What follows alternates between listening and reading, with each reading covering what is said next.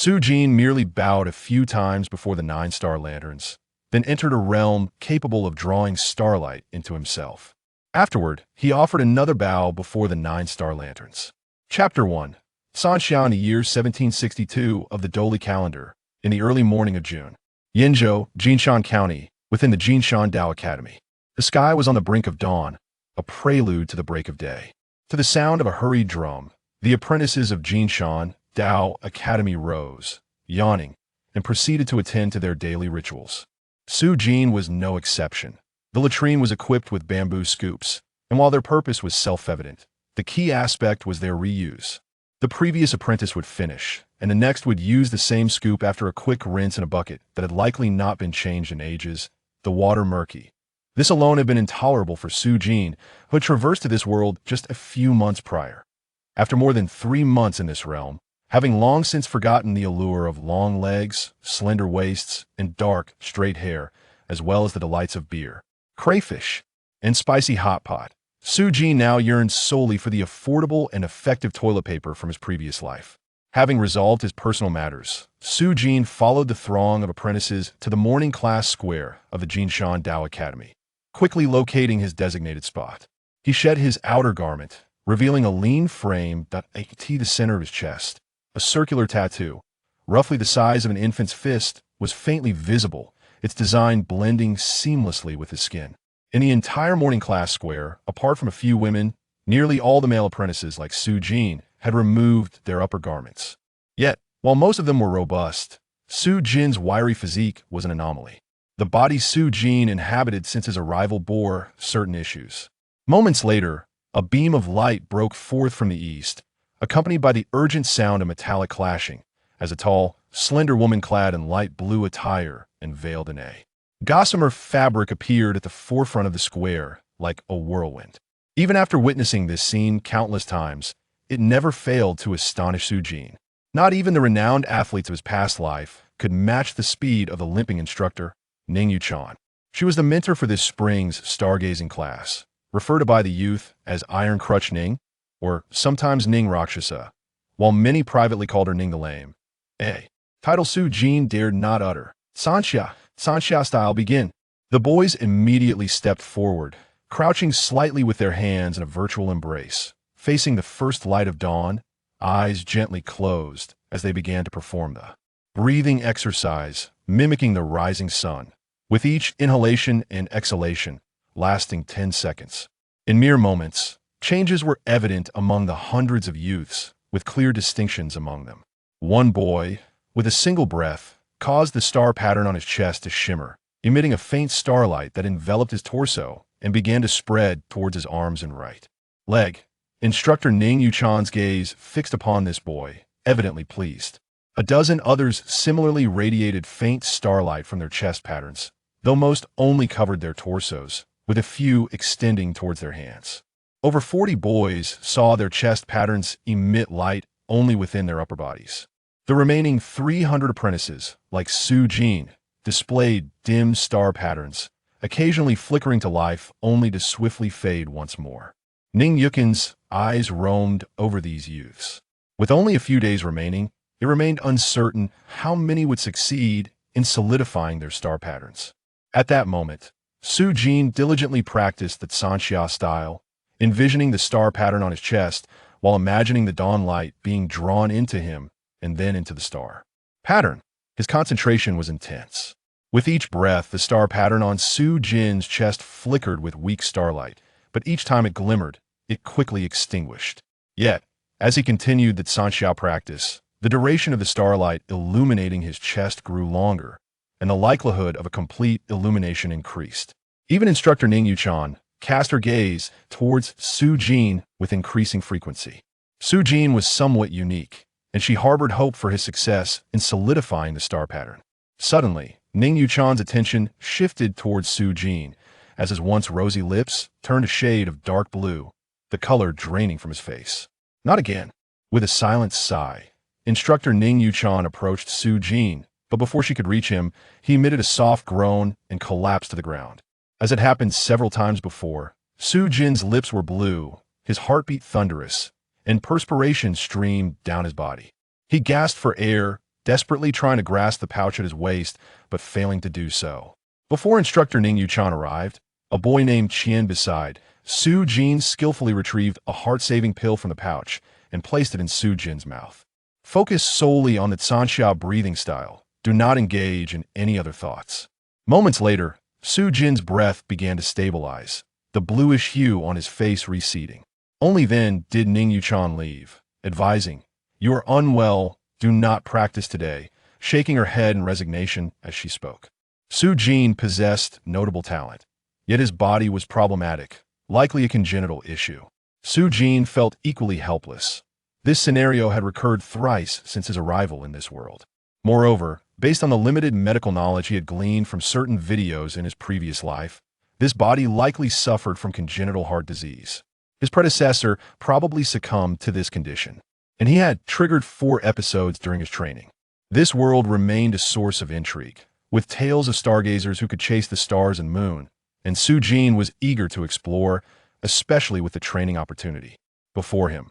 Yet this body seemed burdened by congenital heart disease, often feeling as if a heavy stone weighed upon his chest, making it difficult to breathe, and during critical moments of training, it would escalate into an episode, causing his failure. If one day the illness became severe, it could lead to his demise. In any realm, survival was paramount. Furthermore, his predecessor's father had devoted everything to send him to the Jinshan Dao Academy, believing there was a chance to cure his severe illness here. Of course, it was merely a possibility. He did not wish to meet his end. Though his previous body was not muscular, it was not lacking either. During the May Day holiday, Su Jin had been traveling through Longdi when he passed a dilapidated temple, which turned out to be the Wuho Shrine. He decided to explore and pay his respects. The temple's caretaker earnestly recommended their star-wooden altar, claiming it might not extend life, but could enhance fortune and ward off calamities. Seeing no harm in trying, Su Jin, with some prior knowledge on the subject, decided to invest 100 large yuan in the endeavor, adhering to the philosophy of better to believe than not. The Taoist priest charged a modest fee, but prepared a decent ritual. Incense, oil lamps, jade implements, ceremonial robes, and a brief incantation were included. He instructed Su Jin to don the ceremonial robes, step upon the 9 stars, and light the star lanterns, oil lamps, and incense one by one, after which Su Jin would silently recite the incantation 9 times, and then he would arrive here. Since discovering the illness of this body, Su Jin had been preparing for this moment, with only the final jade implement remaining. Morning class concluded. With instructor Ning Yuchan's announcement, the 3-hour morning session came to an end. Nearly everyone appeared fatigued, as the Sanxia style demanded immense mental energy. However, today, instructor Ning Yuchan did not leave immediately. Instead, observing the weary youths, she suddenly spoke, "There are only 7 days left in this stargazing session. The star patterns imprinted upon you will fade after 7 days. In these final 7 days, I urge you to eliminate all distractions and devote yourselves wholeheartedly to training. Even if you succeed in solidifying your star pattern at the last moment, you will still receive AC evaluation and can continue practicing star techniques. But should you fail to solidify your star pattern," Ning Yuchan's gaze swept over the group of youths who had failed to ignite their stars. "Let us not even discuss whether your families can muster the considerable sum of 200 taels of silver required for a second imprint of star patterns. Even if you manage to present that sum and succeed in igniting your stars, the highest evaluation you may receive is merely a mediocre ding grade. Whether you can even cultivate star techniques remains uncertain. Therefore, for the final 7 days, I expect you all to exert yourselves." With that, Tai Guai paused momentarily before leaping several meters away, and in a few bounds, Ning Yuchan vanished from sight. Su Jin slowly rose, exhaling a sigh of resignation. He wished to exert himself, yet each attempt brought him perilously close to illness. He could only resort to the star auspice ritual. At present, he had prepared everything for the ritual except for a jade artifact, specifically a jade guay. He had located the jade guay, but such items were quite precious, and the one he found was priced at 5 taels of silver, leaving him 2 taels short. Alas, no matter where one turned, both food and wealth were hard to come by. "Su Jin, someone has come to visit." A flicker of joy crossed Su Jin's face, only to be swiftly replaced by concern. In this unfamiliar Gold Mountain Dao Academy, The only visitor could only be his father, Su Dajiang. Su Dajiang had always been exceptionally kind to his past self, or rather, to Su Jin, visiting every half-month without fail. Even now, Su Jin could count on his father's support. It was precisely due to the care of this benevolent father that Su Jin was able to endure in this new life. Father Jiang died at the entrance of the Gold Mountain Dao Academy. Su Dajiang, burdened with a bundle, and a graceful young girl stood anxiously awaiting. Jin, brother. Upon seeing Su Jin approach, his younger sister Su Jiang waved her hand joyfully. As before, the three of them settled beneath the large willow tree not far from the academy's entrance, where Su Jiang began to unpack the bundle. Brother, this morning I baked these wheat cakes myself. They are still warm.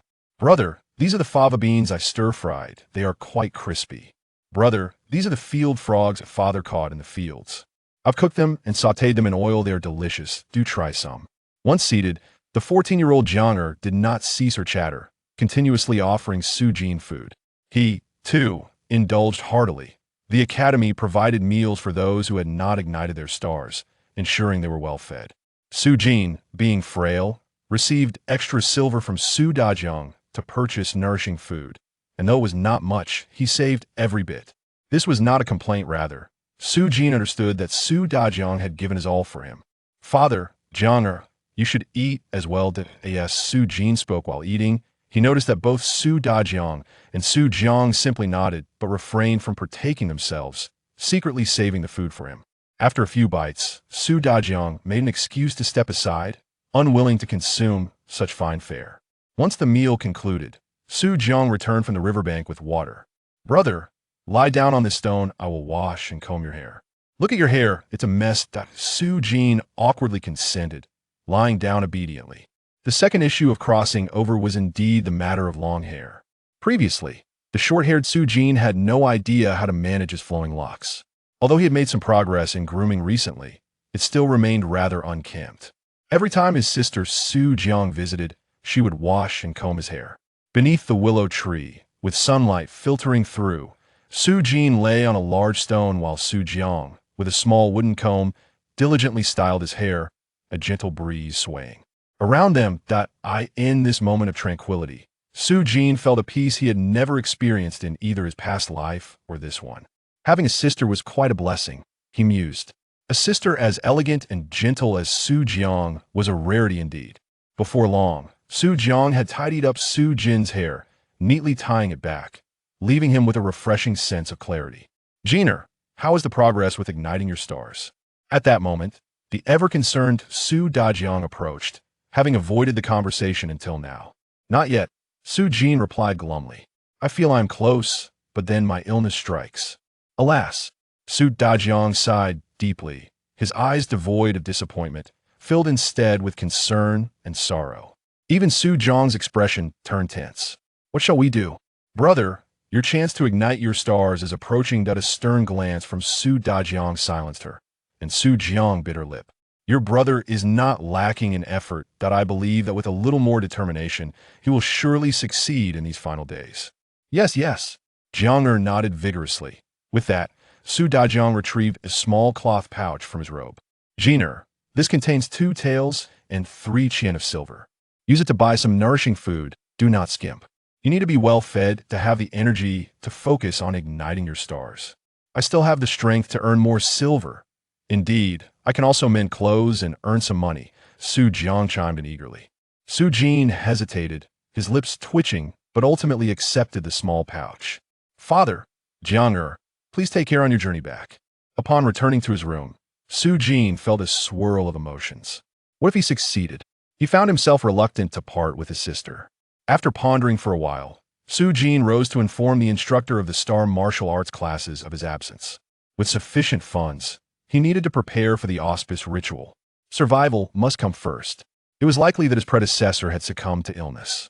Su Jin had been in this world for 3 months, and combined with his previous life, he had barely lived over 20 years. He had not yet had enough of life.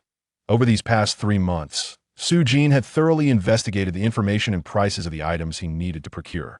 After completing his rounds, he successfully purchased the required incense, candles, oil lamps, and copper bells, Before entering a jade shop he had inquired about several times. The shopkeeper recognized him immediately. "Young man, back again?" "Shopkeeper, I'm here to buy that jade guet. Please save it for me." "Certainly. It will be yours for 5 taels of silver." "Shopkeeper, given my earnestness, could you offer a discount?" "I plan to return often," Su Jin replied with a smile. Being poor, every little saving counted. The shopkeeper scrutinized Su Jin for a moment before considering, then handed the jade guet over with a plate. "Young man, your sincerity is evident. 0.4 taels and 8 yen is the best I can offer." "Thank you." With that, Su Jin had nearly all the items required for the auspice ritual. Next, he needed to arrange for any necessary matters afterward and find a secluded spot to perform the rite. Chapter 2. The Star Auspice. Upon returning to the Gold Mountain Tao Academy, Su Jin first prepared a letter. In the letter, he explained that he had caught the attention of a master of star techniques who would take him to the Star Palace for secluded training. He assured them that he would return upon completion, with no set time frame, urging them not to worry or hope too eagerly. Having spent several months with Su Dajiang and Su Jiang, Su Jin feared that his sudden disappearance might cause them undue grief, hence the letter. He also organized his belongings, including the remaining 5 yen of silver, wrapping them securely beneath his bedding. He planned to venture out after lunch to commence the star auspice. The key was to minimize disturbances. As for the location of the auspice, he had already decided. Of course, there was a group involved, but it was a stratified one. Just like in his previous life, during meals, where leaders sat at one table and employees at others, the food varied accordingly. Among the youths attempting to ignite their stars, those who had succeeded formed one group, enjoying a hearty meal of stir-fried mixed vegetables and black buns. In contrast, those who had not yet ignited their stars gathered to consume a meager porridge. There was also a unique case. Among the current group of youths, there was a prodigious talent, Yudaki, who ignited his stars within 2 days. It was said that after the spring star ignition concluded, Yudaki would be directly recruited into the inner academy of Gold Mountain Tao Academy, with the potential to enter the Star Hall in the future. However, what truly piqued the envy of the other youths was the large bowl of braised meat and half a chicken before him. Su Jin naturally found himself among those who had yet to achieve the coveted success of star pointing. This circle of individuals who had not yet attained star-pointing success was marked by social stratification. Youngsters like Su Jin, who had long lost all hope of achieving this milestone, sat in silence, picking at bowls of kanji. "I can feel it within 3 days, at most. I shall succeed in star-pointing," proclaimed the youth Shaiyun, balancing on one leg atop his chair, his words punctuated by spittle, as he eyed the succulent meals of those who had succeeded. "I, too, have begun to sense that feeling the coach spoke of within the next few days, I should achieve star-pointing success," the youth Lu Ji remarked, his expression modest yet tinged with a hint of arrogance. Upon hearing this, the other uninitiated youths began to offer their congratulations, with some even preemptively paying homage to the successful ones, hoping for future favors. The atmosphere became lively as others followed suit, creating a raucous din. Su Jin, however, quietly distanced himself, weary of the spittle-laden chatter. "How noisy!" one of the successful youths exclaimed. "None of you have even succeeded in star-pointing yet. So what is all this commotion? Can't a person eat in peace?" One young man from the successful cohort, evidently irked by the noise, suddenly slammed his hand on the table and sprang to his feet. The spirited youths, caught in their excitement, turned to glare at him, their pride ignited. "What are you staring at? Do you have a problem with me?" the young man shouted, his ire drawing the attention of his peers who cast their gazes toward the uninitiated group. The pressure in the air became palpable. Sha Yudian, Lu Ji, and the others who had yet to achieve star-pointing immediately shrank back in intimidation. Su Jin, however, sighed inwardly. He recognized the young man who was hurling insults. His name was Luo Gong. Just over 20 days ago, they had shared meals together, and now, star-pointing. It was the passage to advancement for the youth of this realm. It bore a resemblance to the civil service examinations of a past life. Star-pointing was the term used in this world to signify the initiation into the path of cultivation. Su Jin had only been in this unfamiliar world for less than 3 months, yet he understood that it was not akin to the inner and outer training systems he once knew. In this realm, cultivation was achieved by absorbing the omnipresent starlight, the radiance of the celestial bodies. However, this starlight could not simply be absorbed at will. Before one could embark upon this journey, two essential elements were required: a technique and a star pattern.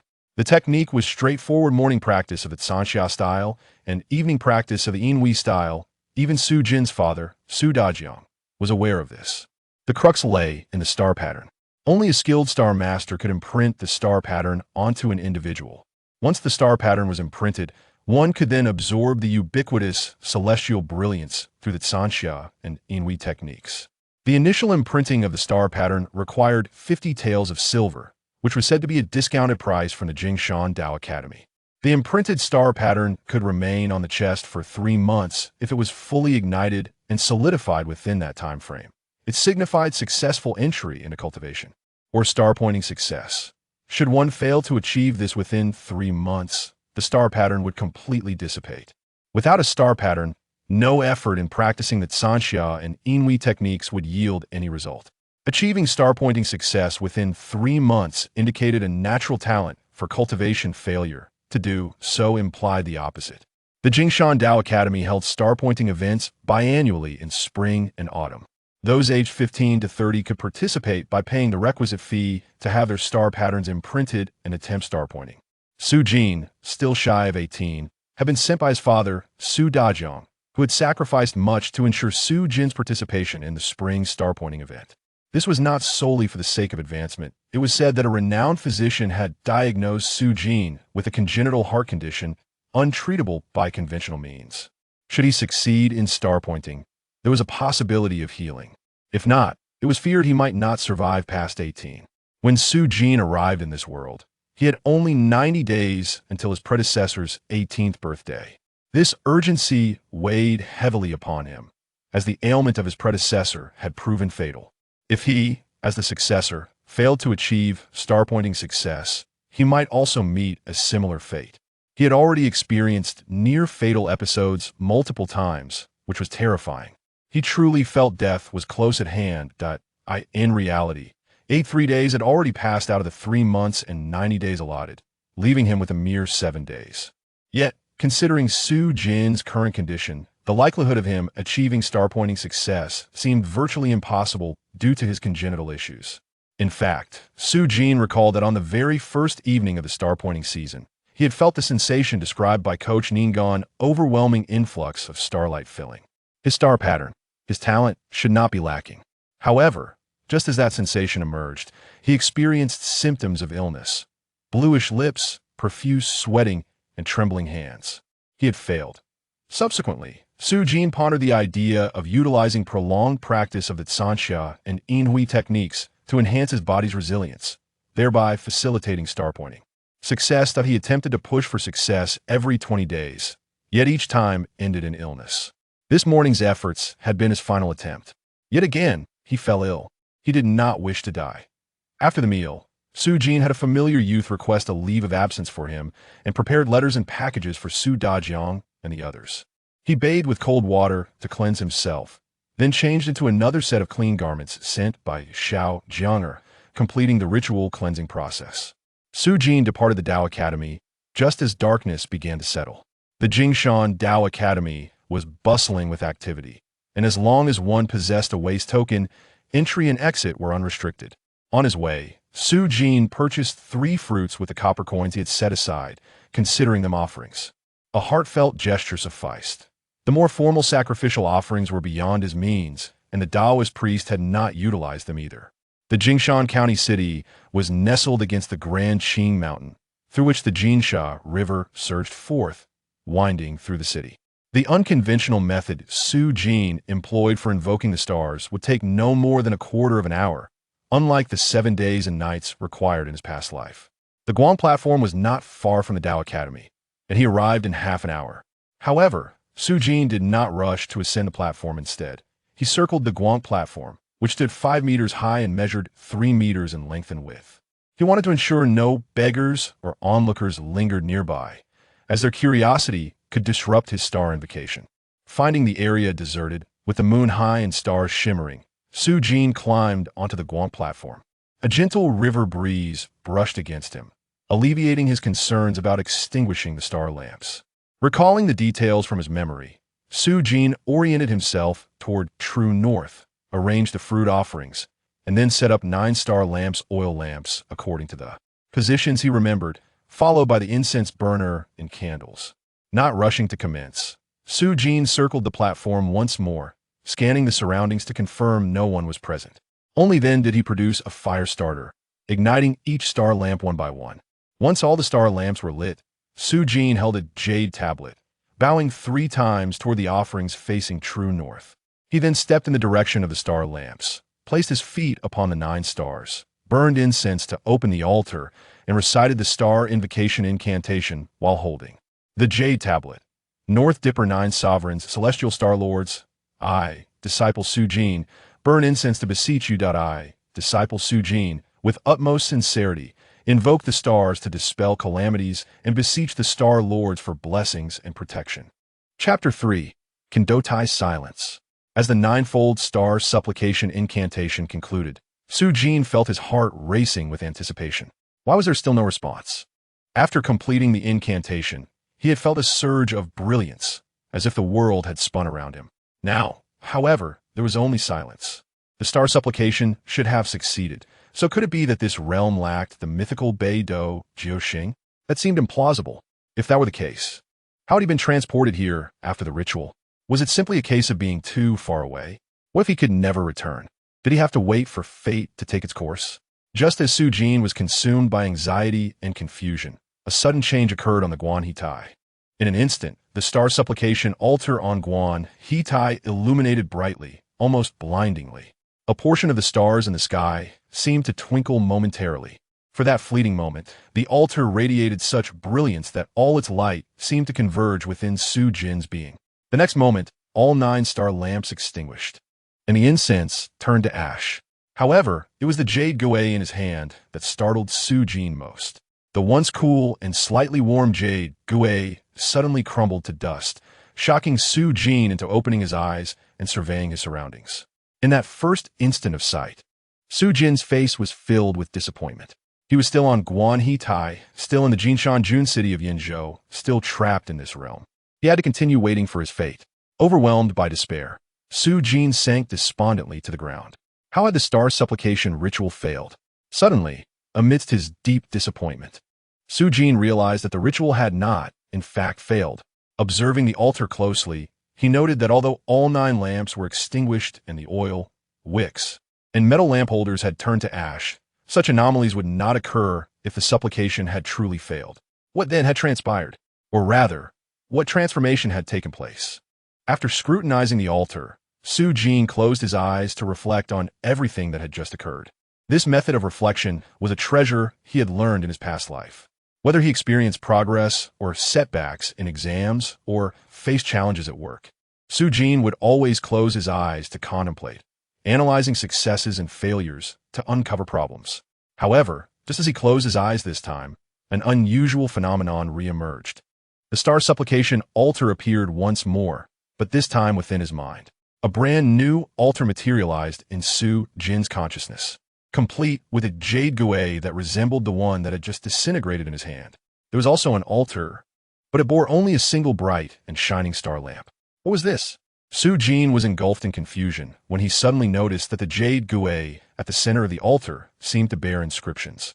With a mental nudge, the characters on the jade guay became remarkably clear. First level Kendo Tai, Star Master, Su Jin, with the blessings of stars. A daily worship can garner a strand of starlight, star lamp. Possible nurturing, none. Can ascend. The brief lines conveyed their message succinctly, yet Su Jin remained baffled. Ascend? Amidst his swirling thoughts, a sudden sharp whistle pierced the air from afar. Turning to look, Su Jin was startled to see a red firework burst in the distance, glaringly bright against the night sky. In an instant, he was taken aback. What had just occurred? While he pondered, another series of red fireworks erupted in succession, forming a line that pointed directly towards him. Su Jin was startled. How had his modest star supplication ritual caused such a commotion? Had he inadvertently violated some taboo, drawing the attention of a powerful entity in this realm? This was a world where star sorcerers could chase stars and moons. Who knew what unknown powers existed? The river breeze swept over him, clearing his mind. Even if this was directed at him, it was unlikely he would be met with immediate violence. There would surely be a need for evidence and traces. He had to act swiftly, using the quickest method. He tossed the gathered blue stones into the river and swept away the ashes with a cloth. He believed that under the gusting wind, everything would soon vanish. Before leaving, Su Jin discreetly pocketed the fruit offerings. As the flames in the city began to dim, numerous voices echoed around him. Su Jin even caught sight of dozens of meteoric lights darting through the sky. Within moments, he saw the Jinshan Jun guards, clad in their uniform, rushing onto the street and swiftly spotting him, shouting commands. Su Jin was alarmed, but obediently halted his steps. Although he wished to flee, his body, burdened with congenital ailments, could not possibly outrun the guards. Moreover, the leader of this troop was undoubtedly a formidable star warrior of the 4th tier or above. Escape was futile. However, Su Jin's decision not to flee did not imply he would resign himself to capture. A few guards, likely eager for accolades, charged towards him menacingly. Su Jin raised his waist badge from the Jinshan Dao Academy high and declared, "I am Su Jin, a disciple of the Jinshan Dao Academy." While it seemed that one could participate in the star selection for a mere 50 taels of silver, suggesting a low threshold, many mid-level officers in the Jinshan Jun Guards, as well as local constables, hailed from the Jinshan Dao Academy, akin to alumni. This identity held some weight. The team leader, Chu Huai, leaped several meters in mere moments, arriving before Su Jin and scrutinizing him, his expression shifting from stern to a smile. "Which academy are you from, junior brother?" Su Jin quickly performed the respectful gesture customary among disciples. "Greetings, senior brother. I am a disciple from this year's star selection season." This year's star selection disciples? Chu Huai assessed Su Jin and quickly comprehended the implications, his expression turning cold. A disciple of the star selection season had not truly entered the academy. Only upon success in the star selection could one be considered a true disciple. Yet, seeing the waist badge confirmed Su Jin's affiliation, making it impossible to turn hostile outright. "Isn't it time for evening classes? Why are you wandering in the city?" This was a routine inquiry. A myriad of excuses flashed through Su Jin's mind, but none could withstand scrutiny. Ultimately, he replied honestly, "The star selection season is nearing its end, and I have yet to succeed." Feeling disheartened, I merely sought a moment to clear my mind. Chu Huai's demeanor turned entirely cold as irritation welled within him. How could a failure in the star selection have the audacity to claim him as a senior brother? At that moment, Chu Huai lost all desire to engage further with Su Jin, his expression one of disdain. Take him away and deliver him to the patrol guards of the academy for identity verification. With that, he led most of the guard away. As they departed, a few of the menacing guards cast envious glances at Su Jin. Alas, the presence of the academy badge deterred them. Otherwise, capturing a suspect so close to the street would surely yield some rewards. Such opportunities to hunt down malevolent forces across the city were rare. While Su Jin felt awkward, he also breathed a sigh of relief. For the time being, he was safe. Half an hour later, Su Jin was escorted by 2 guards to the patrol guard station beside the academy, where he was received by the bearded Chui Tianqi, the flag leader of the patrol guards. Without a moment's identification, he launched into a scolding. "I have repeatedly reminded you during your training in the Star Warriors that whether in Star Selection, Star Warriors, or combat, you must never give up until the very last moment. Throughout history, there have been countless instances of success in the Star Selection at the final moment. You have yet to succeed, and you choose to wander in despair? How can you be so cowardly?" A series of fingers struck Su Jin's forehead, causing him to fall to the ground, which prompted Chui Tianqi to grimace in disbelief.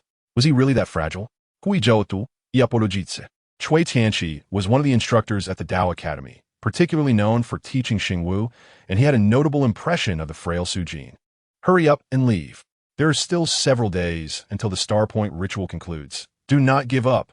Su Jin expressed his gratitude and departed. But as he walked away, he heard Chui Tianqi's voice cautioning him not to wander about, for there were traces of evil spirits in the county, and a large-scale search was underway. Su Jin turned around to express his thanks once more before leaving, feeling a sense of relief.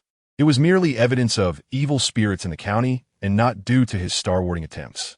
Upon returning to the large dormitory, he found the other boys still engaged in evening classes. The place was empty and eerily quiet. Calming his mind, Su Jin decided to use this time to study the Kendo Tai. Pray once daily to receive a thread of starlight? How does one pray? In the dormitory, Su Jin followed the steps he had previously practiced for star warding, facing the direction of the Big Dipper and silently reciting the incantation as he bowed. However, there was no response. He moved to the open area at the back of the dormitory and bowed several more times. Yet still, there was silence. Su Jin was at a loss. Could it be that this so-called daily prayer required a formal ritual to gain a thread of starlight? That seemed perilous. The incense, candles, jade tablet, and oil lamp were not inexpensive, and Su Jin did not have the funds to procure a new set. How long would it take to save up? It was only thanks to his father, Su Dajiang, that he had managed to gather enough silver. Furrowing his brow, Su Jin once again closed his eyes, visualizing the Kendo Tai, which shone brightly like a radiant star lamp. Could it be that he needed to pray here? But how could one perform the ritual here? The instant that thought crossed his mind, a vague silhouette suddenly appeared, seated at the center of the Kendo Tai. Perhaps this figure had always been present, just unnoticed by Su Jin until now. Who is this? Is that me? Su Jin suddenly realized. In the next moment, as if responding to his thought, the hazy figure rose, holding a jade tablet, standing at the altar, bowing towards the sky. Suddenly, a gleam of light appeared above the Kendo Tai, a thread of starlight. Pray once daily to receive a thread of starlight? Su Jin began to comprehend. But what could this starlight be used for? His first thought was for cultivation. Yet, he hesitated to experiment, uncertain of what might occur. After all, they were currently in the midst of hunting down evil spirits. The evening class at the academy lasted from 7:45 p.m. to 11 p.m., a full 3 hours. After fruitless research, Su Jin silently tore apart the letter he had prepared for Su Dajiang and lay on his bed, contemplating the path he should take in this life. Within half an hour, clarity dawned. The first priority was to find ways to heal his congenital heart ailment and survive. He must live well. The path to survival seemed straightforward. Continue to cultivate, find ways to successfully point the stars, and see if he could thoroughly cure his body's inherent affliction through practice. If he truly could not succeed in pointing the stars, then he would have to rely on the scant medical knowledge he had acquired in his past life to extend his life, which would likely be a grim fate. The second priority was to earn more silver. Regardless of past or present, gratitude and reciprocity were essential. To be honest, Su Jianger combing Su Jin's hair was one of his greatest pleasures, a moment of tranquility amidst the chaos of life. As for improving his living conditions in this life, that was a secondary concern. The third priority was to understand the function of the Kendo Tai without revealing himself. It might be the key to establishing his footing in this life. Feigning sleep, Su Jin turned and slapped the back of Qian Xiaohu's head. Where's your memory gone? You mustn't be reckless. That is Ning Jiaodo. Ning Jiaodo was known for her strictness, often wielding a crutch, leading the boys to privately refer to her as Ning Kezi. Qian Xiaohu quickly put on a smile, but we're in private. Even in private, that's not acceptable. By the way, do you know what Ning Jiaodo wanted to see me for? Su Jin hurriedly got dressed. At just 16, Qian Xiaohu was well-meaning, but still naive. He had been the one to feed Su Jin medicine during his previous episodes. I don't know, he shook his head. Ning Jiaodo said as long as you can get up, she would let you see her. This puzzled Su Jin. Why would Ning Jiaodo want to see him so late? To scold him? With questions swirling in his mind, he swiftly left. Chapter 4. Invoking Starlight. Ning Yuchan, the instructor, had shown Su Jin a bit of leniency, allegedly because his father Su Dajiang was acquainted with her. It was through her that he had initially gained admission to the Jinshan Dao Academy by paying a fee. However, this leniency was limited to occasional guidance during practice. She had never sought him out alone. What could she want with him at this hour? Could it be that your father just gave you some silver and you went off to have fun? Upon entering the room, Su Jin was taken aback. Usually, Ning Jiaodo wore a veil in public, obscuring her features, leaving only her long legs visible. Unfortunately, with the crutch, her appearance remained unclear. However, today, perhaps due to the intimate setting of her solitary courtyard, she was without a veil, allowing Su Jin to see her clearly. Her high nose, slender willow-like eyebrows, and faintly sword-like brows complemented her red lips and white teeth. In his past life, she would have been considered standard beauty. Yet in this moment, her almond-shaped eyes were wide with intensity, and she leaned forward, her form appearing almost as if it could not be contained, causing Su Jin to avert his gaze. Understanding her temperament, Su Jin did not dare to look any longer, casting his eyes downward as he prepared to receive a reprimand. Upon entering the courtyard, Ning Yuchan immediately launched into a tirade, her brows furrowed and eyes glaring, raising her crutch as if threatening to break his legs. Su Jin quickly denied any wrongdoing, claiming he was merely unwell, but he was curious as to how she knew Su Dajiang had visited today. It's good that you haven't. If I find out you squandered your father's and sister's hard-earned money on frivolities, I'll break your legs, Ning Yuchan warned, brandishing her crutch. Moreover, even if you feel a little unwell, you must come out and persevere in your training. What kind of man takes sick leave? In cultivation, perseverance is paramount. Without perseverance, even a genius can become useless. Never give up until the last moment. After a thorough scolding, Su Jin quickly nodded, thanking her for the instruction, assuring her he would remember. Here, take this. After her reprimand, Ning Jiaodo surprisingly handed Su Jin a pill bottle. What is this, teacher? These are the awakening pills crafted by the star alchemist within the academy. Consuming one can refresh your mind and enhance the effectiveness of your training during morning and evening classes. There are 10 inside. You can take one before each session, increasing the likelihood of successfully pointing the stars, Ning Yuchan explained. While Ning Yuchan spoke clearly, Su Jin hesitated to accept it on the spot. In this world, there was no such thing as free gifts. He knew the value of awakening pills, each worth 5 taels of silver. Many wealthy disciples had been using them during this season of star pointing. Some had indeed succeeded, while others had yet to achieve results. The key was the cost. 10 pills equated to 50 taels of silver, a significant sum that could not simply be accepted without understanding the implications. Teacher, what is this? Su Jin inquired. Seeing Su Jin's question, Ning Yuchan's eyes glimmered with a hint of admiration. This child is quite good, but his health. Your father came to see me this afternoon, gave me silver, and asked me to help you procure these pills. In the remaining days of morning and evening classes, you should take one before each session. It will aid you in your star pointing, she clarified.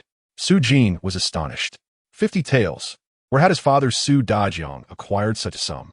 The family's land had already been sold for his sake. The only 3 old houses that remain unsold are hardly worth the price. Moreover, why do you treat me so kindly? Focus on your training. Do not squander your father's efforts, and strive for success in the realm of stars. After expressing his gratitude, Su Jin departed with a wakeful pill, his heart heavy yet filled with determination. He must succeed in igniting the stars. He must survive and earn money. Upon returning to the dormitory, Su Jin lay down and closed his eyes, cautiously contemplating the arena of combat. The star lamp appeared somewhat peculiar, its purpose unclear for the time being. A flicker of starlight on the combat platform seemed to respond to Su Jin's thoughts, yet he dared not experiment recklessly. Lost in thought, Su Jin soon fell into a deep sleep, having experienced much that day, and his spirit was weary. The following morning, the youths were roused by the urgent sound of the wooden clapper as they arrived at the morning class square. Some youths were full of energy, while others felt despondent, believing that success in igniting the stars was beyond their reach. Brother Jean, there are only 6 days left. Do you think we can succeed? Qian Xiaohu, who had failed to ignite the stars for nearly 3 months, had lost his confidence. We still have 6 days, do we not? We shall not give up until the very last moment before the star patterns vanish. With perseverance, we shall reap rewards. Qian Xiaohu felt a surge of hope. Yet Su Jin himself was somewhat apprehensive, uncertain of the efficacy of the wakeful pill. Xia Shi, can we commence? The voice of Coach Ning echoed, prompting the youths to spread their legs and assume the Xia Shi stance. Su Jin, however, swallowed a pill first. Those around him, including Qian Xiaohu, were not surprised. It was typical for the frail Su Jin to take medicine. Today, however, he consumed the wakeful pill. Not only that, but after taking the wakeful pill, Su Jin also swallowed a heart-saving pill, attempting a dual approach. In an instant, a refreshing sensation surged through his mind, akin to consuming mint. Su Jin felt not only an unprecedented clarity of thought, but also an invigorating spirit. The wakeful pill indeed proved to be quite effective. Su Jin swiftly entered a state of cultivation, inhaling and exhaling while envisioning the star patterns, drawing in the morning glow of the heavens through his nostrils and guiding it towards the star patterns in his chest. After a few breaths, the star patterns on his chest began to flicker significantly faster than before. The wakeful pill was indeed effective. Within 10 minutes, Su Jin felt the star patterns on his chest starting to heat up, transitioning from flickering to a steady glow. His heart soared with joy. This was a sign of impending success. As the star patterns grew warmer and hotter, they would gradually imprint themselves into the texture of his skin, even into his bones, and soon they would shine consistently. Typically, as long as the star patterns remained bright for over a quarter of an hour, they would become permanently embedded in his chest, indicating success in igniting the stars. The warmth of the star patterns intensified, and the time they remained bright quickly extended to 100 breaths, then 200, 300. In the distance, Coach Ning Yuchan, with her crutch silently planted in the ground, leaned in Su Jin's direction, her eyes brimming with anticipation. 400 breaths, 500 breaths, 600 breaths. The warmth in his chest was increasingly intense, yet oddly soothing, almost melting into his bones. Su Jin became even more focused. The hope for success today was exceptionally high, especially since, up until now, he had not encountered any adverse reactions, likely due to the prior consumption of the heart-saving pill. But just at that moment, Su Jin suddenly sensed the flow of heat within the star patterns in his chest oddly begin to flow outward, towards the left side of his chest, where his heart was located. In an instant, a sharp pain pierced through his left chest. Su Jin's heart tightened, and the previously bright star patterns suddenly dimmed. The flow of heat continued towards his heart, causing the once radiant star patterns to flicker again. Coach Ning, who had been observing closely, suddenly halted, a look of helplessness crossing her features. Is this another failure? No. In a state of panic, Su Jin poured all his effort into the Xiaoshi stance, trying to absorb more of the celestial light. But the more anxious he became, the less effective his absorption became. Thump, thump, thump. Su Jin's heart suddenly began to race like a drum once more. Here it comes again. Su Jin silenti lamente. Yet he did not lose his composure. Instead, he gently directed his thoughts to the floating starlight on the combat platform. He had attempted this the previous night and found that this starlight could indeed be guided by his intentions. The starlight from the combat platform shared similar properties to the celestial light he had absorbed, only it was purer and more abundant. In the next instant, Su Jin guided the starlight from the combat platform directly into the star patterns on his chest. Almost simultaneously, the dim star patterns in his chest erupted into brilliant radiance, becoming intensely bright and hot. Coach Ning, watching from afar, even felt momentarily dazzled by the brilliance. In that same moment, the fully charged star patterns seemed to burst forth like a flood, surging towards Su Jin's heart. His heart first heated, then became searingly hot, followed by excruciating pain, prompting an involuntary groan of agony from Su Jin. His vision darkened, and he swayed, collapsing to the ground unconscious. Yet, even in his unconscious state, the star patterns on his chest remained bright. Brother Jin, Qian Xiaohu, standing nearby, halted his training and rushed over, intending to administer medicine to Su Jin, but was promptly stopped by the swiftly arriving Coach Ning. Do not move him. You all continue your training. The group of startled youths soon noticed the difference. Though Su Jin lay unconscious, the star patterns remained bright. Had he succeeded in igniting the stars? Many gazed at him with envy.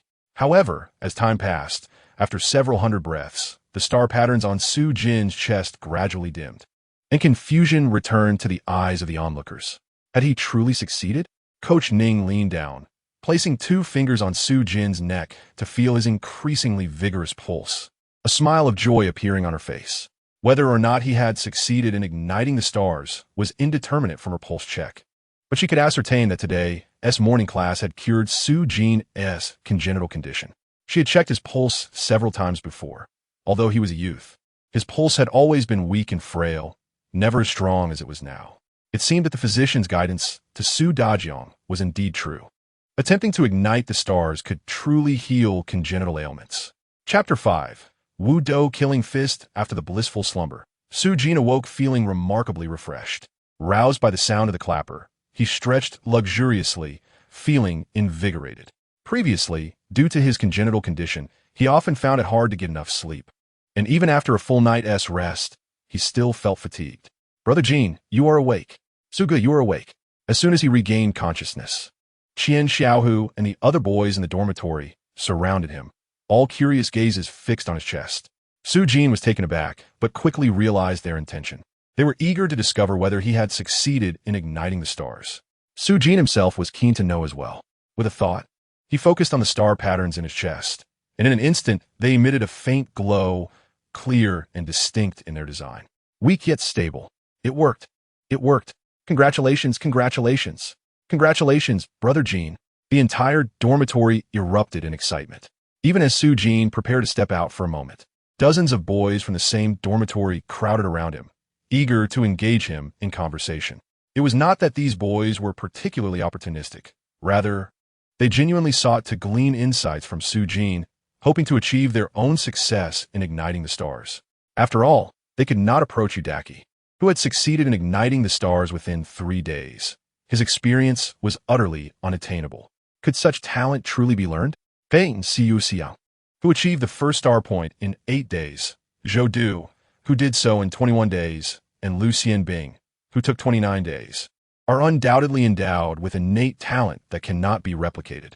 Luo Gong, who managed to reach his star point in just over 2 months, possesses experience that could offer them some insight. However, the challenge lies in the fact that they cannot engage in conversation with him. After successfully attaining his star point, Luo Gong has completely disregarded them.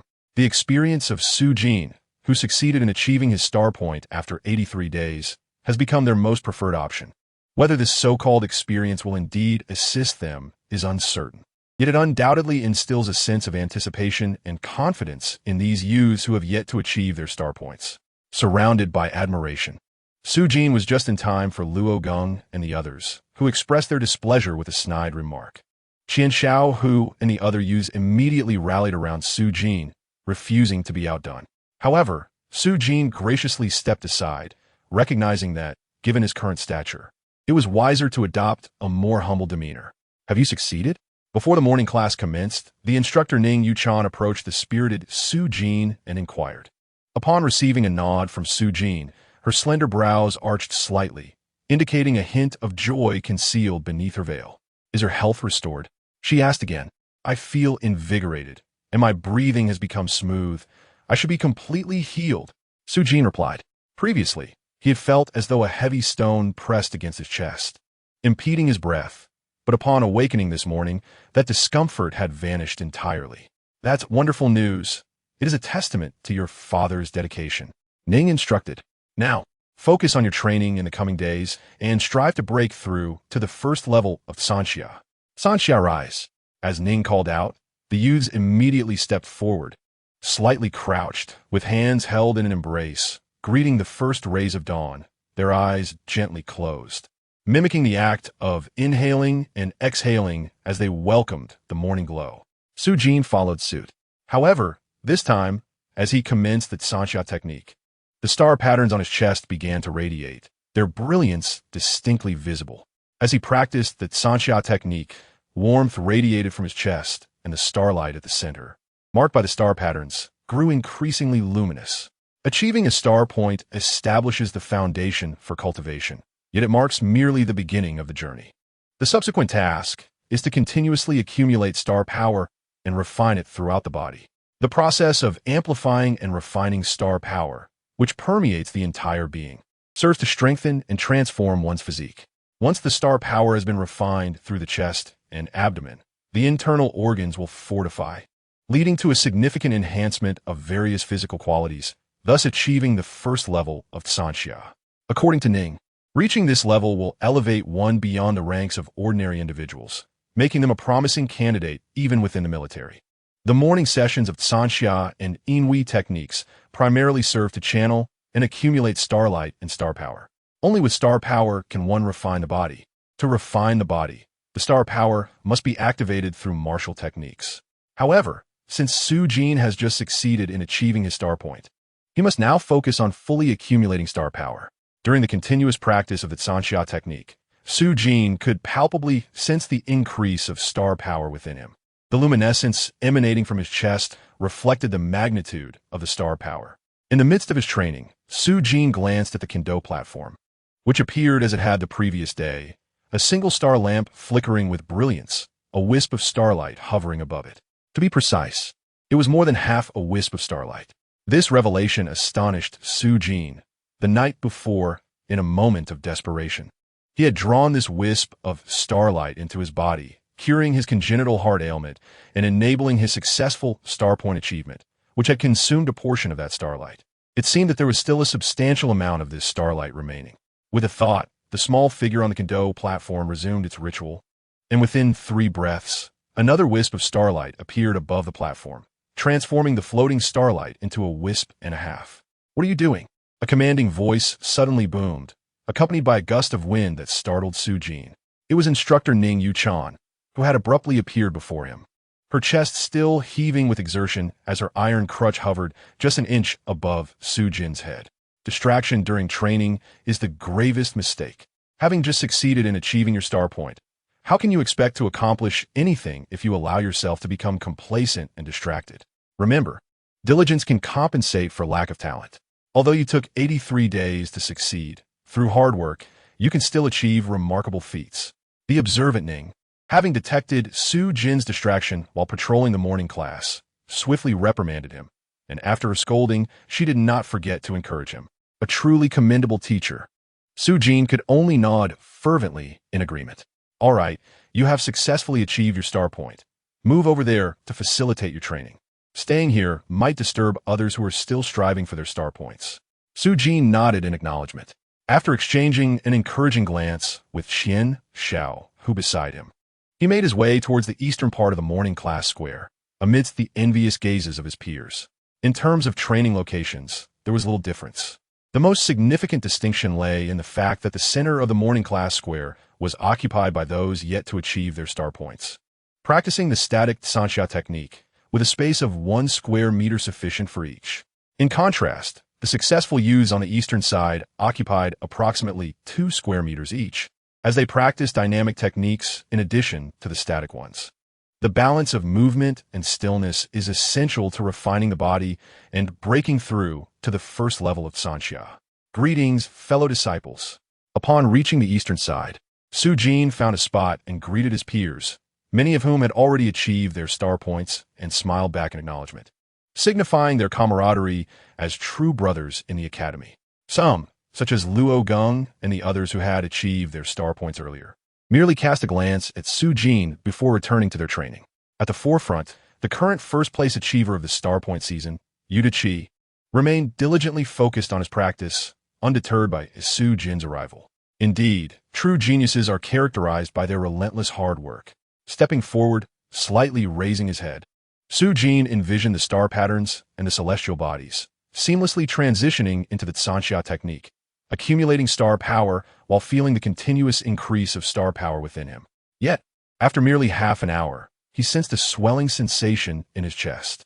Although he had practiced the Sanxia technique for some time, the star power within him had not increased in the slightest. Having studied diligently at the academy, Su Jin understood that this indicated his star power was reaching its capacity. Next, he must transition to dynamic techniques to activate the star power and refine his body. Switching to the Wudo Sha Quan, he would utilize the killing fist to catalyze the star power for self-refinement. The iron crutch landed soundlessly, as Ning appeared once more behind Su Jin to offer guidance.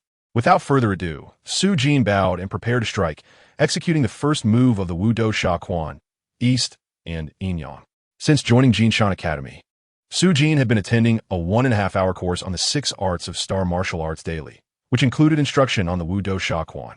Although he found the practice challenging, he had become quite proficient in its basic forms, managing to complete all 5 movements and 16 variations only after taking several breaks. To activate the star power, he needed to envision the star patterns before executing his strikes, guiding the star power through his punches to cleanse and refine his body. Initially, the punches could be slow, yet they must invoke the star power. Ning continued to provide insights. As Su Jin nodded, he did not rush to strike again, but instead carefully contemplated his movements before slowly initiating his punch.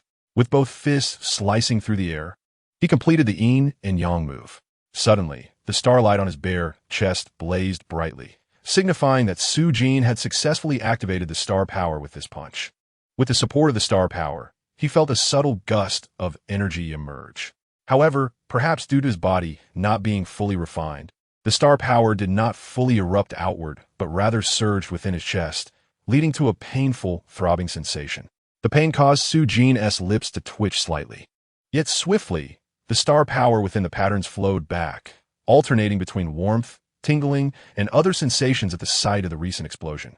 Then Su Jin was pleasantly surprised to discover that the area covered by the starlight on his chest had noticeably expanded. Previously, the star power in his chest had been fully saturated, but now it felt remarkably relaxed, leading Su Jin to sense that he could once again cultivate the Sanxia style to accumulate star power. Continue. The voice of Coach Ning resonated.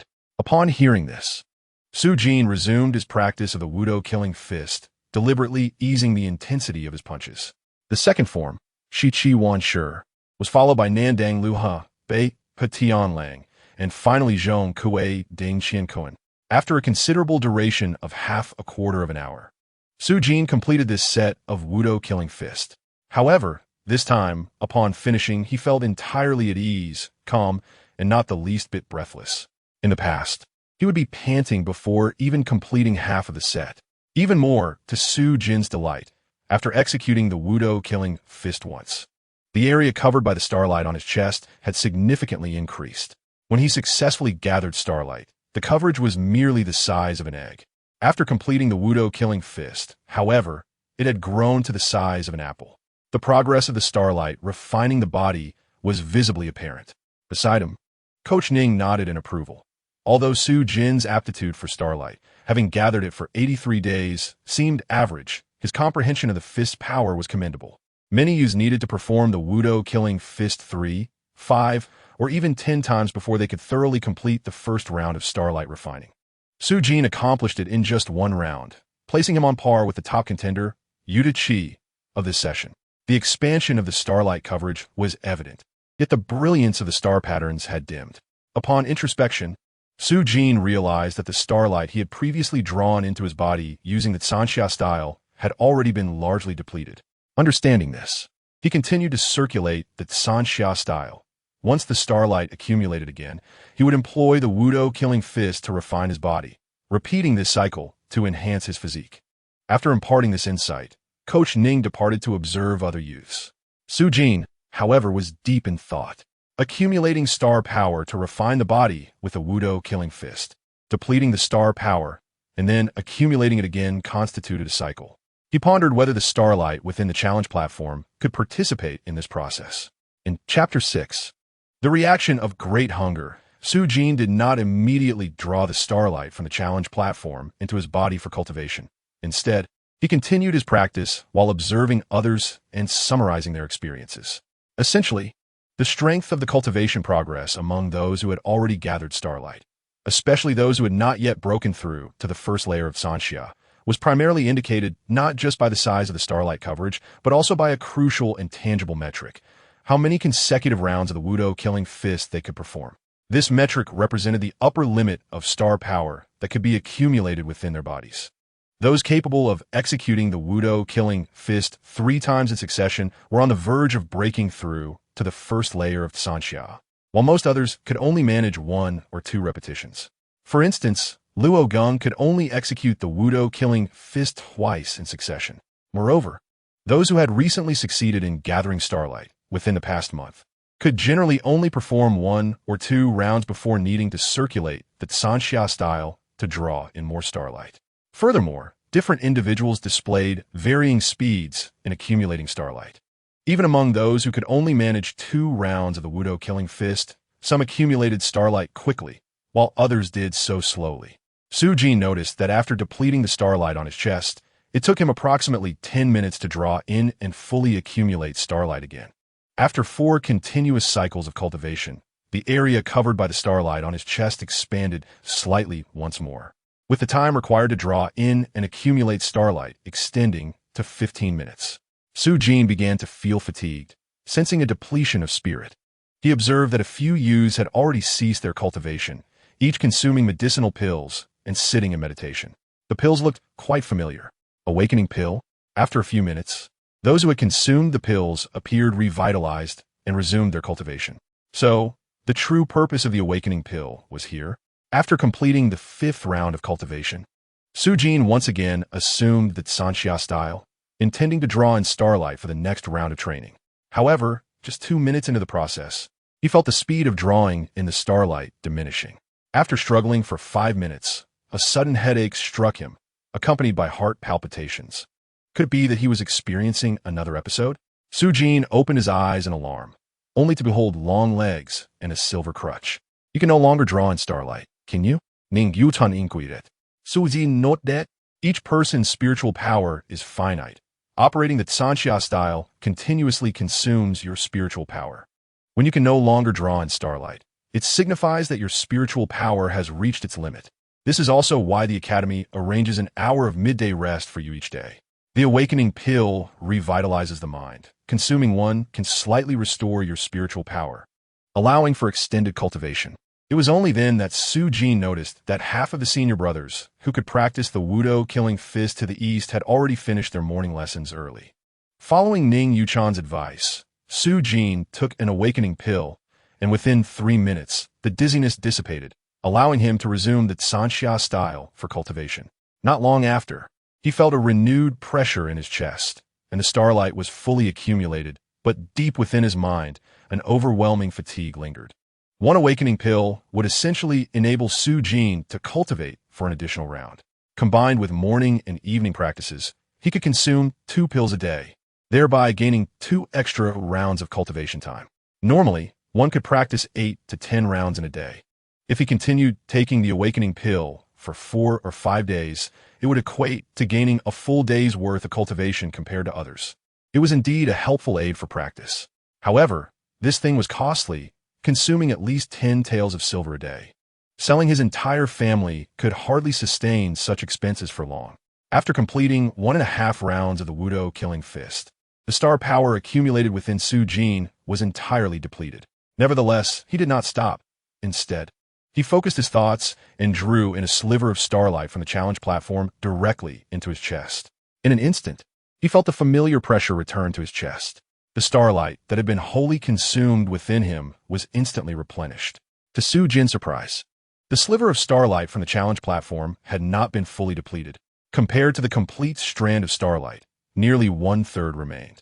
This sliver of starlight contained a considerable amount of star power. Roughly estimating, it could provide Su-jin with enough star power for more than 5 consecutive infusions. He continued with the Wudo killing fist. He Yang, Qi Wan Shi, Dang Luha, Patian Lang, and Zhong Kuei Ding Shi. With the replenishment from the starlight of the challenge platform, Su-jin executed 3 consecutive rounds of the Wudo killing fist in one breath. Upon completing those 3 rounds, he suddenly realized that the refining effects seemed to be compounding with each successive round. With a single thought, he drew in that quarter sliver of starlight once more, and leveraging the starlight from the challenge platform, Su-jin executed 4 consecutive rounds of the Wudo killing fist this time. The area of starlight radiating from his chest visibly expanded, surpassing the size of fist. The progress was promising. Su-jin bonde. The stimulation and refining effects of the first round of the Wudo killing fist intensified with each subsequent round. The refining effect from executing 3 consecutive rounds equated to the cumulative effect of executing 4 rounds separately beforehand. The refining effect from Su-jin's final 4 consecutive rounds of the Wudo killing fist was even stronger than the combined results of the previous 5 rounds of practice in the morning. The principle was straightforward, the rebound effect, or rather, the adage of striking while the iron is hot. Currently, it appeared that all youths who had gathered starlight could only perform the Wudo killing fist consecutively up to 3 times before reaching the first layer of Sanxia. Su-jin's ability to execute 4 rounds in one breath was indeed remarkable, yet it seemed unlikely that anyone would take notice of him. Considering that Su-jin had gathered starlight for 83 days and was regarded as the bottom tier of this session, hardly anyone paid attention to him. Indeed, diligence in cultivation is essential, but once you reach your limits, you must never push yourself beyond that, lest you harm your spirit and body. Ning Yuchan cautioned Su-jin once more. A true mentor. Let me see the results of your morning practice today, Ning Yuchan stated. In today's world, an individual's cultivation talent is primarily assessed by the duration of their starlight gathering. But the effectiveness of their first morning and evening practices following successful starlight gathering is also an important reference. Observing and summarizing the cultivation talents of these youths is one of Coach Ning Yuchan's responsibilities. As Su-jin nodded, his thoughts sank into the starry patterns within his chest. activating the star power. In the blink of an eye, a radiant starlight enveloped the center of Su Jin's abdomen, reaching the size of a pineapple. Ning Yuchan's almond-shaped eyes widened slightly, her beautiful visage beneath the veil revealing a look of astonishment. This rate of body tempering? It must surpass even that of the first star pointer of this season, Yu Daki, who succeeded in star pointing in just 3 days. Did you use the Wudo killing fist for the first time this morning? Only consumed a single awakening pill, correct? Ning Yuchan koediet inkesanti. Yes. Ning Yaoto. Is there a problem? Suzin inquit puel. No problem. Go rest, and strive to break through to the first level of the Tsanxia realm as soon as possible. Ning Yuchan waved her hand, signaling Su Jin to leave. However, as she watched him depart, a sense of regret crept into her thoughts. Presently, Su Jin's speed and body tempering appeared remarkably swift, almost on par with the Season S top star pointer, Yu Daki. Unfortunately, he had begun his star pointing too late, achieving it only after 83 days. Had he succeeded within 60 days while maintaining his current rate of body tempering, she could have secured him a position in the middle courtyard, with potential opportunities to enter the Star Hall and learn formidable star techniques. Hunger. Su Jin had never felt as ravenous as he did at that moment. It felt as if he hadn't eaten for 5 days, capable of consuming a whole cow. This was likely related to today's body tempering and the varying quality of food within the Tao Academy.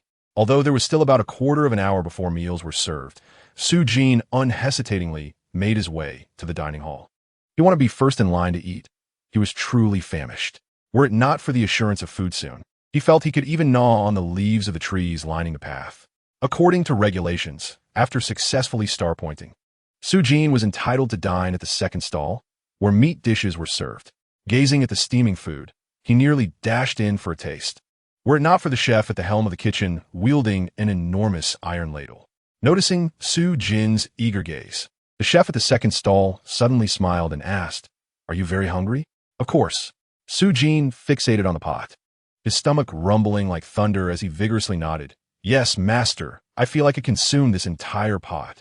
"That cannot be. I am merely a cook," the chef Liu replied, quickly waving his hands. These young star pointers, each with a promising future, would at the very least become low-ranking officers in the county's military. He could not accept such a title. The chef, humbly dismissing the compliment, promptly handed Su Jin a large bowl. "Since you are so hungry, let me serve you first." "Thank you, master," Su Jin replied, not daring to refuse. Without hesitation, he began to eat, finishing the enormous bowl in less than 2 minutes. A bowl even larger than those used for Lanzhou beef noodles in his previous life. After polishing off the bowl, he handed it back. "Master, another bowl, please." Seeing Su Jin's eagerness, Chef Liu deliberately added extra meat to his bowl this time. Su Jin continued to devour his meal with fervor, managing to consume 4 bowls in total. He marveled at his own capacity. Never in either life had he devoured such a quantity of food. Suddenly, Chef Liu inquired, "You seem unfamiliar. Did you just achieve star pointing today? Just beginning body tempering and now famished?"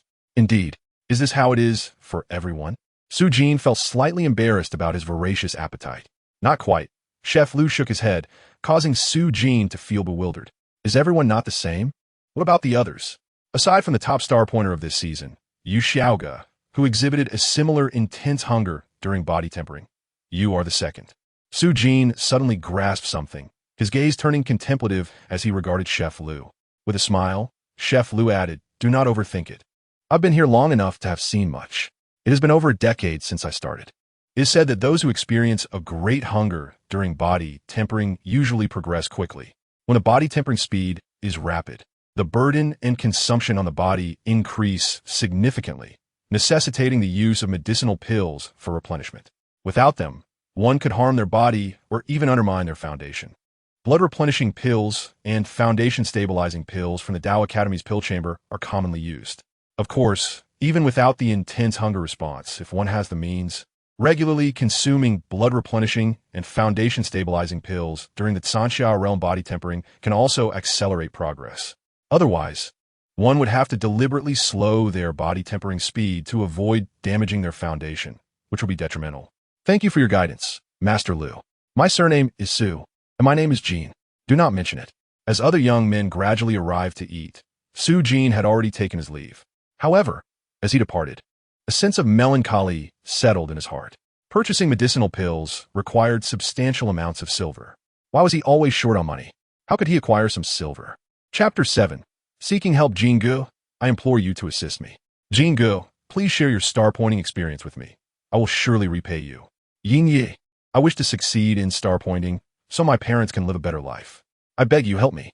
Qian Xiaohu's eyes glistened with tears as he prepared to kneel before Su Jin. Swiftly, Su Jin reached out to support him. Xiaohu, you have taken care of me several times. I'm truly grateful. However, I have already shared all my knowledge regarding star-pointing success with you this morning, leaving nothing behind. Really? Qian Xiaohu remained unconvinced. Su Jin had indeed imparted his knowledge of star-pointing to him that morning, but it was largely akin to what the instructor had taught, offering little assistance to his current situation. Indeed, upon receiving Su Jin's confirmation, Qian Xiaohu's expression dimmed as the spark in his eyes gradually faded. Su Jin felt a pang of helplessness. For over 2 months, during his bouts of illness and weakness, Qian Xiaohu had cared for him, bringing him meals and water. After a moment of contemplation, Su Jin hesitated. However, there is another method we can try. What method? Qian Xiaohu's eyes suddenly lit up. Su Jin briefly explained the awakening pill, clarifying that he had consumed it before achieving star-pointing. Xiaohu, however, Ning Jiaotu mentioned that while the awakening pill can invigorate the mind, its effect on star-pointing is minimal. This has been verified by the Academy. But I think you could give it a try. When he heard about the awakening pill, Qian Xiaohu's eyes once again dimmed. Yin Yi, I know about the awakening pill, but the pill chamber sells them for 5 taels of silver each. I cannot afford it. Su Jin furrowed his brow. This was understandable. As Qian Xiaohu's family background was similar to his own, perhaps slightly better, making it reasonable that he could not afford it. How much silver do you have? Su Jin suddenly asked. Qian Xiaohu's eyes brightened once more. Jingu, are you going to lend me silver? Actually, I have saved for a long time and currently have 1 tael and 7 qian. If you could lend me 3 taels and 3 qian, that would be sufficient. However, as soon as he finished speaking, Qian Xiaohu's smile faded. Having shared a bed for so long, he understood Jin Ji's situation well. 1 or 2 taels might be possible, but 3 or 4 taels seemed unlikely. After careful consideration, Su Jin took out an awakening pill. Xiaohu, I still have 1 awakening pill. Qian Xiaohu was overjoyed, the light in his eyes reigniting. I will borrow it. Jingu, I will pay you back with interest at market rate. What if you still fail at star-pointing? Su Jin Su Den Li In Guit. Qian Xiaohu paused, then smiled broadly after a moment. Then it's fate. I will accept it. But rest assured, even if I fail at star-pointing, I will repay you the silver at the docks in our county city, as long as one is willing to work hard, excluding food and drink. One can save at least a tael of silver each month. In 5 to 6 months at most, I will be able to repay you. After speaking, Qian Xiaohu handed a small pouch to Su Jin. Here is 1 tael and 6 qian. Jingu, please take it. All right, I will accept this money. It is my father's hard-earned silver for me. Su Jin replied. However, as brothers, let us not speak of interest. Su Jin solemnly handed a Ling Shundan to Qian Xiaohu, advising him not to use it in haste today, but rather to wait until tomorrow morning when he would be most refreshed after a night's rest, thus enhancing the efficacy of his cultivation. Thank you, Brother Jin. Regardless of whether the star point succeeds or not, you are truly my elder brother, Qian Xiaohu replied earnestly, nodding vigorously as he carefully accepted the elixir and joyfully went off to eat. After Qian Xiaohu departed, Su Jin pondered over his current predicament and was suddenly inspired by Qian Xiaohu's words. He realized he needed to take the initiative and employ some of his previous life's thinking. Lacking funds, he must seek out a capitalist for financing or venture capital, or, at the very least, secure a loan. Saving money alone would not suffice to purchase a house. But who was a capitalist? Drawing upon the knowledge he had absorbed in his past life, he believed that as long as he was willing to endure hardships, earning some money over a few years would not be a problem. It was also possible to earn more, but maintaining it was another matter. In this world, wealth required strength to safeguard it. Su Jin, who wished to avoid excessive hardships in life, aspired to earn money quickly for cultivation, to repay Su Dejiang, and to buy beautiful clothes for his sister Su Jiang. This necessitated external capital. However, obtaining investment loans in this era was akin to a hellish challenge. If Su Jin were to approach a wealthy merchant or a money house, he might very well be shown the door. After contemplating for a while, Su Jin identified a potential target, the instructor Ning Yuchan. There were 3 reasons for this choice. Firstly, the remuneration for a Tao Academy instructor was quite generous, reportedly amounting to several dozen taels of silver per month, suggesting that Ning would have some capital. Secondly, Su Jin had a rapport with Ning Yuchan, as she had previously assisted him in purchasing the Ling Shandan and even informed him about using it to aid in star point cultivation. Generally, those who can assist you will continue to do so, whereas those you have helped may not necessarily reciprocate. Thirdly, while Su Jin had spent 83 days attempting to cultivate his star point, others might perceive limited potential in him. Yet, if he were to showcase his abilities, Ning Yuchan might recognize his potential and thus facilitate investment or assistance. Initially, he needed to demonstrate his value, but this could not be done through mere self-promotion. It was best for others to discover it themselves. With this consideration in mind, Su Jin returned to Ning Yuchan's courtyard at noon. Upon his arrival, he was greeted by Ning Yuchan, who opened the door without her veil, her lovely face bearing a hint of frost, evidently displeased by his audacious interruption during the midday. "Instructor, I have a question regarding my cultivation that I wish to consult you about," Su Jin hastily explained. "A question regarding your cultivation?" Ning Yuchan raised an eyebrow. Such urgency. Couldn't this have waited until the morning or evening class? "I feared I might encounter issues during the evening class. Thus, I dare to disturb your rest," Su Jin replied. Ning Yuchan scrutinized him for a moment, then gestured for him to sit on the stone bench in the courtyard. "Have you experienced a significant hunger response?" she asked, standing up abruptly and eyeing him curiously. "That shouldn't be the case," she continued, "according to the Tao Academy's experience. Only a prodigy who successfully cultivates their star point within 10 days would normally exhibit such a response. You have taken 83 days. It is unlikely you would experience this. However, considering Su Jin's successful first day of cultivation, it could be deemed normal as his achievement was nearly on par with the top performer of the current cohort." "Yudichi, how many Ling Shindan did you consume this morning?" she inquired. "Just 1, he replied. "Well, should you experience a significant hunger response, not only will you need to eat more, but you will also require medicinal supplements. The blood recovery Dan and the foundation solidification Dan can be consumed in several doses. However, if the significant hunger response persists without sufficient medicinal support, it may damage your foundation. Let us do this for the next few days during your morning and evening classes. Refrain from using the remaining Ling Shandan for cultivation to prevent excessive hunger responses that could impact your foundation," Ning Yuchan advised. "Thank you for your guidance, instructor. I apologize for the disturbance." After bowing in appreciation, Su Jin departed without further conversation, leaving Ning Yuchan deep in thought. Ning Yuchan was aware of Su Jin's family's financial circumstances, yet she merely pointed out a solution without offering any assistance or support. The reason was simple. Who isn't in need of cultivation resources? Everyone lacks them. With so many students under her tutelage, who among them does not face difficulties? For instance, among the 300 young individuals who had not yet succeeded in cultivating their star points, if each were to receive 2 or 3 Ling Shindan, at least 20% could potentially succeed and alter their fates. But could she afford to assist them? No, she could not. As for the Tao Academy, it was in urgent need of talents and prodigies. Those lagging behind, requiring Ling Shindan to aid in their success, would simply have to rely on chance. Yet Su Jin, having taken 83 days to cultivate his star point, exhibited a significant hunger response, which was rather unusual. On the first day of his evening class, he had fainted and nearly faced death. Although the death of a young student would have little impact on her, it was still undesirable, especially as he was the son of an acquaintance. His recurring episodes until the moment of his star point success troubled her. Sutendi, Ning Yu Tan Spropfurovet. Could it be that Su Jin possessed considerable talent, but his innate heart ailment had delayed his progress, resulting in the 83 days taken to cultivate his star point? Now that he had succeeded in cultivating his star point, had his innate heart ailment been cured, allowing his true cultivation talent to shine through? If this were the case, what was Su Jin's actual cultivation aptitude? Chapter 8. Seizing the opportunity, Mr. Gon, I wish to purchase some blood recovery dawn and foundation solidification dawn for consumption. However, my funds are insufficient, and I would like to exchange a few of the Ling Shandan I previously acquired. Would that be acceptable? In the Dan room of Jinshan Tao Academy, Su Jin was conversing with an elderly gentleman sporting a short beard. After leaving Ning Yuchan, Su Jin contemplated his situation and recognized the importance of medicinal elixirs to his progress.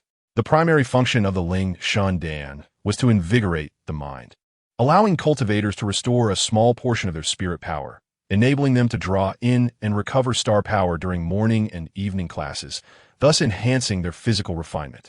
However, in terms of star power, Su Jin had the starlight from the arena to supplement him, and there was no immediate urgency. Conversely, the Blood Recovery Dan and Foundation Solidification Dan, which addressed his significant hunger response, were of utmost importance to Su Jin at this moment. Without these medicinal supplements, repeated significant hunger responses could damage his foundational health. In such circumstances, Su Jin had to either find medicinal supplements or drastically reduce his cultivation speed to avoid the significant hunger response. Thus, he had come to the Dan room to purchase elixirs. The Blood Recovery Dan cost 3 taels of silver each, while the Foundation Solidification Dan was priced at 5 taels each. Su Jin had no spare funds and could only contemplate using his remaining Ling Shindan. However, the sales clerk was unwilling to facilitate this exchange, prompting him to seek out Mr. Gon. Mr. Gon was the instructor responsible for teaching the young students about medicinal herbs in the Tao Academy, and there was a bond of teacher-student camaraderie. Coincidentally, that very afternoon was the medicinal herb class, so Su Jin approached him for assistance. Su Jin, having taken 83 days to cultivate your star point, logically speaking, the Ling Shen Dan is more suitable for you. While the Blood Recovery Dan and Foundation Solidification Dan can strengthen the body, if you're unable to refine and absorb them, it would be a waste, Mr. Gon stated while stroking his short beard. Mr. Gon, you may not be aware, but after refining my star point, I experienced a significant hunger response. I consulted Instructor Ning, and she advised that I need Blood Recovery Dawn or Foundation Solidification Dawn for recovery. Otherwise, it would harm my foundation. Unfortunately, my family is impoverished, and aside from these Ling Shin Dawn, I have no other funds available, Su Jin explained candidly. You experienced a significant hunger response? Mr. Gon looked at Su Jin with surprise. This was also part of Su Jin's strategy to attract investment, expanding his target pool of potential capitalists. If Ning Yuchan could not assist him, he would have to explore other options. Whether successful or not, it was worth trying. After all, nothing ventured, nothing gained. If a significant hunger response truly manifested, then it was indeed prudent to prioritize the consumption of Blood Recovery Dawn and Foundation Solidification Dawn. Mr. Gon nodded and added, "Let me see the Ling Shin Dawn you have on hand." Su Jin promptly handed over the vial, which contained 7 Ling Shin Dawn. Mr. Gon uncorked the vial and took a careful sniff before handing the elixir to the steward of the alchemical chamber beside him. Indeed, it was the Xinxing Dan produced by our Tao Academy, and its medicinal properties were remarkably preserved without any loss. Please proceed with the exchange. It is not easy for the young man. Very well, sir. Mr. Gon spoke, and the steward naturally refrained from further commentary. Su Jin, filled with joy, bowed deeply in gratitude once more. The primary function of the Bu Shui Dan is to replenish blood and vital essence, while the Gu Bin Dan serves to replenish essence and nourish the marrow. One should take a Bu Shui Dan each morning and evening, naturally alleviating any overwhelming hunger. If paired with a Gu Bin Dan every 2 days, the effects on physical refinement will be greatly enhanced. Noticing Su Jin's respectful demeanor, Mr. Gon offered further guidance. After expressing his gratitude again, Su Jin finally took his leave. A few minutes later, Su Jin exited the alchemical chamber. Although the Xinxing Dan was no longer with him, he had acquired 8 Bu Shui Dan and 2 Gu Bin Dan. The 7 Xinxing Dan were valued at a total of 35 taels, with each Bu Shui Dan priced at 3 taels and each Gu Bin Dan at 5 taels. The steward even refunded Su Jin 1 tael of silver. It was only due to Mr. Gon's intervention that such a refund was possible. Otherwise, the steward would not have entertained the notion of exchanging silver or trading for medicinal pills, as they were already sold. During the evening practice session, Su Jin skillfully assumed the Yin Hui stance. After just over 20 minutes, he felt a swelling sensation in his chest, indicating that his star energy was fully charged, and he launched into the 5-Do Killing Fist. The results of the morning practice in the 5-Do Killing Fist manifested during the evening session. At the beginning of the morning class, Su Jin's star energy was fully charged, and after completing 1 round of the 5-Do Killing Fist, he could only execute 1 more form before his star energy was depleted. However, at this moment, after finishing one round of the 5-do killing fist, he managed to perform 4 additional forms before his star energy was completely consumed. The progress in physical refinement and the enhancement of star energy were markedly evident. Yet, after the first round, Su Jin felt a slight sensation of hunger. This was likely a lingering effect from a morning session. After merely filling his stomach, the underlying issue of overwhelming hunger remained unresolved. He consumed a Bu Shui Dan on the spot and resumed the Yin Hui stance to restore his star energy. Within a minute of the Bu Shui Dan entering his abdomen, Su Jin felt a rolling warmth radiate from his belly, spreading throughout his limbs and bones. The intense warmth was particularly pronounced in the area that had already been tempered by starlight during his earlier practice, and the sensation of heat was remarkable. The faint hunger that had lingered after completing the first round of training had vanished. After 20 minutes, Su Jin once again assumed the 5-do killing fist to continue his physical refinement. During his training, perhaps due to his heightened concentration, Su Jin vaguely sensed occasional glances directed at him. It did not take long for him to realize that Ning Yuchan, the instructor, was observing him intermittently. Nevertheless, with over 400 youths in the evening practice square, there were numerous matters for Ning to oversee, so it was impossible for her to maintain constant watch on him. She could only spare an occasional glance. After completing 1.5 rounds of the 5-do killing fist, Su Jin did not shy away and drew upon the starlight from the combat platform to replenish his star energy, continuing with a 5-do killing fist. Su Jin had become quite proficient with a 5-do killing fist, completing each round in merely 2 to 3 minutes. Unless Ning Yuchan was watching him closely, it was unlikely she would notice anything unusual. After continuously utilizing the starlight from the combat platform to replenish his star energy twice, he continued his physical refinement, significantly enhancing the effects of his training. The improvement was striking. After the second replenishment of star energy, Su Jin, with his star energy fully charged, astonishingly completed 2 consecutive rounds of the 5-do killing fist before exhausting his star energy. The potency of a Bu Shui Dan still lingered, though it felt diminished.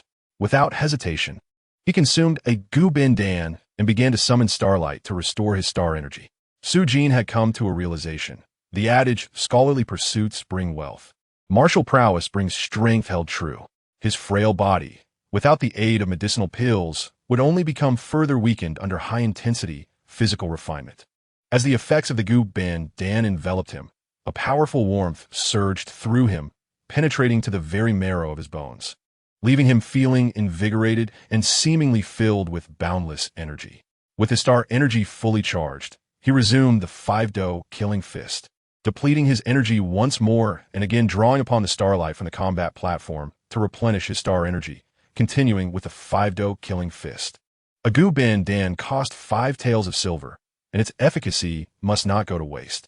After 2 consecutive replenishments of star energy, Su Jin managed to execute 6.5 rounds of the 5-do killing fist, and with the combined effect of the Bu Shui Dan and Gu Bin Dan, the results of his physical refinement were astounding. During this time, Ning Yuchan had cast her gaze upon Su Jin 2 or 3 times, but it was merely observation. As long as she was not focused on him constantly, she would not discern anything out of the ordinary. Beginning the 3rd round of summoning starlight to replenish his star energy, Su Jin closed his eyes and glanced at the combat platform. There were still a few strands of starlight remaining, enough for him to restore his star energy once more. He chose not to draw in this remaining starlight, opting instead to reserve it for emergencies. Furthermore, one must not overdo it. Excessive display may invite ill will. The capacity for Su Jin to accumulate star energy continued to rise, and by the end of the evening class, he had only performed 4 rounds of the Yin Hui stance before an overwhelming sense of mental fatigue set in. With the Shinxing Dan now depleted, Su Jin had no choice but to conclude his training. Nevertheless, the achievements of his evening practice were extraordinarily remarkable. With 4 rounds of the Yin Hui stance restoring his star energy and 4 instances of drawing starlight from the combat platform, Su Jin had completed 13 rounds of the 5-do killing fist, resulting in 13 instances of physical refinement. The other youths who had not yet reached the first level of the Sanxia realm could only manage 7 or 8 rounds of the 5-do killing fist in an entire evening, which was their limit. Additionally, they typically required recovery of star energy after every 2 rounds of refinement. In contrast, Su Jin was able to execute up to 6 consecutive rounds of the 5-do killing fist, significantly amplifying the effects of his training. In just one evening class, the starlight had covered nearly half of his chest and abdomen, equating to the size of a watermelon. Observing the extent of this starlight coverage, it was comparable to that of youths who had been practicing for over half a month. This indeed drew some concern. Generally speaking, under the oversight of an instructor managing such a large number of youths, a single student receiving attention every 3 to 5 days would be considered diligent. Su Jin understood that this was likely due to his earlier proactive display of value. Perhaps the prospect of securing investment was within reach. Stripping off his garments, Su Jin concentrated on the star patterns, and an ethereal glow emanated from half of his chest and abdomen, including his back. Ning Yuchan was clearly taken aback. And this time, in her deliberate observation, Su Jin noted that although she was veiled, the movements of her willow brows and apricot eyes indicated her surprise. Is there still a sensation of overwhelming hunger? Have you consumed another Xinxingdan? Ning Yuchan sutendi inquired. Instructor, I exchanged the Xinxingdan for Bu Shui Dan and Gu Bin Dan this afternoon, and after consuming them this evening, I did not experience overwhelming hunger. The young man before her exhibited remarkable initiative and appeared to possess a strong sense of self-direction. Keep up the good work. Waving her hand, Ning Yuchan dismissed Su Jin, as she still had to supervise many youths who had yet to succeed in their starlight summoning during the evening class. On his way back, Su Jin contemplated that one must strike while the iron is hot. Since he had already astonished Ning Yuchan today, she might have begun to speculate. Seizing this moment, he decided to test the waters for potential investment. In his dormitory, Su Jin deliberated for a considerable time on his dialogue and communication strategy. Whether he could secure investment alone depended on tonight's endeavors. Chapter 9. Adding flowers and delivering coal. Su Jin, is that you again? Ning Yuchan, who was preparing to tidy up after the evening class, opened the door and was quite taken aback. Why had this young man been visiting so frequently in the past couple of days? Despite her puzzlement, she still welcomed Su Jin into the courtyard. As an instructor at the Tao Academy, she served as a temporary teacher for these youths, and Ning Yuchan had a strong sense of responsibility. Instructor, today I discovered that consuming Bu, Shuet Dan, and Gu Bin Dan during physical refinement greatly enhances my training effectiveness, advancing my progress by over half compared to others. Is this normal? Su Jin inquired. Ning Yuchan looked up, her expression one of astonishment. The last question, is this normal, caught her off guard. She initially believed that Su Jin might be exhibiting a hint of pride due to his remarkable progress in cultivation today, a sentiment one could attribute to the youthful exuberance of a young man. However, the final remark left her pondering whether Su Jin harbored doubts about his own normalcy. It is indeed commonplace for progress in cultivation to be somewhat accelerated through the use of medicinal pills, yet her own advancement seemed excessively rapid. She felt as though her daily body refinement progress had eclipsed that of her senior brothers, who had been cultivating for several days.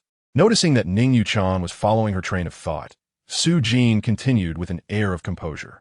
At times, certain individuals indeed exhibit a faster body refinement rate than the majority. Ning Yuchan offered a vague response, refraining from voicing her underlying suspicions. When the evening class concluded and she assessed Su Jin's body refinement progress, she had pondered this matter in depth. Generally speaking, one who has spent 83 days in the process of star pointing could not possibly achieve such a rapid refinement speed. Of course, if one were to utilize higher quality and superior medicinal pills, it could be feasible. Yet, this youth before her clearly lacked the financial means to do so. Reflecting on Su Jin's prior congenital heart ailment, which had caused him to suffer near-fatal episodes during the star pointing process, she contemplated whether his true talent had been obscured by the manifestations of his congenital condition. This possibility loomed large in her mind. The reason she refrained from stating this outright was that the speed of star pointing was intrinsically linked to the impending assessment of cultivation talent, where the primary criterion was the number of days spent star pointing. This held true for both the Tao Academy and even the Star Palace, where the foremost criterion was solely the number of star pointing days. This metric was immune to fabrication and least susceptible to external influences, making it exceedingly difficult to cheat. Should one dare to utilize alternative references, the prominent families would swiftly provide resources to bolster your claims. Su Jin's situation was extraordinarily rare. At least within the past century of star-pointing seasons at Jingshan Dao Academy, no such case had arisen. However, if this were indeed the case, could Su Jin's authentic cultivation talent rival that of the current top star-pointer, Yu Daqi? Regrettably, each individual could only undergo the star-pointing process once, and the results were immutable. Otherwise, Su Jin might have easily entered the inner academy like Yu Daqi, and there was even a possibility that he could be selected for the National Dao Academy or a certain star palace in the future. Yet, even if he could not enter the inner academy, Su Jin's future cultivation pace should surpass that of his peers, potentially by a considerable margin. At the very least, this would hold true within the Sanxia realm, with an even greater probability of forging stars. Perhaps once the star-pointing season concluded, she could report this situation to the academy head. Ning Yuchan had already formulated her thoughts in secret, and Su Jin spoke again. Instructor, I recall you mentioned that the faster one ascends in cultivation realms, the greater the acquisition of resources. Indeed, Ning Yuchan affirmed with a nod.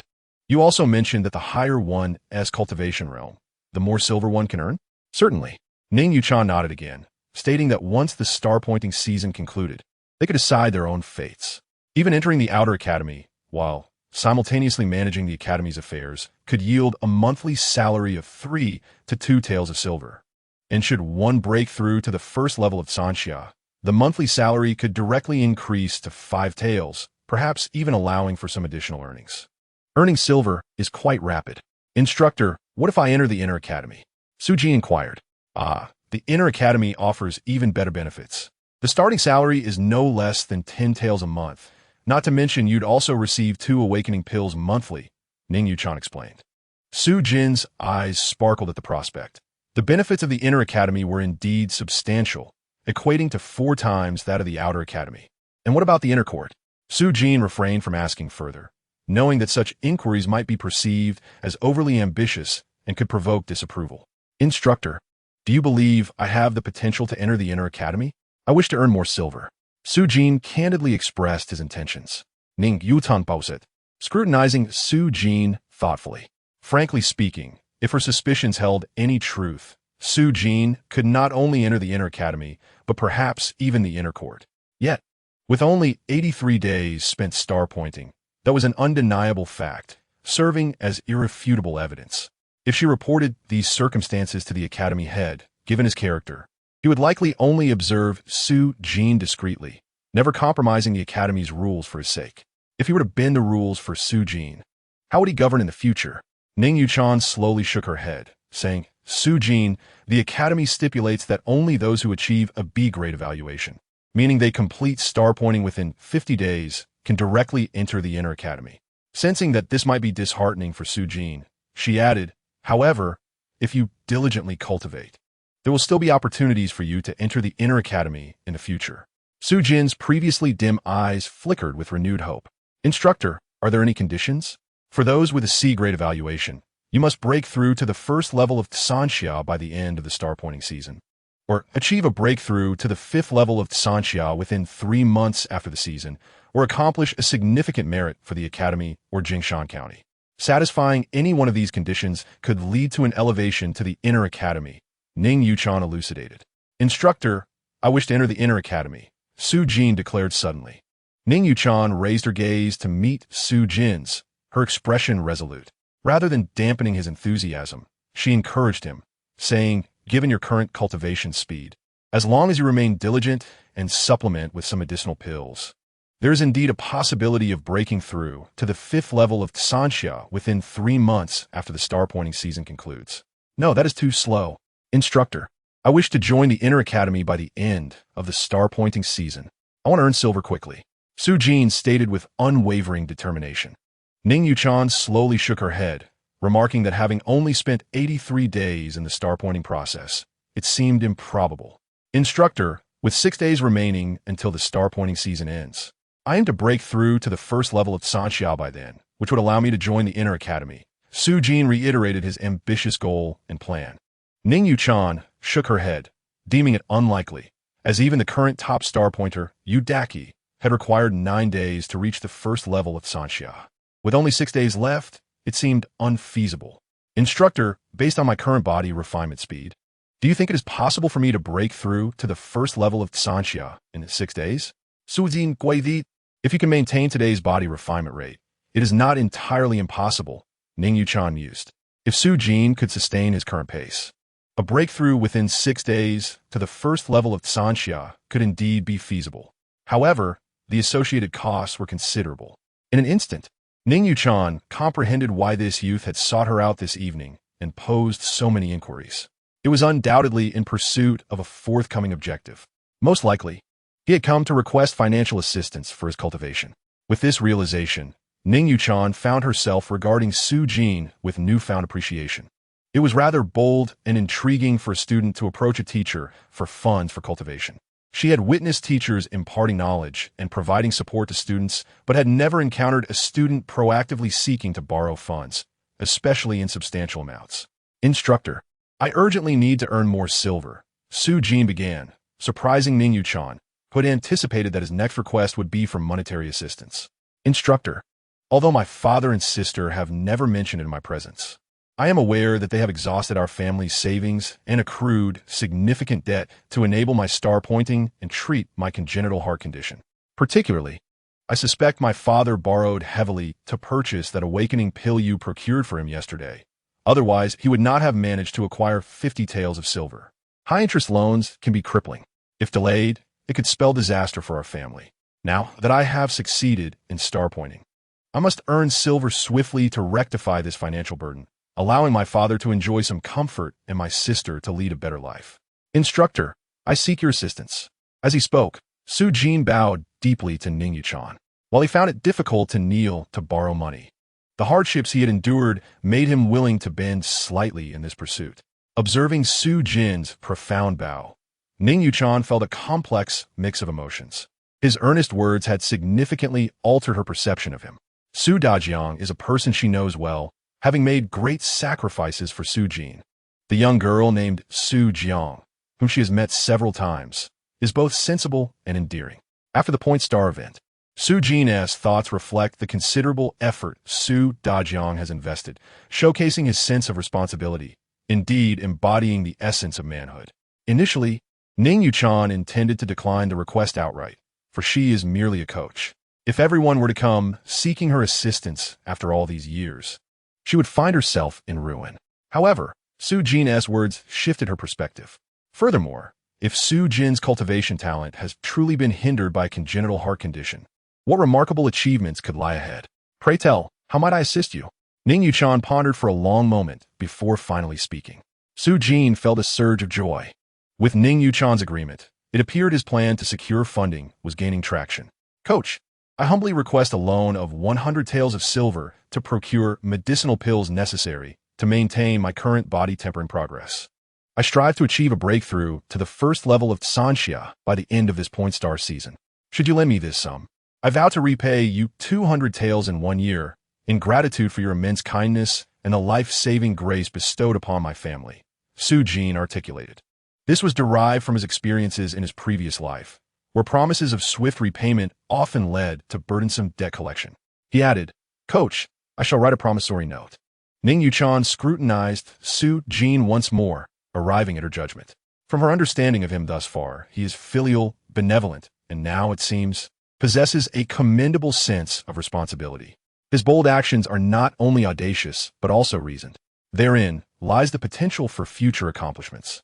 Lending him this silver would be akin to providing warmth in the midst of snow, a rare and invaluable act. Indeed, a sense of responsibility, filial piety, and loyalty, qualities I admire. I shall lend you this 100 taels, Ning Yuchan declared, retrieving a silver note from her bosom and handing it to Su Jin, stamped with the seal of the Si Tong Money House. Gratefully, Su Jin accepted it, expressing his thanks once more. Thank you, coach. I shall repay you double in a year. No need, Ning Yuchan interrupted decisively. Simply return the principal after 1 year. Interest is unnecessary. Just remember that you owe me a favor. Ah, reluctant to owe me a favor, are we? Ning Yuchan's gaze sharpened. Not at all. If possible, I would gladly owe several such favors, Su Jin replied with a wry smile. Coach, I will draft a promissory note. No need, within Jinshan County. Few would dare to default on a debt to Ning Yuchan, she stated confidently. On the path back to the dormitory, Sujin had already devised a plan for the 100 tails. His objective was clear. He must achieve a breakthrough to the first level of Sanxia within 6 days, coinciding with the conclusion of this point star season. From Coach Ning's brief words, Sujin grasped that the better he displayed his cultivation talent, the more rewarding resources he would acquire. The primary criterion for assessing cultivation talent from the outside is the number of point stars. This aspect is beyond his control. Thus, he must focus on the secondary criterion, the time taken to break through to the first level of Sanxia. Gaining eligibility to join the Dao Academy's inner court is merely one aspect of his goals. While the goal is set, he must be frugal with his expenditures to avoid waste. Besides achieving his objective, he needs to save some silver to alleviate his family's plight. For the short term, at least for several months, Sujin cannot earn a significant amount of silver. Once he settled in his dormitory and lay down, Sujin had already calculated his expenses. To ensure a successful breakthrough, he would need a waking spirit pill each morning and evening, costing 10 taels a day, totaling 60 taels over 6 days.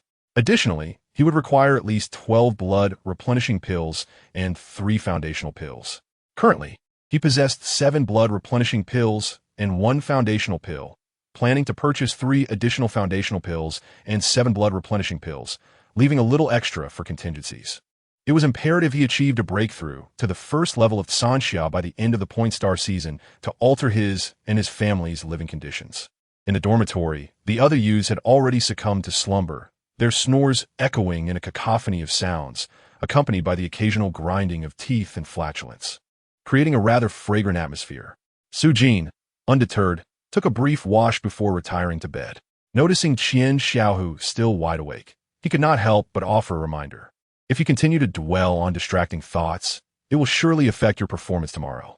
Get a good night's rest and aim for success in the point star attempt. Brother Jean, do you think I will succeed in pointing the star tomorrow? Qian Xiaohu inquired with hopeful eyes. With your diligence and dedication, and the assistance of the waking spirit pill, if you do not succeed, who else will? Sujin reassured him. Really? Qian Xiaohu's eyes sparkled with excitement. Indeed, Sujin affirmed emphatically. Then I shall rest easy. Sujin's words seemed to imbue Qian Xiaohu with considerable confidence, and soon he drifted into a deep sleep. However, Sujin did not immediately follow suit. Instead, he reflected on his cultivation journey. The most crucial realization from today's training was that the more repetitions of the 5 struggle-killing fist he performed, the better the body tempering effect. He could utilize the starlight continuously. Theoretically, he could execute the 5 struggle-killing fist over 10 times in succession. This would constitute his evening lesson. After some contemplation, Sujin resolved to train under the starlight during the evening class. If someone happened to notice him performing the 5 struggle-killing fist over 10 times, it would certainly raise eyebrows. Yet, under the cover of darkness, illuminated only by moonlight and the torches surrounding the square, visibility was poor. Even if someone did take notice, they could easily be dismissed with a simple, "You must have seen it wrong." This way, Sujin could maximize the use of the starlight from the combat platform. Before sleeping, Sujin focused his thoughts once more on the combat platform. There, only a small wisp of starlight remained. He directed his mind to the small figure at the center of the platform, attempting to bow once more, but no starlight descended. It seemed he would have to wait until tomorrow. Each day, one could only acquire a wisp of starlight from the combat platform. Presently, one wisp seemed ample, but with future breakthroughs, it would become scarce. With a shift in thought, Sujin turned his attention to the jade tablet in the center of the combat platform. First level combat platform. Combat Master. Sujin, bestowed by the stars. Daily offerings yield 1 wisp of starlight. Star lamp. 1. Possibility of nurturing objects. None. Upgrade available. Sujin felt a surge of curiosity. What purpose does this star lamp serve? What does it mean to nurture objects? How does one upgrade? Just as these questions arose, a new line of text appeared on the jade tablet. Upgrade requirements: 10 wisps of starlight, 9 jade tablets, 100 pounds of fine iron, 10 pounds of purple copper, 1 pound of silver, 1 tael of gold. With a mere thought, the conditions for upgrading materialized before him, astonishing yet simultaneously delivering a harsh blow to his finances. The requirement of 10 wisps of starlight was manageable. He could gather them over 10 days. However, 9 jade tablets would likely cost around 40 to 50 taels, and the price of fine iron remained uncertain but could easily exceed 10 taels. Estimating the total, it would surpass 100 taels. Poverty. The investment is substantial, yet the changes after upgrading the combat platform remain a mystery. As he pondered, Su Jin once again directed his thoughts toward the possibility of nurturing objects, seeking any forthcoming hints. Yet, after a considerable wait, no changes occurred. He then focused on the star lamp, hoping for some revelation. The moment his consciousness touched the star lamp, he was abruptly drawn into a whirl of flames. Within this fiery embrace, he beheld a dazzlingly radiant version of himself, or rather, the entire mass of flames was adorned with sparkling stars. What purpose does this serve? Curiosity piqued, Su Jin casually moved, stretching his limbs with remarkable agility, akin to a living being. Yet, he seemed unable to discern any tangible effect. He pondered whether performing the Wudo Sha Quan here would yield any body-tempering benefits. Suddenly, a bold idea flashed in his mind, prompting him to begin his practice. He executed the Wudo Sha Quan with exceptional fluidity, repeating the movements several times. Upon withdrawing his thoughts and assessing his physical condition, disappointment washed over him as he realized there was no effect. Practicing Wudo Sha Quan within the Xingding did not impart any body-tempering benefits. Su Jin felt disheartened, reflecting that the only truly useful aspect of this C and DUT I appear to be the faint starlight derived from the C in X Ingbidu. It seemed that the Xingding, which purportedly nurtured the material of stars, was of little use. He decided to rest. Only through a good night's sleep could he fully restore his spiritual strength, allowing for the reception of more starlight for body tempering during the next day's training. As these thoughts lingered, Su Jin suddenly froze. Starlight? A realization dawned upon him regarding the function of the Xingding. It permitted the practice of martial arts without any consumption of energy. For instance, the Wudo Sha Quan was mastered by Su Jin and his peers 2 months prior, yet yielded no body-tempering effects due to the absence of star power. Without the involvement of star energy, the Wudo Sha Quan was akin to mere calisthenics from his previous life, only a warm-up.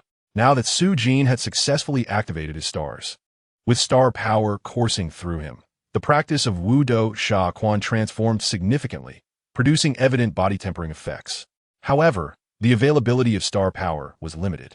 Each execution of the Wudo Sha Quan consumed star energy, and the youths in the Xianxi realm received only a scant amount of star power from their daily classes.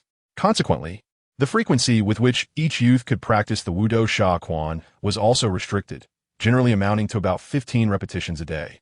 Once proficient, each repetition of the Wudo Sha Quan took 2 to 3 minutes, allowing a full practice session to be completed within half an hour. Any desire to practice further without star power would be futile.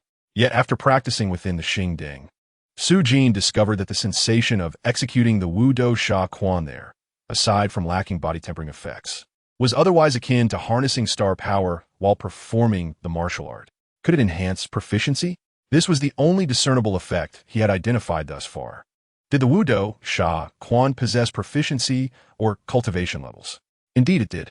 The instructor of the Wudo Sha Quan, Cui Tianqi, had previously conveyed to the youths that the essence of Wudo Sha Quan lay in its lethal nature, emphasizing its practicality.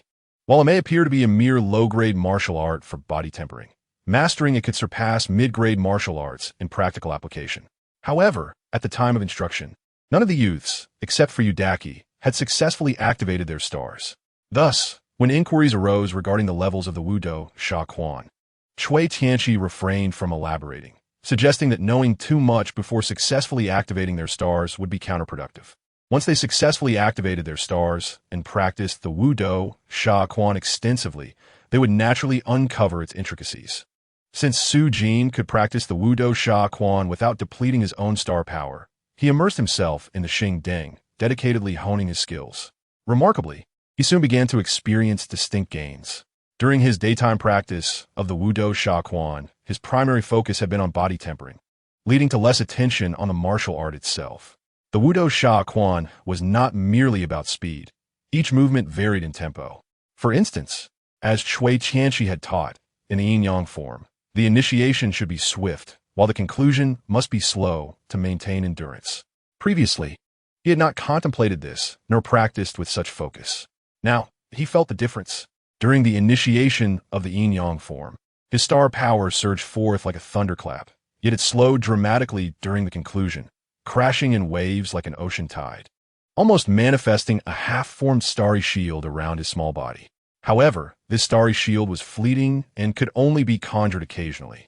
Realizing the profound intricacies of the Wudo Sha Quan, Su Jin continuously repeated his training within the Xingdang, attempting to recreate the starry shield. He believed this might be the essence of the Wudo Sha Quan. It was not until the midnight bell tolled that Su Jin was roused. Reluctantly withdrawing from the Xingdang, he needed to sleep to restore his spiritual strength. Otherwise, it would undoubtedly impact the efficacy of his morning training.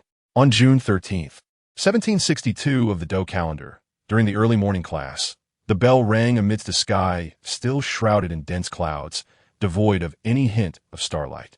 This left Xian Xiaohu, who was preparing to consume a wakefulness pill, hesitant as he followed closely behind Su Jin. Brother Jin, do you think this cloudy weather will affect star activation? Not at all. Haven't you been paying attention in class? Su Jin replied. The instructor mentioned that as long as we are not in a completely enclosed space, star power is omnipresent. Remember, the first soldier to successfully activate their stars did so in the rain. Why fear a cloudy day? Stay focused and confident. After taking the pill, concentrate on activating your stars, and you will surely succeed. With Su Jin's encouragement, Qian Xiaohu, who had faced numerous failures, felt his confidence bolstered. Su Jin proceeded towards the eastern side of the morning class square, where Ning Yuchan began to channel the Si and Shi technique to attract starlight. Once her star power accumulated sufficiently in her chest, she commenced the Wudo Sha Quan. Upon executing the first form, the sensation was markedly different. After dedicating over an hour to focus practice within the Xingdang the previous night, the benefits became immediately apparent. Previously, the first form of Wudo Sha Quan, Yin Yang, merely invoked star power to strike the body for body tempering. It was a straightforward approach. However, following last night's training, Su Jin's star power surged forth rapidly, then slowed dramatically, creating waves of energy within his body, each crash resonating like the toll of a bell. While yesterday's execution of this form merely delivered a single impact for body tempering, today's execution yielded 3 or 4 impacts at the very least. The body tempering benefits had increased exponentially. Not far away, Ning Yuchan, who was instructing a youth on activating their stars, turned her attention towards the source of the star power fluctuations, her expression revealing surprise. It was Su Jin who had produced the star power waves. Having only activated his stars 2 days prior, he had already generated star power fluctuations through the Wudo Sha Quan. Such insight was extraordinary. Star power fluctuations can be understood as the intensity of the oscillation and eruption of star energy. The youths who had successfully activated their stars and practiced the Wudo Sha Quan were also producing star power fluctuations. But those in the CN-Shi realm had generally manifested very low fluctuations, so faint that even Ning Yuchan could not sense them from a distance. Thus far, only 7 or 8 individuals in this star activation season had been able to produce noticeable star power fluctuations. Now, Su Jin joined their ranks. Furthermore, he had done so in the shortest amount of time. As she sensed the successive waves of star power emanating from Su Jin, Ning Yuchan became increasingly convinced of her assessment. Su Jin's talent had been obscured by his inherent afflictions. Yet, there was no remedy for this. Unbeknownst to Su Jin, he was wholly immersed in the realm of training. The transformative changes in his execution of the Wudo Sha Quan and its amplified body tempering effects were astounding. Last night, he viewed the Xingdang on the CN Duti as trivial. Now, he regarded it as a divine artifact. As he approached the second form, Wan Shi, emphasizing the primary offensive strategy, Cui Tianqi instructed that star power should be unleashed in layers, akin to lifting heavy weights, with sustained effort culminating in a final explosion. Previously, Su Jin could only recall the notion of an explosion, entirely unaware of the intricacies of successive detonations. However, last night, amidst the stellar lights during the martial display, he gained profound insight. To unleash an explosion is not to release it all at once. Rather, it entails the mastery of stellar energy, leveraging the force of one's punch to execute a series of incremental eruptions, each progressively intensified. Ultimately, these successive bursts converge and culminate in a singular, grand explosion, aptly termed Qi Wan Shi. As the wind from his punch sliced through the air, the starlight emanating from Su Jin's chest expanded outward in a sudden surge, eliciting a muffled groan from him, his expression contorted in pain. This was not merely a case of mismanaging his breath. Rather, following the Qi Yuanshi maneuver, the star power erupted violently towards the unrefined direction, resulting in an overwhelming sensation of agony. It was akin to a novice attempting a split, inadvertently achieving success, but at the cost of their own limbs. The pain in his chest rendered him breathless, yet he noted a significant advancement in his physical refinement. Su Jin had intended to inquire about the nature of Xingmang, but was promptly silenced by Instructor Ning, who urged him to persist in his training. Yet, he was cautioned to temper his force in both the second form, Qi Yuanshi, and the fourth form, Patian Lang, until he achieved a breakthrough into the Sanxia realm, lest he risk incurring internal injuries. Instructor Kie Ning Yutan waved her silver cane and moved away. Her recent focus had been on guiding and encouraging the youths who had yet to succeed in igniting their stars, striving to increase the number of successful candidates. After swallowing a blood-replenishing pill, Su Jin resumed his training, this time adhering closely to Ning Yuchan's guidance. He moderated his strength during the Qi Yuanshi technique, refraining from reckless explosions, as even after an hour, a dull ache persisted in his chest. The subsequent 3 forms were practiced normally. Given that the martial display under the stellar lights the previous night had been brief, just over an hour, he had already gleaned insights from the first 2 forms.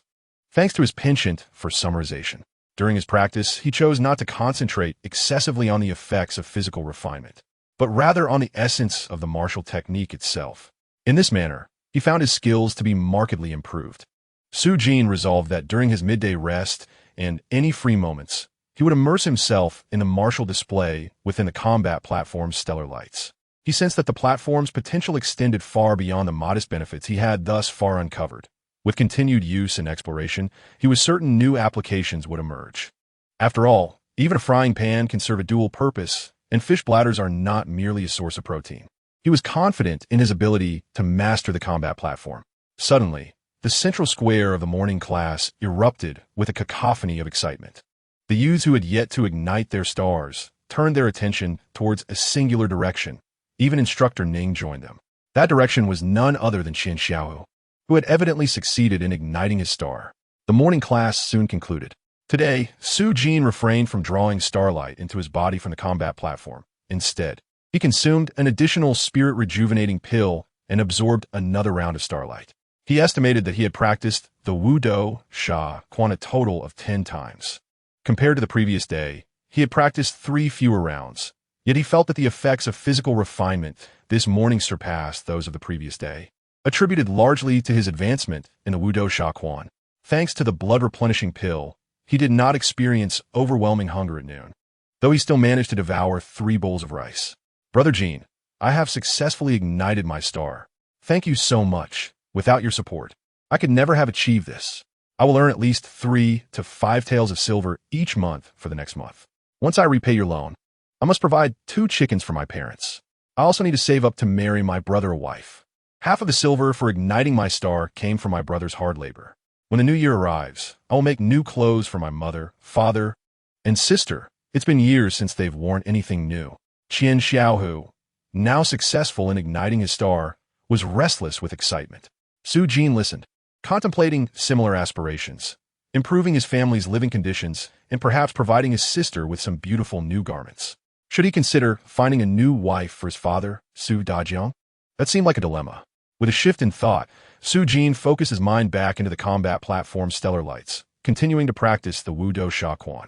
The afternoon's Star Martial 6 Arts lesson focused on forging. After a brief period of listening, Su Jin chose to drift into a meditative state, continuing his training within the stellar lights. Before the evening class, he spent the majority of the day practicing within the stellar lights, making noteworthy progress. The latter 3 forms, Dang Lu Ha, Patian Lang, and Zhong Kue Dingshi, began to reveal their secrets to him. Finally, he comprehended what Instructor Ning referred to as Xingmang. After dinner, while practicing within the stellar lights, he occasionally managed to produce a layer of starlight enveloping his body by half an inch with the second form, Qi Yuanshi, a strikingly fierce manifestation. This, he surmised, was the essence of Xingmang. The starlight enveloping his body was indeed what was meant by Xing Meng. Furthermore, he had begun to consistently generate a protective layer of starlight with the first form and yin-yang, albeit restricted to the confines of the stellar lights. During the evening class, following his prior strategy, he practiced for 2 or 3 rounds before beginning to draw the starlight from the combat platform into his body for further training. However, prior to commencing, he consumed another blood-replenishing pill along with a foundational fortifying pill. He executed the Wu Do Sha Quan a total of 14 times, depleting the remaining strands of starlight from the combat platform. The effects of physical refinement were astonishing. The starlight had enveloped more than half of his chest and abdomen, nearing the shoulder area. Su Jin sensed that the effects of refinement achieved that evening equaled the cumulative benefits from his 3 previous morning and evening classes since igniting his star. The more he practiced the Wu Do Sha Quan while channeling stellar energy, the greater the cumulative effects of refinement. Moreover, Su Jin discovered that a single strand of starlight could sustain him through 10 rounds of the Wu Do Sha Quan. That evening, 2 more youths succeeded in igniting their stars, including the previously confident Sha Yutian, who also achieved success that night. Su Jin had begun to savor the sweetness of achievement. Coincidentally, tomorrow's Star Martial 6 Arts lesson would focus on the Wu Do Sha Quan, specifically the post-ignition variant. Su Jin was filled with anticipation, eager to pose numerous questions to his instructor. Yet, just before reaching the path leading to the dormitory, a shadow suddenly emerged from the roadside, blocking Su Jin's path. Chapter 12. Can it be solidified? The abrupt appearance of the shadow startled Su Jin, prompting him to take a step back while adopting the stance of the Wu Do Sha Quan. "Brother Jin, it's me," the shadow exclaimed as it stepped closer. Recognizing the figure in the starlight, Su Jin realized it was Lu Ji. "Brother Jin, it's me. Please help me too. I want to ignite my star." I have shared all my experiences in igniting my star with you. I truly hold nothing back, Su Jin assured him sincerely. Observing Lu Ji's anxious demeanor, he surmised that the recent successes of Qian Xiaohu and Sha Yutian had ignited a sense of urgency in Lu Ji, who had been adamant about his impending success. "Brother Jin, I beg you help me.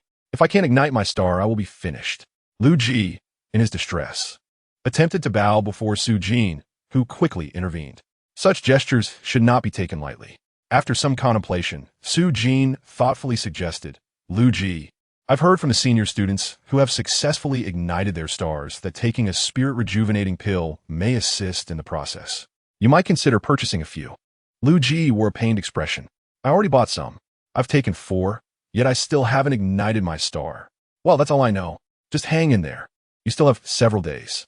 With your dedication, you should be able to ignite your star," Su Jin encouraged him. "Brother Jin, I've heard from senior brother Luo and others that if you take a spirit-rejuvenating pill every morning and evening during the last few days, the chances of igniting your star are quite high.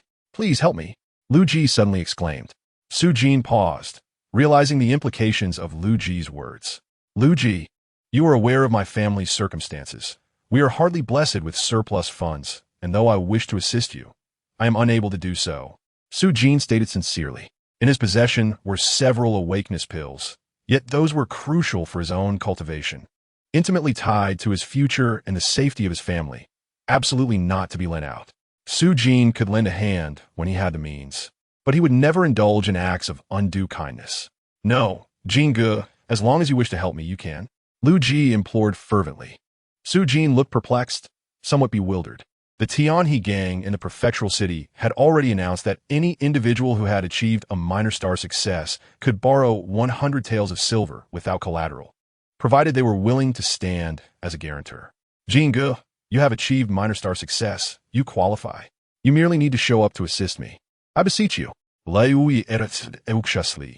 I achieve minor star success, I shall repay you immediately," he added earnestly. Su Jin gazed steadily at Lu Ji, his expression suddenly turning icy. He had never anticipated that Lu Ji, a fellow dormitory resident, would turn out to be such a schemer. Seeking a guarantee from the Tianhe gang for a loan was not merely helping. It was exploiting Su Jin's goodwill for Lu Ji's own benefit. Why not seek the guidance of Luo Geng instead? Did he think Su Jin was a fool? "Get lost," Su Jin retorted, forcefully pushing Lu Ji back. Strangely enough, just 2 days into his physical refinement, coupled with the blood-replenishing and foundational-strengthening pills, Su Jin's physique was rapidly transforming into a robust form. Jingo, I implore you. As he watched Su Jin's retreating figure, Lu Ji, who had just been half-kneeling, slowly rose, his countenance darkening. Jingo, Jingo. Lu Ji pleads for your assistance in borrowing silver. He claims that anyone who has achieved minor star success can immediately borrow 100 taels of silver from the Tianhe gang as long as they are willing to sign a promissory note. I initially intended to refuse, but when he insisted on kneeling to me, I found it difficult to turn him down. Did you agree? Su Jin, who had just reclined, abruptly opened his eyes upon hearing Qian Xiaohu's words. Not yet. I merely said I would consider it and discuss it tomorrow, Qian Xiaohu stammered. Are you inclined to agree? Su Jin raised an eyebrow in inquiry. Seeing him in such a pitiful state, Su Jin's gulp. Consider this. What if he fails to achieve minor star success? Qian Xiaohu's expression shifted, and just as he was about to speak, Su Jin continued, moreover, do you truly believe the Tianhe gang would grant you 100 taels of silver based solely on a promissory note? Do they covet your reputation, or your strong backing, or perhaps the minuscule interest? Understood. Thank you for the reminder, Jingu.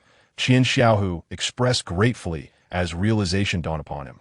It is well if you comprehend, but my counsel for you ends here. Should you persist in disregarding it, there will be no further assistance.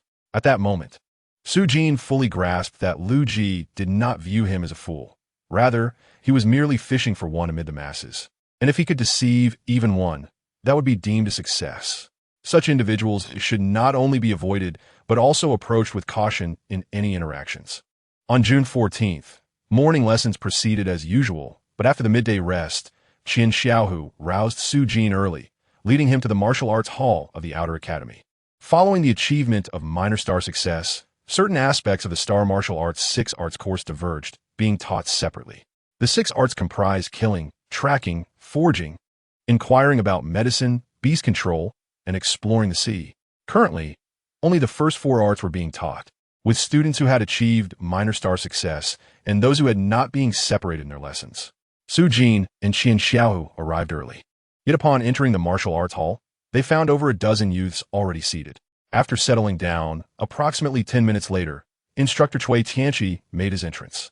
With a face adorned by a thick beard and a body resembling that of a bear, he instilled a sense of intimidation. Su Jin counted. 63 individuals were present. This indicated that out of the 460 participants in this minor star season, only 63 had succeeded, a probability of less than 20%, which was quite low. Particularly, those who felt hopeless about achieving minor star status were disheartened, and he had even considered withdrawing himself.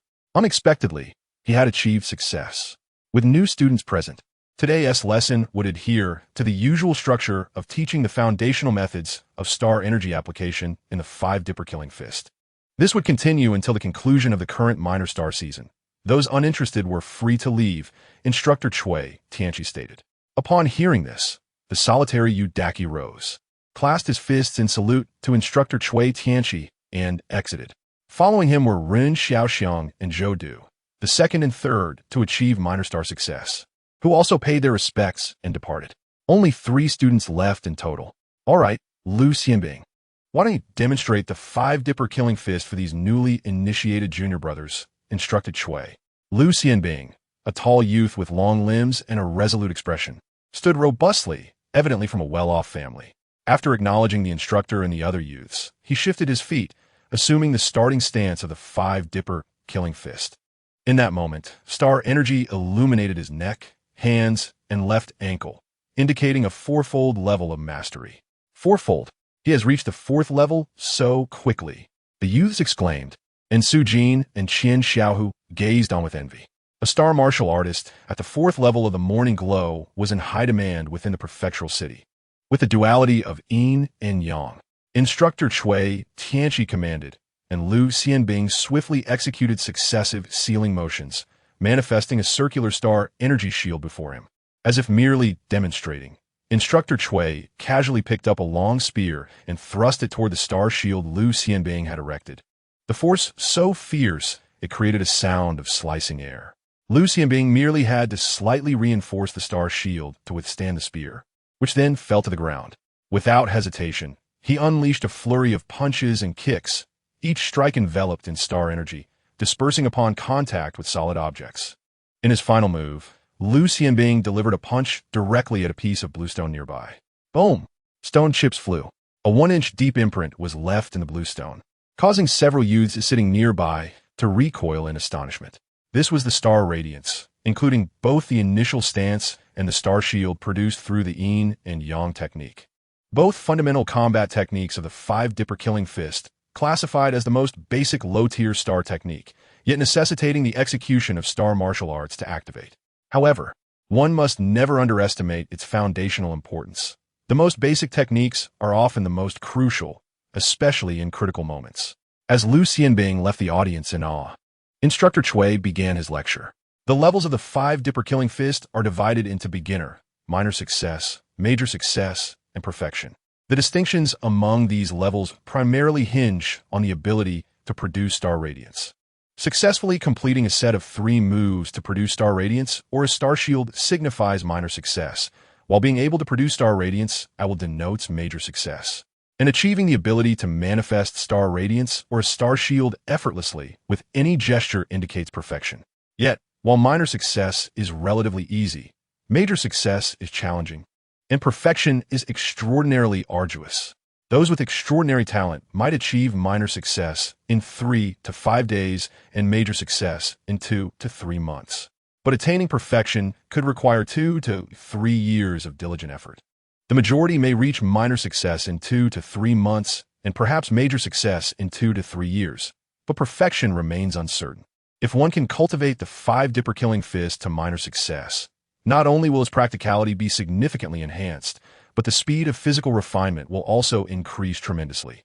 Should one diligently practice even a couple of techniques to minor success, the time required to break through to the 5th level of morning glow will be considerably reduced. Following this, Instructor Cui personally demonstrated the five-dipper killing fist. With every gesture, star shields and radiance appeared at will, manifesting at any location, leaving Su Jin utterly astonished. Was this not akin to a human-sized mecha? This corroborated many of the uncertainties he had encountered while training within the star lamp. Numerous youths began to practice on the spot, seeking guidance from Instructor Cui. Su Jin, after observing for a while, chose to immerse himself in the star lamp, engaging in practice directly within it. The on-site demonstration consumed considerable star energy, while prior to reaching the 1st level of morning glow, one could not perform foundational star techniques, such as the star shield. In the star lamp, Su Jin, free from concerns about star energy consumption, could give his all. Whenever he encountered a hiccup in star energy or understanding, he would directly approach Cui Tianqi for advice, then feign practice for a few moments before submerging his focus back into the star lamp for further training. In such circumstances, time flows swiftly, yet Su Jin's progress is nothing short of remarkable. After a little more than an hour, through repeated inquiries and demonstrations, Su Jin has mastered the technique of the five-dipper killing fist and yin-yang within the star lantern, enabling him to summon the star shield with each execution. Of course, he can only produce the star shield after completing the 1st form and 3 strikes of the five-dipper killing fist, marking his initial mastery of the 1st form and a minor achievement in yin-yang. The 2nd form, Wan Shi, is nearly within reach. That concludes my instruction for today. Should you have any queries, feel free to approach me privately, declared Cui Hu before departing. Nevertheless, many youths remained, diligently practicing and pondering. After another half an hour, feeling it was time to eat, Su Jin prepared to leave. Suddenly, he noticed an additional line of text on the Canadu platform. 1st level Canadu platform, doubler. Su Jin, gain the favor of the stars with daily worship. One can acquire a thread of starlight, star lantern. 1. Nurturable objects. 0. Star techniques, basic star shield. Can be solidified. Can be upgraded. Su Jin understood the basics of the star techniques, but what was this solidification? Instinctively, he delayed his meal and immersed himself in study once more. Chapter 13. The most intense on the Canadu platform, a thread of starlight floated. A gift from today's worship. The platform still held, but a single star lantern and a piece of jade. Where could this solidification occur? Su Jin delved deeper into the jade, and as his mind focused on star techniques, basic star shield can be solidified. The star lantern suddenly appeared before him. The basic star shield within the star techniques transformed into a point of starlight, which then flew into the star lantern. After a brief flicker of brilliance, the star lantern displayed an additional layer of scale-like star patterns, shimmering under its radiant glow. Was this solidification? Su-Jin pondered, glancing back at the jade. First-level Canadu platform. Doubler. Su-Jin gained the favor of the stars. With daily worship, one can acquire a thread of starlight, star lantern, solidified basic star technique. Can be replaced in 8 days. Nurturable objects. 0. Star techniques. Basic star shield. Has been solidified. Can be upgraded. The rapid change in the Jade's information clarified everything for Su-Jin. The solidification had succeeded. But what was the purpose of solidifying this star technique? Su-Jin immediately focused on the star lantern to experiment. In under a minute, a look of astonishment graced Su-Jin's face as he comprehended the effect of solidification, at least regarding the performance within the star lantern. The outcome resembled that of a perfected 5-dower killing fist. Previously, when executing the Yin-Yang technique, he could summon the star shield each time. But now, having just achieved minor mastery of Yin-Yang, he needed to complete 3 strikes to produce a star shield. However, after solidifying the basic star shield, he could conjure it with a mere gesture akin to what Chueda, who had previously demonstrated. Now, could he effortlessly summon the star shield in reality? The thought sent Su-Jin's heart racing. If this were true, its value would be immeasurable. According to Chueda, he had to toil for 5 or 6 years to reach his current proficiency in the 5-dower killing fist, allowing him to wield these basic star techniques effortlessly. But if Su-Jin could achieve this through solidification, he felt a surge of eagerness. He quickly bid farewell to Qian Xiao, who was still deep in thought, and left, eager to test his newfound abilities. The Dao Academy was spacious, with a small grove behind the dormitory, a place that would have been sacred in his past life, now an empty expanse, providing Su-Jin with the perfect solitude. Initially, he practiced the Yin-Yang technique within the grove. After executing 3 strikes, he succeeded in creating a starlight shield at his chest. Observing the shield, Su-Jin could hardly contain his joy. He had finally conjured his first basic star technique, granting him a modicum of protection. This starlight shield barely covered a significant portion of his torso, and due to not having broken through to the first level of Sanxia, it could not manifest at any part of his body or be moved as Chueda, could. The star power consumption was considerable. Upon forming the star shield, Su-Jin noticed a quarter of his star power had diminished, and while maintaining it, there was continuous consumption, albeit minimal. Given his current star power limit, he could execute 2 and a bit rounds of the 5-dower killing fist, implying that he could produce the basic star shield a maximum of 4 times before exhausting his star power. It could be deduced that the thread of starlight acquired from the Canadu platform could support Su-Jin in practicing the 5-dower killing fist 10 times, thus allowing him to unleash the basic star shield 20 times. With a slight mental shift, the star shield dissipated, and Su-Jin lightly stirred the star lantern, causing the star patterns on its surface to flicker, instantly activating the star power within him. And in the blink of an eye, a star shield materialized before his chest.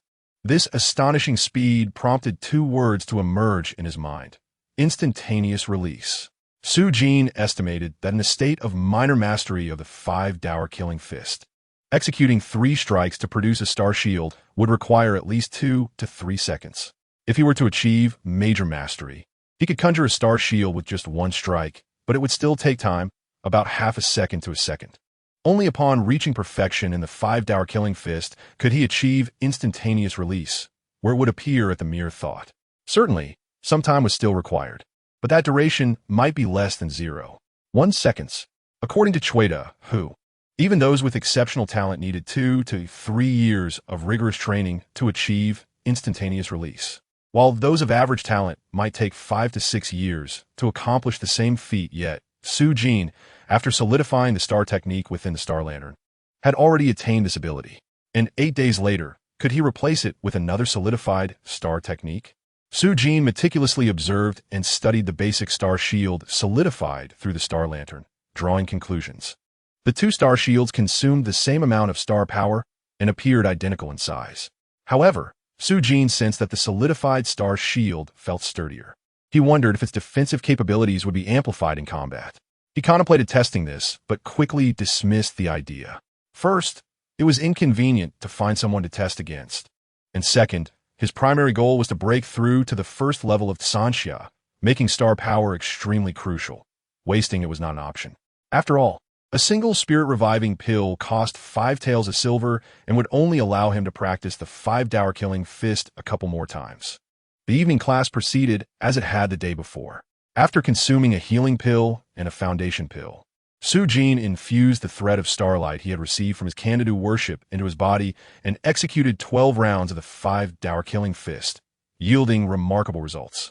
A small interlude occurred when, prior to evening class, Su Jin spent half an hour within the Star Lantern to address the issue of producing the star shield with the yin-yang technique. Producing a star shield consumed a quarter of his star power, severely impacting his conditioning.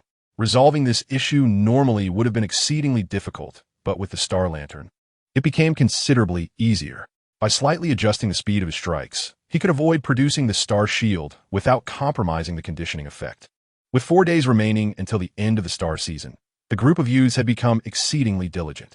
Regardless of whether they have successfully ignited their stars or not, the youths are all striving with great determination.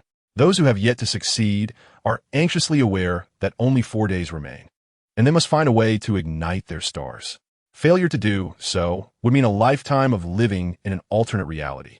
Haste makes waste. In the final moments, the more anxious one becomes, the more challenging it is to achieve success.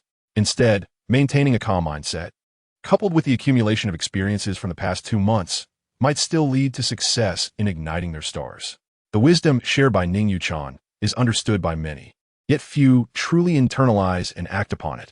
The youths who have ignited their stars are equally diligent. Many are consuming medicinal pills to enhance their cultivation. After all, once they ignite their stars, their futures will appear drastically different in the eyes of many. Their worth will elevate, and they may even secure loans or investments. This realization is not limited to Su Jin alone. However, Su Jin is notably more proactive. The intense efforts of those who have successfully ignited their stars largely stem from the fact that, following the conclusion of the star ignition season, there are 3 potential pathways to remain in the Tao Academy: the inner court, the middle court, and the outer court. The disparities in treatment among these courts are vast. Indeed, which court one enters postseason is tantamount to entering a different social stratum. The outer court is straightforward. One may enter simply by igniting their stars. The inner court, however, offers the most prestigious treatment, with resources reportedly tenfold that of the middle court. Yet the criteria for entering the inner court are stringent and inflexible, with evaluation ratings determining one's eligibility. Achieving success in igniting stars within 3 days equates to a top-tier evaluation, a mid-tier evaluation within 10 days, and a lower-tier evaluation within 30 days. If one can break through to the Sanxia 5th level by the end of the season, they may gain direct entry into the inner court. Those evaluated at the lower tier have 30 days to ignite their stars, with a similar breakthrough condition for potential admission. Therefore, Ren Xiaoxiang, Lu Xianbing, and Zhou Du, who ignited their stars in 21 days, are all exerting tremendous effort. Securing a place in the inner court would significantly alter their futures. Others, including Su Jin, are striving for entry into the middle court. All star igniting youths understand that postseason, the middle court and outer court represent entirely different realms. Yet, a piece of news has suddenly transformed the competition for the middle court into a fiercely contested affair, significantly increasing the difficulty for Su Jin to gain entry. Chapter 14. Sanxia, First Level, Limited Quotas. Su Jin had previously understood little about the regulations of the Tao Academy, but after dining and attending classes daily with those who have successfully ignited their stars, he has gained a comprehensive understanding. The Jinshan Tao Academy permits a maximum of 15 individuals to enter the middle court each season. Although 15 may seem ample, the actual number of competitive spots is quite limited. The first rule for entering the middle court stipulates that those with a B-tier evaluation may enter directly. The Academy's regulations state that success in igniting stars within 3 days warrants an A-tier evaluation, within 10 days a mid-tier, and within 30 days a lower tier. A B-tier evaluation is granted for those who succeed within 40 to 50 days. 60 days yields a C-tier evaluation, with further classifications extending down to the lowest tier. A total of 3 levels and 9 tiers of evaluations exist. A-tier individuals should enter the inner court. Currently, 6 individuals have ignited their stars within 30 to 50 days, thus securing direct entry into the middle court, leaving 9 spots available. The second rule states that those with a lower B-tier evaluation who achieve a breakthrough to the Tsanxia first level by the end of the season may also enter the middle court directly. There are currently 6 known individuals with lower B-tier evaluations, one of whom, named Song Yi, has yet to break through to the Tsanxia first level but is poised for a potential breakthrough at the season's end. This leaves 3 remaining spots. The third rule permits C-tier evaluators to be selected for the middle court if they achieve a breakthrough to the Tsanxia first level by the end of the season. This introduces a competitive selection process. The other youths, including Su Jin, all succeeded in igniting their stars after 60 days, thereby holding C-tier evaluations. They are competing for those 3 remaining spots. Among the C-tier youths, 2 have already achieved breakthroughs to the Tsanxia first level, Xiao Runan and Fong Zixing. Should Su Jin also break through to the Tsanxia first level, it would perfectly align with the 3 available spots. However, the challenge lies in the fact that only 4 days remain, and it is likely that more than just a few will achieve breakthroughs in this final stretch, especially those with B-tier evaluations, such as Luo Geng, number over a dozen, many of whom are on the brink of breakthrough and are fervently cultivating in hopes of achieving it. If 2 or 3 more succeed in this time frame, the competition will be exceedingly fierce. Yet, worrying about these matters is futile. What Su Jin must focus on is breaking through to the Tsanxia first level before the conclusion of the season. Otherwise, he will not even qualify for competition. On June 15th, during the morning class, the last of the 6 lower B-tier evaluators, Song Yi, successfully achieved a breakthrough to the Tsanxia first level, securing his spot in the middle court. During the evening class on the same day, Luo Geng, evaluated at the B-tier, also broke through to the Tsanxia first level, adding another competitor.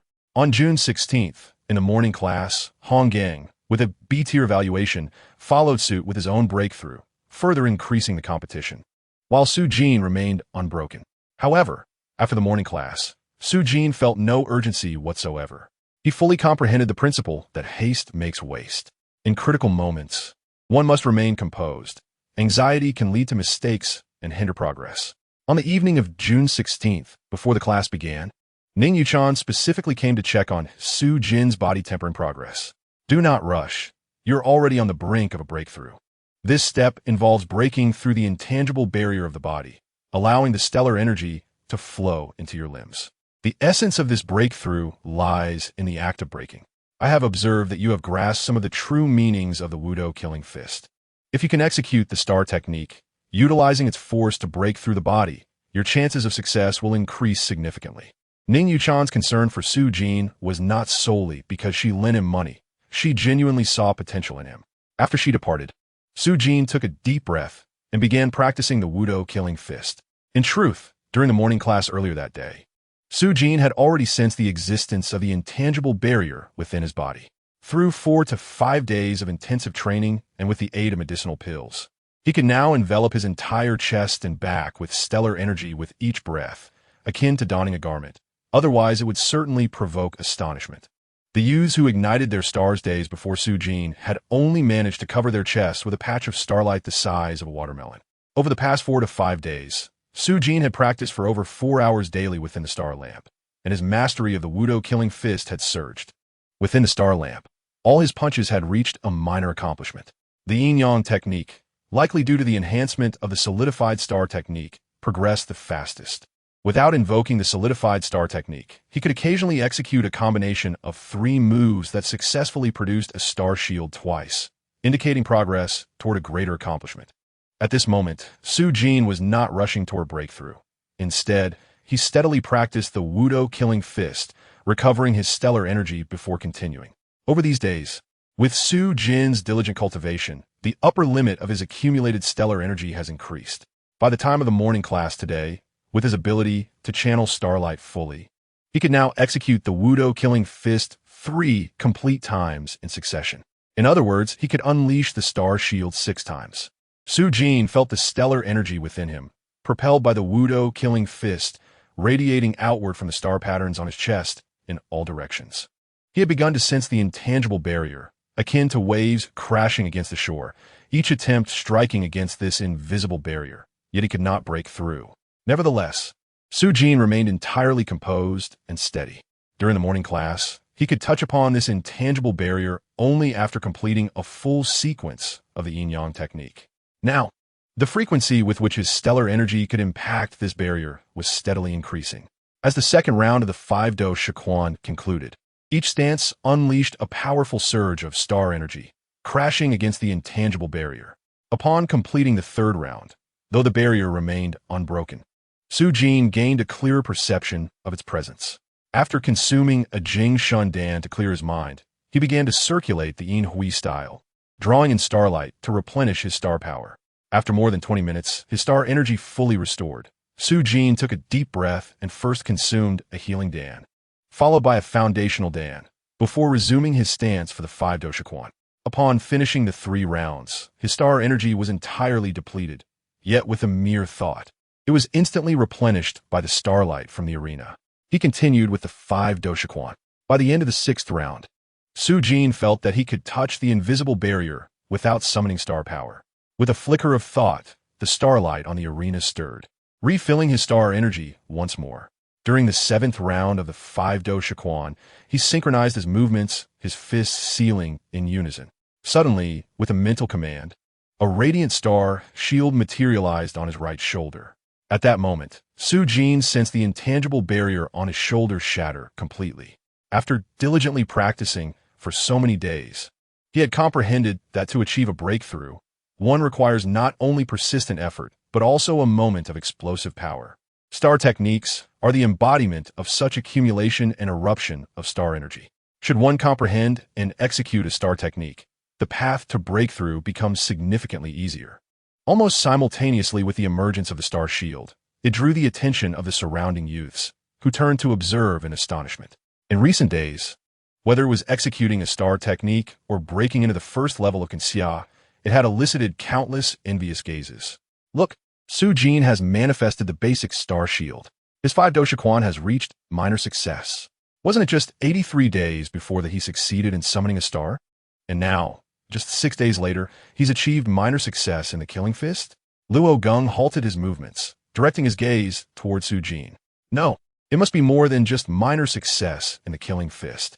Song Yi, who had already broken through to the first level of Kenxia, fixed his gaze on Su Jin and remarked, "Observe the position of the basic star shield on his right shoulder. Typically, only upon breaking through to the first level of Kenxia can one project a star shield to that location." What? Su Jin has actually broken through to the first level of Kenxia? He just succeeded in summoning a star a few days ago. Fang Zixing expressed his astonishment, while Luo Geng's expression darkened in an instant. Another competitor had emerged in the central courtyard. Moments later, Fang Zixing's countenance also soured as he too realized the implications. "Brother Jin, you have manifested the basic star shield? They say you have broken through?" Qian Xiao, who had also moved to this side for training, inquired with astonishment. Su Jin, not one to conceal his achievements, nodded affirmatively. After all, the arduous practice over these days was all aimed at achieving such a breakthrough. In the next instant, with a slight mental shift, the star shield dissipated and the five-do Shiquan resumed. Sensations of heat, numbness, itchiness, and pain began to radiate from his right shoulder down his arm. A breakthrough had indeed occurred, yet the training could not cease. Meanwhile, Sha Yutian, who had succeeded in summoning a star just 2 days later than Su Jin, gazed at his chest, which was only covered by a small area of starlight, still in a state of underdevelopment. Looking back at Su Jin, he found himself bewildered. The disparity was far too substantial. Chapter 15. Blood Slaughter. June 17th marked the final day of this year as spring star summoning season, and the atmosphere among the youths grew markedly tense. For after today, it would come down to a decisive moment in their fates. Conversely, those who had already succeeded in summoning stars appeared more relaxed, particularly those who had broken through to the first level of Kenxia, who exuded an even greater sense of ease. During the morning session, Su Jin, as usual, continued his training, fully aware that even with his breakthrough to the first level of Kenxia, consistent effort over time was essential for progress. However, 2 pressing concerns loomed before him. The first was whether he could indeed gain entry into the central courtyard the following day, a question for which he had no certainty. The second was that the medicinal pills required for his training would be depleted after today. And the most pressing issue was not merely acquiring the funds to purchase more pills, but rather earning a substantial sum of silver in a short span of time. Su Jin felt a deep sense of worry. As of now, he remained uncertain how Su Dajiang had managed to procure that hefty sum of 50 taels of silver. The prospect of earning such a sum seemed impossible. Even if Su Dajiang possessed skills, strength, and a strong work ethic, earning merely 2 taels of silver a month would be the upper limit. 50 taels, where could he possibly obtain such a fortune? Su Jin was beset by a foreboding sense of unease. As he pondered, a wave of melancholy washed over him. When would he no longer have to worry about finances? Today marked the final day of the star summoning season, and thus, extraordinary incidents began to unfold. Before long, a youth who had failed to summon a star emitted a wretched scream, for the star pattern on his chest had dimmed, rendering him unable to channel starlight through the Kinxia form. The instructor, Ning Yuchan, provided an explanation. The star pattern imprinted on his chest had dissipated. While an imprint could typically last 3 months, it was not uncommon for it to vanish a day or 2 early. This was merely a normal occurrence. In other words, this individual's star summoning season had ended prematurely. Some youths, shaken by this unexpected turn of events, feared that their own patterns might fade, causing them to lose focus and diminishing their chances of success. Others, in their eagerness to summon stars, exerted themselves excessively, draining their spiritual energy to the point of collapse, even as they stubbornly maintained the Kanxia form to draw in starlight, ultimately fainting on the spot. To this, Ning Yuchan could only shake her head in resignation. Such occurrences were not unusual during every star summoning season. By the time of the evening session, the situation had worsened.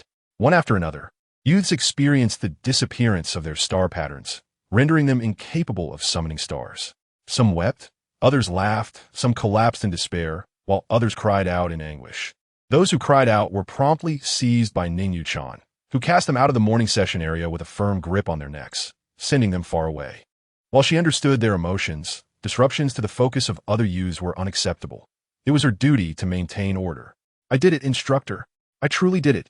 Suddenly, a voice erupted from the crowd, filled with ecstatic laughter, drawing everyone's attention, including Su Jin's. Turning to look, he found it was a familiar face, Lu Ji, whose chest now glowed with an unmistakable star pattern, indicating his success at the last moment. It was understandable that Lu Ji was overjoyed to have succeeded in summoning a star, especially at the final hour. However, the youths around him were filled with fury. In the next instant, Lu Ji's laughter was abruptly silenced, replaced by pained cries. A silver crutch, encrusted with dirt, shot swiftly into his mouth, leaving him in a state of distress, drool, blood, and mud cascading down his face in utter disgrace. Ning Yuchan's brows furrowed in anger. "Liu Yi, I am happy for your success, but your loud outbursts interrupting others in their moment of focus jeopardizes their futures. How could you not consider that others may also wish to succeed at the last moment?" Lu Ji hastily gestured an apology, and after a moment, Ning Yuchan withdrew the crutch from his mouth. "Instructor, I understand my mistake. Let everyone continue their training." With a glare at Lu Ji, Ning Yuchan turned away. Ultimately, after Lu Ji, 2 others also achieved success in summoning stars at the last moment, but having learned from Lu Ji's experience, they avoided the same fate of receiving a crutch to the mouth. The final evening session of this star summoning season concluded amidst the desperate cries of many. The despair reflected in the eyes of countless youths sent shivers down Su Jin and Qian Xiaohu's spines. Su Jin suddenly realized that the stakes of success or failure in summoning stars were even more brutal than the college entrance examination of his previous life. That night was one of sleeplessness, with some even jumping into the lake, creating a significant uproar that kept many instructors awake throughout the night. While failing to summon a star was a common occurrence, should any youth perish within the academy, although no one could hold the academy accountable, it would still tarnish its reputation. The academy, after all, had its dignity to uphold. On June 18th, the star pointing season came to a close. Perhaps it was the cessation of the early class drum that caused many youths to forego the early morning session, particularly those who had failed to achieve their star points. Although they faced failure, it did not hinder them from indulging in a leisurely sleep. However, Su Jin rose punctually, dressed himself, and set out with a few smooth pebbles in hand to address his personal matters. He soon discovered that Qian Xiao, who was still in slumber, prompting him to shake him awake. "Xiao, who rise. With bleary eyes, Qian Xiaohu mumbled, Jingu, what is the matter? Su Jin urged, get up, early class. Rubbing his eyes once more, Qian Xiaohu replied, but, Jingu, the star-pointing season has ended, and the instructor hasn't mentioned any class. Why get up early? Su Jin paused momentarily before delivering a sharp slap to the back of Qian Xiaohu's head. Is the early class meant for the instructor? Is cultivation solely for the instructor's benefit? If you cannot grasp this fundamental question, then what purpose does your cultivation serve? You might as well head to the docks and toil as a laborer. Having said that, Su Jin departed on his own. He could only express so much to a younger brother, not a son. Fortunately, as they made their way to the early class square, a now-prepared Qian Xiaohu hurried to catch up, noticing Su Jin's stern expression and hastily apologizing. Jingu, I was foolish. It won't happen again. That is something you ought to say to yourself, Su Jin replied. As they arrived at the early class square, numerous familiar figures were already present, practicing the Wu Do Sha Quan, patiently awaiting the first rays of dawn. Yuda Qi, Ren Xiao Xiang, Zhou Du, Lu Xianbing, Song Yi, Qiao Ruanan, among others, had gathered, and shortly thereafter, Luo Gong also arrived. Su Jin merely cast a glance toward Yuda Qi, gestured toward Qian Xiaohu, and proceeded to find a spot for cultivation. Qian Xiaohu stood still, observing these prodigies whose talents surpassed his own by an immeasurable degree. Before long, he found a layer of fine sweat forming on his brow in the cool morning air, seemingly coming to a realization. On the first day of the early class following the conclusion of the star-pointing season, over 2/3 of the successful youths were present. Not long after the early class concluded, the drum sounded, and an attendant notified the successful youths that they were to gather at the Outer Academy's training hall during the Shen hour for an assessment by the Academy's high-ranking officials, including the headmaster, vice-headmaster, and supervising institute. Before the Shen hour, Su Jin and Qian Xiao, who, along with others, had already arrived at the Outer Academy's training hall. The previous night marked the final moment determining the fate of those who had not achieved their star points. Today, in the afternoon, would be the moment that decided the fates of those who had succeeded. Frankly speaking, having been at Jinshan Dao Academy for 3 months, Su Jin had never encountered any of the Academy's higher-ups, including the headmaster, vice-headmaster, or the supervising institute. He only knew that the headmaster possessed a presence that could shake the entire Jinshan County with a stomp. The headmaster, vice-headmaster, supervising institute, and the commander of the Xingwei were known as the 4 prominent power brokers of Jinshan Dao Academy. This was a common scenario across various states and counties within the Qin Kingdom. In the past, these individuals were considered legendary figures by those newly successful in achieving their star points. But today, they would witness them in person, igniting a sense of excitement among the youths. Su Jin felt a flicker of anticipation as well. Suddenly, a sound tore through the sky, and a deep blue streak of light appeared from the mountainside where the academy was situated, streaking across the horizon and landing directly atop the training hall platform, allowing the students a clear view. Clad in a black round-collared robe, with a headband binding his hair, a stern expression graced his countenance. Instructor Ning Yuchan and Commander Chui Tianqi of Xingwei had already begun to clasp their fists in greeting upon seeing the supervising institute. This was Supervisor Chao Chun, reputedly the figure the Academy's disciples feared the most. Suddenly, a streak of greenish-blue light darted from the sky, descending rapidly, a venerable elder clad in green. The instructors once again bowed in respect. It was the vice-headmaster, Feng Shu. Following closely was a crimson light, which descended with remarkable speed, exuding an aura of pressure as the figure landed with a thud on the training platform, gripping the hilt of his blade, radiating a menacing aura. This time, as the instructors bowed, many youths joined in the cheers of respect. This was Commander Tianzhong of Xingwei, a legendary figure in Jinshan County. Suddenly, a deep azure streak of light appeared in the sky, prompting all instructors, heads, and including the supervisor and vice-headmaster, to rise and welcome. Greetings, headmaster. A figure in white robes with a blue headband descended, his half-length beard flowing, exuding an ethereal presence.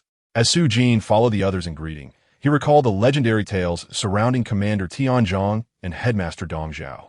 This legendary narrative was well known within Jinshan County, and many were aware. The recent cheers from the youths were influenced by this very story, which Su Jin had only now remembered. Blood Butcher Tianzhong. Chapter 16. The struggle in the Central Academy. Blood Butcher Tianzhong, a legendary figure born and raised in Jinshan County, had before achieving his star points, single-handedly slain members of the Fei Hu gang that had come to collect debts, resulting in his imprisonment. Due to his youth, he was sentenced to 20 years of hard labor, only to be released when the new emperor of Dechun granted amnesty. Upon his release, he found his father deceased, reportedly from an accident at work, though some co-workers spoke of suspicious circumstances surrounding his death. His mother had also mysteriously vanished, likely connected to the Fei Hu gang. Tianzhong did not mourn or protest. Instead, he swiftly liquidated his family's land and property, borrowing from every relative he could, amassing 50 taels of silver, and entered the academy midway to participate in the star-pointing season. From that moment on, his rise was unstoppable. After completing the star-pointing, he entered the Central Academy, forged his stars 6 months later, and reached the peak of the 9th level of star refinement within 2 years. Subsequently, a series of family annihilation cases plagued Jinshan County. The victims were all senior members of the Fei Hu gang, their entire families executed without mercy. In the midst of the gang's terror, a masked figure infiltrated the gang's stronghold on a rainy night, slaughtering 43 members before successfully retreating prior to the arrival of the county guards. This massacre incited widespread panic in Jinshan County, prompting the academy to dispatch the Xingwei at the county magistrate's request, tracking down and surrounding the fleeing Tianzhong. Facing familiar brothers from the academy, Tianzhong did not resist and surrendered willingly. By law, he should have faced execution. However, the academy intervened, uncovering the many misdeeds of the Fei Hu gang and discovering the remains of Tianzhong's missing mother, reportedly sold to the neighboring Wuchang County. The then supervising institute, Dong Zhao, stood firm against opposition, classifying the massacre of the Fei Hu gang as a case of familial revenge. Familial revenge extends for 10 generations. Tianzhong was acquitted and released, re-entering the academy's Xingwei, ultimately ascending to the position of commander. This event transpired over a decade ago. Now, Dong Zhao had risen to the position of headmaster, and Tianzhong served as the commander of the Xingwei, leading Su Jin to conclude that the headmaster of Jinshan Dao Academy was likely the true power holder, potentially a singular authority, especially with a stalwart like Commander Tianzhong in place. As the 4 titans of the academy arrived, the assessments for this year's star-pointing season commenced. Although termed assessments, they resembled a report. First, the chief instructor of the star-pointing season, Ning Yuchan, began her report. Respected headmaster, in this star-pointing season, a total of 76 disciples achieved their star points. According to the Academy's talent evaluation standards, 1 with A-level talent, named Yuda Qi, 1 with A-level middle talent, named Run Xiaoxiang, 2 with A-level lower talent, 3 with B-level upper talent, 3 with B-level middle talent, 6 with B-level lower talent, 12 with C-level upper talent, 19 with C-level middle talent, and 29 with C-level lower talent. This is the record. Please review it, headmaster. Ning Yuchan presented a page from the star-pointing book, and with a mere gesture, Headmaster Dong Zhao summoned the page to his hand. Yuchan, you've worked hard. After reviewing the record, Headmaster Dong Zhao suddenly glanced down at the assembly and asked, "Who is Su Jin?" Su Jin was taken aback and quickly stepped forward, clasping his fists in respect. Ditsin Su Jin, Gviting, Headmaster. Mobilize the star power. Yes. Su Jin was on the verge of contemplating the celestial patterns when, in an instant, the stellar energy within him surged. At that very moment, he felt an unsettling sensation, akin to having a thorn lodged in his back, particularly intensified by the piercing gaze of Supervisor Tianzhong, which evoked the feeling of being scrutinized by a fierce tiger. Indeed, he had successfully broken through to the first level of Sanxia. The headmaster Dong Zhao spoke again, shedding his upper garment for all to see. Following suit, Su Jin removed his clothing, revealing a body illuminated by the radiant stellar energy. Notably, the brilliance emanating from his right shoulder extended down to his brawny arm, showcasing remarkable progress in his physical refinement. Although exposed before the crowd, Su Jin felt a tinge of shyness. Fortunately, after days of intense training, his congenital heart ailment had dissipated, transforming him from a mere skeletal figure into one that exhibited the contours of muscle. Following his successful star pointing, Su Jin's physique visibly strengthened at an astonishing rate. Though he had pointed the stars in a mere 83 days, he committed himself to relentless practice afterwards, demonstrating unwavering diligence in his studies. I believe it is inappropriate for Ning Jiao to propose elevating your talent evaluation from level C to level C mid, Headmaster Dong Zhao remarked.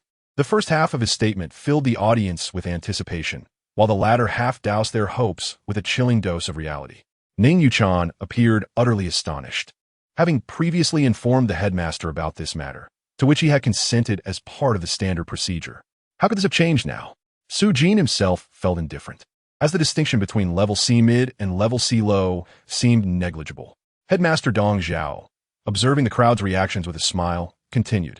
Although it took 83 days to point the stars, breaking through to the first level of Sanxia within 7 days is no small feat, even with the aid of medicinal elixirs. Therefore, I believe Su Jin's talent evaluation should be elevated from level C low to level C high. What do you all think?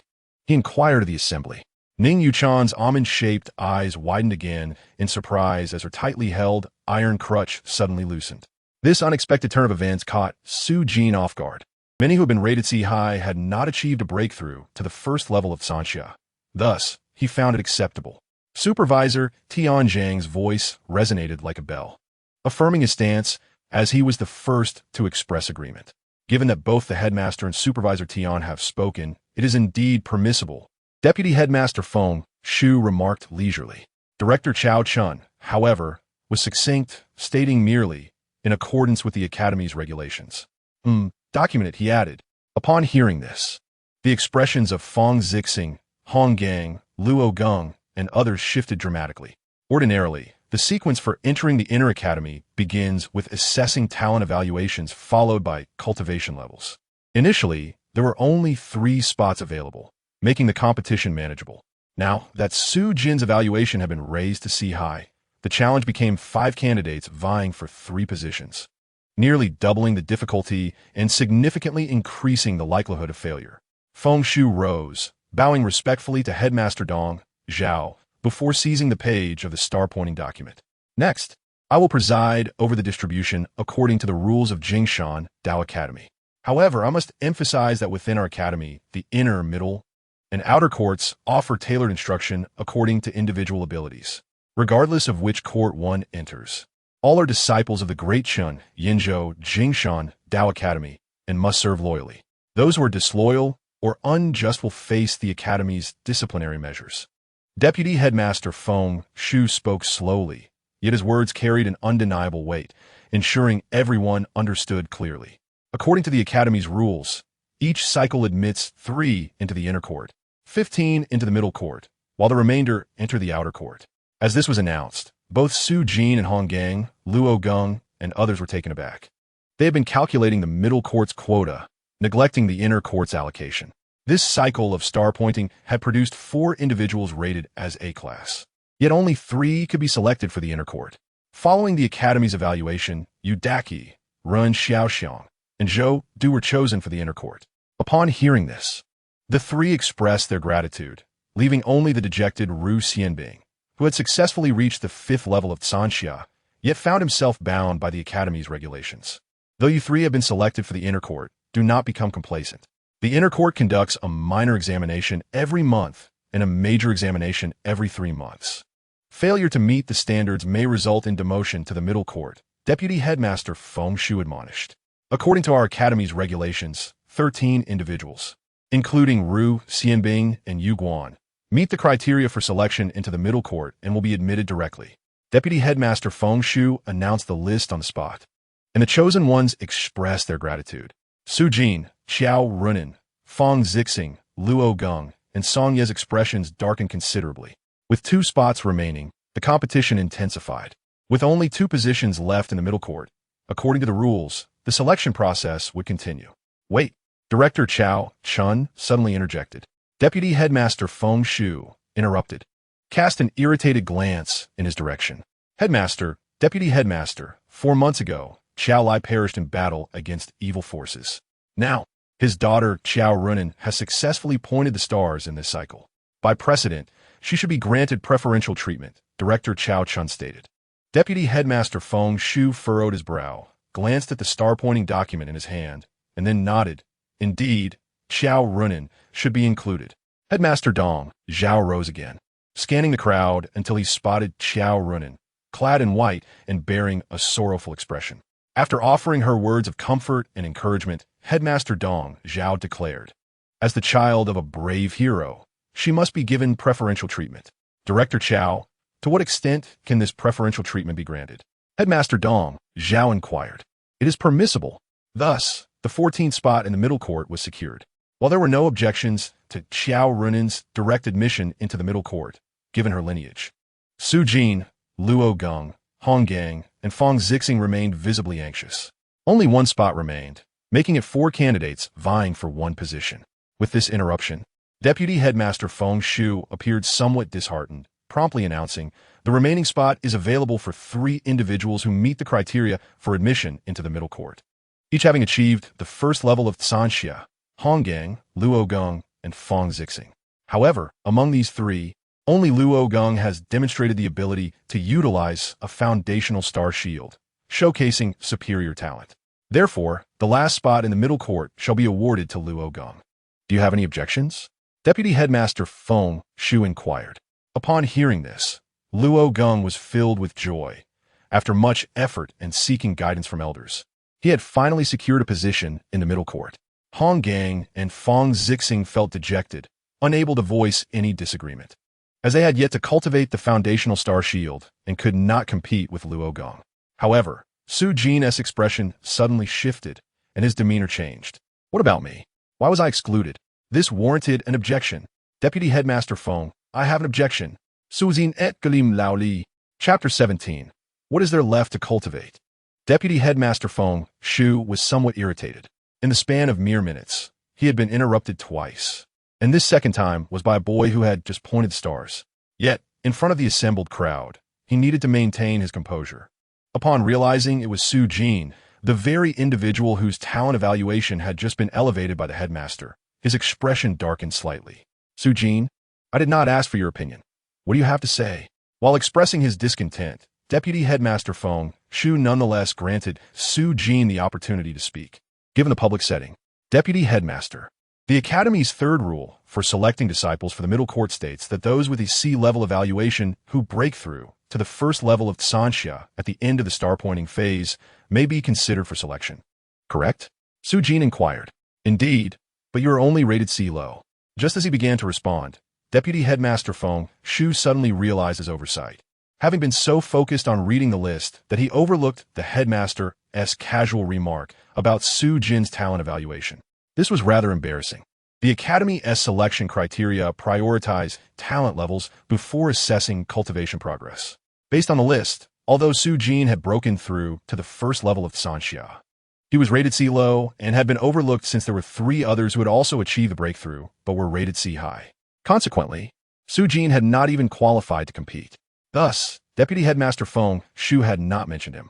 However, just moments ago, Headmaster Dong Zhao had explicitly elevated Su Jin's talent evaluation to C-high. This meant Su Jin was indeed qualified, at the very least, to be mentioned. While the headmaster had raised Su Jin's evaluation, Deputy Headmaster Feng Shu had been preoccupied with contemplating the headmaster's potential decisions regarding his tenure, causing him to lose focus. This oversight was publicly magnified and criticized by the Vice-Mountain Master, Feng Shu, eliciting a sense of dissatisfaction and awkwardness. With a forced smile, he acknowledged his oversight, remarking that everyone is prone to making mistakes. The Vice-Mountain Master candidly admitted his error before stating that, according to the rules of the Jinshan Dao Academy, the final spot was to be contested among Luo Geng, Hong Gang, Fang Zixing, and Su Jin, all of whom had attained the first level of Sanxia. However, among these 4, only Luo Geng, his statement abruptly halted, a bead of cold sweat forming on his brow, was on the verge of being overlooked once again. Fortunately, his cautious nature compelled him to double-check. Had he not done so, the first oversight could have been excusable, given the years of merely reciting names from a list, especially since Su Jin had recently elevated his rating on site. Yet, a second slip would undoubtedly brand him as careless. Thankfully, he noticed that Su Jin's name, like Luo Geng's, was marked in red on the star catalog presented by Ning Yuchan, indicating the successful casting of a foundational star technique. Had he proceeded without this awareness, another mistake would have been made. Only Luo Geng and Su Jin had successfully cast the foundational star shield. Thus, the last spot in the Inner Academy would be awarded to one of them. Meanwhile, Luo Geng's earlier relief was once again replaced by apprehension, while Su Jin felt a sense of relief, finally seeing his chance. However, the Vice Mountain Master continued, stating that, according to the Academy's regulations, in the case of equal talent and cultivation, the superior candidate is selected based on the number of days spent on star casting. Luo Geng had cast stars for 62 days, whereas Su Jin had done so for 83. The superiority was clear. Luo Geng would be chosen. The announcement sent Luo Geng into a frenzy of joy, while Su Jin was left in shock. After all the effort and striving, he was now excluded due to a mere count of days spent on star casting. This implied that no matter how fiercely he competed in the future, as long as his star casting days fell short of his rivals, he would forever remain a loser. This was unacceptable. He simply could not allow this to happen. As the Vice Mountain Master concluded his declaration and turned to the next page of the star catalog to announce the names of the Outer Academy disciples, thus ending the star casting assessment, Su Jin made a decisive choice. Having fought so hard to reach this point and having already offended many, retreating now would be foolish. Yet, as the Vice Mountain Master spoke from the regulations, he could not directly contradict him. Thus, Su Jin raised his voice, declaring, "Vice Mountain Master Feng, I have an objection. I do not accept this." Feng Shu's brow furrowed in displeasure as he glared at Su Jin, indignant at such insubordination. The Academy's rules were not to be challenged. Should you continue to disrupt, you shall be expelled from the Dao Academy. At this moment, Su Jin, resolute, understood that he could not waver. Vice Mountain Master, esteemed elders, if that is the case, then what is the purpose of separating the inner and outer academies? Why squander resources and time in cultivation? In future battles, why not simply rank by the number of days spent on star casting? A single day of star casting would render one invincible. So what is the purpose of our cultivation? His words sparked an uproar of laughter and astonishment. He, possessing the same talent evaluation and cultivation level as Zhou Du, questioned why Zhou Du could enter the Inner Academy while he was relegated to the Middle Academy. The Vice Mountain Master's complexion darkened to a shade reminiscent of liver. His embarrassment stemmed not only from being publicly contradicted by Su Jin, but also from being rendered speechless by the boy's audacity. "You are insolent. We're the Star Patrol Guards." Feng Shu bellowed, his palm radiating starry light. In that moment, he felt a surge of anger, wishing to strike Su Jin down for such brazen disrespect. Su Jin held his ground, knowing he had to fight for his position. If he did not, he risked losing everything. Just then, the Mountain Master, Dong Zhao, interjected with a calm voice. Now, old Feng, let's not be hasty." Ning Yutan, who had been anxious, felt a wave of relief wash over her, while Tai Guai relaxed slightly, having feared that the enraged Vice Mountain Master might take drastic measures against Su Jin. "Mountain Master, this boy is spreading such dangerous rhetoric. He should be expelled from the academy." Feng Shu insisted, his temper barely contained. "Dangerous rhetoric?" Mountain Master Dong Zhao chuckled, glancing at the overseer, Chao Chun. "Is that so?" According to the Academy's rules, unless one disregards moral principles, no one can be penalized for their words. Feng Shu realized that today had been a significant misstep for him. Su Jin's objection, though minor, had effectively diminished his authority and reputation. It appeared that rumors of Dong Zhao's impending departure might indeed hold some truth. Who might succeed him? That would not be mere speculation. It would be a matter of fact. Let us address this matter with reason. Mountain Master Dong Zhao suggested with a smile. "Old Feng, take a moment to compose yourself. Do not let these young ones rile you up. Their spirited nature is typical of youth." "Mountain Master, Su Jin has a point. The number of days spent on star casting is indeed a crucial criterion for evaluating one's cultivation talent. However, we cannot base everything solely on that. Otherwise, as Su Jin has pointed out, what is the purpose of our diligent training and comprehension? If we merely measure by the number of days, what is the point of our efforts?" Yu Chan, the chief instructor of this star casting season, was assigned to preside over the final spot selection. She was quite familiar with the situation and would not show favoritism. Moreover, since the Mountain Master had entrusted her with this matter, it would ultimately be judged by the four esteemed leaders, thereby upholding the Academy's regulations and avoiding any potential backlash. Mountain Master, Vice Mountain Master, Overseer, and Supervisor. Both Su Jin and Luo Geng are currently rated at the same level, both at the first stage of Sanxia. They broke through one after the other just a day apart, with little difference in their cultivation levels. According to our Academy's rules, the superior candidate is to be selected. Thus, the only remaining criteria are real combat experience and proficiency in the Wudo Killing Fist. Since the Academy had not instructed on real combat, using that as a selection criterion would be unfair. Therefore, we shall determine the selection based on their proficiency in the Wudo Killing Fist. Let each of them perform a set of the Wudo Killing Fist, and then the 4 esteemed leaders may judge them. What do you think? Ning Yuchan proposed. That could work, Mountain Master Dong Zhao replied, glancing at Vice Mountain Master Feng Shu. Old Feng, what do you think? Agreed. Feng Shu concurred. This proposal was straightforward, and the proficiency in martial arts would be evident. Even Mountain Master Dong Zhao could not openly favor anyone, leading Feng Shu to readily agree. Certainly, both Overseer and Tianzhong nodded in agreement. Upon hearing this, Luo Geng felt a surge of confidence. He had trained in the Wudo Killing Fist for 28 days, while Su Jin had only trained for 7. Moreover, he had an uncle who was a flag bearer personally guiding him, making him very confident in his skills. Even the youths rated at level B would not surpass him. Luo Geng, Su Jin, do either of you have any objections? None, came a unified response. Then who will go first? Ning Yuchan inquired. I will. Luo Geng volunteered eagerly, brimming with confidence. Wait. As the youth stepped forward, the crowd parted to create space, and Luo Geng assumed a stance, ready to begin. However, Vice Mountain Master Feng Shu suddenly interjected, drawing the attention of the crowd toward him. What complication was about to arise now? To ensure that you esteemed masters can see clearly, please come up to the stage to perform, Vice Mountain Master Feng Shu instructed. Upon hearing this, Mountain Master Dong Zhao smiled slightly, as everyone understood Feng Shu's underlying intention. He was concerned about appearing biased towards Su Jin. If placed upon the martial arts stage, all would be able to see with crystal clarity, with every detail laid bare, making it exceedingly difficult to show favoritism. After all, the contest between Luo Geng and Su Jin in the central courtyard has subtly transformed into a contest of prestige between him and the Vice Mountain Master, Feng Shu. Should Su Jin emerge victorious, it would tarnish Feng Shu's reputation. But does Dong Zhao require such a thing? Not at all. The outcome hinges solely on the martial prowess displayed by Luo Geng and Su Jin. Thus, there is no reason not to showcase their skills on the stage. Dong Zhao rose, followed by Chao Chun and Tianzhong, while the other flag bearers and instructors retreated, clearing space for the exhibition. Luo Geng has benefited from the unreserved guidance of his uncle. At this moment, Feng Shu harbored great confidence in Luo Geng. He was aware of the relationship between Luo Geng and Luo Kuxing.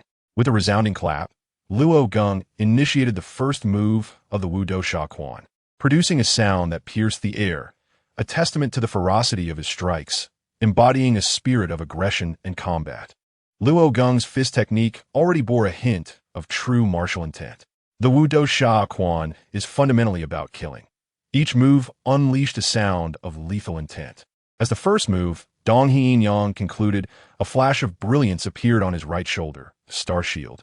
Feng Shu, Luo Kuxing, Chao Chun, Mountain Master Dong Zhao, and numerous instructors nodded in unison, acknowledging the solidity of his technique.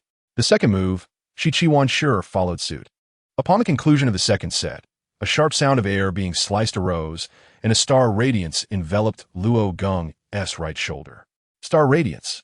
The audience of youths gasped in surprise. Even the esteemed headmaster Ning Yuchan displayed a hint of astonishment. Among the youths in this Starpoint season, approximately 80% who broke through to the first level of Kinxia could execute a star shield, yet less than 40% could achieve a star radiance.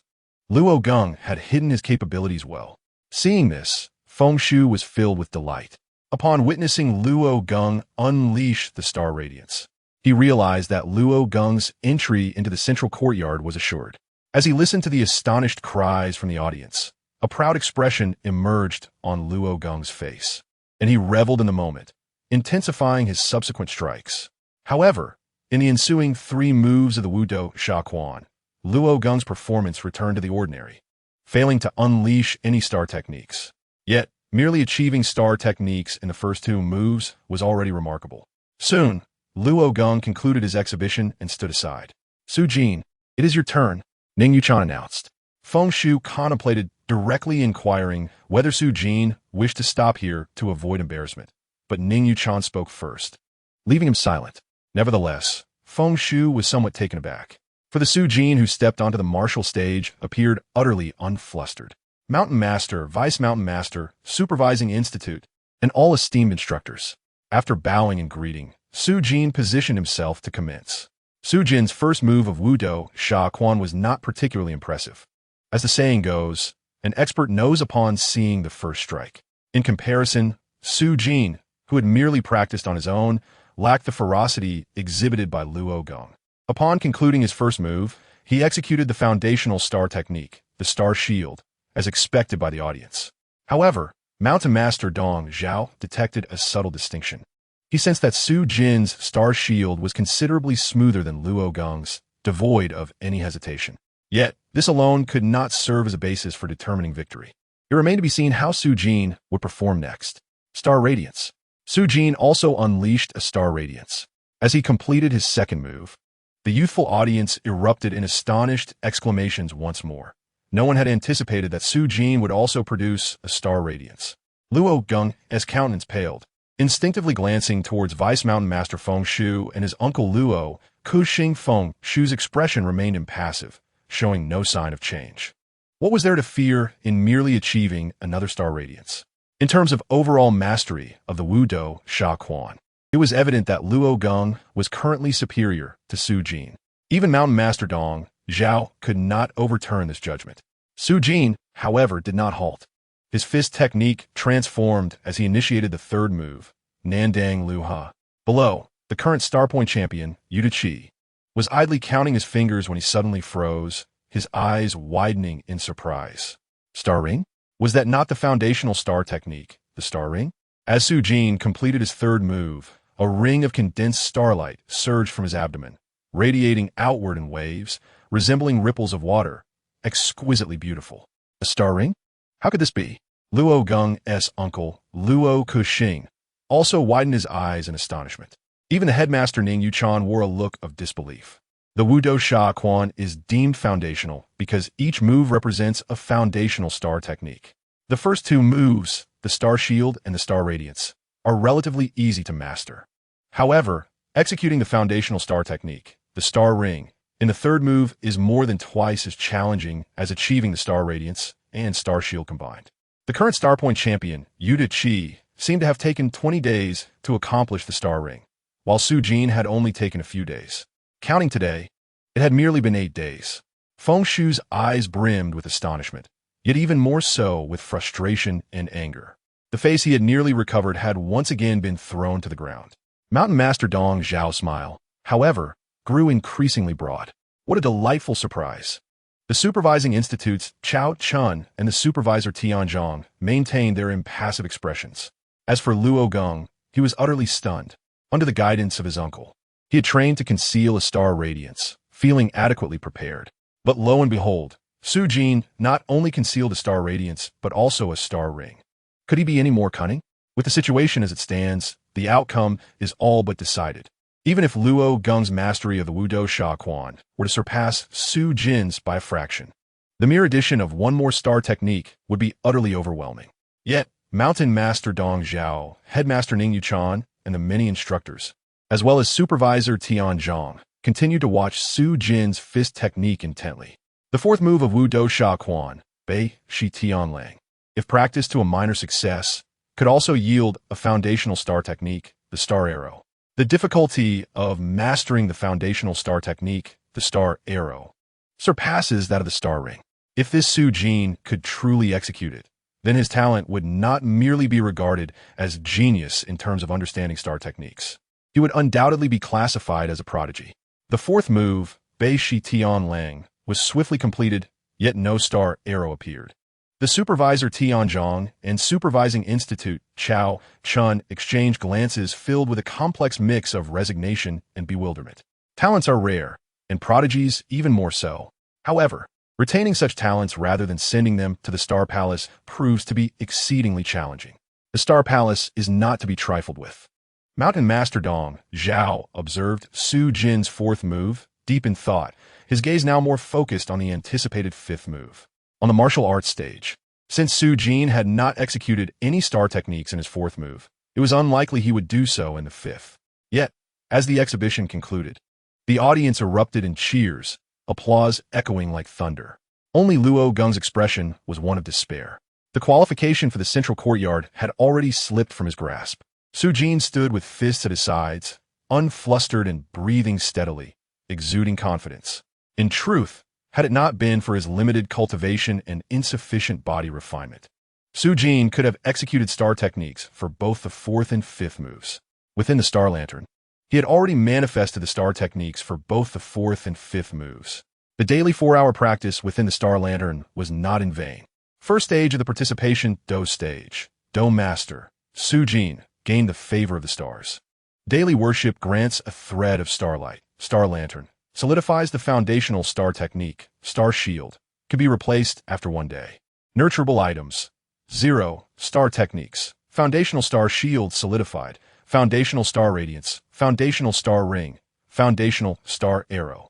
Foundational Star Light Shield. Can be upgraded. Thoughts drifted across the participation Do stage.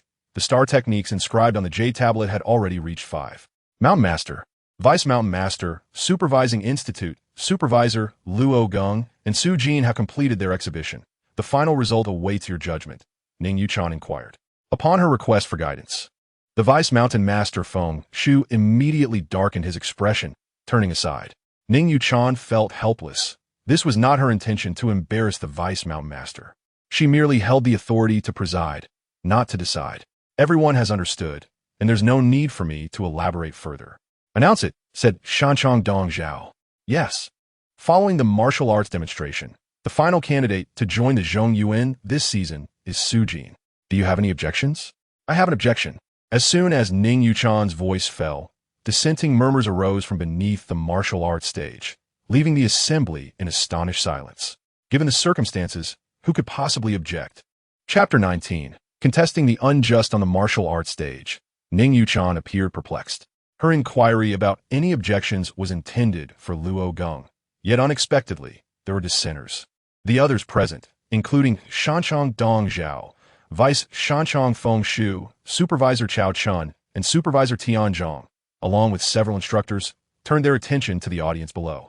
Today's spring selection for the Point Star Conference had indeed been eventful, with waves of surprises one after another. Lu Xianbing. In an instant, all eyes were fixed upon Lu Xianbing, who had stood to voice his dissent. Vice Shanchong Feng Shu, witnessing this, felt a flicker of delight. This was fortuitous. Although the outcome could not be altered, the dissent could redirect the discourse. Any other events that diverted attention from Su Jin and Luo Geng's rivalry would at least lessen the embarrassment of the latter. Originally intending to leave after suffering a great loss, Vice Shanchong Feng Shu decided to stay. Lu Xianbing. As Su Jin and Luo Geng contended for the opportunity to enter the Zhong Yuan, were your thoughts? Ning Yuchan's tone was somewhat displeased. You, Lu Xianbing, secured your place early on. Why stir the pot now? This season's Point Star Conference is already fraught with issues. Ning Zhongjiatu. I do not object to Su Jin securing his place. Rather, I contest the allocation of places in the Inner Academy. Lu Xianbing declared loudly. Ning Yuchan was momentarily taken aback and instinctively glanced at Vice Shanchong Feng Shu, who had overseen the recent allocation. Though it was customary, it was still Vice Shanchong who announced it. Seizing the rare opportunity to express dissent, Lu Xianbing continued, without waiting for further inquiry from his superiors. I too have been inspired by Brother Su Jin. As he spoke, Lu Xianbing respectfully clasped his hands in gratitude toward Su Jin. Esteemed instructors, Zhou Du garnered his star points in 21 days, while I achieved mine in 29. Our talent evaluations are both ranked as A, and 3 days ago, Zhou Du broke through to the 5th level of Sanxia, while I did so 4 days ago. Given our equal talent and cultivation levels, why was he admitted to the Inner Academy and not I? Upon hearing this, Vice Shanchong Feng Shu was momentarily stunned, his expression darkening further. It seemed this would not end easily. Esteemed instructors, if the reason Zhou Du could enter the Inner Academy, while I could not, is simply that he achieved his star points in 21 days and I in 29, then I echo Brother Su Jin's sentiment. If everything is to be ranked by star points alone, what is the purpose of cultivation?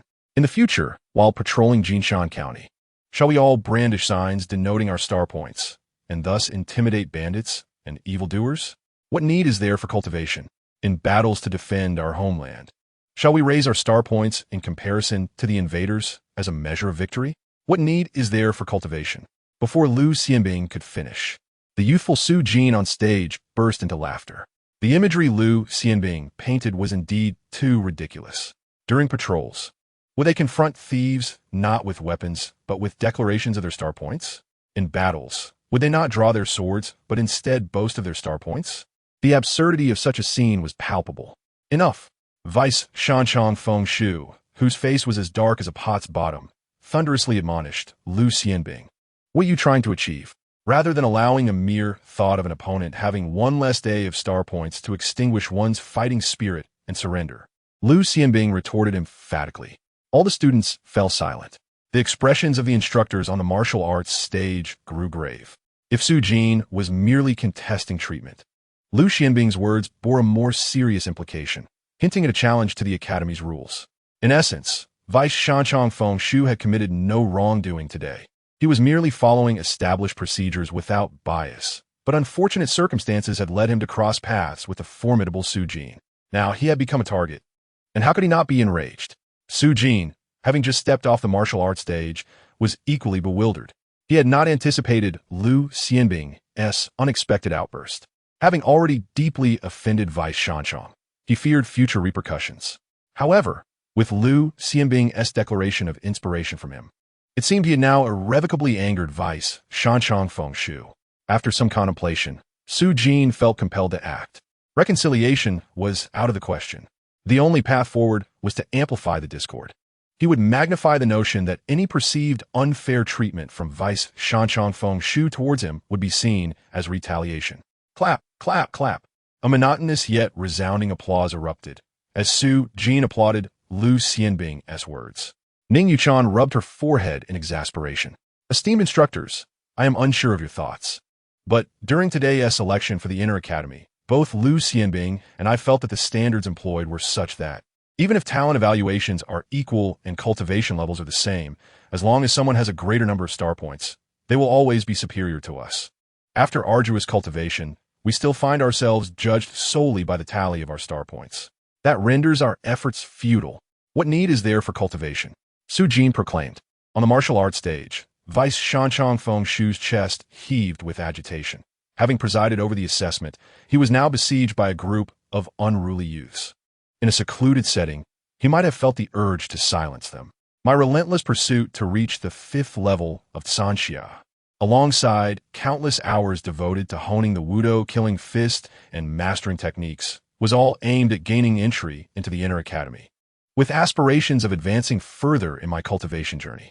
Yet, I find that all my perseverance and dedication pale in comparison to the mere tally of star points. I refuse to accept this. Thus, I voice my objection. With that, Lu Xianbing bowed once more towards the instructors, concluding his statement. My objections have been articulated. I kindly request your judgment. All eyes on stage turned towards Shanchong Dongzhao. Shanchong Dongzhao, still smiling, surprisingly joined in the applause. This is the spirit that youth should embody, to speak out against injustice, to contest what is deemed unfair. Very well, since you, Lu Xianbing, bear discontent and dissent, I shall grant you an opportunity. You may fairly compete with Zhou Du for this Inner Academy spot. Thank you, Shanchong. Lu Xianbing expressed his gratitude. You and Zhou Du have both reached the 5th level of Sanxia, so there are 2 methods of competition. One is a martial demonstration, where we shall evaluate your proficiency in the Wudo killing fist. The other is practical combat, where you will engage in a contest, and the victor shall gain entry. However, be warned, practical combat is unpredictable, and despite our oversight, any unfortunate incidents resulting in injury or death will be at your own risk. Shanchong Dongzhao announced the rules before turning to Lu Xianbing, asking, which method do you choose? Shanchong, regardless of whether it is practical combat or a demonstration, I am prepared for the consequences. I have no regrets. As the challenger, I leave the choice of competition method to Zhou. Do whatever he decides. I shall accept. Lu Xianbing stated. However, Shanchong Dongzhao had already turned his gaze to Zhou Du. Lu Xianbing's talent evaluation and cultivation level are on par with yours, and he seeks to compete for a spot in the Inner Academy. Which method of competition do you prefer? Or do you have other thoughts? Zhou Du is a loss for words. At this moment, what could he possibly say? He simply wished to enter the Inner Academy smoothly and had no desire to contest against Lu Xianbing. But if he did not accept, he would be branded as timid and cowardly. Furthermore, given the present circumstances, if he refused, the instructors would not acquiesce. However, when it came to considering the method of competition, Zhou Du felt a twinge of apprehension. He had never engaged in practical combat. He had not even slaughtered a chicken.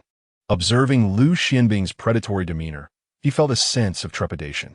Upon hearing this, Shanchang Dong Zhao remained impassive, though a flicker of regret flashed in Supervisor Tian Zhang's eyes. This week, Zhou Du demonstrated insufficient valor and should never again be selected to join the Sungsing Y. The subsequent events unfolded rather straightforwardly. Initially, Zhou Du took the stage to showcase his martial prowess, executing the Wudo killing fist, from which he successfully manifested 4 fundamental star techniques: Xingduan, Xingmong, Xinghuan, and Xingyi. However, he failed to produce a star technique with his final move, Zhongkue Dingshi. His proficiency in the Wudo killing fist is commendable, having cultivated 4 star techniques in less than 2 months, nearing mastery. Yet, within the ranks of those with A-class talent, this achievement falls short.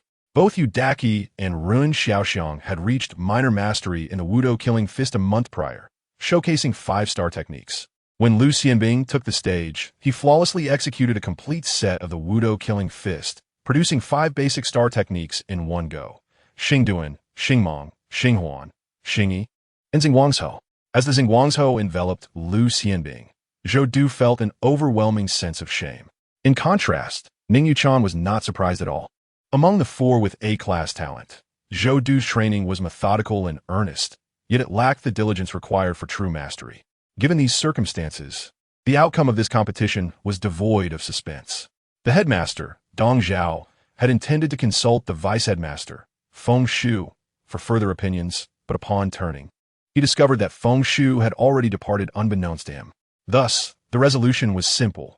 Lu Xianbing advanced to the inner courtyard, while Zhou Du was relegated to the middle courtyard. Ladies and gentlemen, it has become evident today that the regulations of our academy harbor flaws that must be rectified without delay. Otherwise, what purpose does cultivation serve?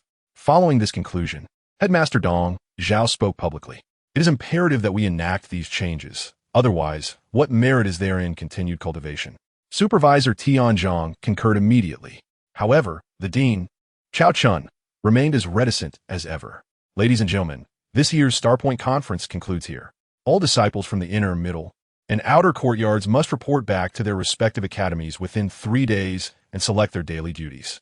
Failure to comply will be regarded as a voluntary forfeiture. Ning Yuchan announced. What duties? Su Jin began to ponder. Returning home.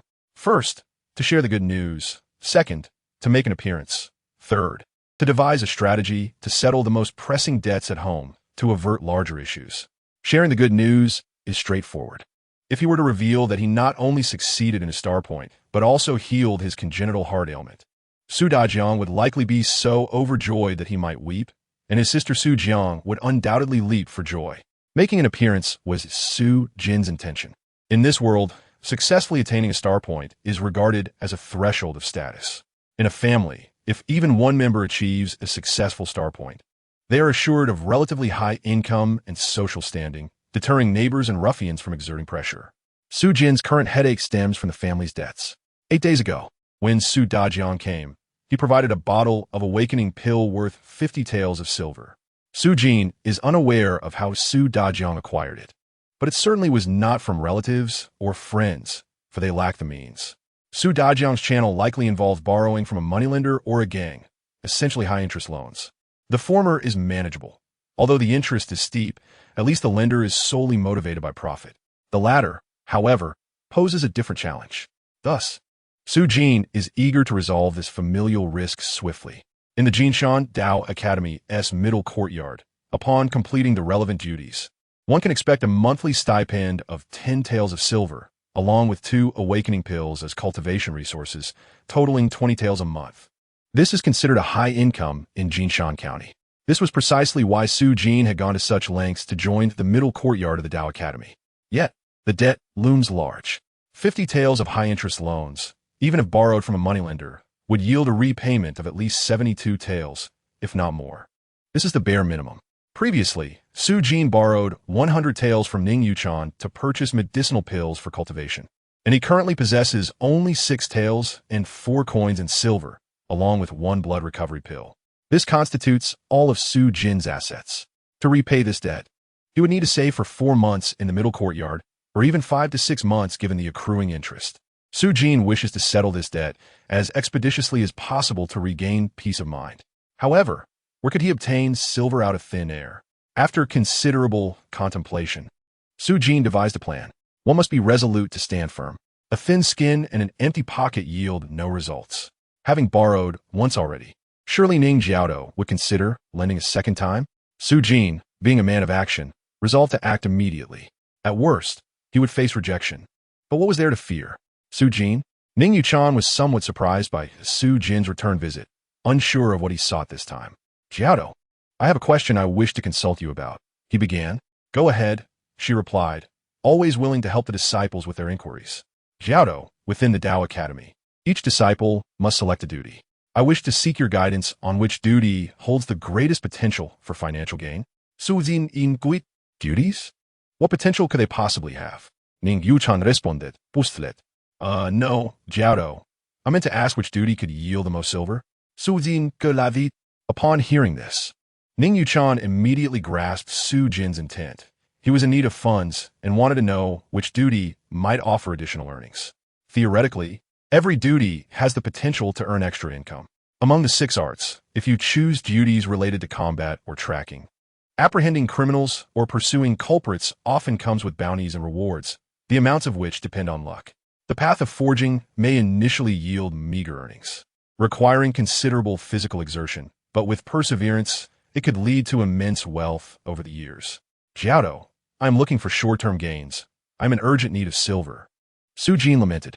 In the short term, your best options would be in medicine inquiries or sea exploration. However, sea exploration has always been the specialty of the Tianyang branch, and the Jinsha River is their territory. Our Jinshan Tao Academy primarily focuses on medicine inquiries, Ning Yuchan elaborated. Are you suggesting I select a duty related to medicine inquiries? Su Jin asked. Essentially, yes.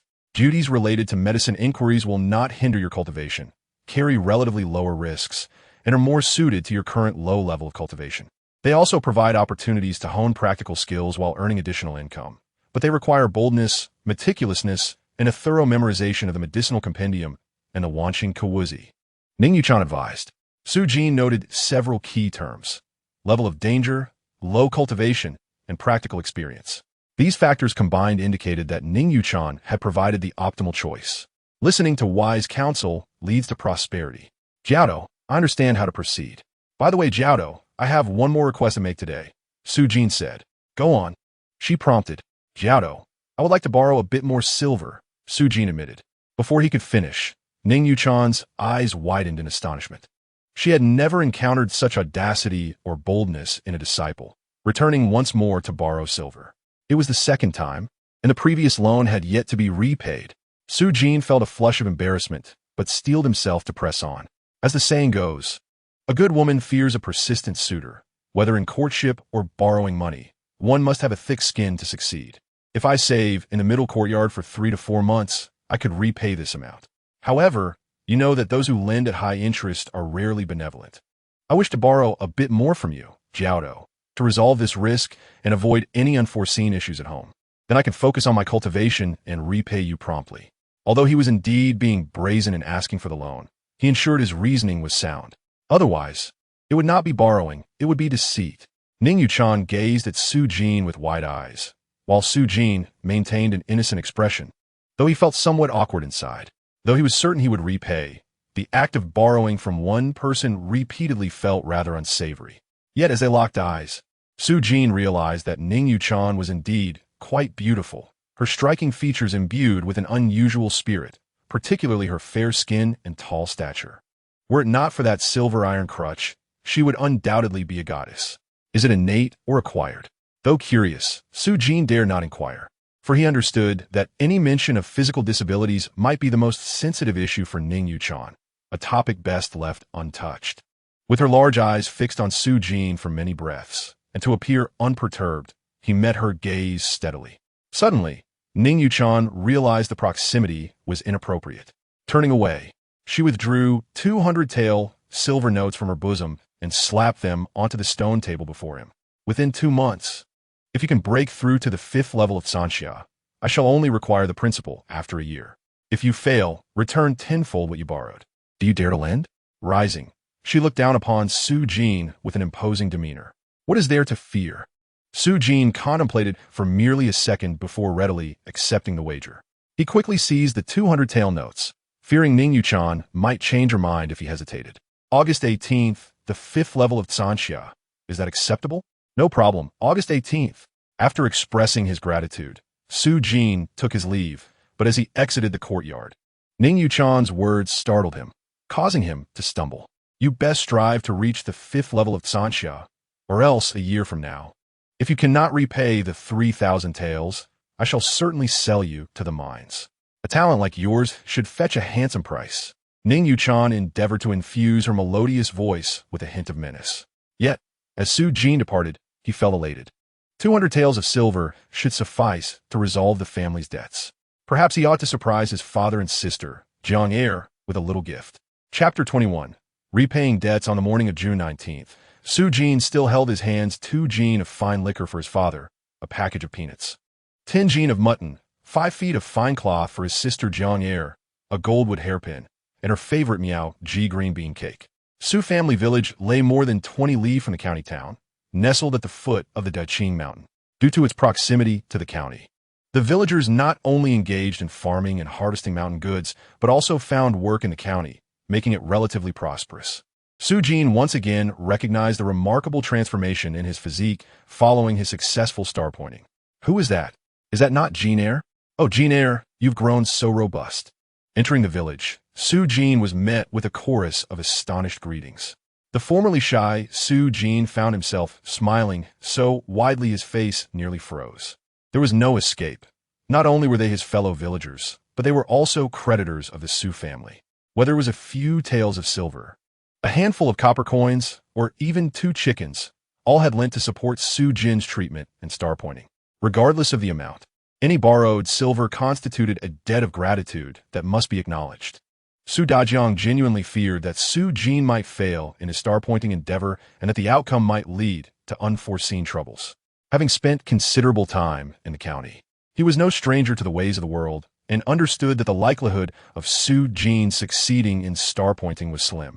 Yet upon seeing his son, who had seemingly transformed into a more robust version of himself, he rubbed his eyes in disbelief, questioning if he was truly looking at his once frail, bony child. The arms that emerged from his rolled-up sleeves now displayed well-defined muscles. Father, I have succeeded in star-pointing. My congenital heart ailment has been cured. I have also joined the middle court of the Tao Academy. The barrage of good news left Su Dajiang utterly stunned. You succeeded in star-pointing? You are well? You joined the middle court? Repeating himself, his gaze became vacant, prompting him to slap himself, wondering if he were merely dreaming. Father, it is true. Su Jin smiled wryly, presenting the wine jar. Look, I brought you fine liquor. I truly succeeded in star-pointing and have joined the middle court. Suddenly, Su Dajiang's eyes widened, and he slapped Su Jin. Quick on his feet, Su Jin managed to dodge, igniting his father's wrath. You little rascal dare to deceive your father and even evade. Do you think I am Navi? You have been star-pointing for 82 days with no success. Even if you did succeed, merely entering the outer court would be commendable, let alone the middle court. How dare you trick me? In his rage, Su Dajiang raised the hoe. Su Jin stood frozen, realizing that even speaking the truth could lead to punishment. Father, look at this.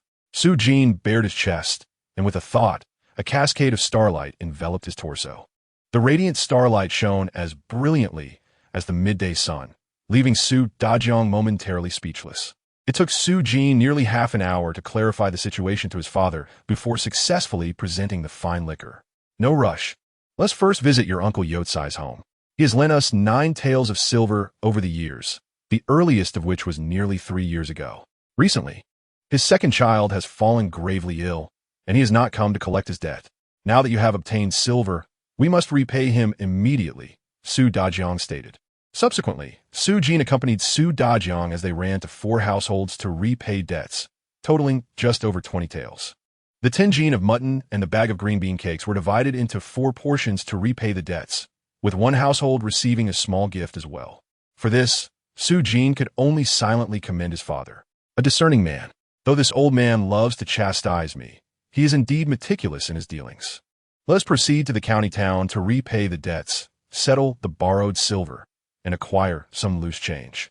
On our return, we shall purchase rice, flour, liquor, and meat to bring along as we repay our relatives. The remaining debts in the village were minimal, totaling less than 5 taels, albeit scattered. Jin heir, do not underestimate those who have lent you money. They have shown you kindness, and you must remember that. Now that you have succeeded in star pointing, your future will surely improve. When the opportunity arises, repay this kindness, but be sure to gauge your own capacity, Su Dajiang instructed as they walked. By the way, father, where's Jiang heir? I have not seen her. As he posed the question, Su Jin discreetly examined Su Dajiang's expression, his heart genuinely anxious. In this era, selling one's children was not mere folklore. Su Jin feared that the 50 taels for the awakening spirit pill might have been procured by selling Jiang heir. In an instant, doubt crept in. Father, where has Jiang heir gone to work? Also, regarding the 50 taels you entrusted to Ning Laoshi for the awakening spirit pill, where did that come from? If it was borrowed, we must repay it quickly. Su Dajiang glanced at Su Jin and replied leisurely, that silver was not borrowed. Then what is it? At that moment, Su Jin's heart raced, fearing that Su Dajiang might reveal he had sold Jiang heir to a wealthy family as a servant. What nonsense are you thinking? Su Dajiang promptly smacked Su Jin on the head. Jiang heir is my own flesh and blood. I, Su Dajiang, would sell my house, land, and even myself before I would sell my daughter. As he spoke, Su Dajiang produced a document from his bosom and handed it to Su Jin. The benevolent Zhao Dasha of the Zhao family in the county town is seeking female workers for silkworm rearing and weaving. They provide food and lodging and pay 1 tael and 5 coins per month. Jiang heir inquired, tried her hand at embroidery, and was deemed exceptional. She can earn 2 taels a month.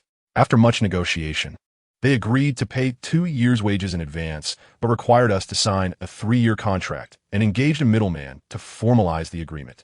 I had initially considered other options, but Jiang heir was adamant, stating that employers willing to prepay wages are scarce. In the end, she insisted on accepting the offer. Among the 4 girls from our village who went, Jiang heir's embroidery skill is the finest and her pay the highest. Su Dajiang expressed with a touch of pride.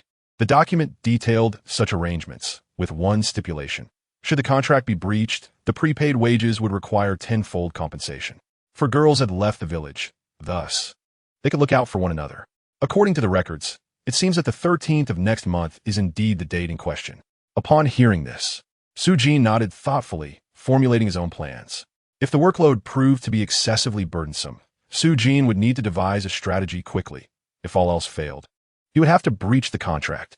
He believed that earning 500 taels of silver was still within his reach, despite his current net worth being in the negative. Su Dajiang had indeed brought Su Jin to the county city to settle this debt, which was quite literally borrowed money. He had acquired 30 taels from a minor leader within the Tianhe gang. This loan was taken out when they initially entered the Jinshan Daoyuan, as the funds for the star-pointing ceremony were insufficient, and Su Dajiang had requested the borrowing. They agreed on a 6-month term, with an interest rate of 10% per month, which amounted to 3 taels of interest monthly and 18 taels over 6 months, secured against the old homestead and the last remaining acre of irrigated land. Su Jin began to comprehend the gravity of the situation. Su Dajiang, sending Jiang heir out to work, was clearly a sign of the worst-case scenario being anticipated. Should they fail to repay the debt, he was prepared to shoulder all the consequences alone. At the warehouse near the western gate of the county city, Su Dajiang led Su Jin to meet Deng Hu, the individual who lent him the silver. Deng Hu was reportedly the nephew of a certain leader within the Tianhe gang, which granted him authority over the western gate dock, along with the ability to lend money.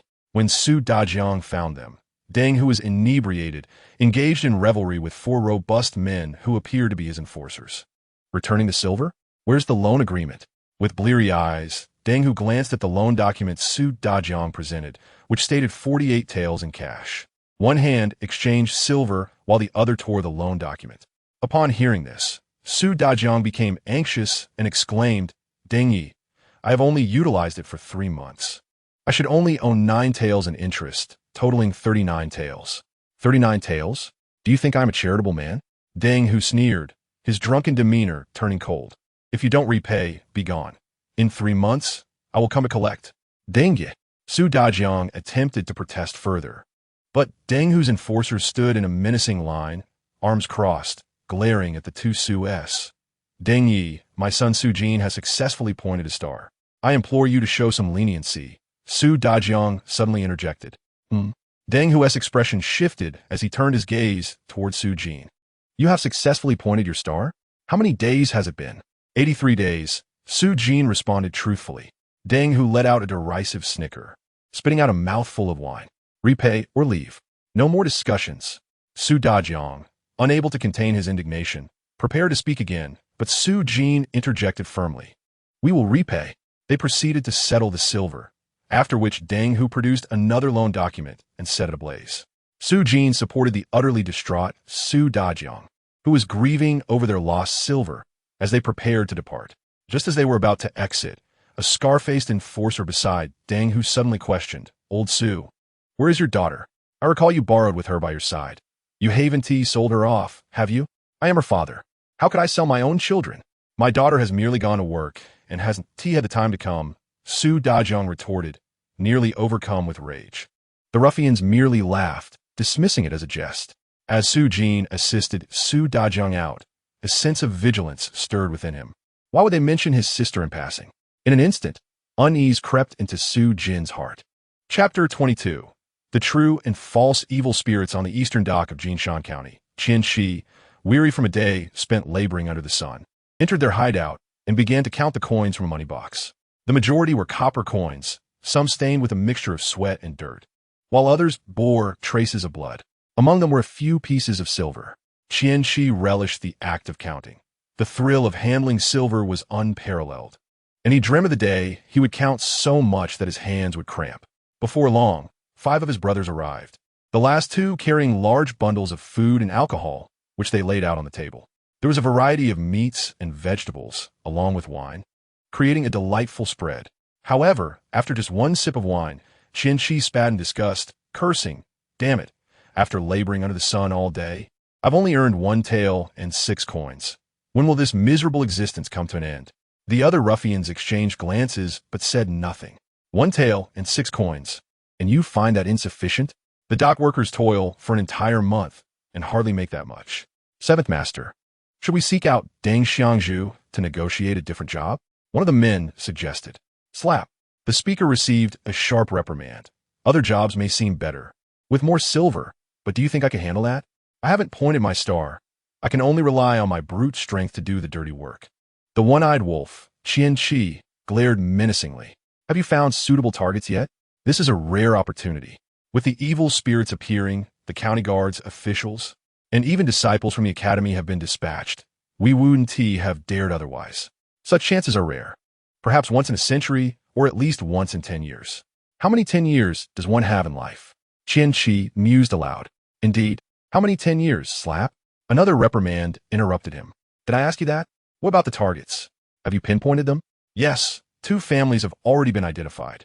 We're just waiting for you to make a choice. Upon hearing this, Qianxi smiled, though the grin quickly faded. He suddenly noticed a figure clad in blue, leaning against the door, arms crossed. More eerily, the figure was somewhat obscured, visible only when one squinted towards the dim light. How about you all take me along tonight? The blue-clad figure's voice resonated, deep and foreboding. Who are you? Qianxi sprang to his feet, signaling his 5 ruffians to draw their knives or whips, encircling the mysterious figure.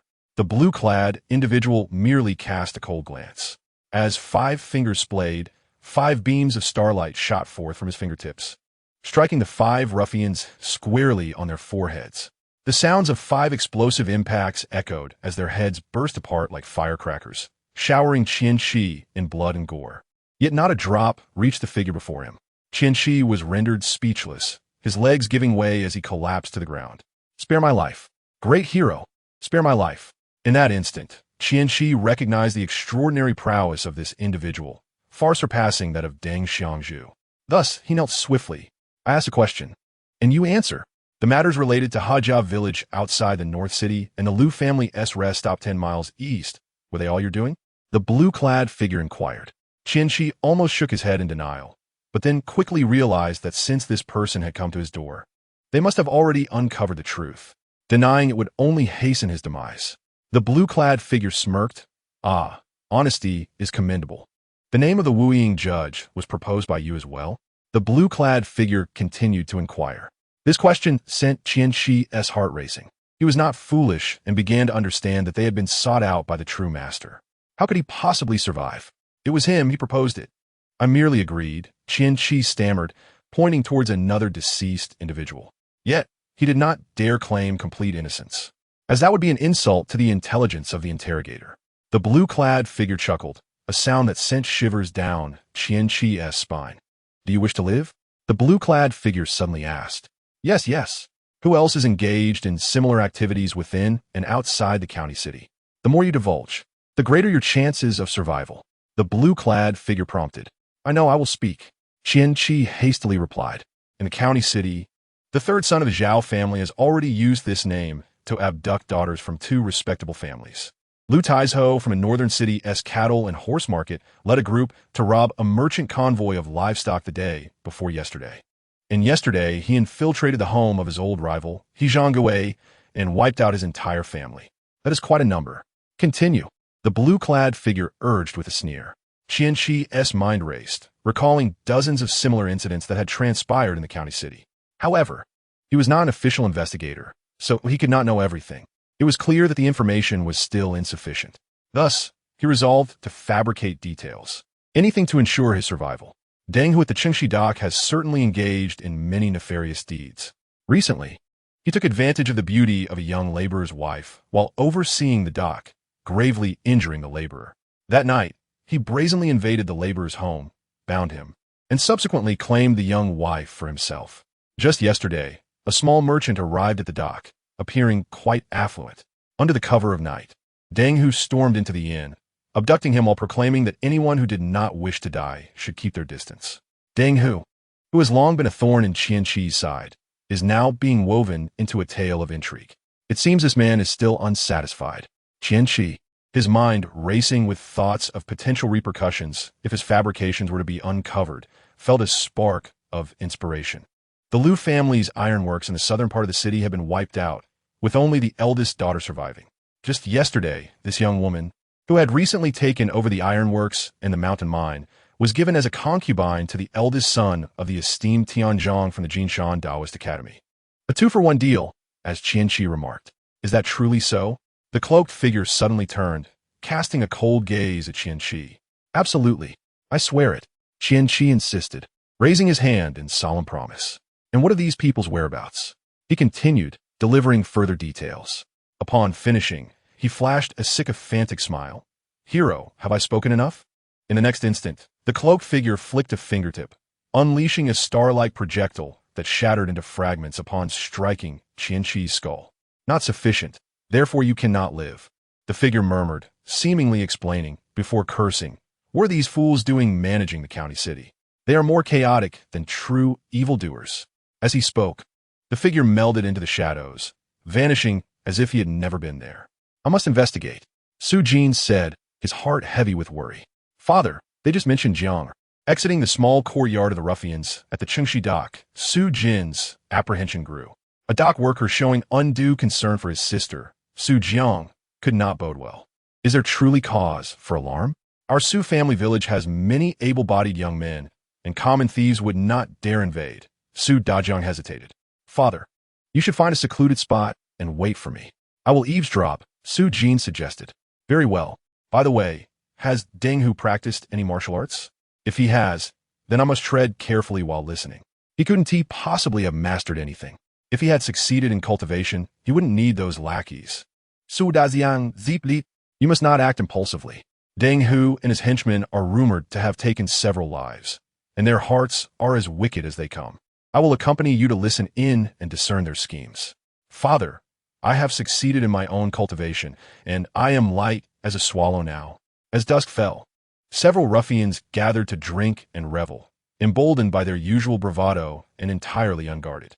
Su Jin stealthily entered the small courtyard and crouched beneath a window. Upon settling, his expression shifted as he overheard Deng Hu and his associates discussing his sister, Jiang. Old Su is quite fortunate. I never expected him to acquire silver so quickly.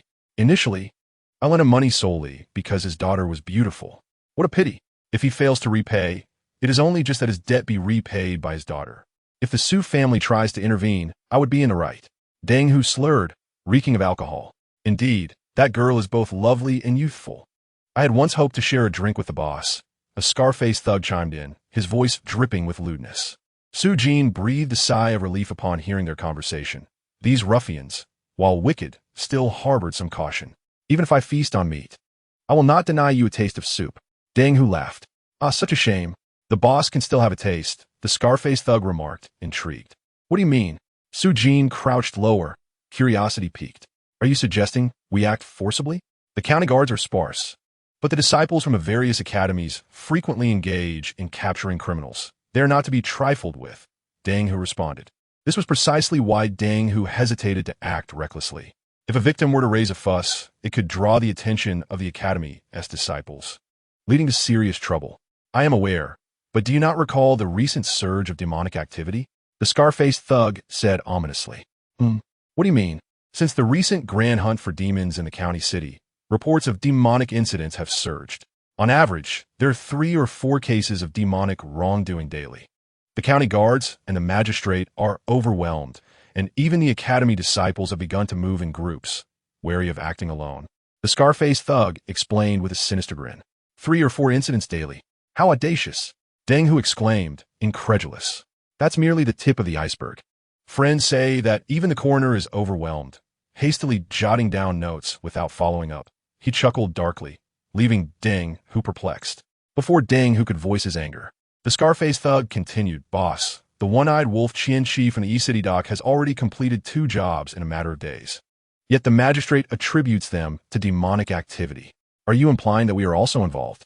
The scar-faced thug nodded with a sly smile, and Deng Hu shared a conspiratorial look with his other henchmen, all breaking into knowing grins. Deng Hu rubbed his hands together, contemplating. Old Su is no weakling. The key is his son, who has successfully cultivated. Although he may not have much ahead of him after 83 days, if he stirs up trouble, it could be problematic. Boss, how many of those external disciples from the academies have disappeared over the years? Do you remember that one from the Tianyang branch who succeeded in cultivation after 67 days? Wasn't he one of ours? Before he could finish his thought, Deng Hu shot a menacing glance, silencing the scar-faced thug. However, as you suggested, with the recent demonic disturbances keeping the county guards preoccupied, this presents a prime opportunity for us to seize some wealth. I believe old Su has a considerable stash. In an instant, Deng Hu's expression turned sinister, and he declared, Gather your gear. We will depart in an hour. By the time we arrive, they will be deep in slumber, and that young cultivator, I shall claim his heart's blood to bolster my vitality. Understood, boss. The scar-faced thug grinned wickedly. As for the matter of enhancing vitality, it was said that the heart's blood of a young person could provide a significant boost. Rest assured, there will be plenty to go around. Listening to the 5 men's malicious plans, Su Jin clenched his fists tightly, nearly digging his nails into his flesh.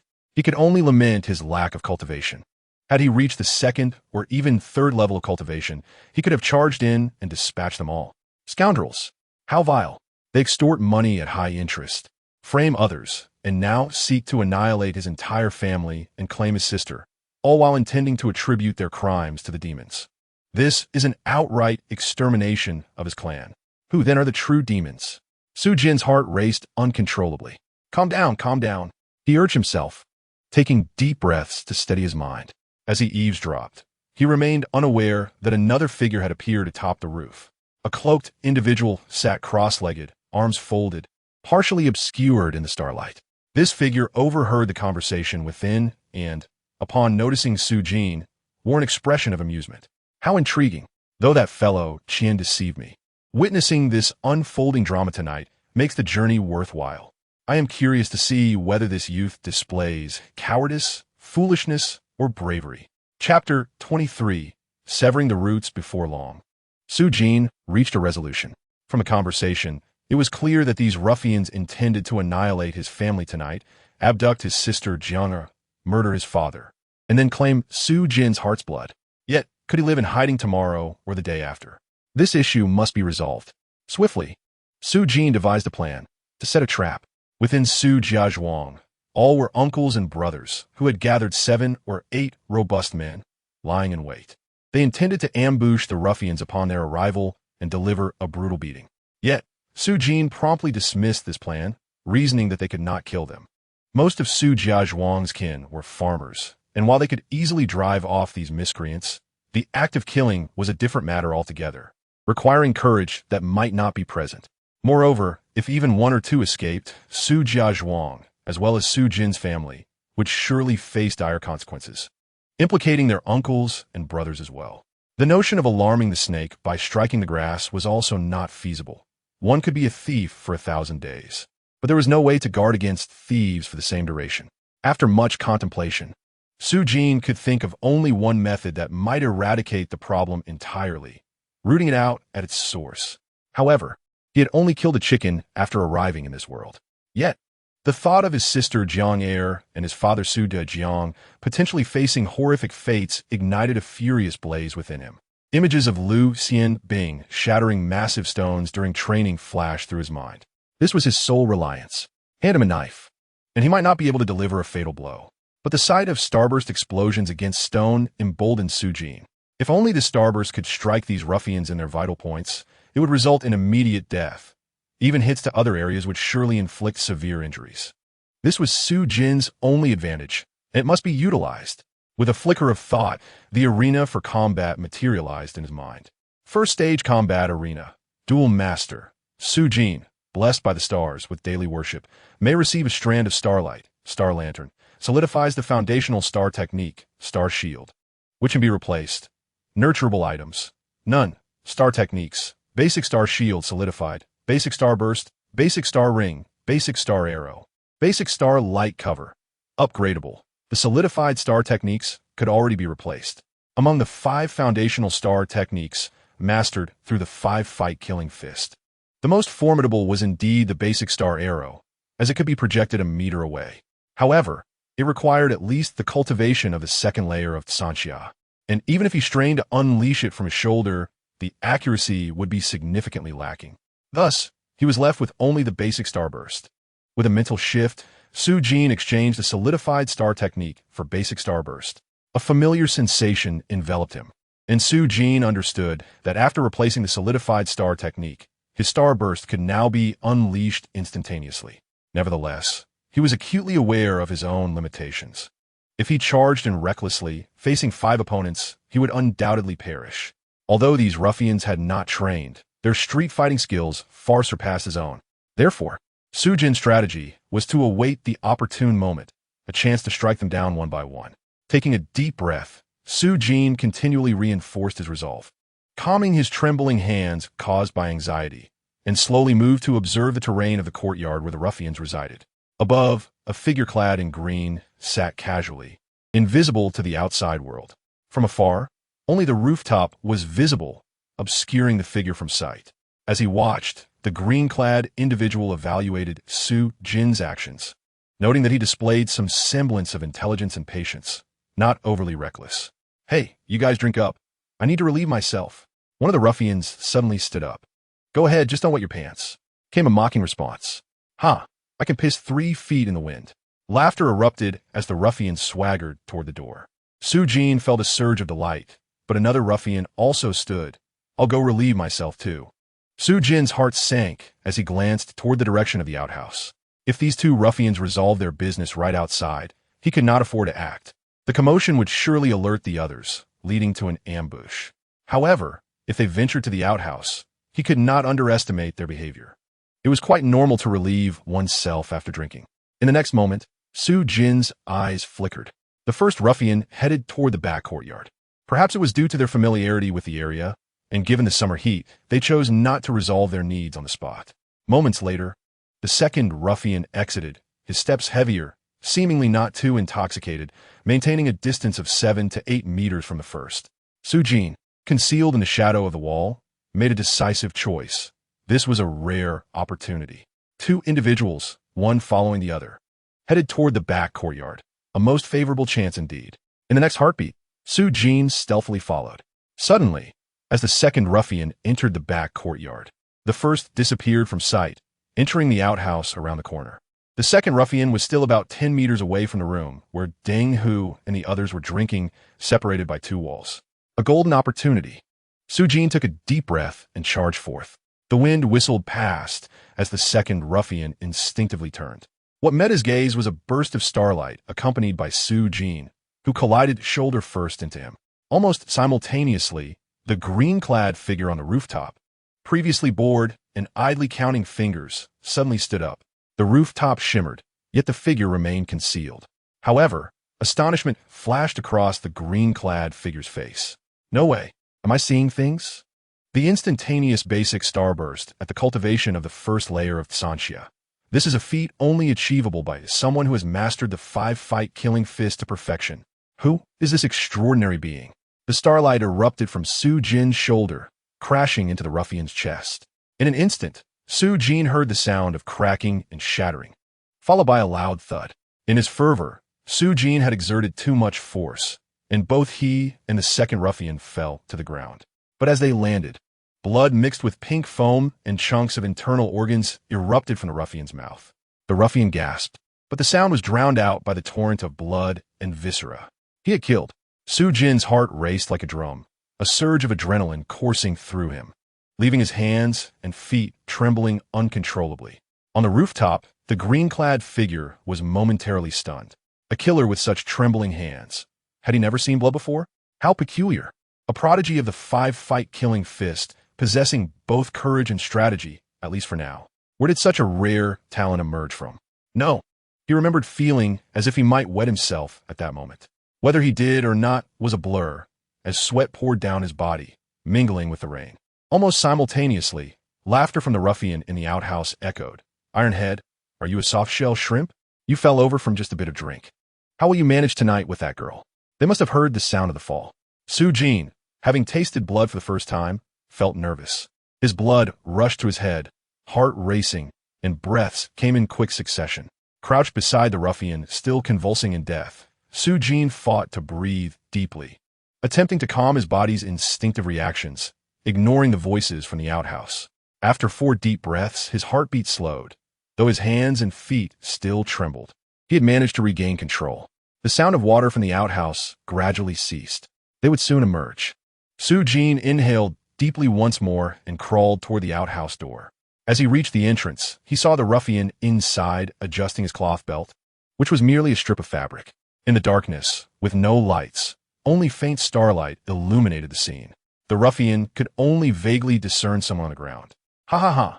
Ironhead, you coward, you really fell over. He mocked, yet instinctively bent down to assist.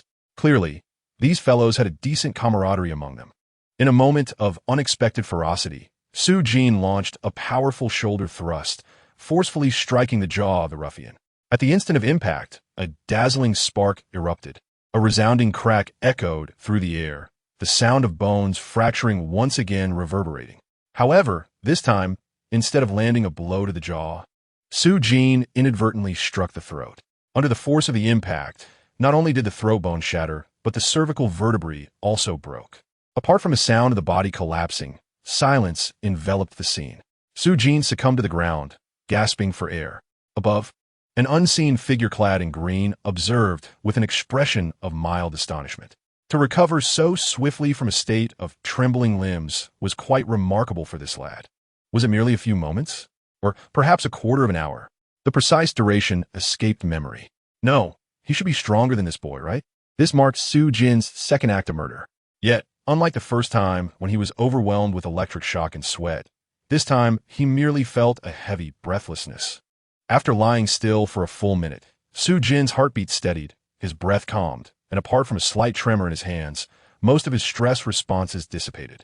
He turned over to the side of the deceased ruffian, casually rummaging through the pockets of the lifeless body.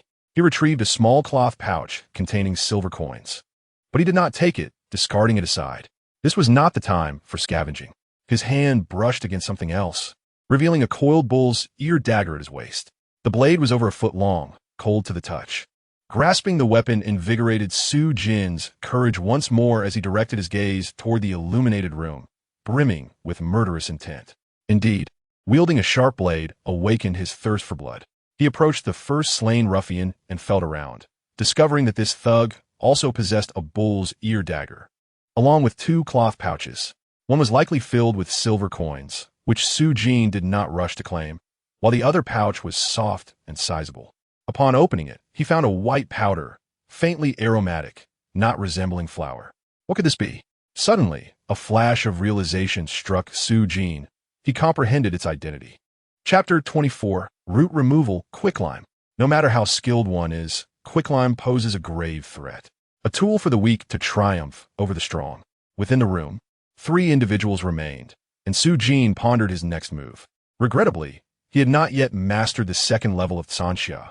Otherwise, even with just one arm capable of unleashing stellar techniques, it would greatly facilitate his actions. Unlike now, when he could only utilize a shoulder charge. Without a refined physique, he could not unleash stellar power. Initially, Su Jin planned to wait for the 3 individuals inside to grow impatient and emerge one by one, allowing him to eliminate them one by one. However, after a minute had passed, he suddenly felt a chill. These ruffians were seasoned veterans. If too much time elapsed without any sound from the 2 outside, they might very well swarm out. He had to take the initiative, but first, preparations were necessary. In the next moment, Su Jin propped the first slain ruffian against the wall, contemplating for a moment before doing the same with the second. He needed to be ready for the worst-case scenario. With his thoughts sinking into the arena of combat, Su Jin summoned the starlight from the arena into his body, replenishing a portion of his depleted stellar energy in an instant. Taking a deep breath, Su Jin felt his state fully restored from the stress response. Hiding behind the second corpse, he gave a gentle push to the first. With a thud, the first body hit the ground, producing a heavy sound. In the hall of the room, Deng Hu, who was drinking, suddenly paused, straining to listen intently. Noticing Deng Hu's reaction, Scar and another ruffian also fell silent. Focusing their attention, was it the sound of a heavy object falling? Deng Hu set down his wine bowl, glancing at Scar, asking how long they had been gone. Not paying attention, Scar responded, "Almost a cup of tea's time, I suppose. Just a quick trip to relieve myself. And it's taken this long? Let's go check." Deng Hu shot Scar a look. Just as Scar began to rise, Deng Hu added, "Shout out first." Hearing this, Su Jin immediately understood that Deng Hu and his band had become alert, yet they remained motionless, quietly concealing themselves behind the corpses, gripping their blades tightly and feeling the pouch of quicklime in his pocket, patiently waiting. Inside the room, Deng Hu's expression grew grave. It was possible that someone had infiltrated their space. In an instant, Deng Hu drew a bull's ear dagger, rising swiftly, and donned a leather inner armor. Scar and the other ruffian also retrieved their bull's ear daggers and lit a torch. The 3 of them exited, forming a triangular formation as they cautiously searched toward the backyard. Above, the figure in green stood confidently, observing. Even when Deng Hu glanced up at the courtyard wall, he did not notice the green-clad figure. The 3 men had emerged together. They would be challenging to deal with. The young lad might be in grave danger. Should I lend a hand? This was indeed a dilemma. I must find a convincing reason. Suddenly, the figure in green shifted their gaze toward the courtyard entrance. Deng Hu and his companions, torch in hand, spotted the fallen body. Yet the 3 did not rush forward. Instead, they approached cautiously. Their vigilance heightened as they drew closer to Su Jin's hiding spot.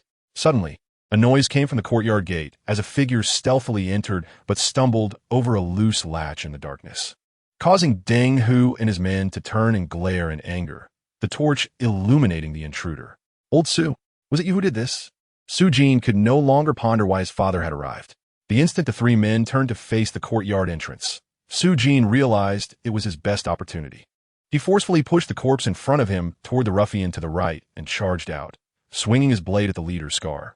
With a gust of wind, Scar, a seasoned fighter, turned sharply, and upon seeing the glint of the blade, he swiftly retaliated, knocking Su Jin's dagger from his grasp. Observing this, Scar sneered. A fledgling who can't even hold onto a knife. Yet in the next instant, Su Jin, having lost his dagger, used the momentum to charge into Scar's embrace. And at the moment of impact, the starlight erupted once more from his right shoulder. The sound of bones shattering filled the air. Su Jin knew without thought that Scar would not escape unscathed. Damn! Deng Hu cursed, finally realizing who was attacking them. In an instant, he lunged forward, intent on striking Su Jin. Lacking much combat experience, Su Jin was oblivious to Deng Hu's advance, but he had already resolved one thing before making his move. After wounding or killing Scar, he could not halt his momentum. He must use Scar's body to create an opportunity for battle. He swiftly clutched Scar's waist, charging toward Deng Hu. At the same time, Su Jin instinctively threw the pouch of quicklime at Deng Hu. In the darkness, Deng Hu, wide-eyed, suddenly saw a cloud of white powder descending upon him. Realizing the danger, he stepped back and shut his eyes tightly, but it was too late. In the next moment, Su Jin hurled the other bull's ear dagger he had just acquired at the ruffian who had just risen, then rolled on the ground, directly colliding with the blinded Deng Hu. In a life-and-death moment, Deng Hu felt the quicklime strike his eyes. Yet his vast combat experience allowed him to wildly swing one of his bull's ear daggers, defending his vital areas. In the next instant, Deng Hu felt a tremendous impact against his knee, causing excruciating pain and a scream to erupt as his kneecap shattered, collapsing to the ground. Su Jin had, in that moment of rolling, driven his shoulder, infused with starlight, into Deng Hu's knee. Just as Deng Hu's leg broke, Su Jin intended to seize the opportunity to finish him off, but his gaze remained fixed on the last remaining ruffian. Should this final thug charge, he would first eliminate him. Yet, to Su Jin's great surprise, the last ruffian was utterly paralyzed with fear at the unfolding scene. As the water cascaded down his pants, Su Jin frantically pushed aside the corpse that had fallen upon him and turned to flee, stumbling as he ran. Previously, he had been perplexed while watching television dramas, questioning why characters in desperate flight would often trip after just a few steps, causing viewers immense anxiety. Now, reflecting on his first experience with murder, he comprehended the difficulty of avoiding such tumbles. The moment this man took off, Su Jin felt a surge of urgency. Today's events dictated that no witnesses could be left alive. Allowing any to survive would lead to boundless repercussions. He had no choice but to abandon the wailing Deng Hu and pursue the fleeing rogue. With a resounding thud, a large club struck the fleeing scoundrel down to the ground. It was Su Jin's father, Su Dajiang, who, upon realizing the situation, swiftly grabbed a door bolt from the ground and delivered a powerful blow to the rogue. Without hesitation, he swung the hefty door bolt again toward the downed miscreant. Su Jin was momentarily stunned by the scene, and a laugh escaped him. He picked up a sharp knife from the ground and tossed it to his father, urging him to use it. He then turned his gaze back to the fallen Deng Hu was still brandishing the knife. At that moment, Deng Hu was filled with terror. He wanted to open his eyes and see, but his eyes burned intensely, causing unbearable pain. He wished to rub them, but feared dropping the knife he held. Su Yi, spare my life. I promise I won't dare again. Su Yi, let me go, and I will give you silver. 100 taels, no, I'll give you all I have. 200 taels. In the midst of Deng Hu's frantic pleas, Su Jin's actions did not waver. He hoisted the corpse of the previously mentioned rogue and hurled it toward Deng Hu, mistaking Su Jin's intention. Deng Hu displayed a fierce expression and, hearing the sound, plunged the knife he held deep into the body being thrown at him. Although he had been struck, Deng Hu continued to viciously twist the knife embedded in the corpse with ferocity. Suddenly, Deng Hu sensed something was amiss. Normally, when he thrust a knife into a living body, a mere half-turn would elicit a cacophony of screams, often rendering his victim unconscious from the pain. Yet now, there was no sound at all. Abruptly, a chilling gust swept from behind him. A constellation of stars appeared on Su Jin's shoulder as he approached, and then Su Jin's shoulder collided forcefully with the back of Deng Hu's head. The sound echoed like a watermelon bursting, and Deng Hu fell silent entirely. Above, an unseen figure in green attire stared in astonishment. Could this truly be happening? He had assumed that in a 3-to-1 scenario, Su Jin would surely face defeat. However, after Su Dajiang's timely intervention, Su Jin had astutely seized the opportunity. He even concealed lime powder, with the ability to unleash foundational star techniques in an instant. He was evidently extraordinary. Brave, cunning, patient, and adept at seizing opportunities, he was relentless in crucial moments. Such a prodigy was indeed rare. How fortunate was the Qi Shanyi to encounter such an exceptional talent. Chapter 25, Dark Arts. Father, please close the door. Confirming that Deng, who was lifeless. Su Jin called to his father, Su Dajiang, while gasping for breath. This breathlessness was no longer merely from adrenaline. It stemmed from inexperience and the exertion of every ounce of strength with each step and strike.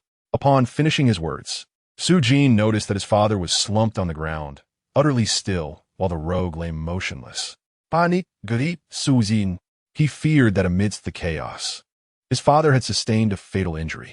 Many had perished on the battlefield due to stray arrows and bullets. He hurriedly rushed over. Father, what happened? Are you hurt? Su Dajiang, panting heavily, glared at Su Jin. What could possibly be wrong with me? Look at the monumental task you've accomplished. He reached out to smack Su Jin, but his arm betrayed him. Su Jin tried to help him up, but his father felt like a limp mass. Let me catch my breath. Father, are you exhausted? Should I fetch you something to drink? Exhausted? My hands and feet are weak.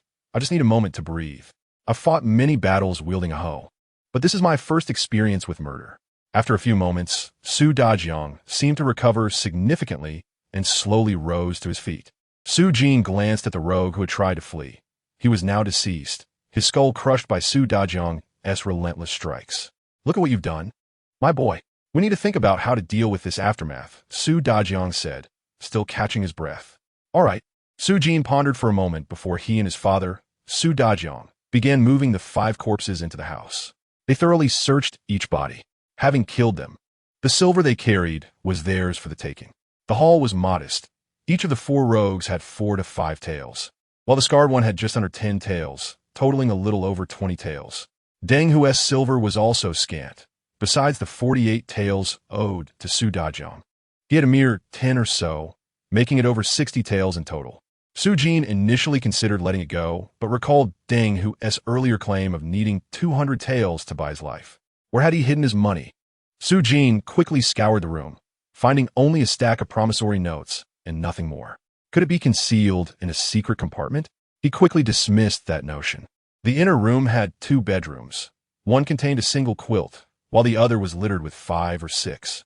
It was clear these men had lived together.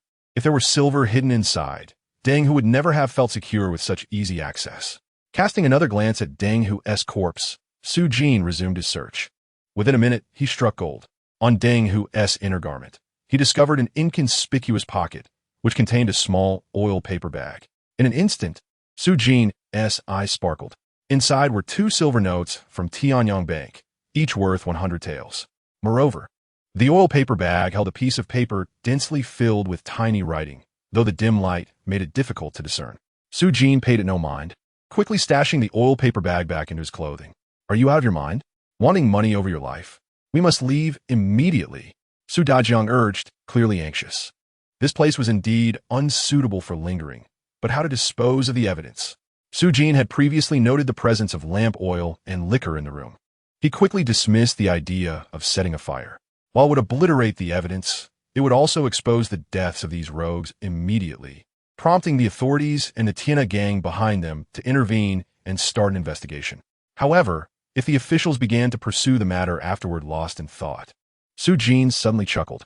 The local government's rate of solving murder cases was even less than a fraction of what he had experienced in his previous life. Why should he worry? Yet, the significant clues still needed to be destroyed. There was no need to fret about fingerprints. If they existed, Su Jin wouldn't be able to stop them. The lessons from the academy on tracking through the 6 arts of star martial arts primarily focused on breath tracking and discerning various traces. They had not covered star techniques. After a moment's contemplation, Su Jin fetched several buckets of water from the well in the courtyard, washing the blood from his own body. Then, he collected half a bucket of waste from the latrine, mixed it with water, and poured it over the rogues' corpses. The resulting odor was potent. This way, even the most skilled breath tracking would be significantly hindered. He also splashed leftover liquor from the rogues onto himself to mask the scent of blood. Subsequently, Su Jin instructed his father, Su Dajiang, to exit first while he secured the courtyard door with the door bolt and climbed over the wall. As he scaled the wall, Su Jin glanced toward the adjacent courtyard, separated by several warehouses. There were no lights and no sounds. Yet the door had been ajar when he passed by in the afternoon. Just moments ago, the commotion caused by Deng, whose pleas for mercy was quite substantial, and it was reasonable to assume it had been overheard. After some contemplation, Su Jin let out a sigh and jumped down from the wall. Perhaps it was a touch of maternal compassion. However, to entirely eradicate the evidence, he could not bring himself to eliminate the neighbors, for he had not lost his sanity to such an extent. The figure clad in green atop the roof had observed Su Jin's lingering presence on the wall. His actions still adhered to a certain moral compass, which was indeed commendable. It warranted further observation. With a flicker of movement, he leisurely pursued Su Jin, blending seamlessly into the shadows, rendering himself invisible to any onlooker. The father and son hurried home through the night, perhaps due to the excitement of the evening. Su Dajiang stumbled along, requiring Su Jin's support. Fortunately, their journey was uneventful, aside from encountering a few wild dogs, and they arrived home safely. Upon securing the door, both Su Dajiang and Su Jin leaned against it, panting heavily until their breaths calmed. Su Jin prepared hot water, incinerated their soiled garments, including their shoes and socks, then took a warm bath and donned clean, albeit old, clothes. Only then did he feel a sense of relief. The figure in green, now positioned atop Su Jin's ancestral home, nodded in approval at Su Jin's cautious behavior. Despite several oversights, achieving this level of discretion on his first attempt was commendable. All possible traces of pursuit had been obliterated. Now, it was merely a matter of time before the demise of those ruffians was discovered. Time, the greatest eraser of evidence, would determine the likelihood of being traced. The later the discovery, the lesser the chance of being pursued. After such upheaval, both father and son found themselves ravenous. Su Jin retrieved the 2 pounds of aged liquor, peanuts, and hard wheat cakes he had brought in the afternoon. They savored a bite of wheat cake, a handful of peanuts, and a sip of liquor. As they ate, Su Jin clarified the reasons behind his actions to Su Dajiang, who was left in a cold sweat, his eyes bloodshot with fury, ready to lash out. What inhumane trials might Xiao Jiang face in the future? He was incensed, expressing that the ruffians had been dispatched too swiftly. This old man, though seemingly timid, was courageous when it came to matters affecting his children. Upon hearing of any threats against them, he transformed into a wrathful lion. He did not stay overnight at home. Remember, if anything arises, I am responsible. You know nothing of this, understand? Father. Before he could finish, Su Jin raised his wine cup and shared a toast with Su Dajiang. Though he typically abstained from alcohol, after the night's events, the liquor tasted exhilarating. Father, if we are truly tracked down, neither of us will escape. Rest assured, no one can trace this back to us. They will not discover the truth. Su Jin assured him. However, Su Dajiang expressed concern, recalling that earlier in the evening, they had encountered someone in the alley leading to Deng Hu's residence, who had scrutinized them. He does not know us. Moreover, there are several households in Songfang Alley, not just Deng Hu's. Su Jin reassured him. Their original intent had been to repay a debt. Once cleared, they would be free of burdens. One would focus on cultivation, while the other concentrated on earning money to secure a dowry for his son. Little did they anticipate that upon settling the debt, these ruffians would aim to annihilate his entire family as a means to target Xiao Jiang. Eventually, Su Jin advised Su Dajiang to avoid showing his face in the county city for a while, suggesting he don a straw hat when going out and perhaps trim his beard, making it unlikely anyone would recognize him. Su Jin too had to limit his appearances. The two agreed, and after consuming a generous amount of liquor, Su Dajiang succumbed to slumber. After tucking him in, Su Jin found himself unable to sleep, so he ventured into the courtyard to resume his evening practice. He alternated between the Yin style and the five-dipper killing fist. Whether it was mere illusion or reality, after the night's violent events, Su Jin's execution of the five-dipper killing fist flowed remarkably smoothly, with an undercurrent of lethal intent surfacing subtly. It grew late, and Su Jin, having gleaned the remaining starlight on the fighting platform, decided to preserve it for later. After completing 3.5 rounds of the Yin style, he felt mentally and physically exhausted, indicating that his spiritual energy had been depleted. Finally, he retired to rest. The figure in green, who had been observing silently atop the roof throughout the night, noted Su Jin's slumber, glanced at his waist token, and then departed, heading straight for the county city. Since some chose to impersonate malevolent entities, it was time for them to witness true malevolence. Before dawn, the biological clock developed over the past 3 months roused Su Jin at the appointed hour. After drinking some water and tidying himself up, He prepared to await the first light of dawn to commence his morning practice. While waiting, he suddenly recalled the piece of paper pressed beneath the silver notes from the previous night and examined it closely. After only a few glances, cold sweat began to bead on Su Jin's forehead. Blood-guiding star forging technique. A dark art. The page he obtained from Deng Hu's silver note pouch detailed a cultivation method known as the blood-guiding star forging technique.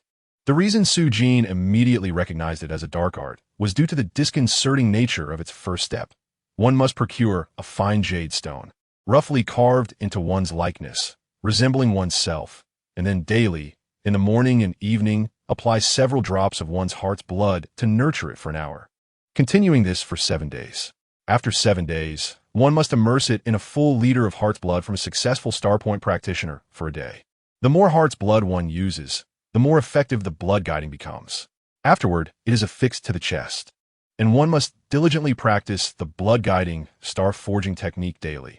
In as little as a year or as long as 3, one can directly forge a star within their body.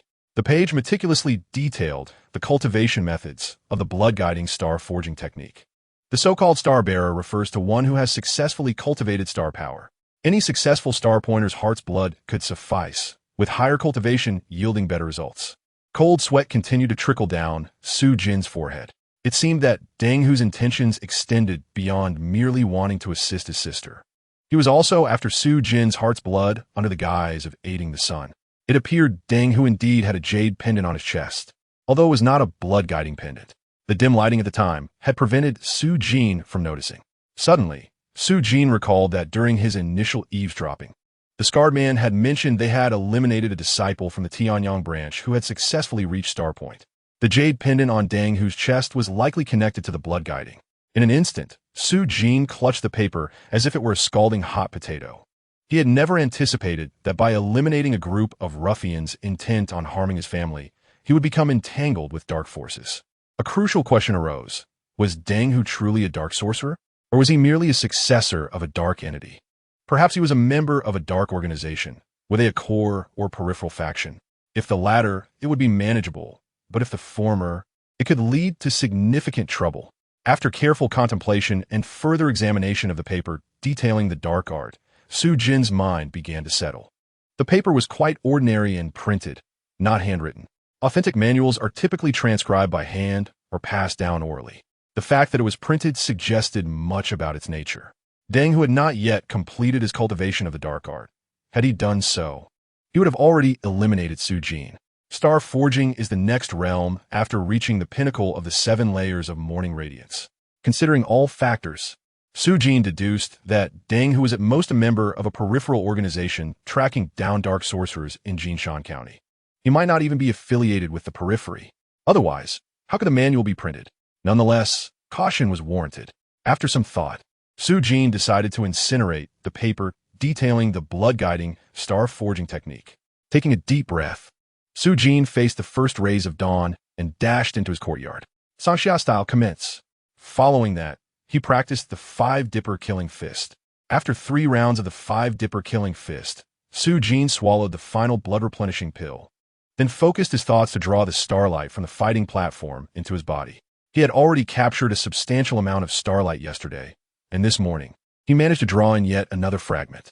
In the confines of his home, Su Jin exerted himself without reservation, relentlessly practicing the Wudo Shaquan. A myriad of sensations, numbness, tingling, and pain flooded his right arm. With each successive repetition, the advancement of his body refinement surged dramatically. After executing the Wudo Shaquan 16 times, he had managed to deplete a significant portion of the starlight on the combat platform. His progress in body refinement soared, with starlight rapidly enveloping the midpoint of his upper arm, now alarmingly close to his elbow. The reason he had not exhausted all the starlight was that Su Jin had deliberately retained 1/5 as a precaution. The previous night's battle had imparted upon him the realization that unexpected moments could arise, yet such moments would not inquire whether one was prepared. Thus, Su Jin resolved that moving forward, he would conserve more starlight on the combat platform, for it could serve as a crucial lifeline in dire circumstances. Initially, Su Jin had intended to amass 10 strands of starlight and subsequently elevate the combat platform to observe any changes or benefits. However, the events of yesterday revealed that what he urgently required was the ability to preserve his life. He needed to break through to the second level of Nexi in the shortest time possible, at the very least refining his right arm. By then, he would be able to unleash various techniques, be it Xingmong, Xingyi, or even Xingduan and Xinghuan, through his right arm, rendering him far more formidable in the face of similar situations as encountered yesterday. Previously, he had relied on a shoulder charge to trigger Xingmong, aiming for significant damage or even the potential to vanquish his foes, but this demanded an exceedingly high level of timing and left much to be desired. His short-term goal was clear: to swiftly ascend to the second level of Nexi, gather 10 strands of starlight, collect materials for elevation, and upgrade the combat platform to the second tier to ascertain its newfound attributes. Suddenly, a thunderous rumble emanated from his stomach. He was famished, ravenously so. "Good morning, father. I have finished my training. Hurry, breakfast is ready." He was greeted with millet porridge paired with pickled vegetables and freshly baked soft flatbreads. Su Jin was indeed starved, consuming 2 large bowls of porridge, devouring 6 flatbreads, and finishing off the leftover peanuts from the previous night. Su Dajiang's face beamed with delight. "I must have prepared too little. I will make more in the future. As long as you can eat, your father will be pleased." "Father, I am feeling better now." Su Jin was aware that he was experiencing a severe hunger response, although he had consumed a blood-replenishing pill before training. The unprecedented 16 repetitions of Wudo Shaquan had left him with a hunger akin to what others would experience over an entire day. After the meal, Su Jin calculated the silver he had on hand. He currently possessed 417 taels of silver, which, if he refrained from training, would amount to a modest fortune. "Father, regarding Jiang, shall we not breach the contract? If a compensation of 500 taels is necessary, we will find a way to pay it. We cannot let Jiang suffer." Su Jin contemplated that with his current silver, he could save up 500 taels in 4 to 5 months. "What nonsense are you talking about?" Su Dajiang exclaimed, slamming the table. 500 taels? In our farming household, we could never amass that in a lifetime. How can we simply say we will compensate? After a moment, Su Dajiang's tone softened. "That Zhao Da, the benevolent Zhao, has a decent reputation for treating his hired hands well. Besides, Jiang is growing up. Even if she does not work there, she must find some work to do. Our farmers' children cannot be idle." The crux of the matter remained their insufficient funds and lack of strength. Had Su Jin possessed 600 or 700 taels of silver, he would have disregarded his father's views and sought to breach the contract with Zhao. If only he had the power, it would be but a mere word. "Very well, then." As they spoke, Su Jin handed over 117 taels to Su Dajiang. "Father, keep this for yourself, to settle debts and for your other expenses."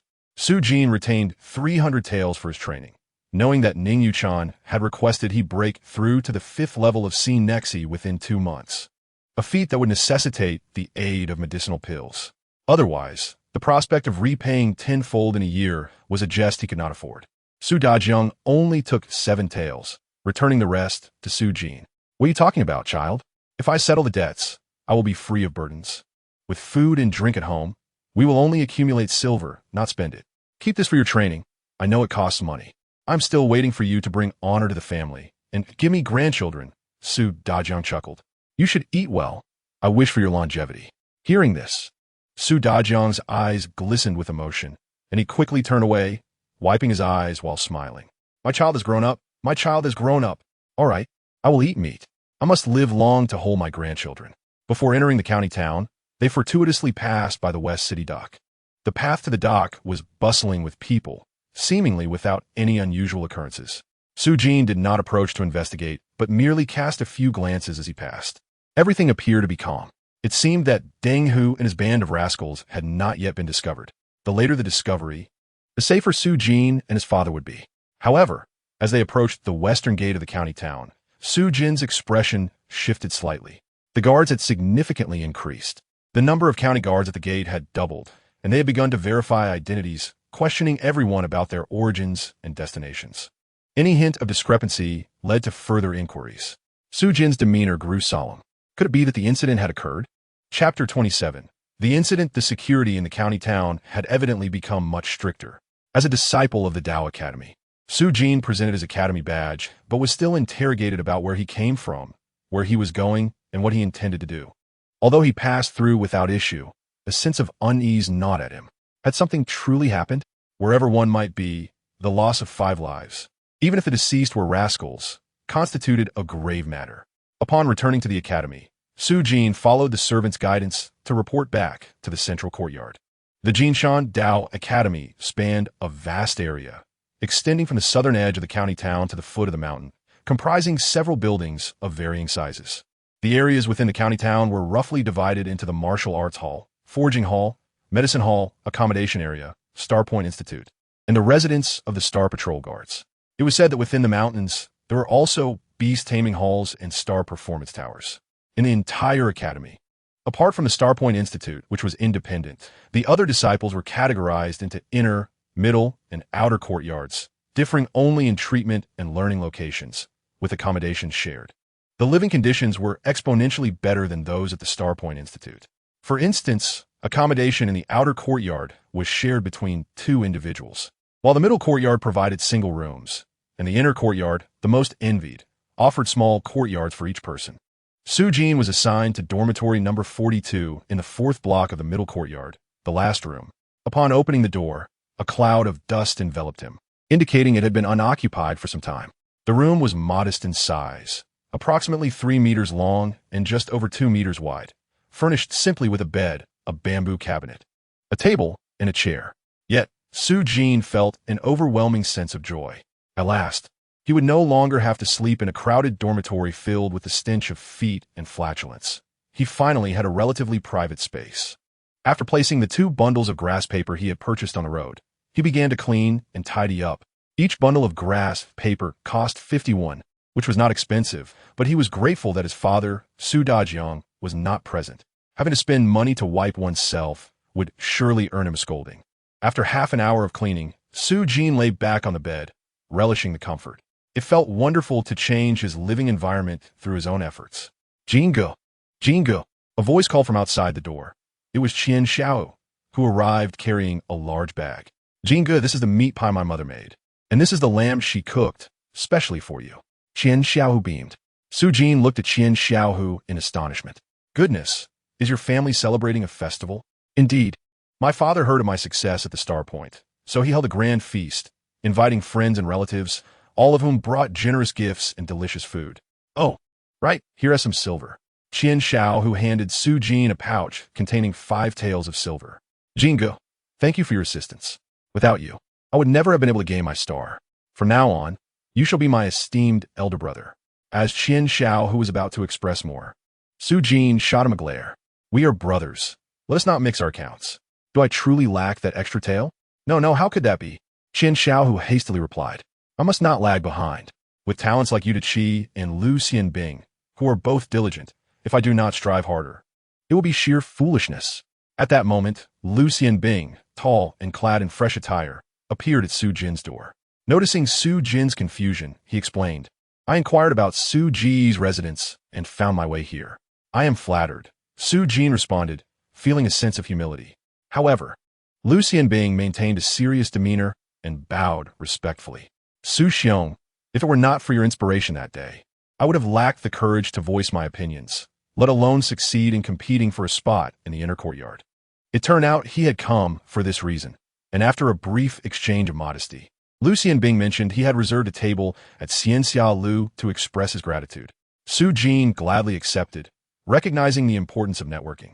The cuisine at Xianxia Lu is renowned, even within the county town, and in this realm, the wild game is genuinely wild, and the free-range chicken is indeed authentic, with each dish retaining its true flavor. During the meal, the 3 began to understand each other better. Su Jin and Qian Xiao, who were clearly farmers' sons, while Lu Xianbing evidently hailed from a respectable lineage, his father being an official in the county government. However, as it was their first encounter, Su Jin refrained from prying too much, though he did ask one more question. Indeed, the inspections in the city today have been quite stringent, Qian Xiao, who remarked. Lu Xianbing glanced at the 2 and spoke in a hushed tone. Evil spirits have been rampant, with several incidents occurring overnight. Just last night, 2 crimes were reported in the county town, including the murder of the 3rd son of Zhao Fu, the wealthiest merchant in the area, which has led to martial law. Su Jin remained silent, but Qian Xiao, who interjected, shouldn't these evil spirits be hiding? Why are they committing crimes so openly? Su Jin silently praised Xiao Hu for articulating his thoughts. Evil spirits? Lucien Bing chuckled wryly. Out of the 30 or so incidents in and around the county town recently, only a few can be definitively attributed to evil spirits. And what of the government office? Su Jin Inquit? The county is vast, and personnel have been dispatched to pursue the true evil spirits. Most of the patrols from our Dao Academy, including those from Tianyang Branch and Songming Branch, have already been sent out. This has allowed some petty criminals to exploit the chaos and commit their misdeeds under the guise of evil spirits. However, the manpower at the government office has been depleted, Lucien Bing explained in a low voice. Noticing the serious expressions on Su Jin and Qian Xiaohu's faces, Lucien Bing added, however, it is said that the scope of the evil spirits has nearly been narrowed down, and it will soon be up to the experts from various academies. As long as you remain within the Dao Academy, you should be safe. Upon hearing this, Su Jin finally breathed a sigh of relief. It turned out the martial law in the county town was not due to his incident from last night, but rather the recent crimes that had occurred. Today, Su Jin had purchased 20 blood recovery pills, 10 foundation pills, and 20 awakening pills from the alchemy chamber, spending a total of 210 taels of silver. He needed to break through to the second level of Kinxia in the shortest time possible to ensure a degree of self-protection. At the West Dock in Songfang Alley, a young man in casual attire with a blue headband around his forehead anxiously awaited in front of Deng Hu's courtyard. Anyone familiar with the docks knew that those wearing blue headbands were members of the Tianhe gang, and generally, people did not dare to provoke them. This young man, named Jiang Sheng, knocked on the door once more. Hugo, it's Jiang Sheng. He had visited earlier that morning, but Deng Hu's door had been locked from the inside. Jiang Sheng had refrained from knocking then. It was common for Deng Hu to drink or entertain women until late at night, only to sleep until noon. However, he usually emerged in the afternoon to handle affairs. So why was the door still locked? Moreover, Jiang Sheng had come to convey a message from the incense master. If the message was not delivered successfully, it would be of no consequence to Hugo, who was the incense master's nephew, but it would spell disaster for Jiang Sheng. Hu Ye. After knocking for a considerable time and peering through the door gap to see the living room door tightly shut, Jiang Sheng decided to take matters into his own hands and climbed over the wall to enter. Upon entering the courtyard, he was immediately hit by a foul stench that startled him. It was overwhelmingly putrid, with a swarm of green flies. Something terrible had happened. Careful to push the door open, Jiang Sheng immediately doubled over and began to vomit. The source of the stench was 5 corpses, along with unidentified liquids, and a multitude of insects and vermin. In the sweltering summer heat, Jiang Sheng ran toward the Tianhe gang's headquarters while still retching. The Tianhe gang relied on the river for sustenance, and their headquarters was located by the riverside, yet in the county town itself. However, Jiang Sheng did not find the incense master Deng Long Shu or the other 2 incense masters at their base, nor was the gang leader Zhou Ji present. After asking around, he learned they had gone to the eastern dock. Jiang Sheng gulped down some cold water and sprinted toward the eastern dock, where he found Deng Long Shu and Zhou Ji, along with a scene of carnage in the dwelling of the one-eyed wolf Qian Qi. Jiang Sheng vomited again. You useless fool, Deng Long Shu scolded, furious that this subordinate, usually astute and observant, had come to embarrass him today. While the scene was gruesome, he could not vomit in front of the gang leader. However, as Jiang Sheng opened his mouth to speak, Deng Long Shu's expression changed dramatically as he seized Jiang Sheng by the collar. You must be mistaken. Deng Hu is my nephew, the only male heir of our Deng family in this generation, waiting to expand our lineage. Jiang Sheng was bewildered. Incidents occurred at both the eastern and western docks. It seems someone is targeting us. Let us go and investigate, Zhou Ji, the gang leader of Tianhe gang, declared. 15 minutes later, the upper echelons of Tianhe gang arrived at Deng Hu's residence. After a brief examination, Zhou Ji remarked this was not a murder that took place inside the house. As he spoke, they moved to the courtyard. Zhou Ji rushed outside, his gaze sharp, quickly locating the initial death site of Deng Hu and his companions, but sadly, it had already been washed away, leaving no valuable traces. However, in a hasty cleanup, a few fragments of flesh and bone were still found in the courtyard. The murderer is a cultivator, but their cultivation is not strong. Their star power is weak, likely not exceeding the 5th level of Kinxia. After observing for a while and examining the bodies of the deceased, Zhou Ji suddenly stated there should have been two assailants.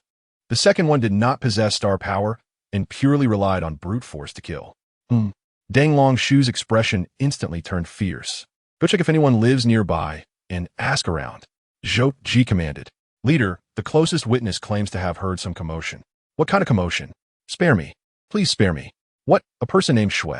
Zhou Yi frowned. Any other leads? Indeed, leader. I came to discuss something with Hugo last night and left around dusk. As I departed, I saw an old man and a young man enter Hu Ji's courtyard, Jiang Sheng recounted. An old man and a young man? Deng Longshu's eyes widened, aligning perfectly with Zhou Ji's deduction that there were two assailants. Do you recognize them? Jiang Sheng shook his head. No, I do not. Before he could finish, he was kicked by Deng Longshu. Then what did you say that for? Incense Master, if I see them again, I will recognize them at a glance. Very well. Then you should roam the city more in the coming days. Report immediately if you discover anything. The leader of Tianhe Gang, Zhou Ji, made a decisive decision. He further instructed, pack some pieces of the corpses for me. Freeze them. I will need them. Before long, Zhou Ji and the other two incense masters departed, but Deng Longshu waved his hand, leading his subordinates toward the courtyard next door. Incense Master, what are you going to do? Jiang Sheng inquired. What am I going to do? I'm going to kill that family. They heard cries for mercy and did not come to help. They heard of the incident and did not report it to us. If I do not eliminate them, who should I target? Before long, anguish screams echoed from the yard adjacent to the storeroom. Chapter 28. An inherited legacy unwanted in the nocturnal ambience of JNSH City. The once vibrant lights have dimmed. Since the emergence of the D-Sushi-M, the streets have seen a dwindling number of pedestrians as night falls, with each passing day yielding fewer souls. Just yesterday, a heinous crime transpired within the city, and today, the docks echoed with the news of further atrocities. Every household has barred its doors and extinguished its lights, retreating into shadows. Those who have endured the turmoil, be they merchants or families, have sought refuge in cellars or concealed spaces. A blue streak of light ascended from the entrance of the TNH gang, shortly thereafter descending gracefully at the entrance of the Teen New York Ing FNUN, where it quietly entered. The Teen New York Ing FNUN stands as one of the three prominent academies in JNSH City. Originating from the Teen New York Ing X Ing DN, it is affiliated with the YNZHU branch of the Teen New York Ing X Ing DN. In terms of influence and power, it surpasses the JNSH NDOUN by a considerable margin. Zhou J, the leader of the TNH gang, made his way directly to the residence of the esteemed headmaster, Zhou QNGZH. It was not long before he was invited inside. Have you managed to ascertain the truth? Zhou Qingzhu, clad in a long garment of a muted gray hue, stood by the window, while Zhou Ji, the leader of the Tianhe gang, bent slightly forward, presenting 3 oiled paper bags. The situation has been largely clarified, Master. It is likely that the perpetrator is indeed that individual, who may still be concealed within the county city. Qianxi and the third son of the Zhao family were both slain by the same hand. The astral energy signatures of their deaths are identical, and the rumors regarding their masquerade as malevolent spirits were deliberately disseminated by me, following your instructions. However, the deceased Deng, who exhibited a notably weak astral energy and had resorted to unsanitary means, seemingly to obscure his presence, which is quite repugnant, Zhou Ji remarked. If that person is adept at concealing their tracks, it would be beyond your capacity to detect them. The matter concerning Deng, who should not be attributed to him. Let the subordinates handle it, declared Zhou Qingzhu, the head of the Tianyang branch. Shall we proceed, Master? Certainly, let us continue. Zhou Qingzhu's long robe billowed gracefully in the mountain breeze, his voice devoid of sorrow or joy. Not only must we persist, but we must also expand our efforts. Dispatch all the elites under your command. It is imperative that traces of malevolence are not only found throughout Jinshanjun, but also in the neighboring Wuchangjun and Danxiajun. However, one crucial point must be remembered. The presence of malevolent forces within the city of Jinshanjun must remain unbroken, and their deeds must be as vile as possible. Whether it be acts of despicable violence or abduction, all must be attributed to these malevolent entities. From this day forth, the occurrences must be limited to 1 or 2 each day. Zhou Qingzhu instructed. As for the outer districts, I fear we may easily suffer losses in manpower. Shall I appoint another individual for this task? Zhou Qingzhu uttered a single sentence, causing beads of cold sweat to form upon Zhou Ji's forehead. He immediately bowed and reassured. Please rest assured, clan uncle, I am capable of handling it. Zhou Qingzhu continued to admonish. If your vision is limited to the mere territory of your Tianhe gang, then your position has reached its end. I understand. I shall make the necessary arrangements at once, Zhou Ji responded. Zhou Qingzhu silently gestured with his hand, and Zhou Ji quietly retreated. Meanwhile, within the tranquil chambers of Jinshan Dao Academy, the supervisor Tian Zhang suddenly opened his eyes, gazing out at the empty window as he spoke. Have you not yet departed? The figure of Qi Shan Yi, clad in azure attire, gradually materialized outside the window. It has been said that your eldest son, in pursuit of both wealth and power, annihilated the entire Liu family of Liu Ji forging shop, and subsequently wed their eldest daughter. My son has taken a concubine, yet she bears the surname Sun, not Liu, and hails from a scholarly lineage, as Tian Zhang remarked. Hence, I have come to speak with you. Otherwise, your son would have perished by now. The Qingyi, QSH New York, directly leapt through the window and took a seat. Do you find yourself idle, seeking to extend your days? In Jinshan County, such a tumult has erupted. Are they not afraid for their lives by lingering here? Tian Zhang coldly remarked. As long as one of these disturbances is instigated by me, I shall bestow upon you a portion of the inheritance from the Lingji Star Palace. What say you? Qishan responded, absolutely not. Tian Zhang's rejection was both decisive and unambiguous. The traditions you uphold have been corrupted into malevolence. Those who dare to engage with them meet their demise. How could I possibly take that risk? Ha ha ha. Are they truly malevolent? You remain uncertain, do you not? Even if I were to comprehend the truth, what difference would it make? Has your Xingyan been nearly annihilated by others? Qishan Yi remains silent, truly unwilling? Your descendants may all practice this, and in the future, they could establish their own school. Do you wish for me to endure another calamity of annihilation? Tian Zhang scoffed coldly. The star patterns are directed inward, while the star arts are outward, yet one can solely cultivate the star patterns. Tian Zhang fell into a contemplative silence for a few moments, which only deepened the silence of Qi Shan'ai. The legacy that everyone fervently sought turned out to be impossible to impart. With a sigh, Qi Shan'ai proposed, why don't you assist me in finding a successor? Unable to find, nor do I wish to harm anyone. Tian Zhang once again declined. Then could you assist me in arranging an identity within your Dao Academy? Tian Zhang furrowed his brow. Are you not putting me in jeopardy? Well, have I ever harmed you? Which of our three interactions was not a salvation for you? Qi Shanyi spoke. Very well, Tian Zhang reluctantly agreed. On June 21st, the first lesson for the newly admitted disciples of the Dao Academy commenced, and Su Jin learned another piece of information. The headmaster of the Inner Academy was the esteemed Dean Dong Zhao, while the head of the Middle Academy was the Vice Dean Feng Shu, whom Su Jin had previously offended. The Outer Academy was overseen by his supervisor Chao Chun. Fortunately, it was said that these headmasters merely held nominal positions, with day-to-day management handled by the instructors and mentors. The overall instructor for the three academies was Ning Yuchan, an old acquaintance, which put Su Jin at ease. At the appointed hour of Si Shizhong, which is 9 in the morning, Su Jin completed his morning lessons and awaited the arrival of the new disciples at the Grand Training Hall of the Inner Academy for their first class.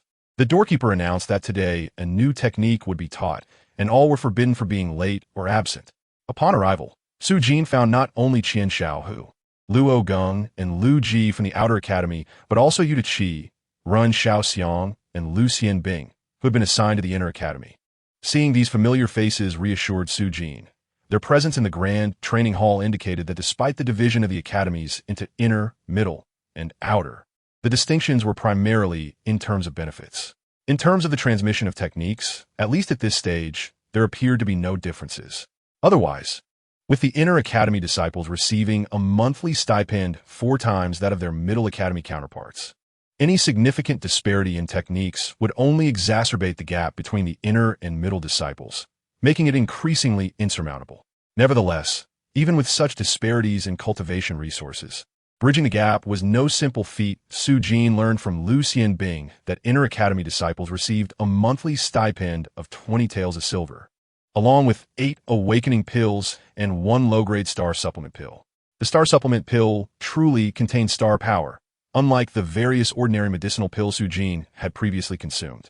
Each pill sold for 20 taels of silver and served to swiftly restore star power. In contrast, Middle Academy disciples received only 10 taels of silver and 2 awakening pills, highlighting a significant disparity in treatment. It was said that differences also existed in administrative duties among the disciples of the inner, middle, and outer academies. Inner academy disciples had fewer administrative responsibilities, allowing for more time for cultivation, while outer academy disciples bore a heavier burden of duties. Esteemed disciples, we meet again. With the sound of a silver cane striking the ground, a pale blue figure appeared before them. From this day forth, you shall be disciples of the Chun Jin Shan Dao Academy. You are about to embark on the true path of cultivation and engage in the most crucial endeavor following the successful awakening of your star patterns. As she spoke, Ning Yuchan took her seat, placing her silver cane beside her, crossing her legs elegantly. Her striking appearance, coupled with the gentle breeze causing her skirt to sway, left many young disciples mesmerized. Do you still remember how you began your journey on the path of cultivation? The star patterns. Only after the practitioners of the Liangxingjing have imprinted the star patterns upon you can you utilize the Sanxia and Yinhui techniques to draw the stellar energy into your being. The true name of the star pattern that has been imprinted upon you is called the Juxingwen. The Juxingwen passed down from my Jingshan Dao Academy is categorized into 3 tiers: the Jian Juxingwen, the Xiao Juxingwen, and the De Juxingwen. The Jian Juxingwen is the star pattern imprinted upon you by your instructor in the Ningxingjing prior to your star pointing. The distinctions among these 3 are quite simple. They differ significantly in the velocity of drawing and absorbing stellar energy, as well as the upper limit of energy storage, exhibiting multiplicative disparities. As she spoke, Ning Yuchan produced 3 jade tablets, each the size of a matchbox, and placed them upon the table. This passage records the presence of the Xiao Juxing 1 and De Juxing 1. Commencing from the inner courtyard, 3 individuals may come forth each time to summon the celestial energy for observation and memorization, with each session lasting 100 breaths. Should one fail to commit the information to memory, they may return the following day for another viewing. Yet the time limit remains at 100 breaths to avoid excessive depletion of one's spirit. As the conversation unfolded, Yu Daqi, Run Xiaoxiang, and Lu Xianbing stepped forward, with one of them seizing a jade tablet to commence their observation. Ning Yuchan then remarked that if anyone had questions, now was the moment to inquire.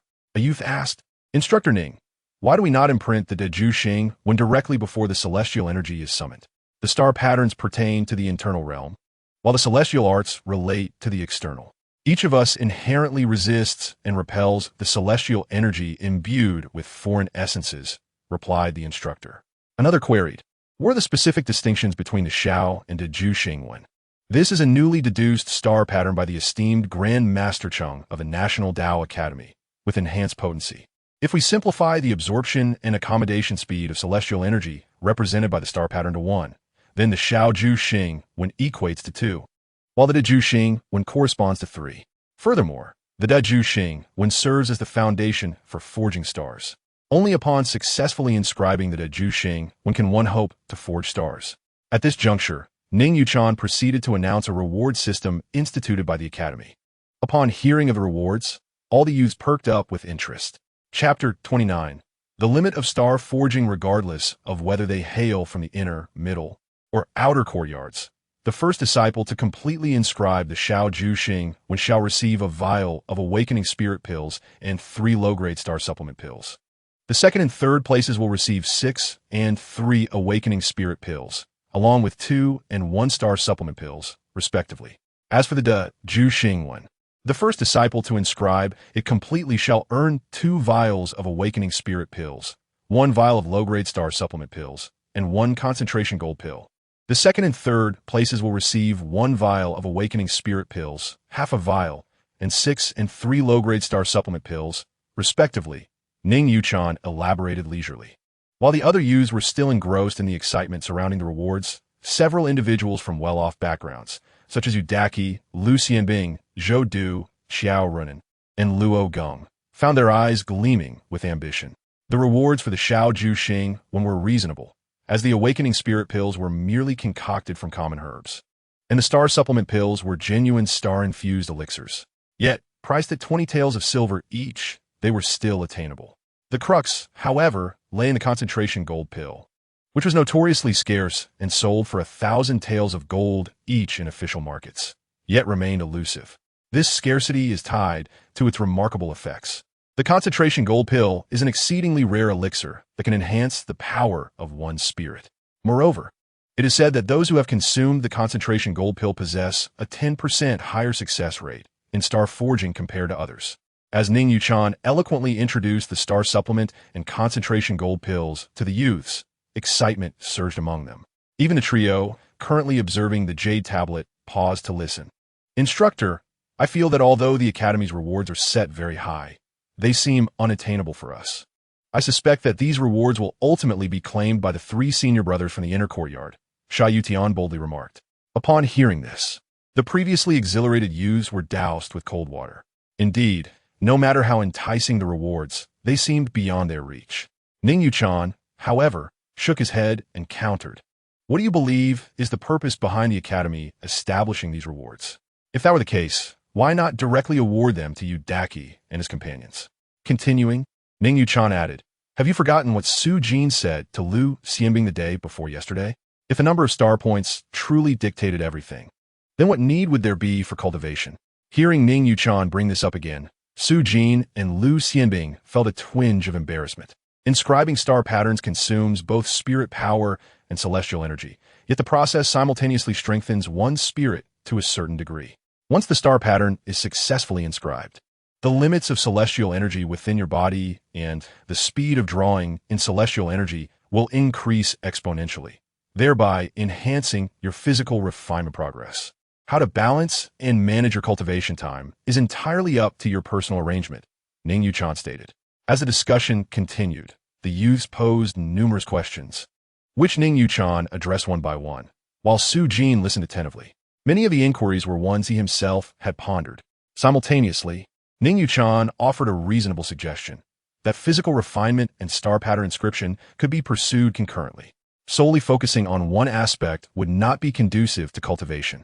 Moreover, the deliberate endeavor to inscribe star patterns solely for the sake of rewards was ill-advised. Haste makes waste.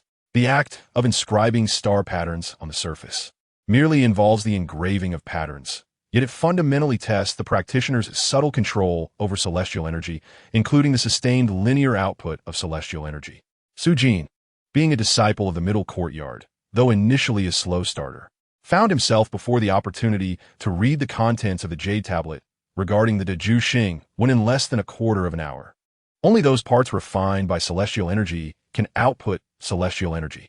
Su Jin placed the jade tablet beneath his throat, allowing a faint stream of celestial energy to emanate. And in an instant, a simplified star pattern materialized in his mind, identical to the one on his chest. This was indeed the simplified Ju Xing one.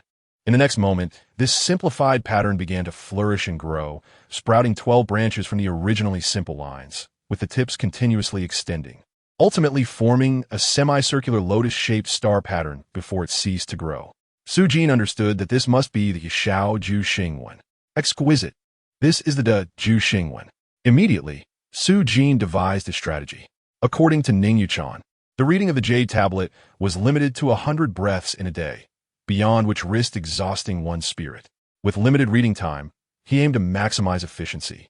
By focusing solely on the transformation from the simplified Ju Xing 1 to the Xiao Ju Xing 1, he could theoretically double his efficiency. Thus, when the jade tablet transitioned from the Xiao Ju Xing 1 to the Da Ju Xing 1, Su Jin withdrew it from his skin, interrupting the flow of celestial energy, then reattached it, inputting celestial energy anew, and the process of star pattern evolution commenced once more. Starting again from the simplified Ju Xing 1 to the Xiao Ju Xing 1. Hey, look at Su Jin. Why is he frequently interrupting his reading? Is he encountering difficulties? Lu Ji, who had been observing Su Jin closely, suddenly nudged the youth beside him. Instantly, several youths, including Luo Geng, took note of Su Jin's unusual behavior, though they remained silent, preferring to observe quietly. On the day of the star point assessment, Su Jin had made a significant impression, propelling himself into the middle courtyard, stirring various thoughts among the youths. Zhou Du from the middle courtyard also took notice, especially of the outer courtyard's reactions, which piqued his interest further. Zhou Du hoped to see Su Jin struggle with reading. If there were anyone who harbored animosity towards Su Jin, besides Luo Gong, it would certainly be Zhou Du. A fine inner courtyard disciple had been thrust into the middle courtyard due to Su Jin's antics. Although he remained silent, it was evident that he had his own thoughts. However, in the next moment, Zhou Du's expression suddenly froze, and he could not help but smack his thigh in realization. Why didn't I think of that? As he drew the attention of those around him, Zhou Du's understanding dawned upon him, and he wore a look of regret. The youths from the outer courtyard, including Luo Gong, remained perplexed. Yet, Zhou Du had grasped that Su Jin's method of reading the Jade Tablet in an interrupted fashion was likely a tactic to only observe the transition from the simplified Juxing one to the Xiao Juxing one. This approach would allow him to review the material at least 8 times, thus enhancing his memorization efficacy. In reality, within the 100 breaths, Su Jin had managed to view the patterns 9 times. By the 5th iteration, he had already found a quicker method for memorization. Upon completing the 9th viewing, he had adequately retained the material, particularly the transformations of the main branches, with clarity. However, as the 100 breaths concluded, Su Jin experienced a slight headache, indicative of his spirit power being somewhat overexerted. The first lesson upon entering the middle courtyard consumed the entire morning, with the majority of the time spent queuing to read the Deju Xing one. However, during the moments of waiting, Ning Yuchan shared numerous insights with the group of young disciples, particularly concerning their future cultivation endeavors. The primary objective for all disciples is to reach the 5th level of Sanxia. Following that, breaking through to the 6th level of Sanxia marks a significant threshold. Achieving the 6th level involves refining the head. If done lightly, it proves ineffective, while excessive force can lead to injury. Many individuals may find themselves stuck at the 6th level for an extended period. Once they advance to the 7th level, all disciples will confront the first major barrier on their cultivation journey, forging stars. Only after this can they qualify to learn more powerful star patterns and advanced star techniques. Perhaps to avoid imposing undue pressure on these disciples, Ning Yuchan refrained from elaborating, merely stating a deadline, regardless of whether they belong to the inner, middle, or outer academy. If they fail to forge stars within 2 years, they will be expelled. After classes, mealtime commenced. During this time, Su Jin felt that entering the middle academy was indeed worthwhile.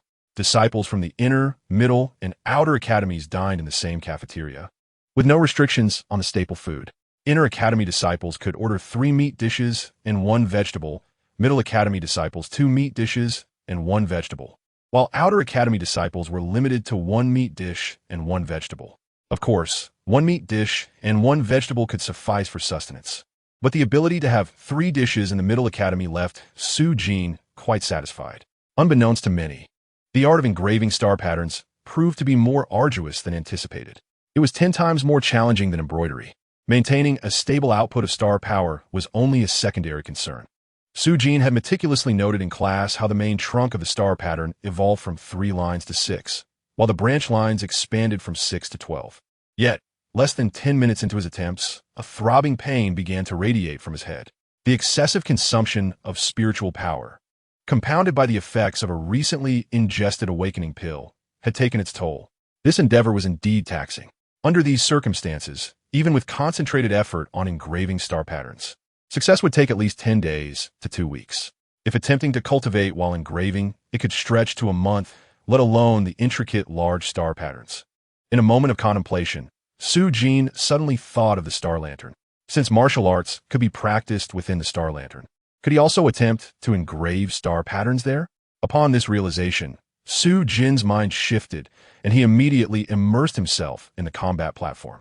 In Chapter 30, Fighting to the Death, he found that engraving star patterns within the star lantern proved impossible after several attempts. The primary reason was that the small figure embodying his consciousness within the star lantern seemed to consist solely of starlight. It was a simple matter. There were no physical constraints or hindrances. However, this did not prevent Su Jin from seeking clever methods within the star lantern, or rather, pathways of diligence. Firstly, engraving star patterns inside the lantern consumed minimal spiritual power. When Su Jin had engraved star patterns on his chest, the pain in his head had already begun, and forcibly continuing only exacerbated the fluctuation of star power, making it impossible to proceed. Yet within the star lantern, although the pain persisted, he could continue working. Moreover, engraving patterns inside the lantern did not deplete star power. Furthermore, while these engravings could not be reflected in the physical body, they could rapidly enhance Su Jin's proficiency with minimal consumption. Ultimately, every engraving on the physical body consumed spiritual power and star power, limiting the number of attempts he could make in a day. Once he had mastered the technique, he could complete the engraving of small star patterns in the shortest possible time. With this understanding, Su Jin withdrew his focus from the combat platform and promptly fell into a deep slumber. Given the current circumstances, aside from the awakening pill that could restore a small amount of spiritual power, the best way to recover was still through sleep. The afternoon was dedicated to the administrative course. The Tao Academy stipulated that newly admitted disciples must complete their administrative studies and assessments within 7 days. Thereafter, they were required to fully participate in the administrative duties. Su Jin chose the task of medicinal inquiries, and Qian Xiaohu opted to accompany him in this election. The afternoon's medicinal inquiry class was once again led by the familiar Mr. Gon. Su Jin noticed that more than half of the new disciples had chosen medicinal inquiries as their administrative task. With the exploration course not yet underway and the beast taming requiring star forging, it was unsurprising that among the remaining options, killing, tracking, forging, and medicinal inquiries, most opted for the latter. It was rumored that only 2 individuals among the new disciples had chosen forging. In the long run, these 2 individuals were indeed the astute ones. With fewer candidates, they would receive more training and attention, enhancing their potential for future accomplishments. However, Su Jin was motivated by monetary gain. The medicinal inquiries offered more opportunities for additional earnings, and at present, he was focused on financial matters. Not only did he aim for rewards, but he also sought to earn silver. Mr. Gon's class on medicinal inquiries was straightforward. He presented 2 small booklets he had previously shared with the disciples. One was titled Medicinal Compendium, listing 200 types of medicinal herbs, and the other was Chronicles of Celestial Oddities, detailing 130 types of star-infused items. During the 3 months of star pointing, he had covered these books every 4 days, allowing the disciples to memorize the content, so he believed they had a foundational understanding. The subsequent requirement was simple: memorize. Familiarize yourselves with these 2 tomes. 4 days later, there would be an assessment, and those who passed would each receive an awakening pill as a reward. A week later, there would be another assessment, with the same reward for those who succeeded. Those who failed would have their monthly stipend halved until they passed the examination, as per the Academy's regulations. Mr. Gon reclined in his chair, leisurely delivering these instructions, yet the disciples who had chosen medicinal inquiries were left in despair. The reward of an awakening pill was secondary. The critical issue was the halving of the stipend for those who did not pass, which could continue indefinitely if they repeatedly failed. Su Jin, however, was unconcerned. The combined text amounted to around 40 to 50,000 characters, a trivial matter, compared to the volume of knowledge he had memorized in high school in his previous life.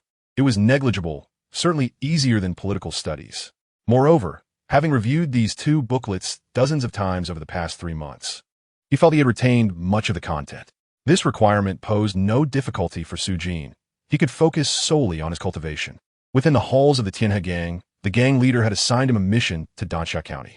I have no objections, but my nephew has just died, and I have yet to find a murderer to avenge him. Can you grant me a few days? Upon hearing the urgent task assigned by the gang leader, Deng Longshu felt a surge of anxiety. Gang leader Zhou Ji cast a cold glance, his expression icy. Have I been too lenient with you over the past 2 years? Deng Longshu, feeling the weight of Zhou Ji's demeanor, pressed on, Leader, there's only this one male heir in our Deng family for 3 generations. Continue to speak, and you may soon have another funeral to attend, Zhou Ji retorted coldly. In an instant, Deng Longshu gasped in shock. It had been years since the leader had expressed such an attitude. He was not foolish and dare not speak further. Then, I will arrange for Jiang Sheng to investigate. May I proceed with my task? Fine, Deng Longshu added. One more thing. Danxia County is not our territory. What if we inadvertently provoke serious trouble? Bear the consequences yourself. As Zhou Ji patted Deng Longshu on the shoulder, he added, It is precisely because of the challenges that I am sending you capable individuals. Longshu, you should be aware that our Tianhe gang has connections, right? Deng Longshu nodded, fully aware that their connections might be with the Tianyang branch. What was the Tianyang branch? It was one of the three major star halls established by the Tianyang Star Palace in Yinzhou, governing 18 counties across 4 states. One of the 3 great star halls that even the Chun kingdom had to revere. Otherwise, how could he remain so loyal to serve a gang? Good to know. Let me put it this way. If this matter is not handled well, my life will be over. If you bring me down, I will understand. Zhou Ji fixed his gaze on Deng Longshu. At this moment, Deng Longshu felt a deep chill. He finally understood why the usually affable leader was displaying such a demeanor today. He immediately accepted the order, sought out Jiang Sheng, and, after giving him instructions, set off for Danxia County with several trusted subordinates. Under the night sky at Jingshan Dao Academy, the silhouettes of disciples diligently engaged in their cultivation were visible everywhere. Each disciple sought their own space, engaging in either stillness or movement, dedicating themselves to arduous training. Yet, they were all novices who had only recently begun their journey. None from the previous or even a year before were present. After the hour of high, disciples gradually departed from the Dao Academy. Upon encountering my great-uncle, Lu Xianbing paid his respects and, without further ado, took a seat, promptly sketching the minor constellation pattern from his memory for my great-uncle. Lu Feng examined it for a few breaths, noting the significant changes compared to what I had learned in my early days.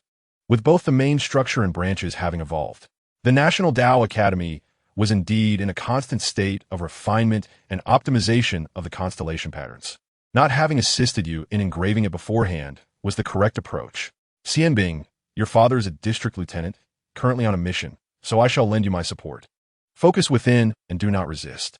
Suddenly, Lu Feng placed a hand upon Lu Xianbing's chest, where the constellation pattern was located, his palm shimmering with starlight. Great uncle, does this count as cheating? Xianbing inquired. Cheating? Lu Feng scoffed. Does taking medicinal pills count as cheating? Does having a renowned mentor count as cheating? My boy, do not be so pedantic.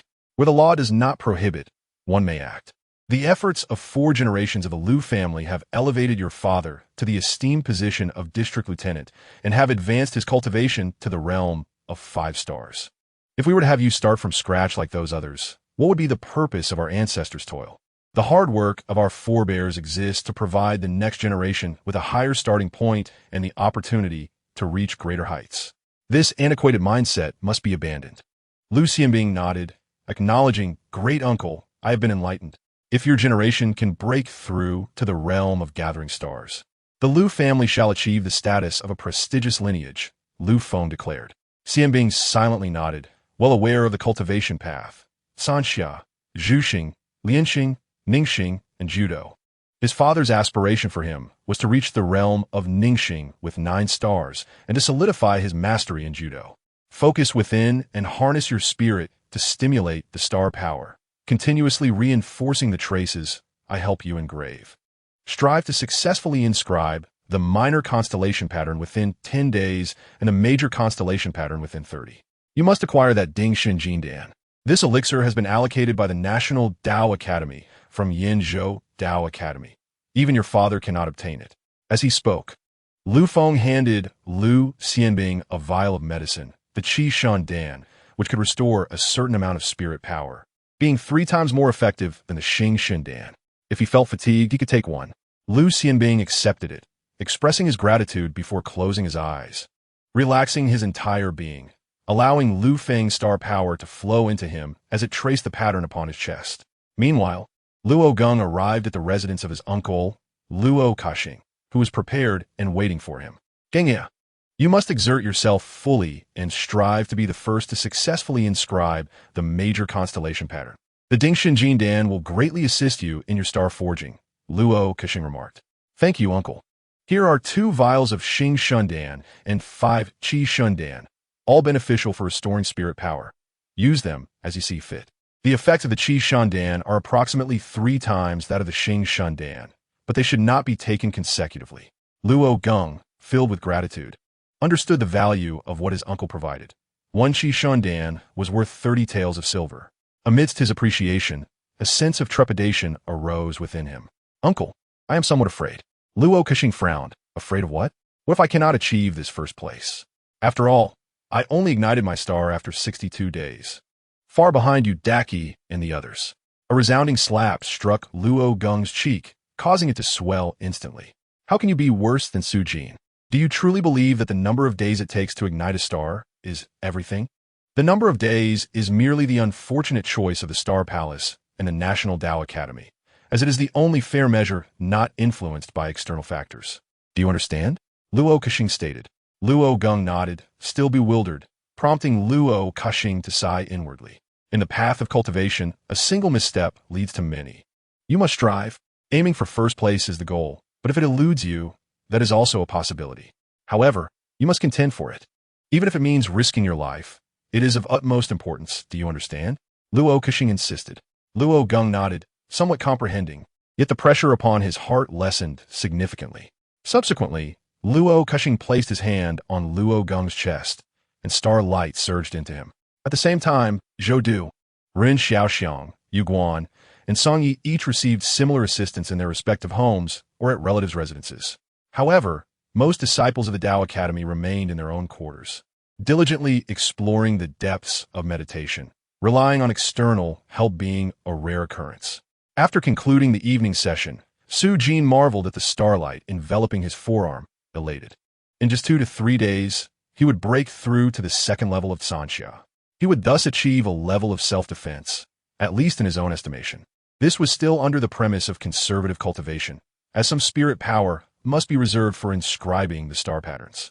For Su Jin, who was short on silver, the rewards for inscribing the star patterns were irresistibly enticing.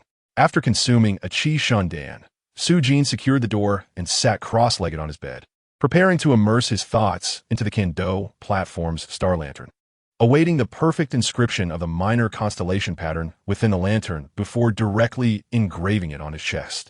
However, just as he closed his eyes, a voice drifted into his ears. You kid have quite the focus.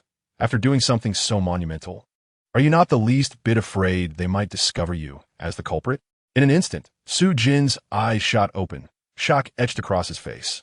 Chapter 31. Whispers in the Ear Who? Su Jin demanded, but silence ensued. After confirming it was not a figment of his imagination, he stepped outside, searching meticulously around. There was no one.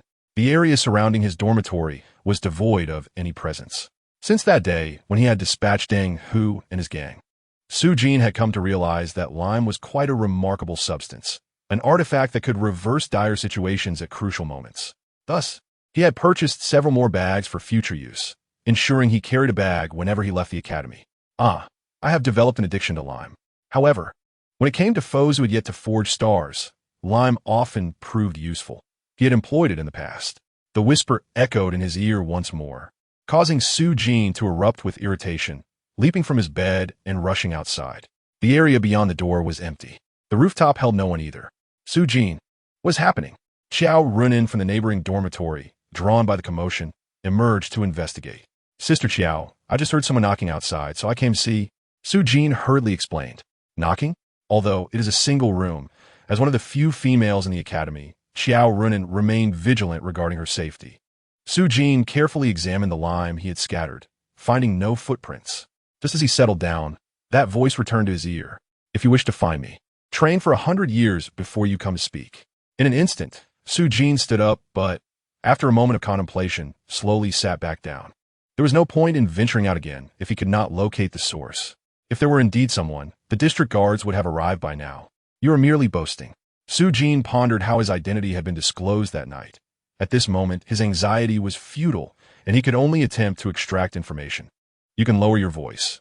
As long as there is a shape to your mouth, I can comprehend. Otherwise, the girl next door will think you are a lunatic and be frightened. The mysterious voice replied. As for whether I am indeed boasting, you will find out in due time. Who are you? Knowing that is of no use to you. Su Jin was at a loss for words. What do you wish to accomplish? What do I wish to accomplish? I found it rather amusing to witness your first kill, especially when you dispatch 4 in one go. A jolt of alarm surged through Su Jin's heart. This mysterious figure was far too well informed.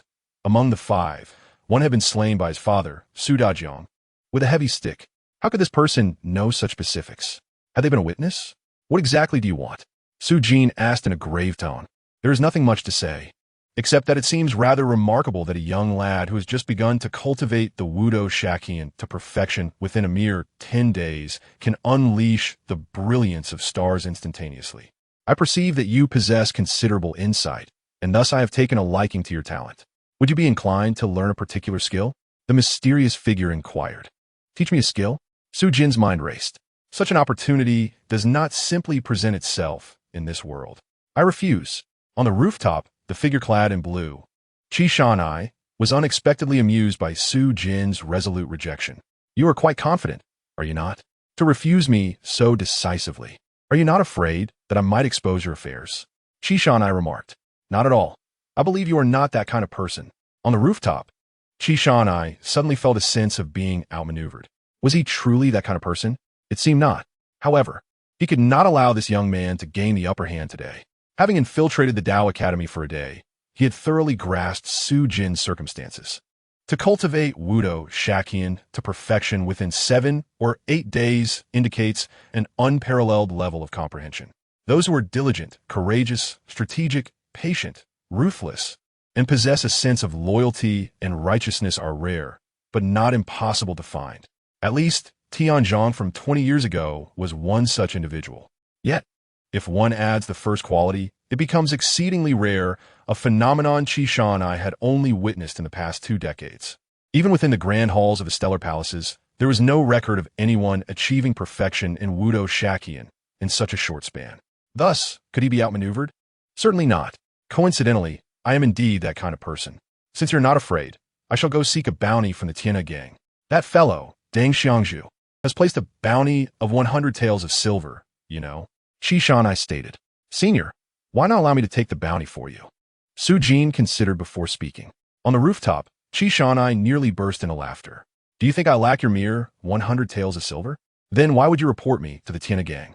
Caught off guard, Qi Shanai hesitated, then suddenly laughed.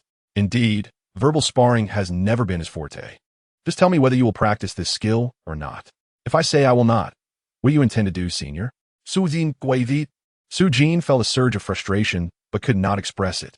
I believe that you would not resort to such methods. You must have some principles. Being a person of conscience, right? A person of conscience? You speak of principles and conscience to one who is on the brink of death? On the rooftop, Qi Shanai scoffed, recognizing the moral ambiguity in his words. But there was no choice. The end justified the means. Those thugs were relentlessly pursuing something he could not relinquish. Qi Shanai felt as if he might explode for frustration. Inside, Su Jin had been arguing for quite some time and finally gleaned some insight. This mysterious figure must have some principles in his dealings. Yet as he stated, how can one discuss principles and conscience when on the edge of death? Therefore, he must not provoke him. We must first appease him. Will you learn or not? If not, I shall go to the Tiana gang now. Hearing this, Su Jin ground his teeth in frustration. This was indeed a vulnerability he could not escape. I will learn. Good. On the rooftop, Qi Shanai felt an impulse to laugh out loud. Finally, he had managed to secure a willing pupil. Of course, it was not that no one wanted to learn the inheritance Qi Shanai intended to teach, but rather that his requirements were exceptionally high in terms of comprehension and other qualities, making it difficult to find a suitable candidate. Even when a suitable one appeared, they would often refuse to learn. Those willing to learn, Qi Shanai would not find satisfactory. Young man, you agreed rather readily. Do you even know what I intend to teach you? Qi Shanai inquired. Does it matter? Su Jin shrugged, for he had no other options. Qi Shanai reflected on this, but felt that certain matters still needed clarification. Let me ask you a question. Since you began your cultivation, what do you feel you lack the most? Qi Shanai asked. What I lack the most? I lack silver. Qi Shanai replied. Besides silver? Qi Shanai was forced to ask again, realizing that had this been 20 years ago when he took on apprentices, he would have already lost his temper. Perhaps elixirs? Qi Shanai responded. Isn't that still a lack of silver? Think again, what else do you lack? Time? If I had a few more days to cultivate, I wouldn't have to be so flustered when killing. Qi Shanai pressed. Besides these? That would be star power, I suppose. Upon this inquiry, Qi Shanai could no longer contain himself. He had initially planned to be a patient mentor, yet this rascal was giving him no opportunity. Do you not lack spiritual power? Indeed, that is something everyone lacks. Aside from sleeping, it is hard to recover. Su Jin replied. On the rooftop, Qi Shanai was left speechless. Have you ever heard of methods to enhance spiritual power? No. Qi Shan I decided to abandon the gentle persuasion. There was no room for subtlety anymore. I possess a star pattern known as the Chimpa Xingwen. Once mastered, it allows for daily refinement of spiritual power, enhancing both its upper limits and recovery speed, an invaluable tool for cultivation and the execution of star techniques. After forging the stars with a technique of tenfold potency, you could unleash 12-fold might. Do you wish to learn? Qi Shan I inquired. I wish to learn. On the rooftop, Qi Shan I, observing Su Jin's expression of bewilderment, felt a surge of frustration. This expression showed a complete lack of belief in his words, to the very last detail. Forget it, it matters not. This was an unconventional approach to taking on disciples.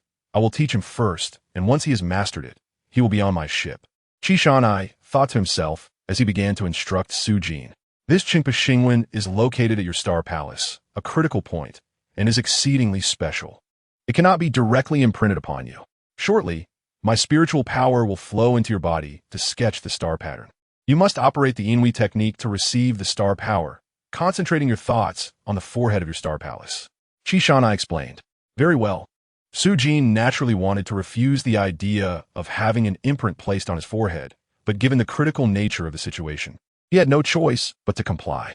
In the next moment, Su Jin's eyes widened abruptly as the door opened. A gentle breeze wafted in, and he sensed an unseen presence. Then, Su Jin suddenly jolted as a large hand pressed against his forehead, warm to the touch. Thankfully, it was warm. Otherwise, Su Jin would have thought it was something sinister. Instinctively, he wanted to resist, but the hand merely exerted a slight force, rendering Su Jin immobile. Do you wish to become a fool? Imprinting the star pattern at the star palace is extremely dangerous. Do not resist. Simply operate the Inui technique. Focus on your forehead to receive the star power, and remember the star pattern. Qi Shan I instructed. Su Jin felt an overwhelming urge to curse.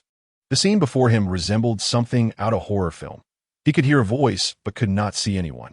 The sensation of a hand without a visible person made it difficult for him to relax.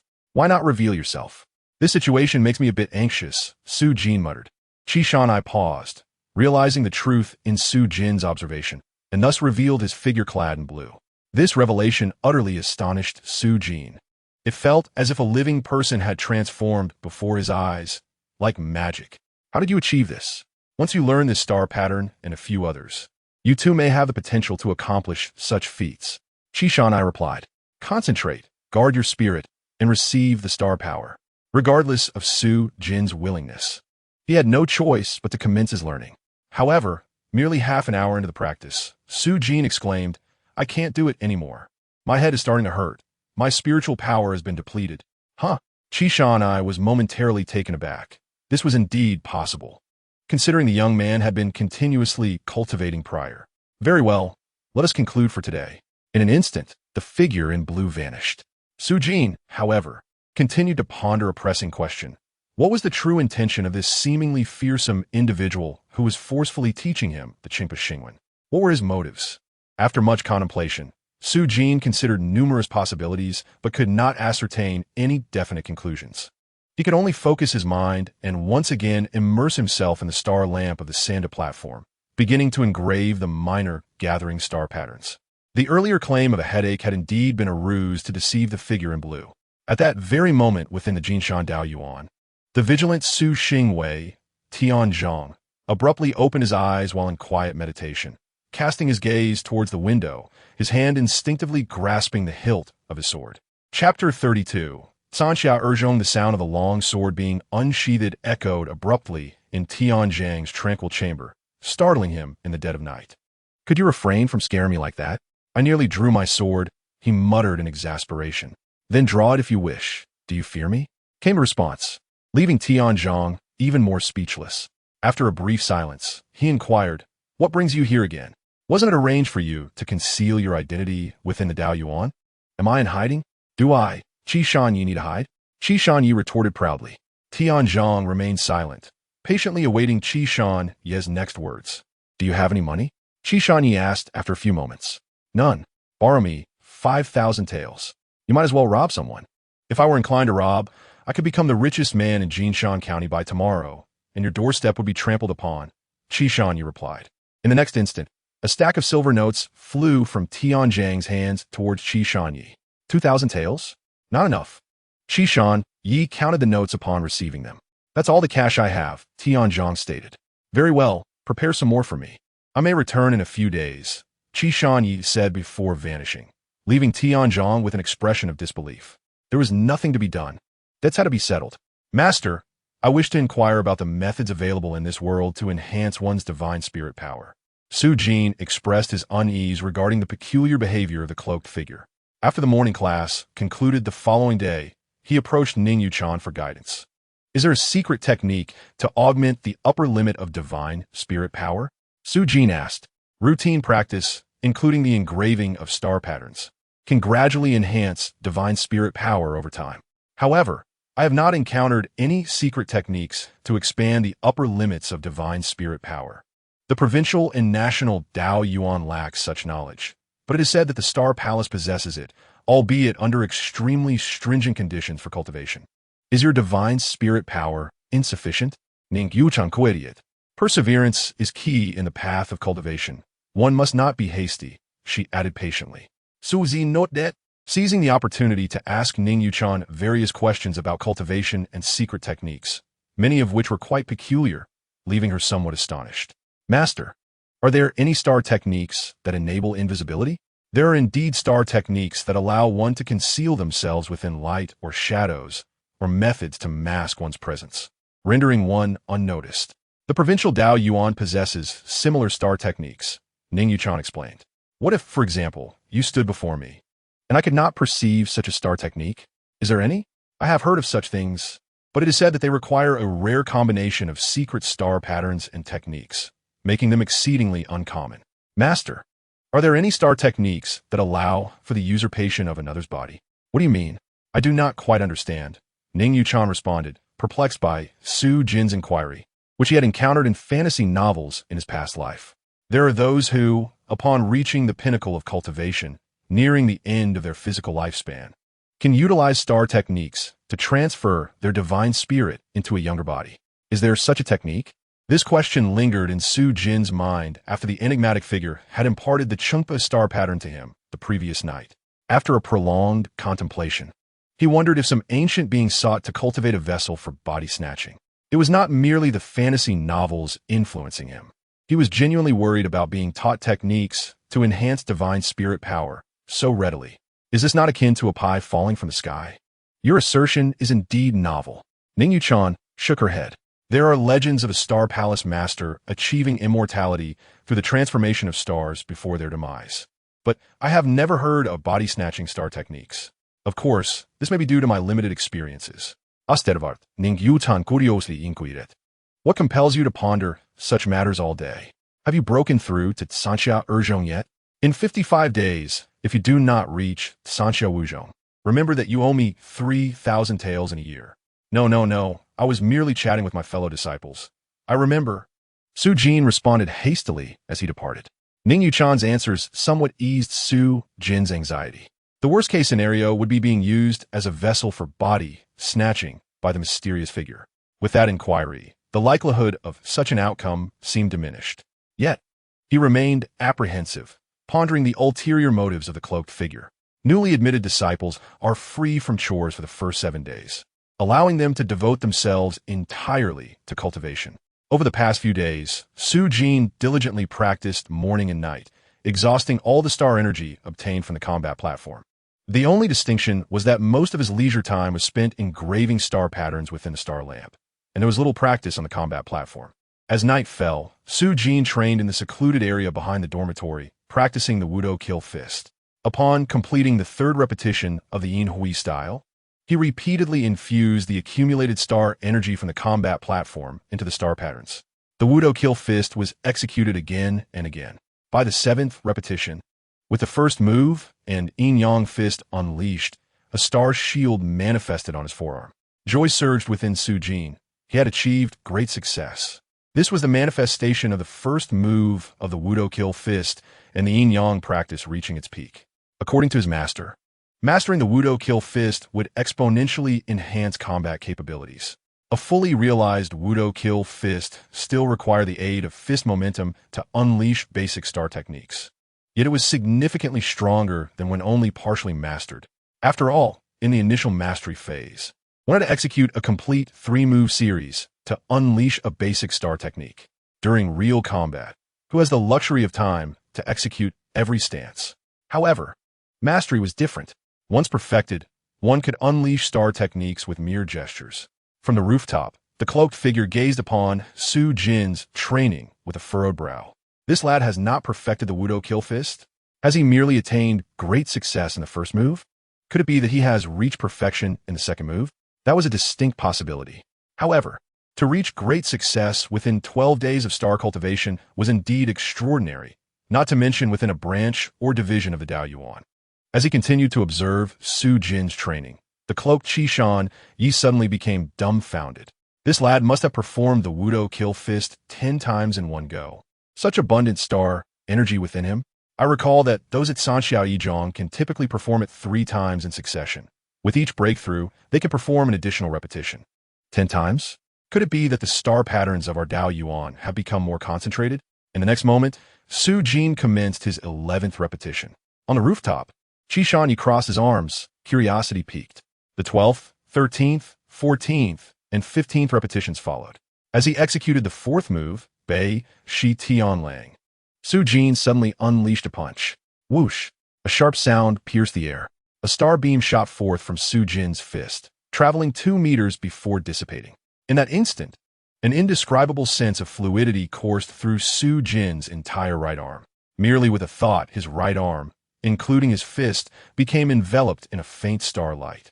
Ecstasy washed over Su Jin. With a slight flick of his fist, a burst of star brilliance erupted forth. He had succeeded. He had broken through to Sanxia Yizhong. He had gained a preliminary sense of self-protection. If he were to replace the star techniques fixed within the star lamp with basic star arrows, the lethality would be even more effortless. After the instant release, the star arrows resembled a handgun with a 2-meter range. Against ordinary people devoid of star energy, a single shot to any area could result in fractures or severe injuries. A well-aimed shot to a vital point could lead to instant death.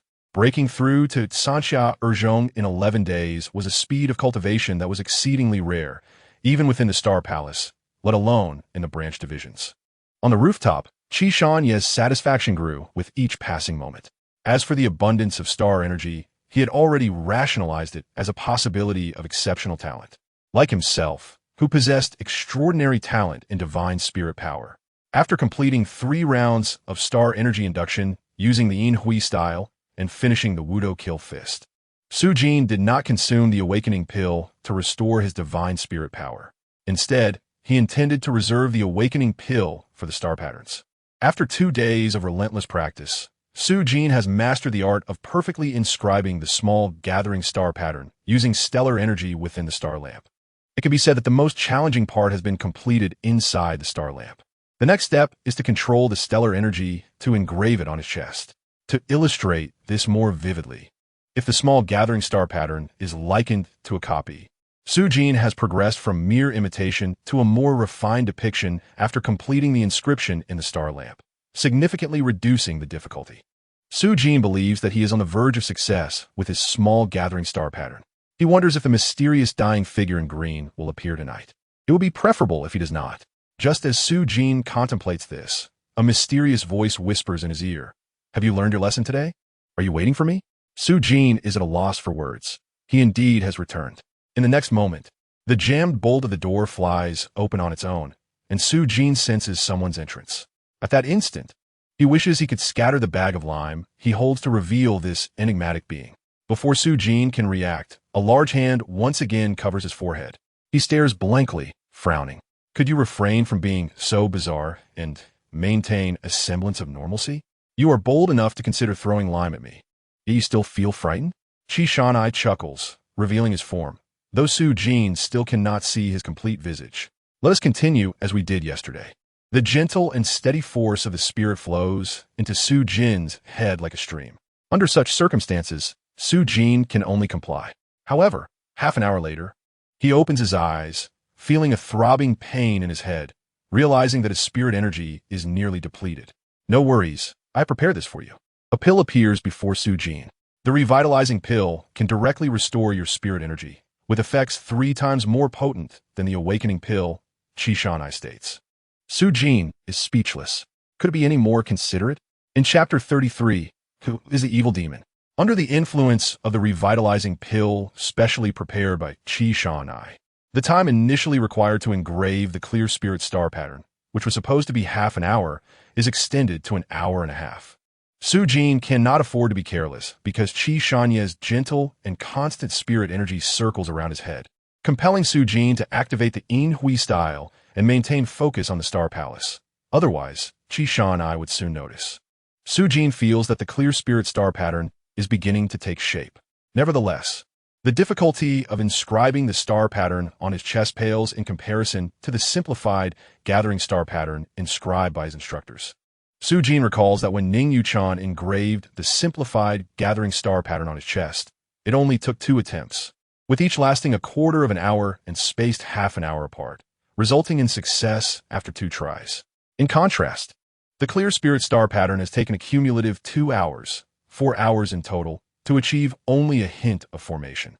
If the figure in green harbors no malicious intent, then this star pattern should possess considerable efficacy upon completion. However, what if there are ulterior motives? This is Su Jin's greatest concern at present. After a brief moment of contemplation, he drifts into a deep slumber. Today, Qi Shanai, utilizing the revitalizing pill, exhausts Su Jin's spirit energy before departing. In the quiet chamber of Tianzhong, the supervising master of the Jinshan Dao Academy, he grasps his blood shadow blade only to release it with a resigned sigh. You come to find me every day. Are you that idol? The figure in green, Qi Shanai, gradually materializes before Tianzhang's window. Are you merely observing? Watching them continue their heinous deeds in Jinshan County under the guise of evil demons? Did you not cause this trouble? Tianzhang retorts. Hearing this, Qi Shanai suddenly chuckles coldly, repeatedly scoffing before cursing. What are you, a eunuch? I'll go and sleep with your wife right now. And instead of coming to kill me, you'll blame your wife for being too beautiful? Coward! Where is your courage from 20 years ago?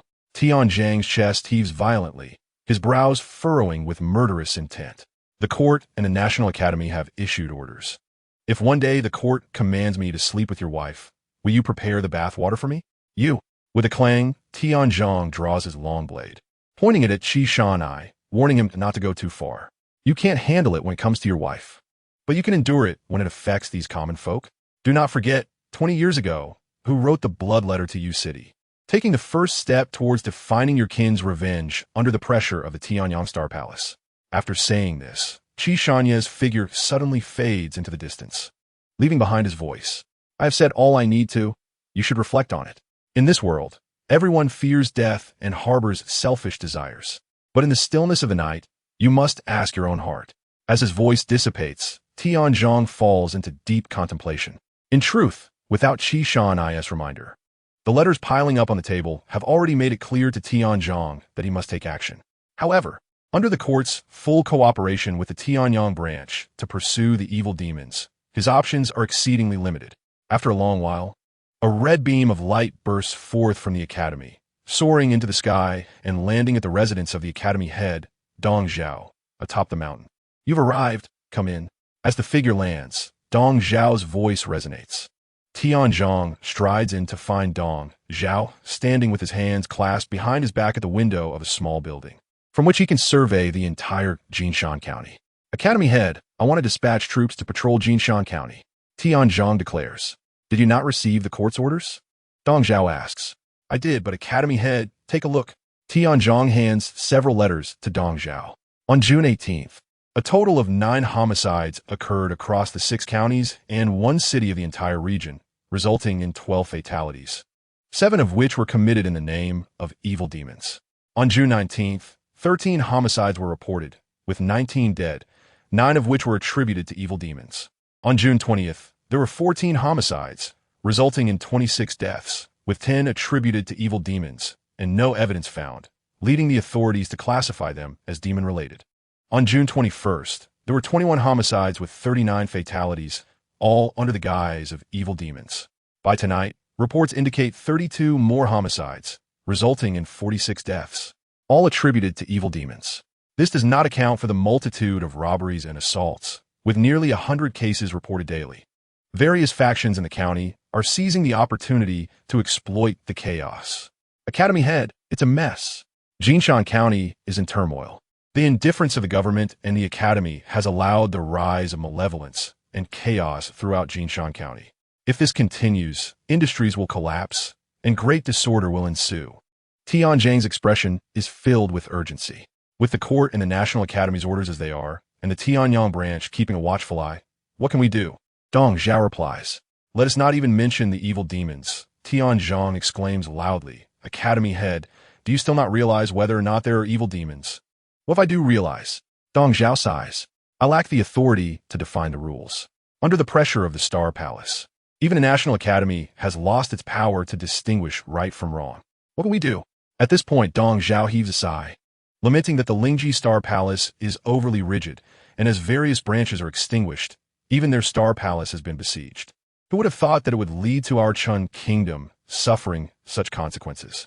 Ultimately, it is the common people who endure the suffering and death. If the practitioners of the Star Palace and the Academy were to fight amongst themselves, spilling rivers of blood, I would not concern myself. But now, it is the elderly and children who suffer and die daily, the very people who sustain us. Those elders who once signed blood letters to U City saved my life. Now, they depend on me as the supervisor to protect them. Tianzhang expresses with sorrow. Protect? With what will you protect them? Shanchang. Recent news reveals that the Baido Shanjiao has resurfaced, with reports of missing persons in certain areas. Moreover, the Shui Shanjiao has also become increasingly active, with their blood incantations being discovered in various counties. Shanchang, if this continues, Jinshanjun is bound to descend into chaos. Dong Zhao gazed intently at Tianzhang and suddenly inquired, do you truly wish to take action? Certainly. Share your thoughts, Dong Zhao urged. Upon hearing this, Tianzhang articulated his long-considered plan, only to find Dong Zhao shaking his head in disapproval. No, your method is merely a temporary fix. It lacks the capacity to instill genuine deterrence. Furthermore, once this is over, the newly recruited Xing Wei will soon be dispatched again under the pretext of hunting down evil spirits. It is futile. Shanchang, is it not better to do something rather than nothing? Why not consider a different approach? A different approach? Tianzhang was somewhat perplexed. Are they not hunting down evil spirits? Then let us truly capture an evil spirit. Dong Zhao exclaimed. Shanchang, I do not quite understand. The Tianyang Fondian claims it is a hunt for evil spirits, yet they do not specify who the evil spirit is. The Shui Shenjiao can be deemed an evil spirit, as can the Baido Shenjiao. Thus, those who commit heinous acts could also be classified as evil spirits.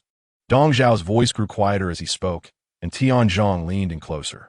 After a moment of contemplation, Tianzhang suddenly exclaimed, Shanchang, your ambition is grand. If successful, it could restore peace to Jinshanjun for at least 20 years. Indeed, but currently I have too few capable individuals at my disposal. Precisely because of this, success is conceivable. With that, Dong Zhao fixed his gaze upon Tianzhang and asked, will you proceed? If so, I shall issue a secret order for the others in the Dao Yuan to assist you. If not, consider this visit forgotten. I will proceed. Why would I not? 20 years ago, I had nothing, yet I dared to strive, let alone now. In times of poverty, one dares to fight. The more one possesses, the more one hesitates. Were it not for this, how could the Lingji Xingdian have been forced to seal the hall? Maida Chun is far from limited. Upon hearing this, Tianzhang nodded. Shanchang, I shall prepare for the worst. Then go forth. At dawn, I shall issue the order. Upon hearing this, Tianzhang took 3 steps back, bowed deeply in respect, and then turned to leave. The night was wholly consumed by the Qing Iran, leaving Su Jin no choice but to labor diligently during the day to engrave the small gathering star patterns. Although the difficulty of engraving star patterns had shifted from imitation to tracing, tracing could not guarantee immediate success. Engraving star patterns within the star lantern was utterly different from inscribing them upon one's own flesh. The first and second attempts ended in failure. Controlling the star power was still somewhat unrefined. By the third attempt, Su Jin had gained considerable experience. It shattered. Su Jin opened his eyes and let out a long sigh. Experience still eludes me. I must remember that when engraving star patterns, my spiritual power should be maintained at peak condition. Subsequently, Su Jin consumed a Jing Shindan, feeling a slight recovery of his spiritual power. He reminisced about the invigorating pill given to him by the Qing Yi Ren the previous night. That one invigorating pill took effect in less than 3 minutes, making him feel as if he had consumed a stimulant. Unfortunately, he had only been given one. As for the market price, it was 30 taels per pill. Although Su Jin still had some silver, he felt that the Jing Shandan he possessed was sufficient. Of course, should the need arise, he would not hesitate to purchase more. In the 4th and 5th rounds, Su Jin continued to refine his outlines, accumulating experience. Once the effects of the Jing Shandan wore off, he barely managed to finish lunch before collapsing into sleep. In the afternoon, Su Jin was abruptly awakened by the urgent sound of a gong. All newly admitted disciples are to gather at the training hall within 15 minutes. A servant proclaimed loudly. Chapter 34. The Formation. Within the training hall, all newly admitted disciples had assembled. Su Jin also arrived, glancing around in mild confusion. During his time in the Dianxing Yuan, it was common to see senior brothers from previous years, yet recently, none were in sight. Bang! With the sound of iron striking the ground, the elegantly dressed Ning Yuchan descended gracefully, her veil suddenly lifted by the wind, creating an astonishing spectacle. The gathered disciples were filled with anticipation. However, Ning Yuchan remained silent, waiting at the side, which only deepened Su Jin's perplexity. In the Dao Yuan, few could command the attention of the headmaster. Ning Yuchan, is this not a matter of cultivation? Suddenly, a blood-red light fell from the sky like crimson lightning. Upon landing, the students suddenly stood in awe. Their commanding officer, Tianzhong, Blood Butcher Tianzhong, due to recent disturbances caused by evil spirits in the county. For your safety, from this day forth, the Dao Yuan will be sealed off entirely. No outsiders shall enter, and no one shall leave without orders. Those who disobey shall be executed. The word execute sent shivers through all the disciples. With the evil spirits causing chaos, to enhance your self-defense capabilities, we shall commence urgent practical training immediately. Ning Yuchan, Luo Kuxing, you two will lead my 6 personal guards in this training, distributing arms. Any injuries will be treated by the alchemy room. Understood. From this moment on, you shall all be incorporated into the Jinshan, Dao Yuan Xing Wei Reserve Team, and military control shall be enforced. Anyone unwilling may step forward now and leave the Dao Yuan. Tianzhong glared at the newly admitted disciples. The disciples were intimidated by Tianzhang's imposing presence, and none dared to speak. Naturally, they were not foolish, even if they harbored reluctance. They only dared to contemplate it internally, not daring to express it outwardly. Among the ranks, Luo Geng glanced at his uncle Luo Kuxing at the side, seeking some sign of guidance in his gaze. Yet Luo Kuxing's eyes remained fixed ahead, devoid of any expression. What expression could he have, being dragged out while recuperating at home? After scanning the crowd with a menacing gaze for a few seconds, Tianzhong declared, since no one has any objections, let us proceed immediately. With a wave of his hand, a cacophony ensued as servants brought forth heaps of weapons. Soon, Su Jin and the others received their equipment. Each was issued a set of standard leather armor with neck protection. Although it was termed leather armor, once donned, one would find that crucial areas were reinforced with metal plates, weighing approximately 30 pounds in total. Before breaking through to the first level of Kinxia, wearing this would be quite strenuous for Su Jin. Now, at the second level of Kinxia, it felt effortless. He sensed that he could handle even more weight. The weapons, however, varied. Those below the second level of Kinxia received standard long blades along with training wooden swords. Those above the second level could choose their own. Ning Jiaodo, I have just broken through to the second level of Kinxia. What weapon do you recommend I select? Su Jin inquired while receiving his gear. As the headmaster, Ning Yuchan surely possessed combat experience, and her advice would likely be sound. Having reached the second level of Kinxia, Su Jin felt that his refined right arm was more lethal than these long blades. Yet he was unsure what to choose, so he sought counsel from Ning Yuchan. It seems your diligent practice has paid off. Ning Yuchan showed no surprise at Su Jin's breakthrough to the second level of Kinxia. It was not unexpected for one to progress from the Star Point stage to the first level of Kinxia in 7 days. And achieving the second level in another 5 days was reasonable. However, the true challenge in the Kinxia realm lies in the 4th and 5th levels. The time required to refine one's legs is more than triple that needed for the arms. Survival is paramount on the battlefield. To be different will undoubtedly attract the enemy's attention, potentially making one a priority target. My recommendation is to select the long blade. It is the quickest to master. Additionally, you should strive to complete the refinement of your left arm within the next few days, Ning Yuchan advised with her head bowed. Though her voice was unassuming, Su Jin felt an abrupt chill. He discerned several key phrases. Survival is paramount, and a few days remain. Even if Ning Yuchan is not among the highest echelons of power in the Dao Yuan, she is certainly one of the closest to the upper echelons. A few days? Does this imply that these newly admitted disciples will soon be sent to the battlefield? Su Jin was taken aback. What exactly has transpired? Are they truly sending these inexperienced novices in a battle? Su Jin endeavored to extract more information from Ning Yuchan, yet after speaking, she fell silent. Su Jin recognized that he had but one option: to practice diligently. The subsequent teachings further validated Su Jin's thoughts.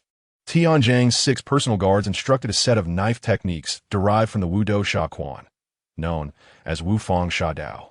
All the moves evolved from the Wudou Sha Quan, allowing the disciples to grasp them swiftly. However, the challenge lay in practical application. The distinction between combat techniques and lethal methods was profound, and the latter could not be practiced in isolation. They necessitated paired training.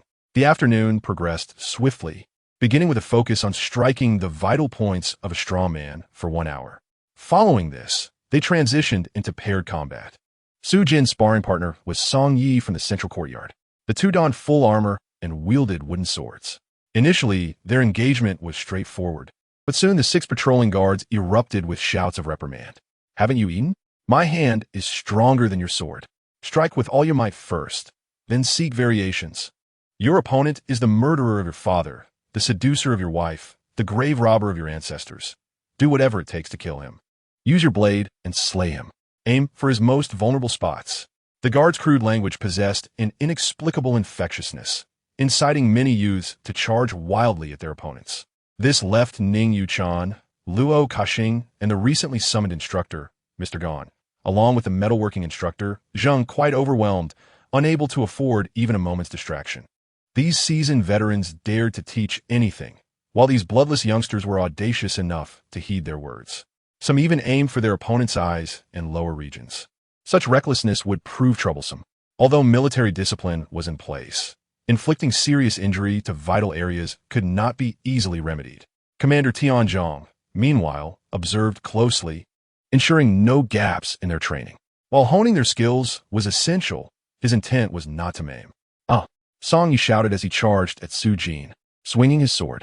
Su Jin, however, remained remarkably composed, retreating, turning, and countering. His wooden sword struck Song Yi on the back of the head, eliciting a pain scream as Song Yi collapsed to the ground. Had it not been for the helmet, he would surely have suffered a grievous injury. Unwilling to admit defeat, Song Yi rose and charged again. Su Jin swiftly ducked, delivering a blow to Song Yi's left leg, sending him sprawling once more. Before Song Yi could rise, Su Jin's sword was already poised at his throat. Time and again, Su Jin felled Song Yi. The gaze of the guards increasingly fell upon Su Jin. He had indeed cultivated some skill. Su Jin realized that he did not possess superior swordsmanship over Song Yi. Rather, his prior experiences of killing and witnessing blood had imbued him with remarkable calmness. His movements were devoid of panic, and he responded with composure. After being defeated 7 times in succession, Song Yi, visibly dejected, stood up, frustration etched across his face. This was not practice, it was humiliation. You are no match for him. Switch partners. Tianjiang's guard, Niu Gui, pushed Song Yi aside. Niu Gui, broad-shouldered and imposing, fixed his gaze on Su Jin and suddenly asked, "Have you seen blood before? If you lose focus in battle, you shall perish." Again, Su Jin spat out a mouthful of blood-tainted saliva, gripping his sword tightly as he stared intently at Niu Gui. As Niu Gui swung his blade, Su Jin attempted to parry, but it was a feint. He overexerted himself and stumbled, falling to the ground. "You must reserve some strength, if you do not. Who shall survive?" Niu Gui commanded. Once more, this time, Su Jin conserved his strength, yet Niu Gui's full force strike sent him crashing to the ground. "Strike without hesitation. If you waver, who shall survive?" Again, Reserve your strength. It pertains to your physical power, not the blades. Su Jin paused, contemplating his approach. After a moment, he attempted another strike, only to be toppled once more. After a dozen attempts, he had been knocked down repeatedly for various reasons. Yet they all stemmed from overwhelming force and swiftness. You possess potential yet squander it. Nyogue berated. Although you wield a standard long sword incapable of channeling star power, mobilizing it can amplify your strength exponentially. Integrate your star power into your attacks. Nyogue noted Su Jin's next strike, which produced a piercing sound as it sliced through the air. Practice alone for now. I shall return later to spar with you. The training session, lasting merely an hour, left many disciples wailing and incapacitated on the ground. Yet they were met with the guards' sheathed blades, striking them relentlessly, akin to rabbits forced to rise again. After 2 hours, many could scarcely muster the strength to rise. Su Jin, too, was drenched in sweat. Despite the support of star power, the exhaustive training had reached its limit. As the session concluded, all were summoned to receive medicinal pills. To Su Jin's surprise, not only did one individual distribute a blood-replenishing pill, but also a spirit-refreshing pill.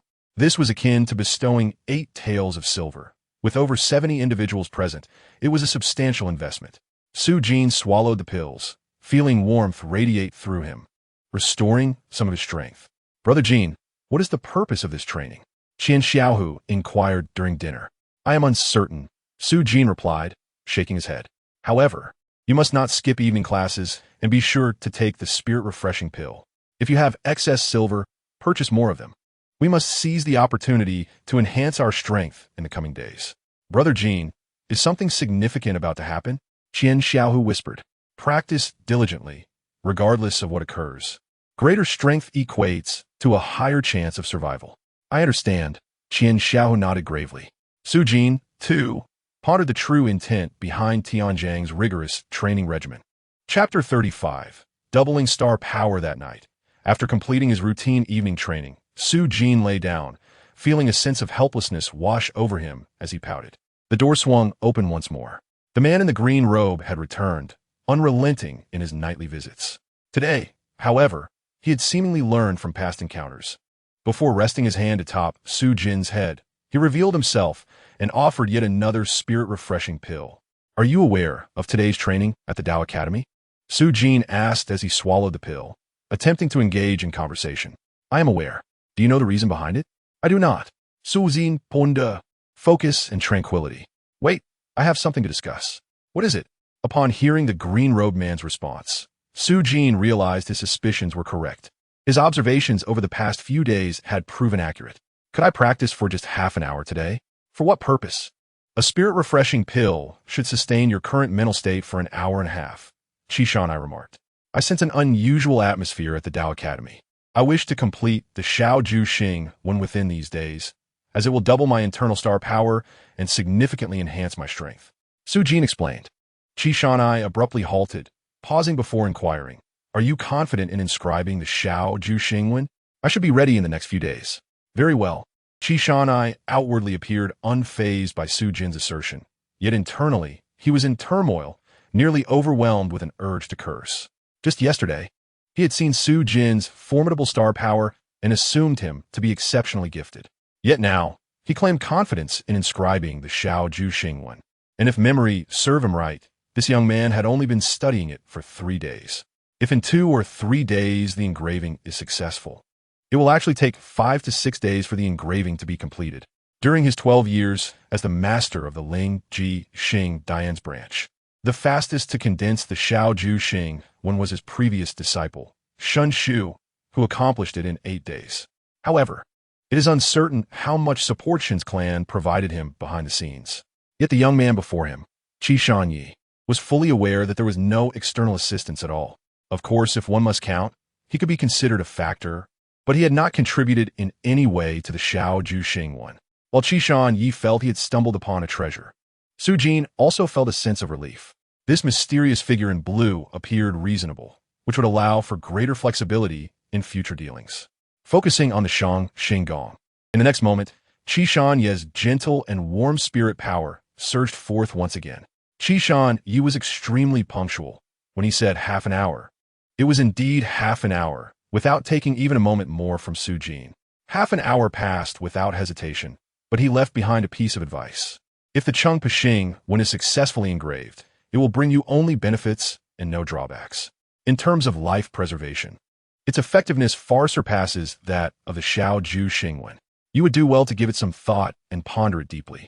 After a few days of interaction, Qishan had begun to grasp Su Jin's temperament, which is why he left such a remark. This statement indeed struck a chord with Su Jin. If what the figure in blue said was true and could not be dismissed, then contemplating it seemed quite feasible. After a moment of thought, Su Jin first immersed his mind into the Kendo Tai Xing Deng, where he perfectly engraved the Xiao Ju Xing when before officially commencing the engraving process.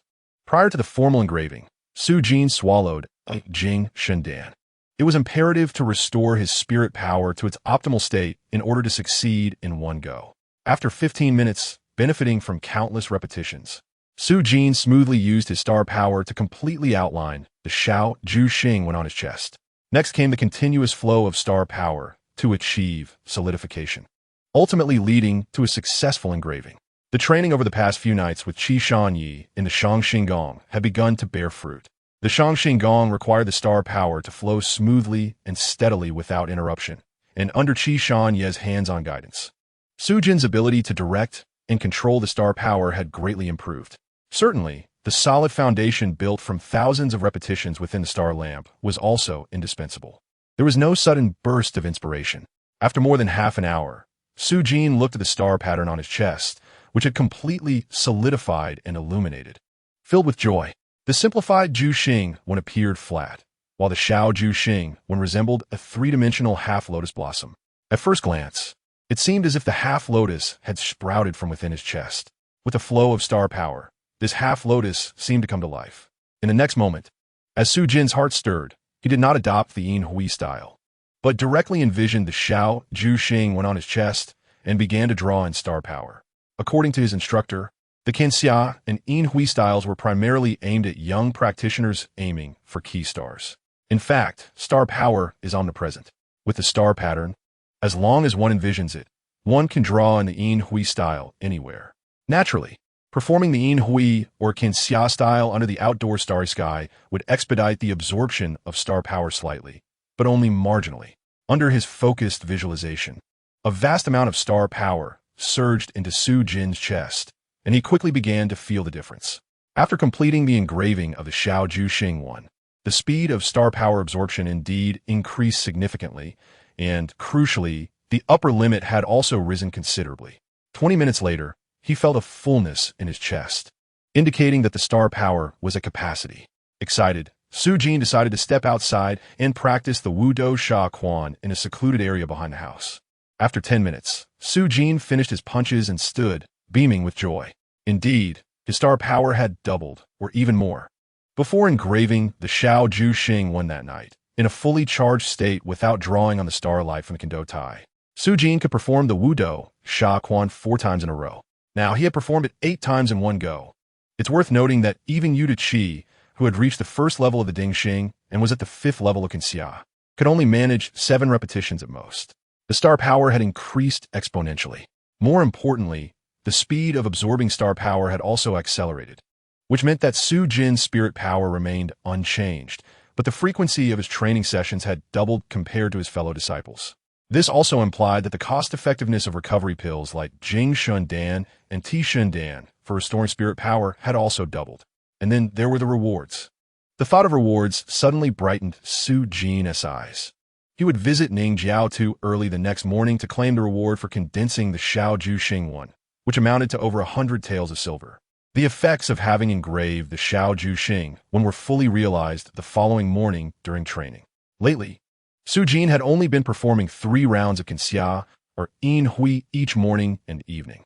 The previous day, after 3 rounds of Kanxia, Su Jin could consecutively perform 4 rounds of Wudo Sha Quan for body refinement, totaling 12 rounds. However, today, after just 1 round of Kanxia, he could perform 8 rounds of Wudo Sha Quan, totaling 24 rounds. The speed of body refinement had increased dramatically. Previously, Su Jin would take Jing Shendan twice a day, drawing on the starlight from Kendo Tai. and could manage a maximum of 42 rounds of Wudo Shaquan for body refinement in a day. But now, with just 6 rounds of practice in the morning and evening, he could perform 48 rounds. Moreover, because each round consisted of 8 consecutive repetitions, the refinement effect was even better. If he drew on the starlight from the Kado Tai, the number of consecutive Wudo Shaquan he could perform would reach an astonishing 18 times.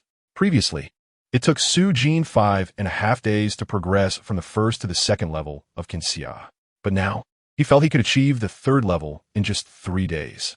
In 2 more days, he should be able to break through to the third level of Kinxia. Suddenly, Su Jin felt that reaching the 5th level of Kinxia within 2 months might not be too difficult after all. After completing his morning self-training, Su Jin intended to find Ning Yuchan to report his success in condensing the Xiao Juxing one, hoping to secure the reward for being the first to engrave it. However, unexpectedly, after breakfast, the urgent sound of a gathering bell rang out. They were summoned once again to the training hall. Some young men groaned in despair. After yesterday's training, their legs and feet no longer felt their own. They had thought they could rest in the morning, only to find that they had to continue today. However, military law was no laughing matter. Some had even been punished with military rods the day before. Brother Jean, do you think this means we will be heading to the battlefield? Xiao Hu, who often shared meals with Su Jin, voiced his concern. Train diligently and study hard. Have you not realized? The personal guards teach skills for survival first, and only then for combat. Today, Su Jin's opponent was Yu Guan, the second-ranked disciple of the Central Academy. Yu Guan was at the 4th level of Kinxia. Both his legs and right arm had already undergone body refinement, making him significantly stronger than Su Jin in speed, strength, and overall agility. His advantage was glaringly apparent. This advantage was overwhelming for Su Jin at the start. His sword strikes would often send Su Jin's ironwood sword flying, and being struck by the ironwood sword was extremely painful. However, the rigorous training from the previous day had started to yield results. Su Jin had learned to mobilize star power to enhance his defenses while also mastering the ability to amplify his explosive power. Each strike was laden with lethal intent. Afternoon training was set to continue.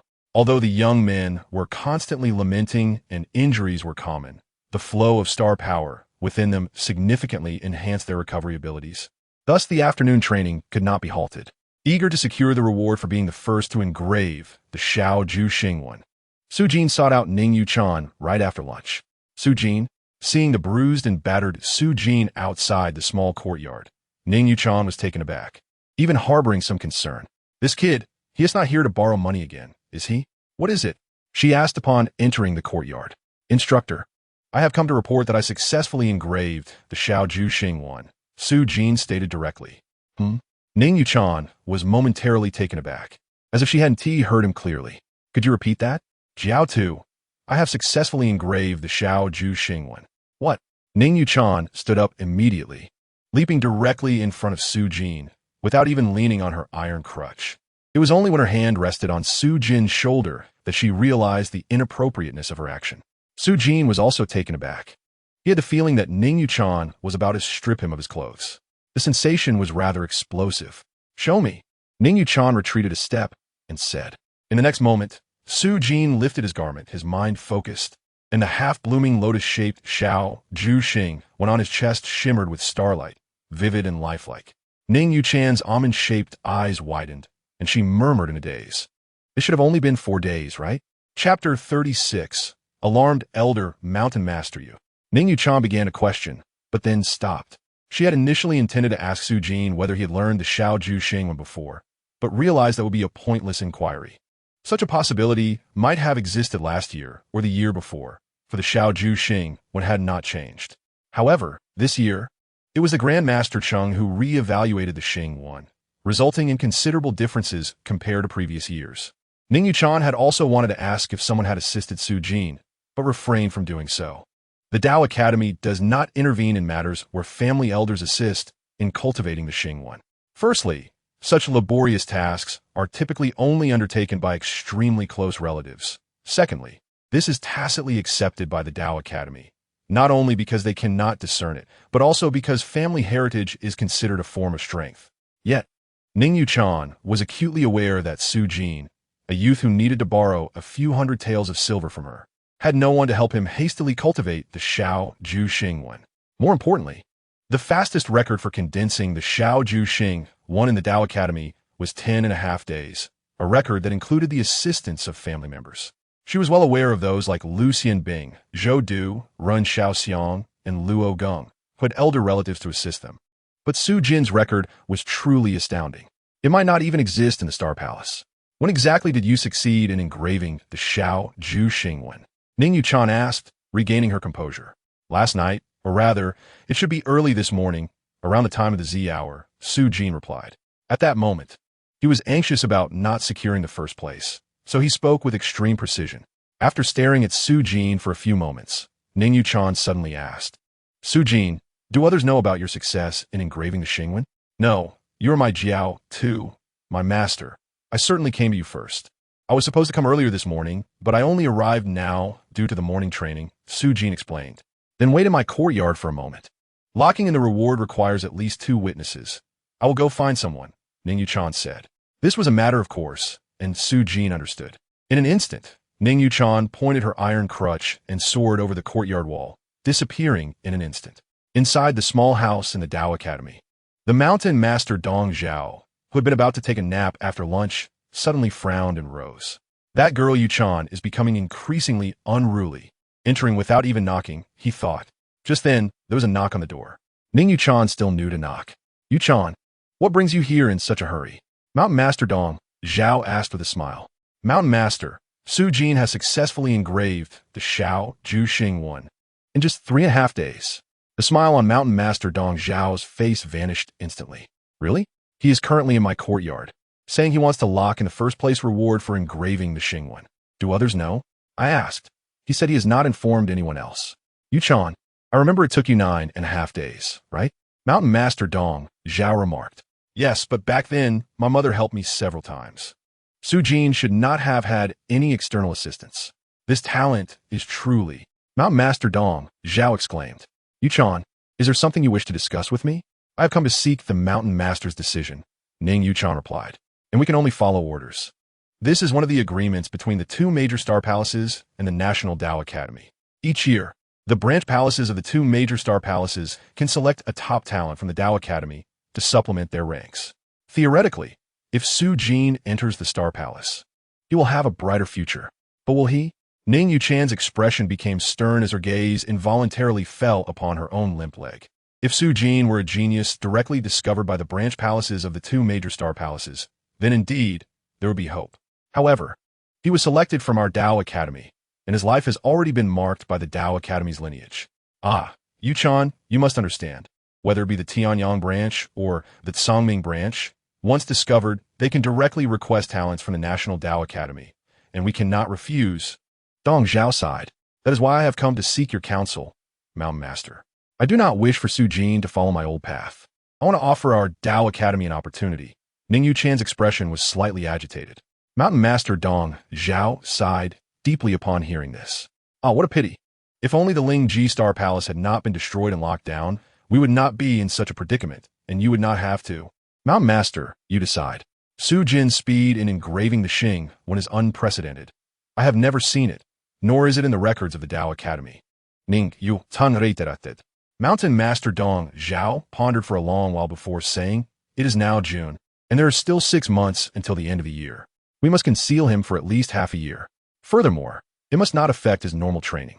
A talent like him, once he loses his motivation, will soon fade into the crowd. Mountain Master, actually, Su Jin is only remarkable in engraving the Xingwen. His performance in other areas is average. He has only completed the star pointing for 83 days, Ning Yuchan stated. What do you mean? Mountain Master Dong Zhao seemed to ponder. However, Mountain Master, Su Jin's family is impoverished and values rewards greatly. He is also quite audacious. He has previously borrowed silver from me twice for training, Ning Yuchan explained. Mountain Master Dong Zhao was suddenly taken aback and then chuckled. Borrowing is good. Very good. Let us go, I know what to do. When Su Jin saw Mountain Master Dong Zhao, he felt a bit dazed. He had thought that Ning Yuchan would find another witness for the achievement, perhaps a certain instructor, or at most, the supervisor, Chao Chun. He never expected it would be Mountain Master Dong Zhao. It felt as if he were about to face an elite opponent, only to find himself confronted by a formidable figure. It was hard not to be astonished. However, what Mountain Master Dong Zhao said after closing the courtyard door left Su Jin even more astounded. Su Jin understood the gist. His achievement of engraving the Shao Ju Xing when in 3.5 days was astonishing. The fastest record in the Tao Academy was 9.5 days. Talents always provoke jealousy, especially those who are extraordinarily gifted, who become targets for many ill-intentioned individuals, such as gangs or even malevolent forces. Thus, Mountain Master Dong Zhao wished to protect Su Jin.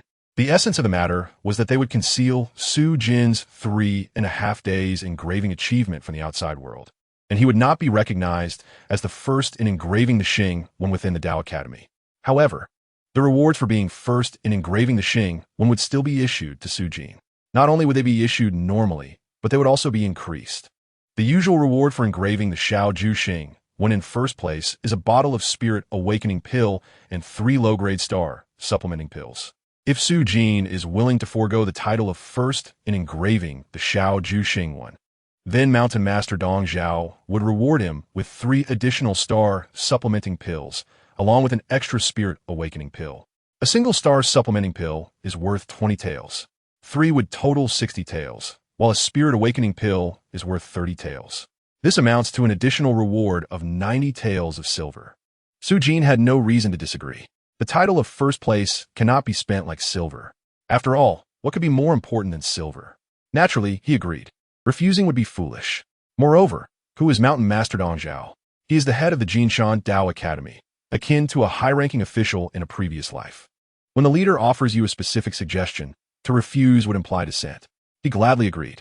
Furthermore, the benefits were substantial.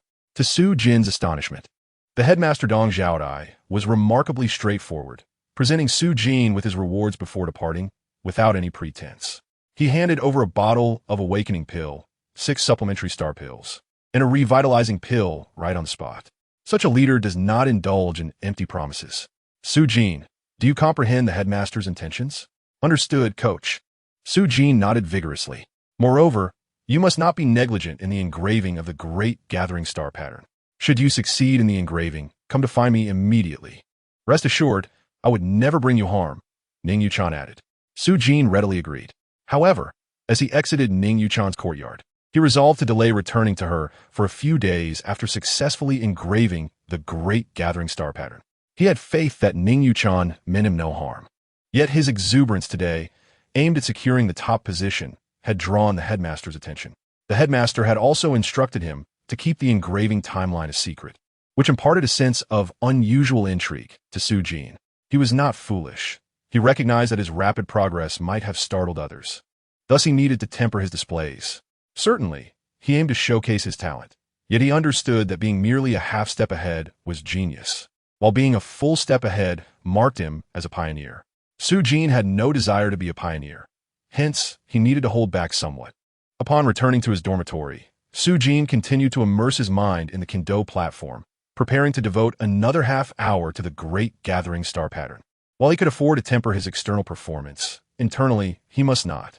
The enhancements following the engraving of the lesser Gathering Star pattern were substantial. Yet, as soon as he focused on the Kendo platform, he noticed a change upon the Jade tablet. Chapter 37. Nourishing Effects?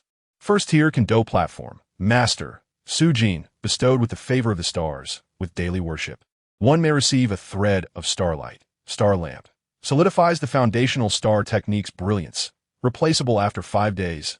Items for nourishment. Supplementary star pills. Revitalizing pills. Star techniques. Basic star shield. Basic star brilliance. Basic star ring. Basic star arrow. Basic star light shield.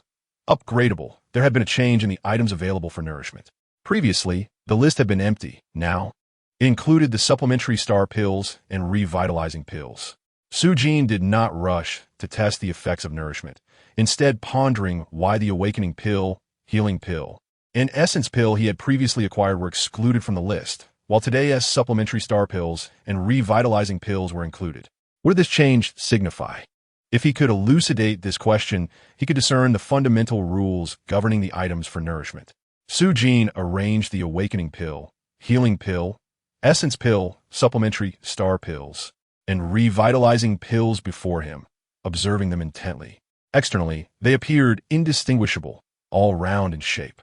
Thus, the only discernible difference must lie in one aspect: star power.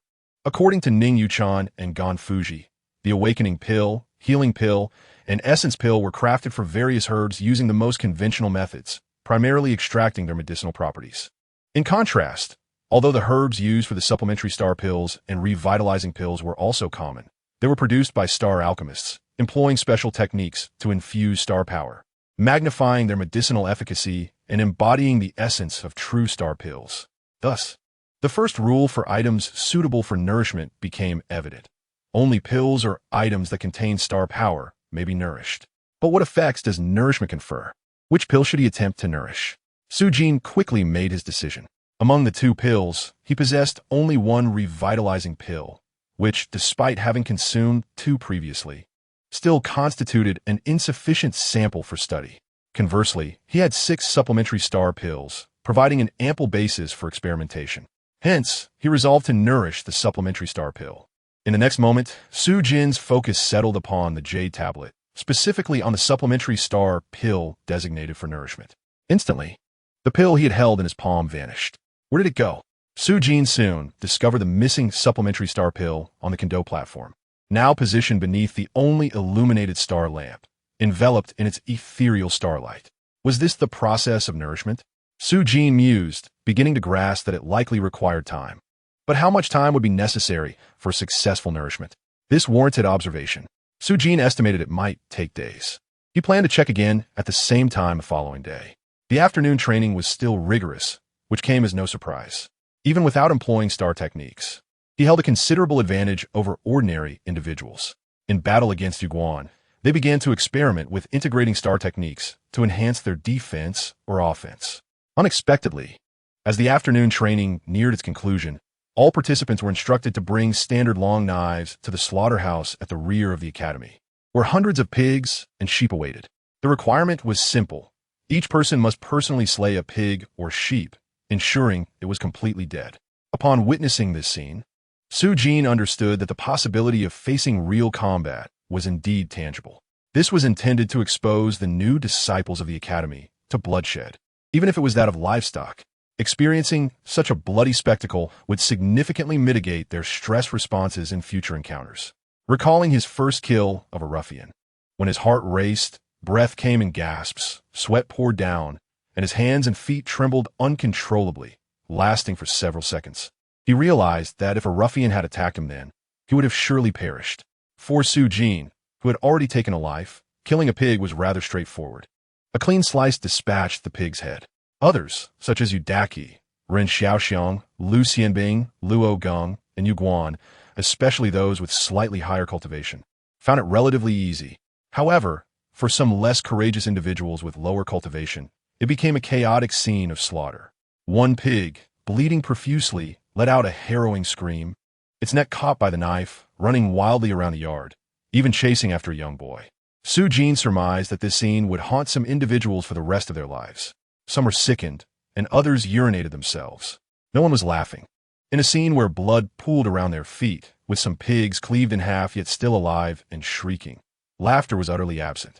Su Jin speculated that had he encountered such a scene earlier, his stress response during his initial killings would have been considerably lighter. He was still pondering whether the academy would really use death row inmates to expose them to bloodshed. To his astonishment, this hypothesis was confirmed the following day, June 25th. In the afternoon. However, before this realization, Su Jin had already noted changes in the nourishment process on the Kendo platform. During his midday break after lunch, he promptly immersed his mind in the Kendo platform, observing the changes in the supplementary star pill. A full day had passed since he had placed the pill there. Under the only illuminated star lamp of the Kendo platform, the supplementary star pill lay quietly. With a thought, the pill that had been nourished for a day appeared in Su Jin's hand. He retrieved the other 5 supplementary star pills, meticulously comparing the changes. At first glance, there seemed to be no alteration.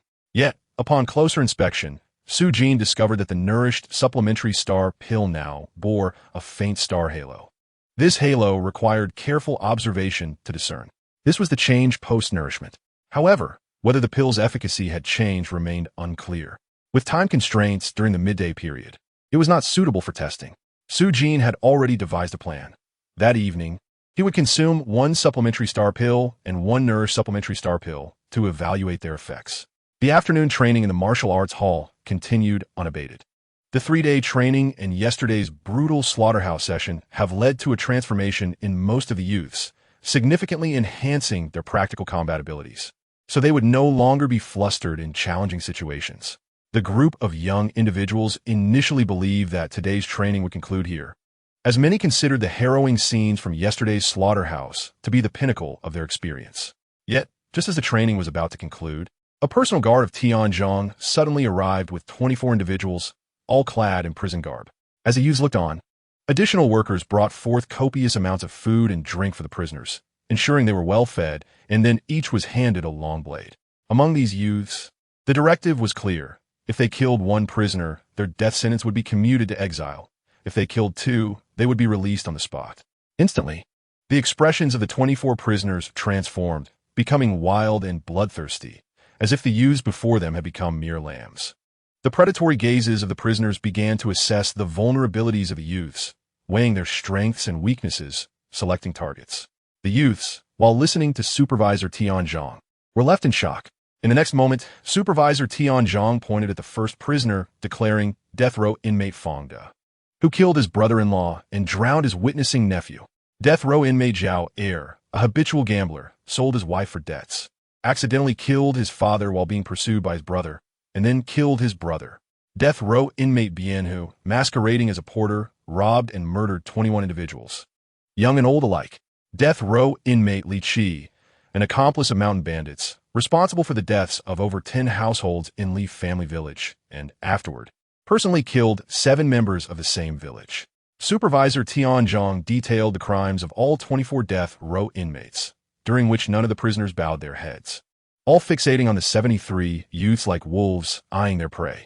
To hone your practical skills, these death row inmates will be split into 2 groups for a chaotic battle, and neither I nor the instructors will intervene, Tianzhong continued. As I mentioned earlier, if they kill one of you, their death sentence will be reduced to hard labor. If they kill 2, they will be released. For those among you who manage to slay one of them, a reward of 10 taels will be granted, elevating you from the reserve ranks to active members of the Xingxing Way with a monthly salary. Exceptional performers will be directly promoted to the rank of squad leader within the Xingxing Way. Do you understand? Tianzhong shouted. The youths erupted in a cacophony of reactions. Some were excited, others anxious, and one boldly inquired, Supervisor, what if we are truly killed?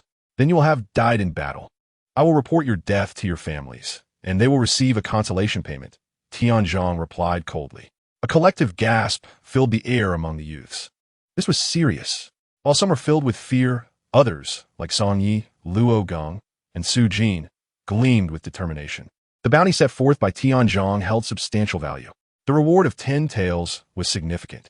But even more enticing was the prospect of becoming an active member of the Xingxing Way and attaining the rank of squad leader. In Dachun, the military hierarchy of the Xingxing Way surpassed that of the county guards by at least 1 tier.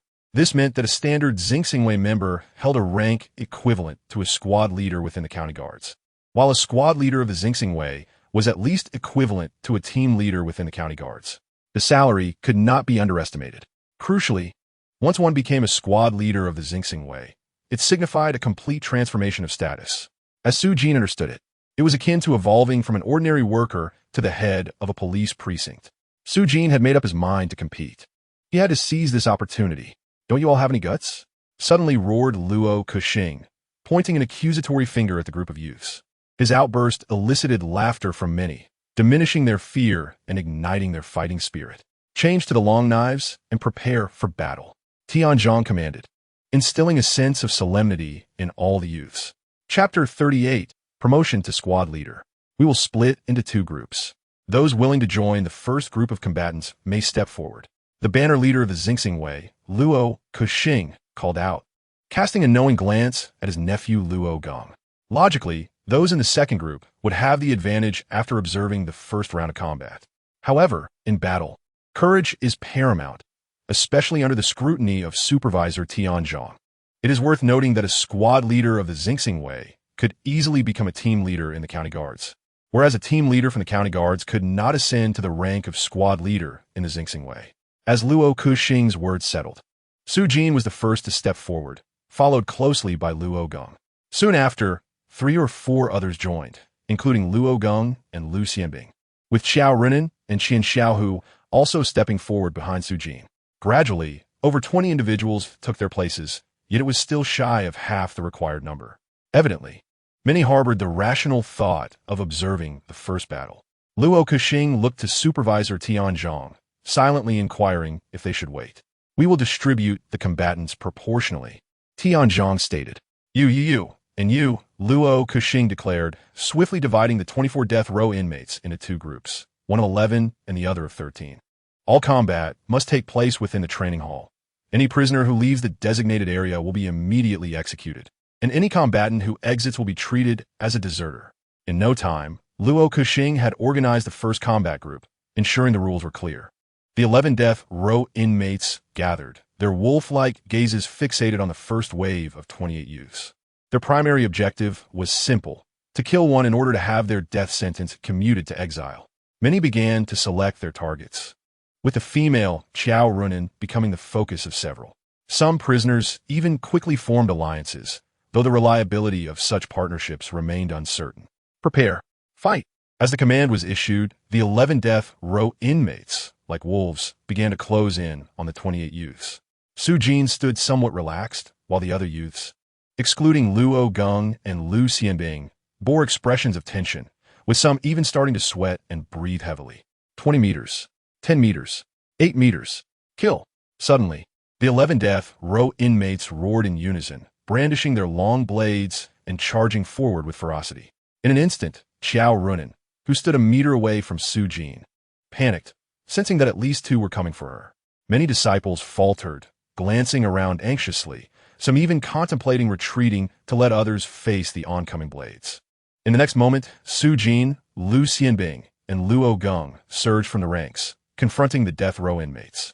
As they charged, Su Jin harnessed his star power, channeling it into his abdomen and arms, launching a fierce strike at the fastest and most aggressive prisoner, Li Qi. The blade struck with lightning speed.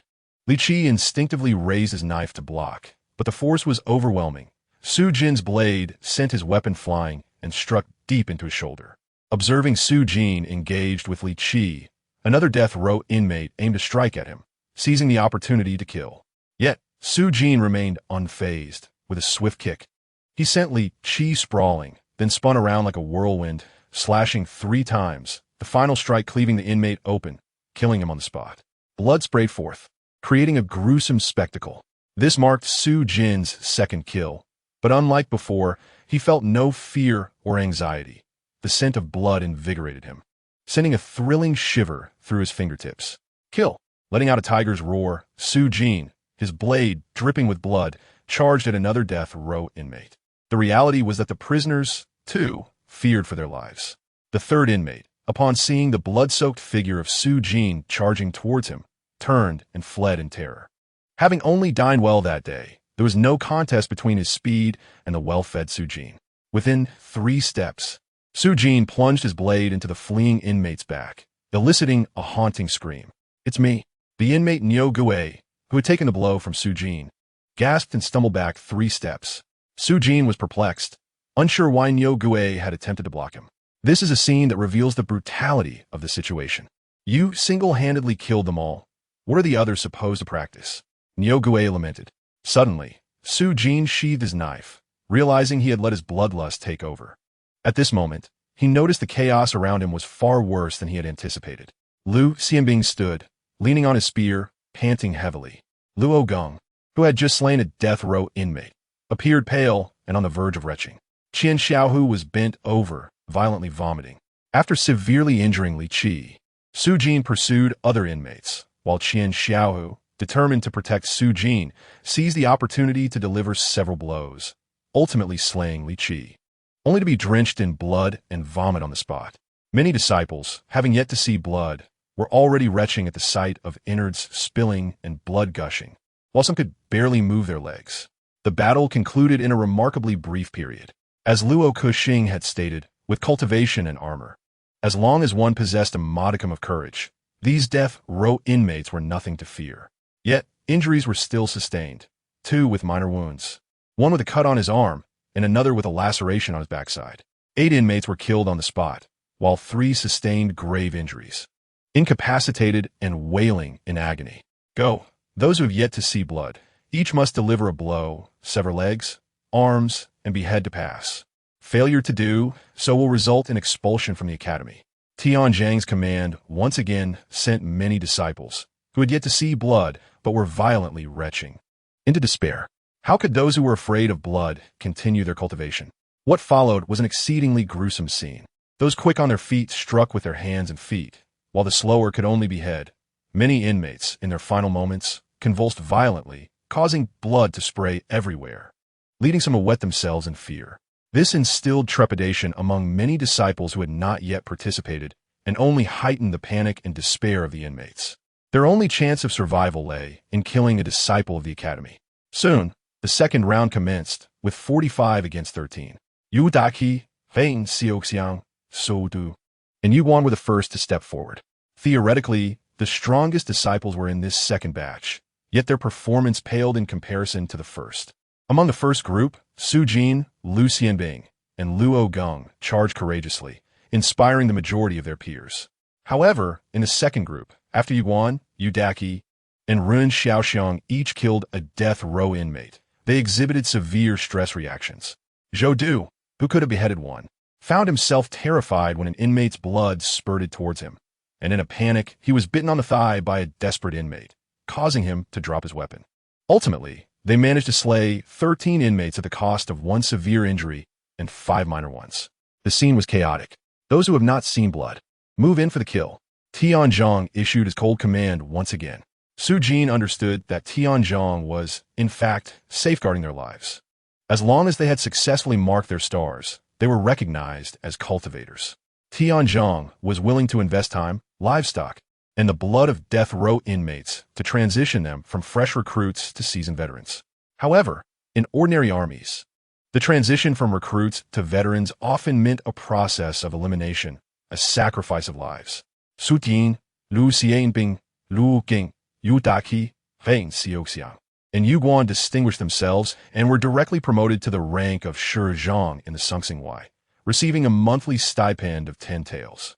Song Yi, Zhou Du, Qiao Runan, Fang Zixing, Qian Xiaohu, and Sha Yutian, among 15 others, were elevated from reserve members to active members of the Sungsing Wai, each entitled to a monthly stipend of 5 taels. Supervisor Tianzhang announced the promotion order on the spot, bringing joy to Su Jin, as this meant he had officially entered the ranks and would receive an additional 10 taels monthly. He also received a reward of 20 taels for slaying 2 death row inmates. This was a commendable system. Anyone who actively engaged in combat against the inmates would be rewarded with promotion. Tianzhang was a man of his word and a commendable supervisor. After receiving pills and dispersing, they would resume tomorrow, perhaps as a reward or due to surplus from yesterday's slaughter of pigs and sheep. The dining hall treated the disciples to a grand dinner, featuring various meats and blood sausages. However, only a few could stomach the feast, while others retched at the mere sight. Only Su Jin savored the meal, enjoying it to the fullest, much to the astonishment of many disciples who regarded him as a peculiar being. Lu Ji, who previously harbored some animosity toward Su Jin, now dared not meet his gaze. He had stabbed an inmate, and the sight of blood had nearly brought him to his knees. Yet, how could Su Jin, this fierce warrior, be so composed after killing 3? I hope everyone is well fed, Su Jin remarked meaningfully, patting the shoulders of Qian Xiaohu and Qiao Runan, who were unable to eat. He sensed that their tasks as newly inducted disciples would soon be upon them. That night, Su Jin continued his cultivation. After 3 rounds of the Yin Hui technique, he drew a wisp of starlight from the combat platform into his body, practicing the 5-do killing fist 18 times until he had exhausted his internal star power. Subsequently, he consumed a standard replenishing pill. As the pill entered his stomach, it transformed into a warm current, guided by his thoughts, flowing into the small gathering of star patterns, after which he resumed practicing the 5-do killing fist. 3 minutes later, the results emerged. A standard replenishing pill could restore enough star power for Su Jin to execute the 5-do killing fist 5 times before being completely depleted. 1 pill could stimulate 10 basic star techniques and allow for 5 repetitions of the 5-do killing fist equivalent to half a wisp of starlight from the combat platform. At 20 taels per pill, it was indeed worth it. In the next moment, Su Jin produced the replenishing pill that had been nurtured on the combat platform, surrounded by a halo of starlight. How much more effective would this pill be compared to a standard one? Without hesitation, Su Jin swallowed the haloed, replenishing pill. Chapter 39. A further breakthrough within mere breaths. The power of the pill surged into Su Jin's star patterns, quickly filling them to capacity. After 10 breaths, Su Jin's expression changed. His star patterns were full, yet the potency of the haloed replenishing pill continued to emanate. Surely, the star patterns wouldn't burst? In an instant, Su Jin sprang forth, executing the 5-do-killing fist with utmost speed. If the patterns didn't explode, then it would be Su Jin himself. A basic star shield was employed to consume the overflowing star power within the patterns. After 4 consecutive basic star shields, the potency of the haloed, replenishing pill dissipated. Yet Su Jin's small gathering of star patterns remained brimming. The test yielded results. It was doubled. The effect of a nurtured replenishing pill was indeed doubled. This enhancement was remarkable. In an instant, Su Jin was flooded with thoughts. If he bought a vial of pills and nurtured them for a day, it would be equivalent to purchasing 2 vials. A tremendous asset for cultivation. Regrettably, only 1 pill could be nurtured in a day. However, Su Jin soon realized that the greatest value of nurturing pills on the combat platform lay not in ordinary pills, but in those with unique and rare effects. The first that came to mind was the Ding Shanjin Dan, awarded for achieving the first rank in the Great Gathering Star Pattern. He must secure the first place to obtain this pill. Even if he only nurtured a single halo, it would be akin to consuming 2 Ding Shanjin Dan. While others would have none, Su Jin would effectively have 2. The nurturing effect of the combat platform was indeed impressive.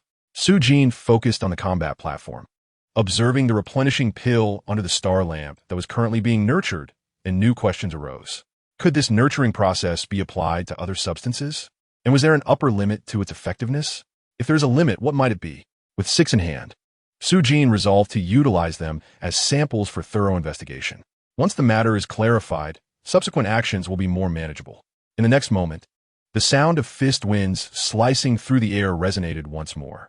The star power within the star patterns was abundant, rather than wasting it on cultivation. Should it be hoarded for future progeny? After completing 8 rounds of the Wudo Shaquan, Su Jin intended to conclude his training, but suddenly noticed that the starlight on his left arm had enveloped his wrist. Over the past 2 days of consolidating the small, Su Jin's body refining progress had surged dramatically. Not only had his training frequency doubled, but he also received a daily infusion of starlight, and today he consumed 2, one of which had been nurtured. Contemplating how Tianzhong had summoned death row inmates to witness bloodshed for their training, Su Jin recognized the urgency of the situation. Resolutely, he continued to practice.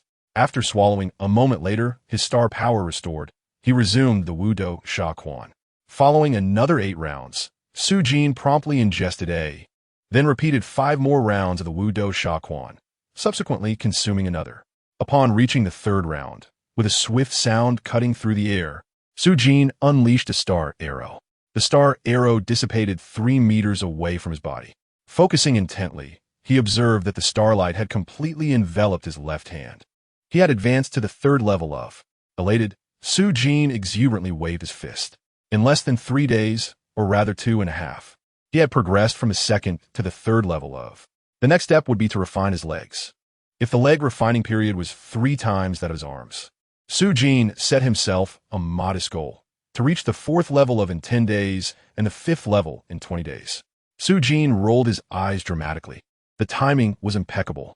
This figure in green attire must have been nearby, observing his every move. Yet, what could be done? Su Jin was aware of the presence of this person, but could not pinpoint their location. He considered discreetly informing Ning Yuchan, believing she would assist him. However, the individual in green did not currently harbor any intent to harm Su Jin, and more critically, he feared that Ning Yuchan might not be a match for this figure. Whether Shanchang Dong, Zhao, could contend with this individual remained uncertain, yet it was clear that he could not be at Su Jin's side at all times. Given the stealthy capabilities of this person, the restrictions of the Dao Academy felt utterly ineffective. They could effortlessly infiltrate and eliminate Su Jin at any moment. Thus, Su Jin resolved to cooperate and observe how events unfolded. Your quite diligent in your training. Reaching the third level of is commendable, Qi Shanai remarked, his tone seemingly teasing, yet imbued with an unspoken depth. Can one succeed without hard work? My father has exhausted all resources to aid me. The remaining path must be traversed through my own efforts, Su Jin replied. Am I not here for your benefit? Qi Shanai said, presenting as though offering a precious gift.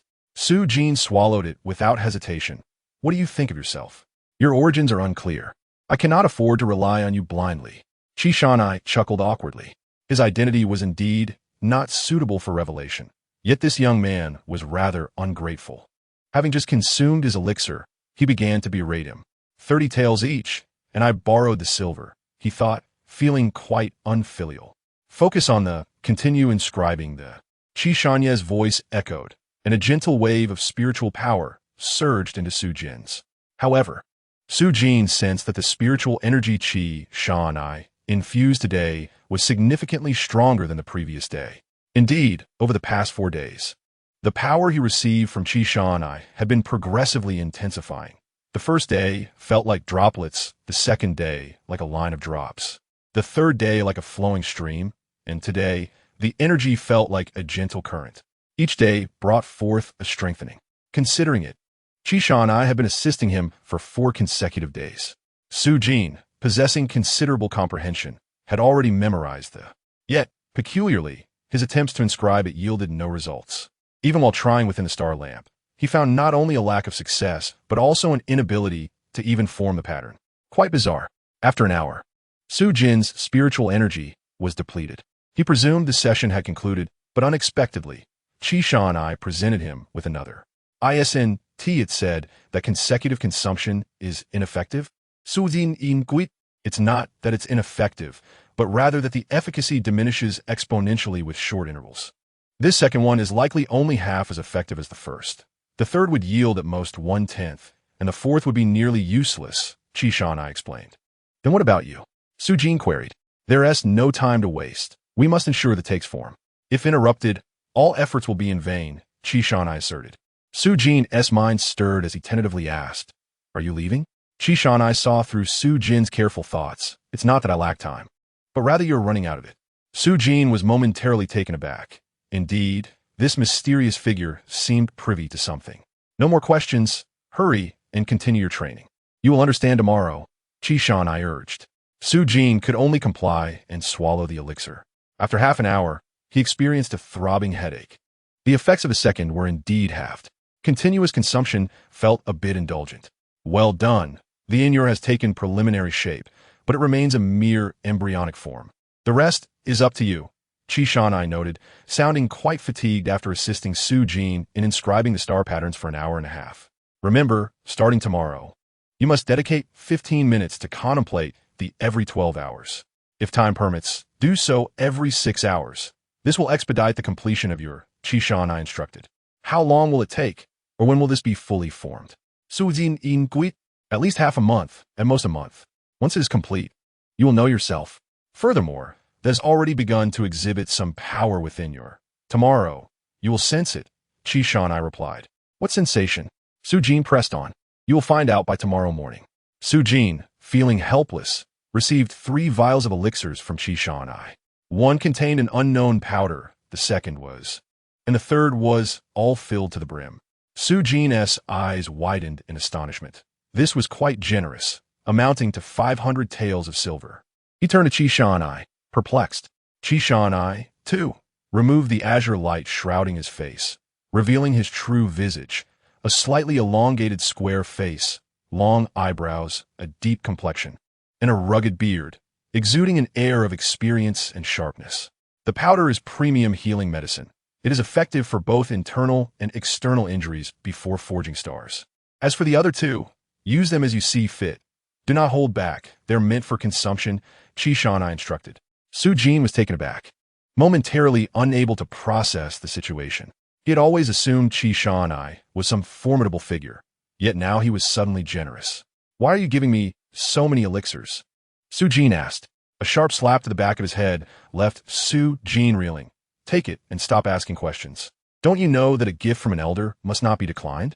Su Jin wanted to protest that Qi Shanai was no elder. But considering the stinging sensation from that slap, he decided against it. Su Jin's eyes widened once more. What was this? Moreover, why was this mysterious individual suddenly so kind to him? It felt utterly unusual. Chapter 40. The star emblem. By the time Su Jin made his discovery, Qishanai had already vanished. This left Su Jin, who had just received a precious life-saving treasure, in a state of great agitation. While the method of use had been explained, its true capabilities remained shrouded in mystery. The Zhu Xing realm should be capable of inflicting harm. But what the Lian Xing realm? Could it be vanquished? The instructions provided were woefully inadequate. Complaints aside, Su Jin securely concealed the treasure. Upon entering this world, the first semblance of protection and genuine affection he experienced came from his father, Su Dajiang, and his sister, Su Jiang. The item bestowed by the figure in green was not true love, yet it undeniably offered Su Jin a modicum of security, instilling him with newfound confidence.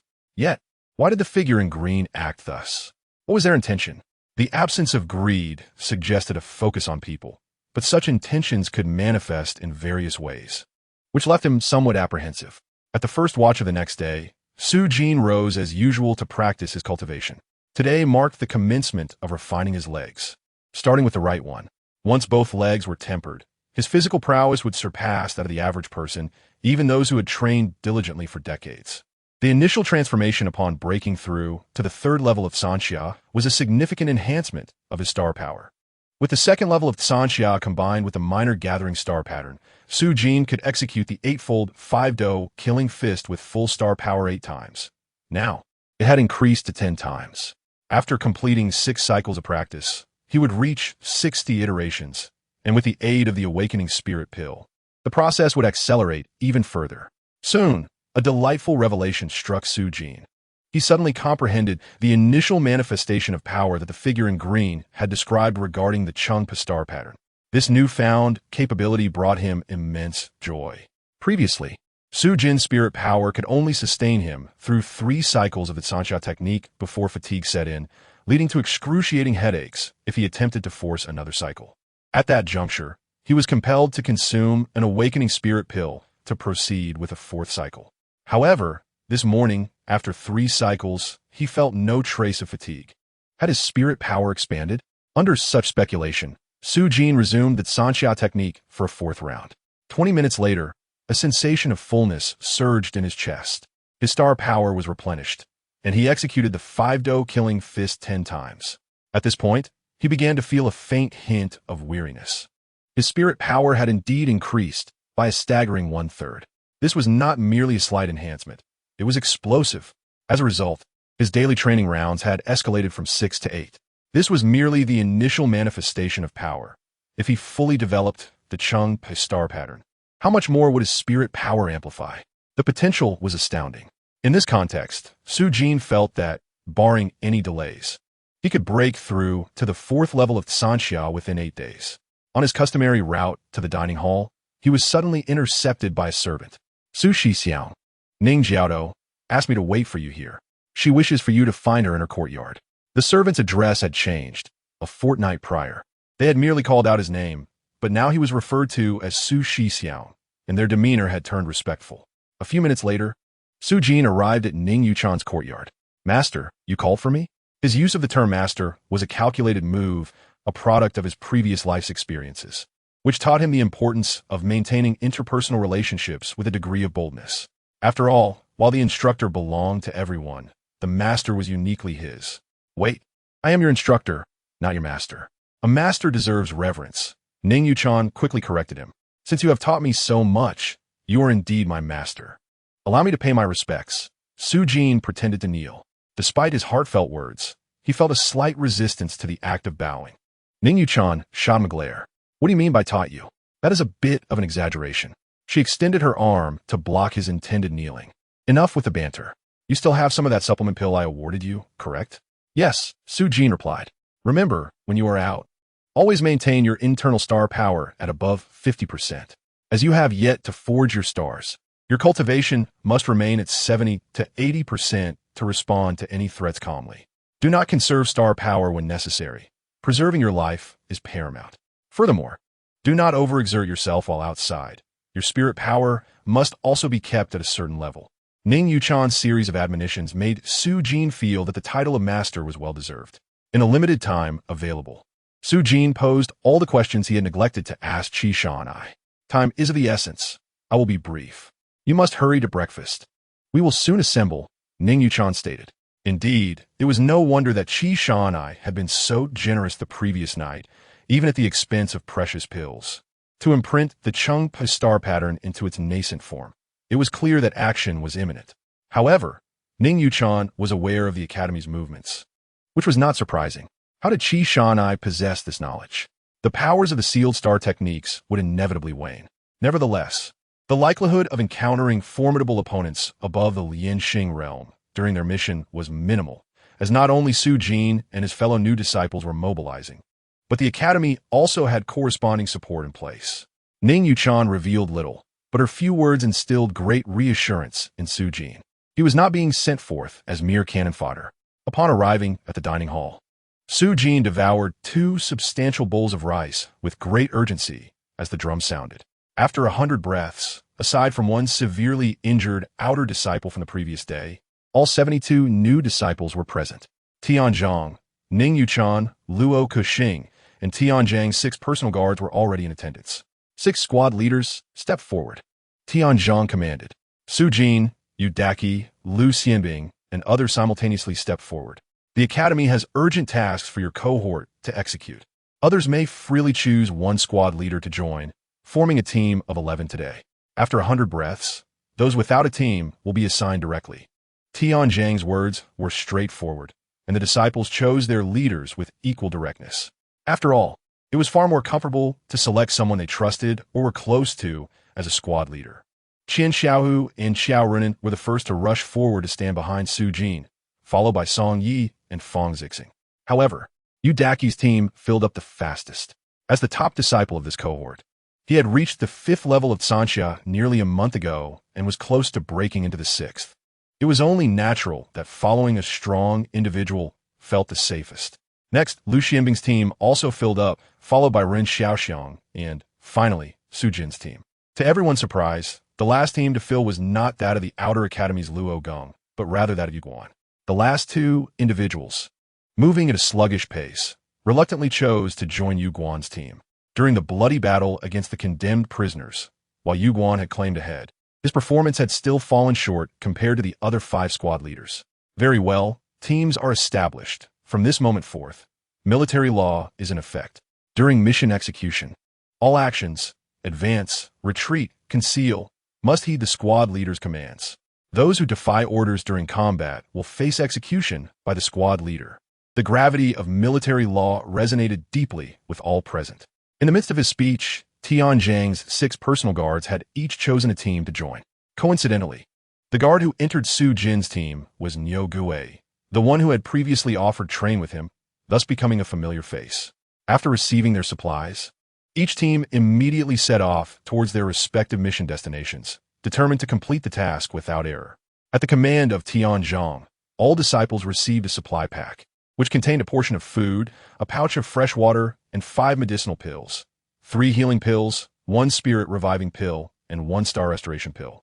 A quarter of an hour later, 6 teams mounted their horses and departed from various directions of JNSH in County City, with Su Jin's team heading towards Hishui County, one of the 6 counties under JNSH in county's jurisdiction. As the 6 teams exited the city simultaneously, inside the Dao Academy's lecture hall, Vice Mountain Master Feng Shu, Supervisor Chao Chun, Commander Tianzhang, Chief Instructor Ning Yuchan, Mr. Gan from the Alchemy Room, and Instructor Zheng from the Forging Hall, along with the injured Flag Master Luo Kuxing, were all present, gazing intently towards the mountain peak, awaiting Mountain Master Dong Zhao to issue orders. Chapter 41. The Mad Demon at noon on June 26th, within the Tianyang branch. Suddenly, a red light soared from within the courtyard, traversing the entire Tianyang branch and reaching the Mountain Master's residence at its deepest point. Mountain Master, I have urgent business to discuss. After a few moments, the door to Mountain Master Zhou Qingzhu's residence opened without a breeze, and Zhonda entered. Zhonda was a flag master of the Tianyang branch's Star Patrol and the only flag master remaining in JNSHN County City. Mountain Master, there is an emergency. An hour and a half ago, 6 teams clad in the standard armor of the JNSH and Dao Academy's Star Patrol emerged from the academy, dispersing to the 4 gates, each team comprising 13 members on horseback. The personnel I arranged tracked them for over half an hour and have basically confirmed their direction. The 6 teams are likely heading to the 6 counties under JNSH in county jurisdiction. Additionally, I recognize familiar faces among several teams, all of whom are Tianjiang's personal guards. Other personnel, through various investigations, have generally concluded that they are likely new disciples from the JNSH in Dao Academy's Star Selection season this spring. Zhong succinctly reported the intelligence, showcasing his strength in information affairs, which is why he remained in the county city at this critical moment. At this juncture, what could Dong Zhao's dispatch of new disciples signify? Even if accompanied by one of Tianjiang's personal guards, what could they achieve? It was certainly not aimed at capturing the evil demon, as the JNSH in Dao Academy had never been particularly proactive in this regard. Given the capabilities of these new disciples, they could not possibly partake in the hunt for demons. With the identities of the Star Patrol conferred upon them, it was highly probable they were heading towards the recent disturbances in various counties. Zhong quickly analyzed the situation, arriving at a nearly correct conclusion. Local disturbances. Mountain Master Zhou Qingzhu's expression turned grave, and he swiftly pondered numerous possibilities. How many forces can we still mobilize within the academy? Zhou Qingzhu inquired. Most have been dispatched. Only a few instructors and new disciples remain, Zhong replied. First, assemble all available personnel and have them on standby. Continue the reconnaissance, and simultaneously send someone to contact each county to see if we can urgently draw a small elite force from those currently hunting demons in the mountains and wilderness. Zhou Qingzhu commanded. Understood. As Zhong departed, a star pigeon soared from Zhou Qingzhu's backyard, departing with the speed of lightning. The star pigeon, raised and trained by disciples specializing in beast mastery, flew faster and higher, possessing greater sensitivity. However, within minutes, it landed at the entrance of the Tianhe gang. In less than 30 seconds, the gang leader, Zhou Ji, swiftly leapt towards the Tianyang branch, moving so quickly that it appeared as if he transformed into a flash of blue light. Soon, Zhou Ji arrived at the courtyard of Mountain Master Zhou Qingzhu, and upon arrival, he heard Zhou Qingzhu's voice relaying instructions for immediate entry. No movement yet? Zhou Qingzhu directly inquired. Zhou Ji's expression was tense as he replied, Mountain Master, according to your instructions, we arranged for someone to act in the name of evil demons daily, committing heinous acts and subsequently boasting about it. Strangely, aside from the incident on the night of June 19th, when he killed the one-eyed wolf Qian Shi and the 3rd son of the Zhao family, this individual has not acted again. I suspect he has already left JNSH in County City. Impossible. Although this person possesses remarkable skills in concealing his presence. Branch Master, who has used a star artifact to pinpoint his approximate location. If he were to leave the JNSH in county boundaries, Branch Master, who would immediately detect it. After a moment of contemplation, Zhou Qingzhu continued to instruct your subordinates to act, and when publicizing, directly name it as the deeds of the Shadow Demon Qi Shan'ai. The Shadow Demon Qi Shan'ai?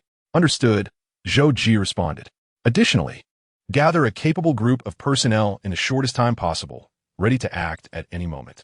Zhou Qingzhu's command left Zhou Ji with a sense of difficulty.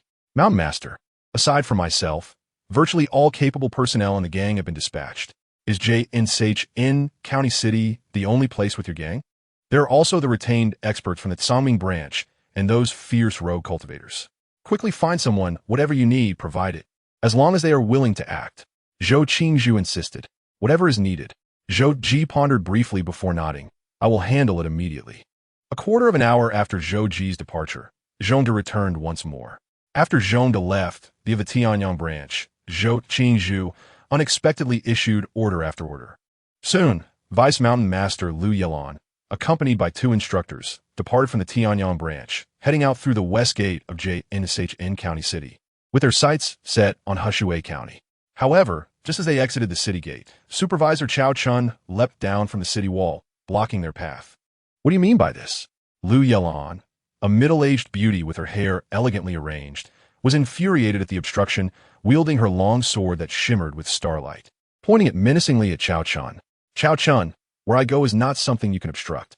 Chao Chun remained silent, standing with his hands clasped behind his back, holding a regulation staff that radiated with starlight, making his intentions abundantly clear. No need for words. If you disagree, come at me. Lu Yalan glanced at the position of the Tianyang branch, recalling the mountain master's strict orders upon departure. Gritting her teeth, she prepared to attack. After all, with the mountain master to handle the aftermath, as long as she did not kill Chao Chun, there would be no major issues. Clang! With a resounding crash, Ning Yuchan descended from the city wall, her iron crutch shimmering with starlight, and her aura had already locked onto another instructor from the Tianyang branch. At the same time, the injured flag master Luo Cushing also emerged from the nearby woods, standing firm with his spear. It seems you're all determined to prevent me from leaving the city. Then we must engage. Kill. Vice Mountain Master Lu Yelan raised her sword, unleashing a beam of sword light that extended dozens of meters, cleaving towards Chao Chun. Simultaneously, the two instructors from the Tianyang branch joined a fray against Ning Yuchan and her companions. In less than 2 minutes, the confrontation escalated into a fierce battle. As Ning Yuchan, moving like a soaring dragon, weaved through the chaos, she unleashed a series of starry blades that spun and sliced through the air. The faster Ning Yuchan spun, the more ferocious the starry blades became, and in a fleeting moment, a terrifying wheel of starry blades took form, continuously rotating and intensifying. The Tianyang branch instructor engaged with her bore witness to sheer terror, struggling to defend himself for 2 breaths before his long knife was sent flying. In another half-breath, his heavy star shield was cleaved apart. As the protective starlight neared destruction, Lu Yalan, engaged with Chao Chun, suddenly soared into the air, her sword darting forth. With each thrust, beams of sword light transformed into points of starlight, raining down upon Ning Yuchan's spinning blade wheel, causing explosions of starlight with every strike. Part of Ning Yuchan's spinning blade wheel shattered, yet she grew more frenzied, her iron crutch horizontal as she unleashed a torrent of densely packed star blades. Centered around the crutch, they spiraled upward, aimed at Lu Yalan. Even though Lu Yalan's cultivation was superior to Ning Yuchan's, she found herself in a precarious position. And for a fleeting moment, Ning Yuchan's star blades surged forth, directly shredding Lu Yalan's longsword. Ning Yuchan was violently repelled, blood trickling from the corners of her mouth. Yet, as she rose, she transformed once more into a whirling vortex, and in a most critical moment, she conjured a spinning blade wheel, soaring upwards to stand upon it.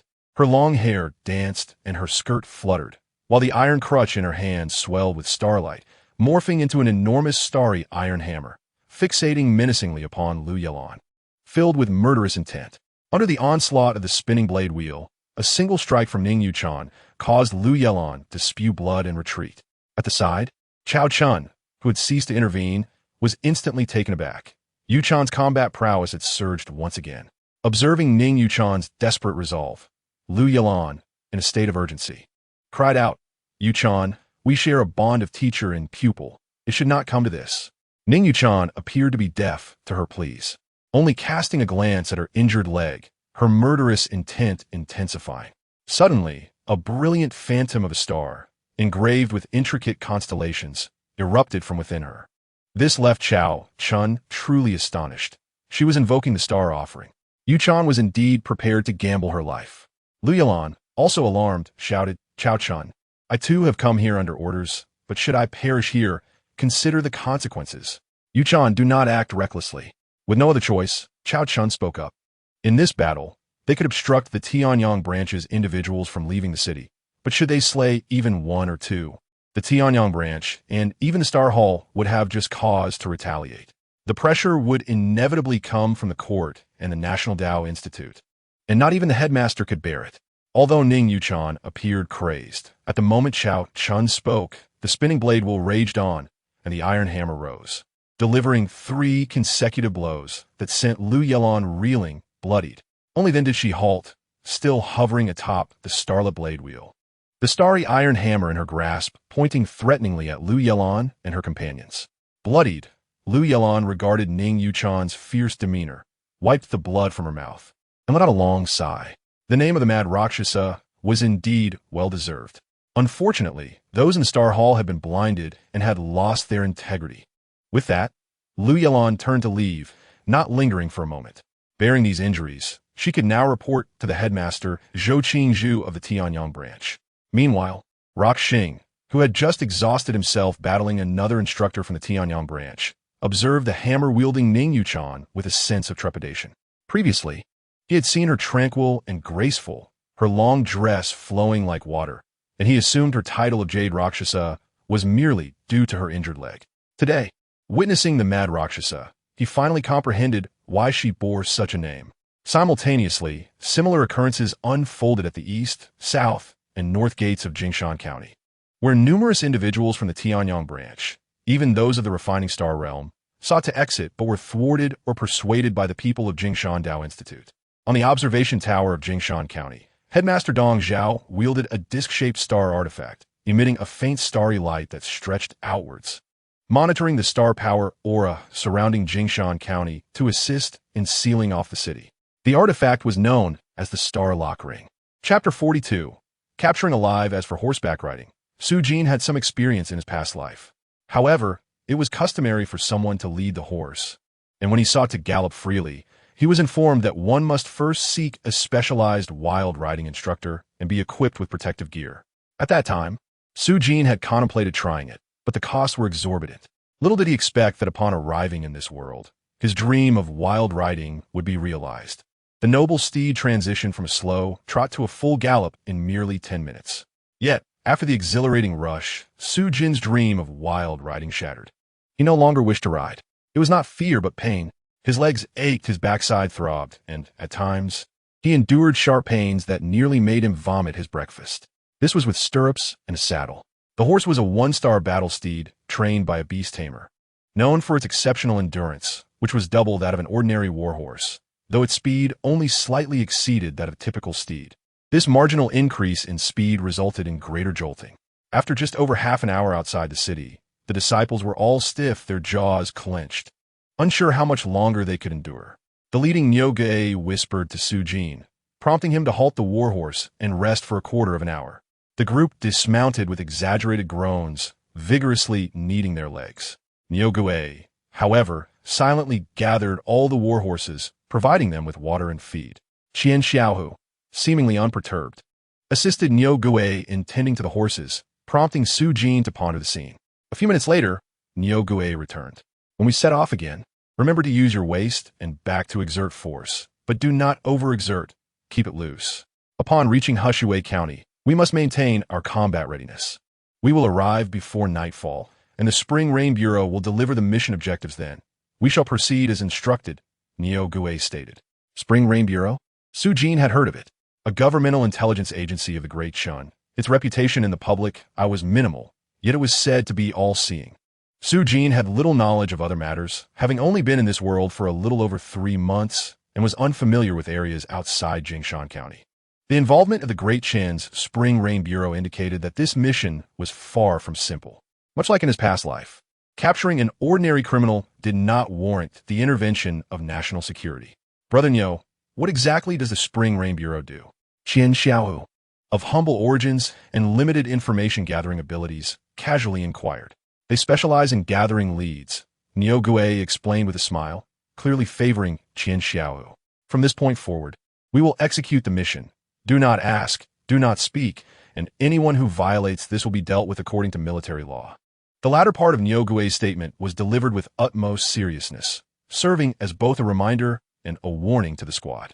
During the break, Su Jin, feeling idle, decided to focus on the Shingong, continuing to solidify the Chungpa star patterns. Uncertain of what lay ahead, he deemed it wise to solidify them while he could. Although his legs, backside, and groin ached, Su Jin's equestrian skills advanced rapidly. Especially with the infusion of star power, his strength and control over his body were formidable, rendering the dangers faced by ordinary individuals trivial in comparison. Some fell from their horses but managed to pull themselves back up using their arms. An hour later, the team stopped at a tea shop when they were 20 miles from Hushui County to rest and enjoy some tea. Shortly after resuming their journey, Nyogue mysteriously acquired intelligence from the Spring Rain Bureau. There were a total of 5 targets, with Hong Li being the primary one. These 5 targets were likely interconnected, and after subduing Hong Li, they would act separately. Pass around the target intelligence, Niu Gui instructed, handing a report to Su Jin. After a brief glance, Su Jin felt as though he might explode. Hong Li, a master at the 7th level of Sanxia, was the leader of the Tianhe gang. Having entered Heshui County 8 days ago, he was responsible for 12 crimes, including 9 murders for rapes and the trafficking of 12 women, all perpetrated under the guise of demonic acts. The gang consisted of 7 to 8 members, 3 of whom possessed martial prowess. Zhao Zhen, originally a beggar in Heshui County, was lured by Hong Li into trafficking children, and in one night, forcibly robbed 5 households, killing all the males and taking their wealth and women for sale. Liu San, a former constable in Heshui County, was similarly swayed by Hong Li to act in the name of demons, robbing 3 families in one night, murdering his cousin Liu Zheng's family, and then consuming the last remaining member to seize their land and wealth. Upon finishing the intelligence report, the atmosphere grew somber among the group. They had lived in Jingshan County, where law and order was relatively stable, yet they had not anticipated such dire circumstances elsewhere. Operating under the pretense of demonic actions, various acts of arson, murder, and robbery were rampant. Ironically, the authorities had redirected all their efforts to the wilderness to hunt down demons, allowing many cases to be conveniently erased, witnesses silenced, turning them into unsolved mysteries.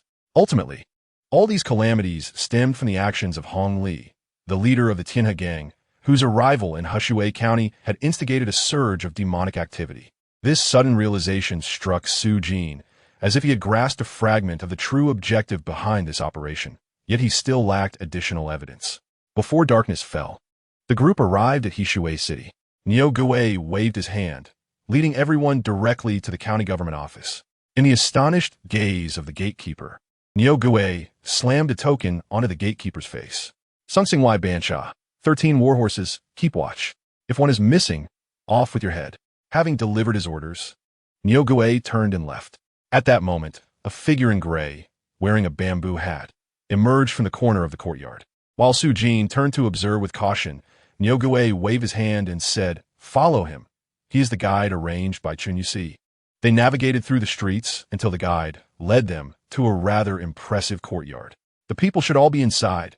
Half an hour ago, a large amount of food and drink had been sent in, enough for at least 15 people, but there should also be women imprisoned for their amusement. The true number of Hong Li's gang is likely more than 7, but fewer than 10, the guide stated. Hearing this, Niu Gui glanced at the others and commanded, "We must capture Hong Li alive. As for the others, their fate is inconsequential. Any who resist shall be slain." Su Jin tightened his backpack, unsheathed his long knife, and signaled that he was ready. He initially thought they might need to sneak in, but in the next moment, Niu Gui kicked open the main door and shouted, "Charge." With a resounding crash, the door shattered, and Niu Gui and Su Jin led their team into the fray. Chaos erupted in the main hall as the door swung wide, revealing a bare-chested man who froze in surprise upon seeing them. In the next instant, he roared, "Boss, it's the Sungsingwai." This man was clearly knowledgeable. As the hall erupted into noise, the intruders saw a group of 10 armed men, while in another corner, 7 women huddled together, entirely unclothed. One could easily imagine what had been occurring moments before. Neither side initiated an attack as they faced off. Su Jin stepped forward and inquired, "Who is Hong Li?" No one answered, but the 9 bandits turned their gazes towards one particular individual, a long-faced man wielding a ghost-headed saber, his triangular eyes radiating ferocity. "Found him. Kill."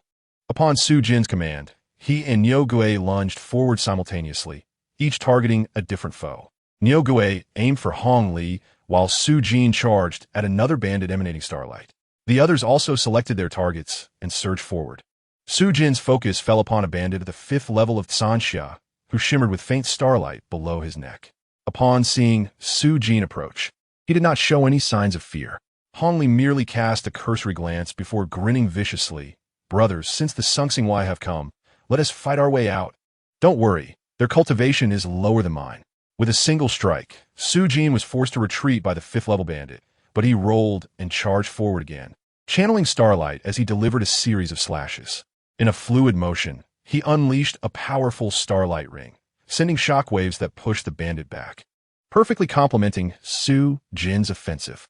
Su Jin pressed his advantage, launching a relentless series of strikes, each infused with the essence of the 5 Directions Killing Blade.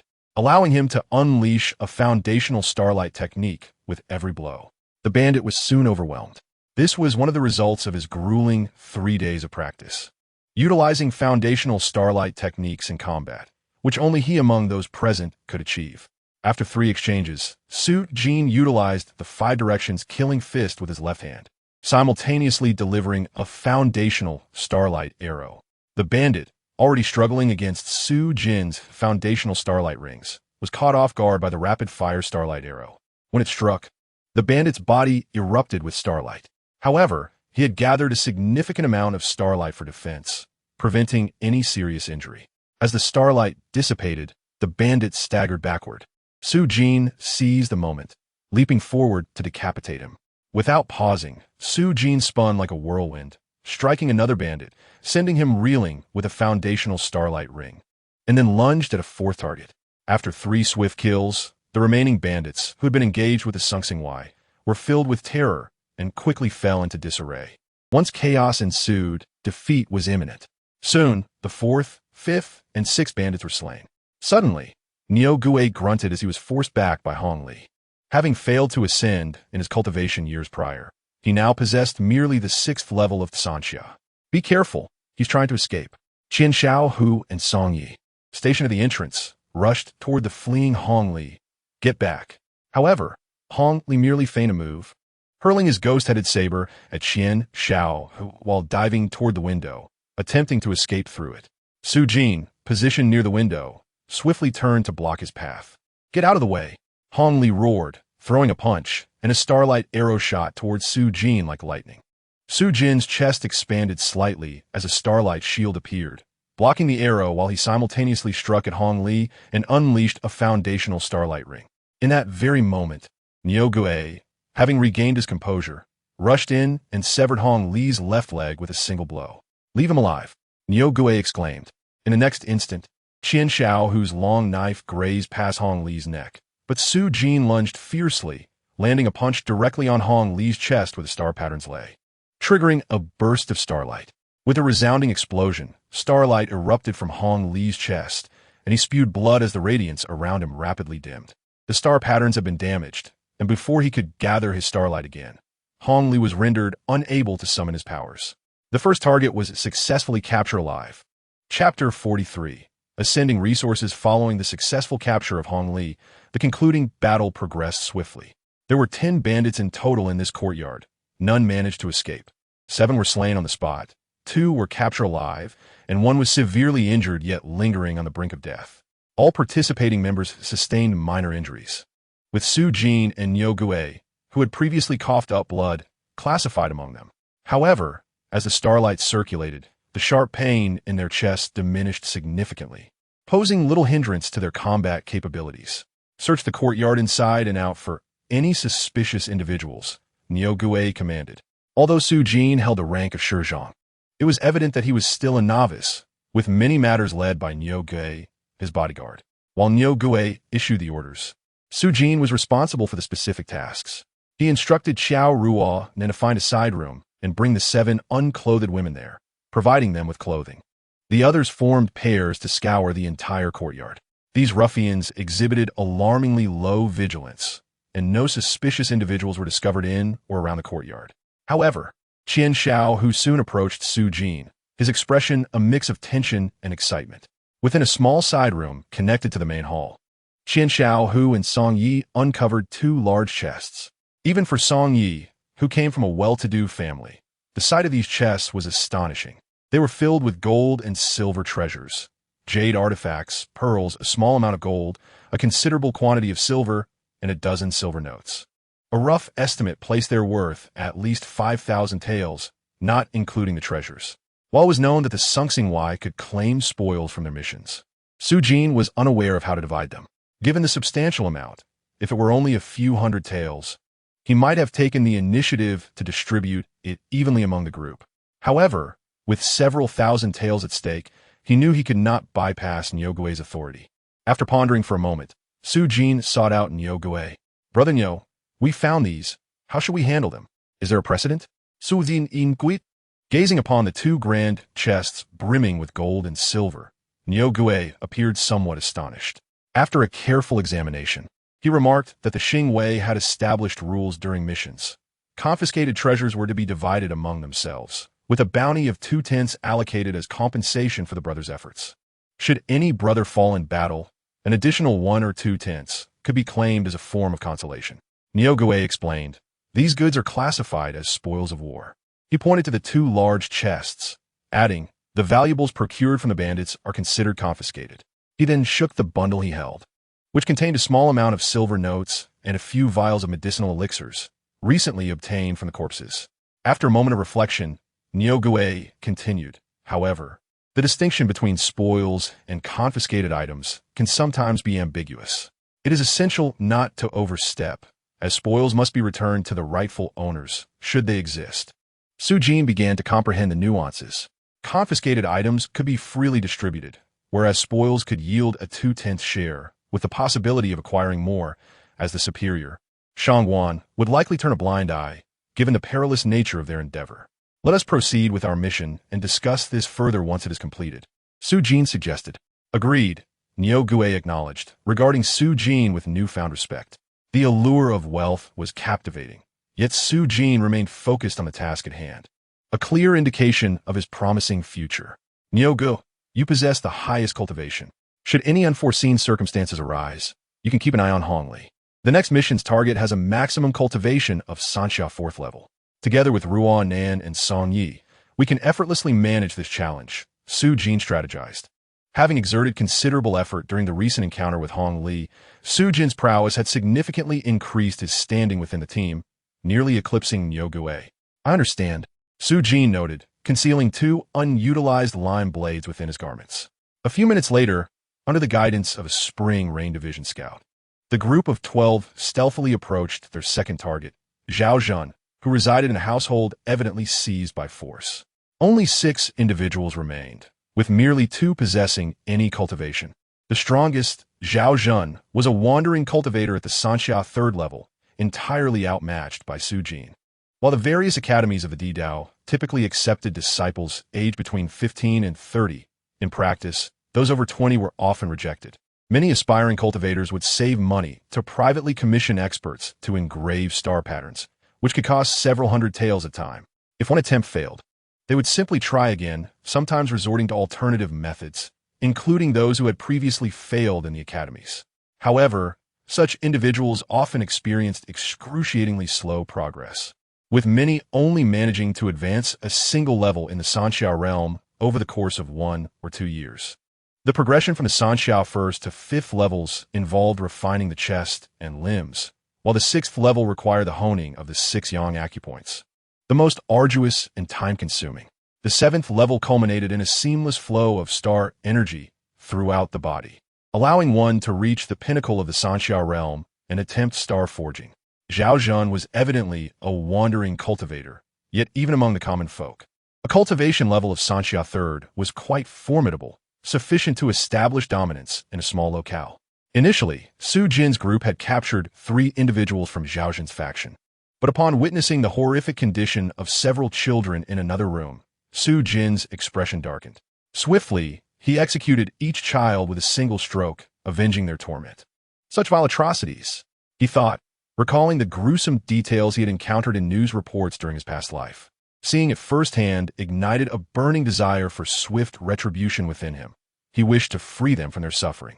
After tallying their gains, the group continued onward, led by the Spring Rain Division scout, directly toward their 3rd target, Lu San. Lu San's uncle, who had been consumed by him, was a blacksmith running a forge, and Lu San's gang had taken up residence there.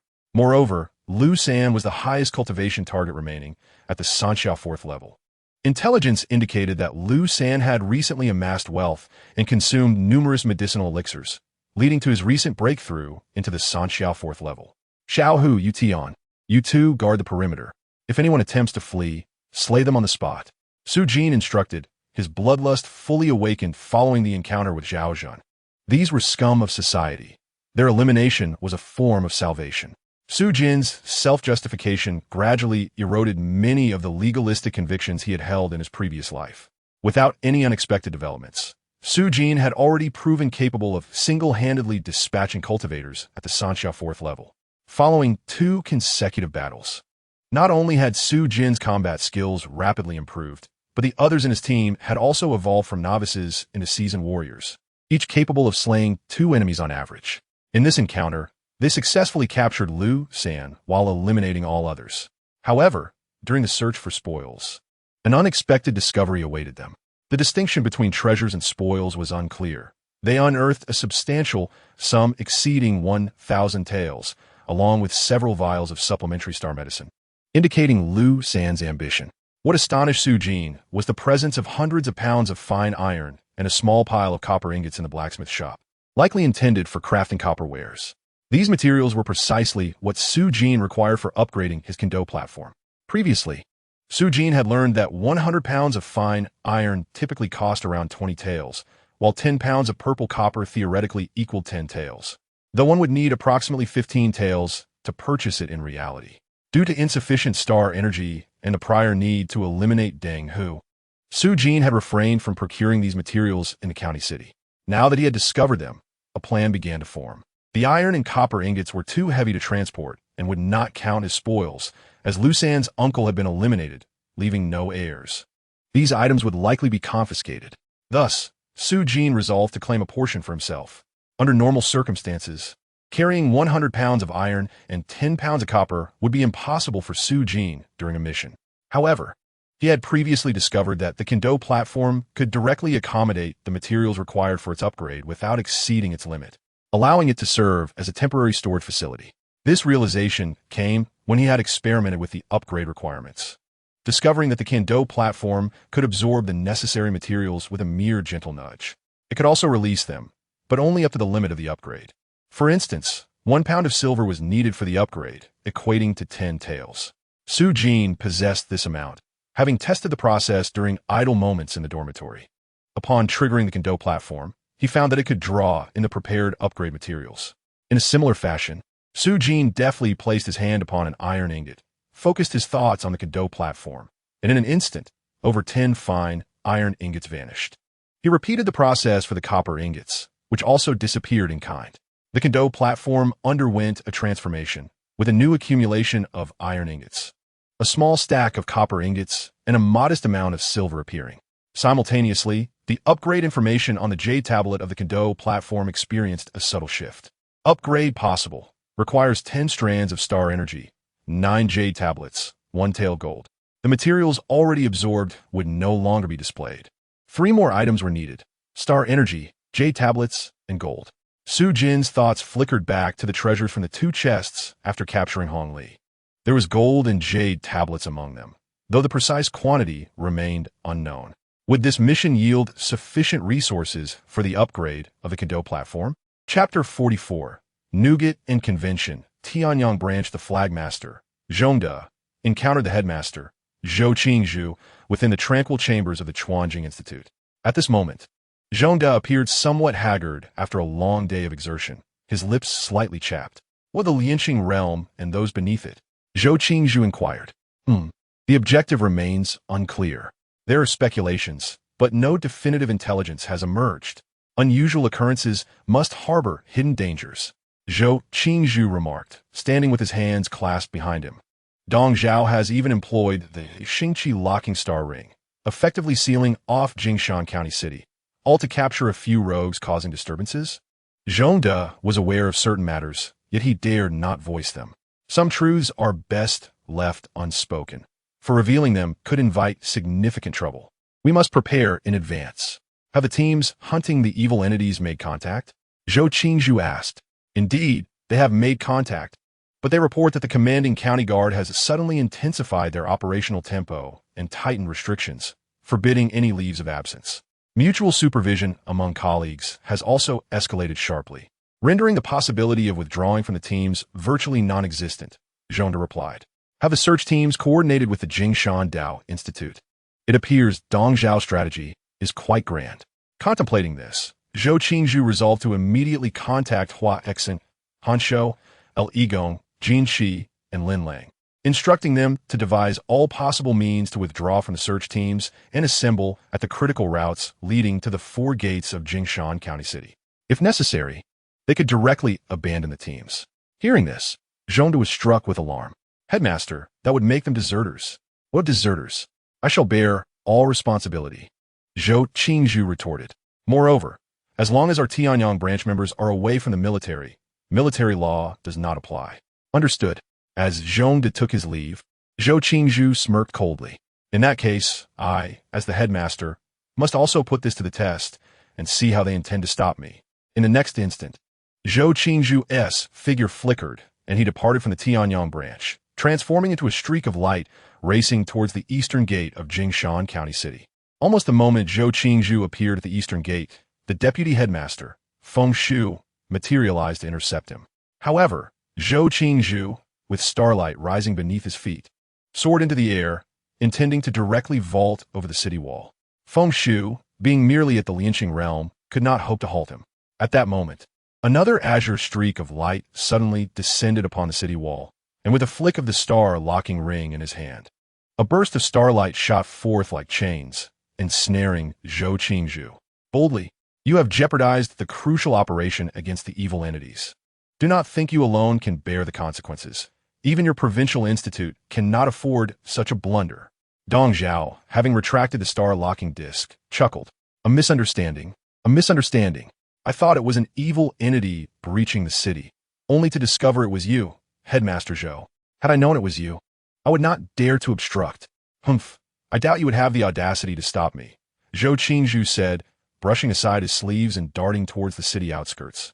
But in the next moment, Dong Zhao closely followed him. Regardless of whether Zhou Qingzhu sped up or slowed down, Dong Zhao remained at his heels, determined to follow wherever he went. You, Zhou Qingzhu glared angrily. Dong Zhao, are you surveilling me? Not at all, Dong Zhao replied with a grin, denying the accusation. I merely noticed that Headmaster Zhou has taken an interest in an evening excursion and decided to enjoy the scenery along the way. Please do not take offense. Zhou Qingzhu knew that although he could evade Dong Zhao, without his coordination within the county city, the ensuing response would be even more inadequate. After all, certain matters were known only to him, calculated solely by him, and only he dared to act upon them.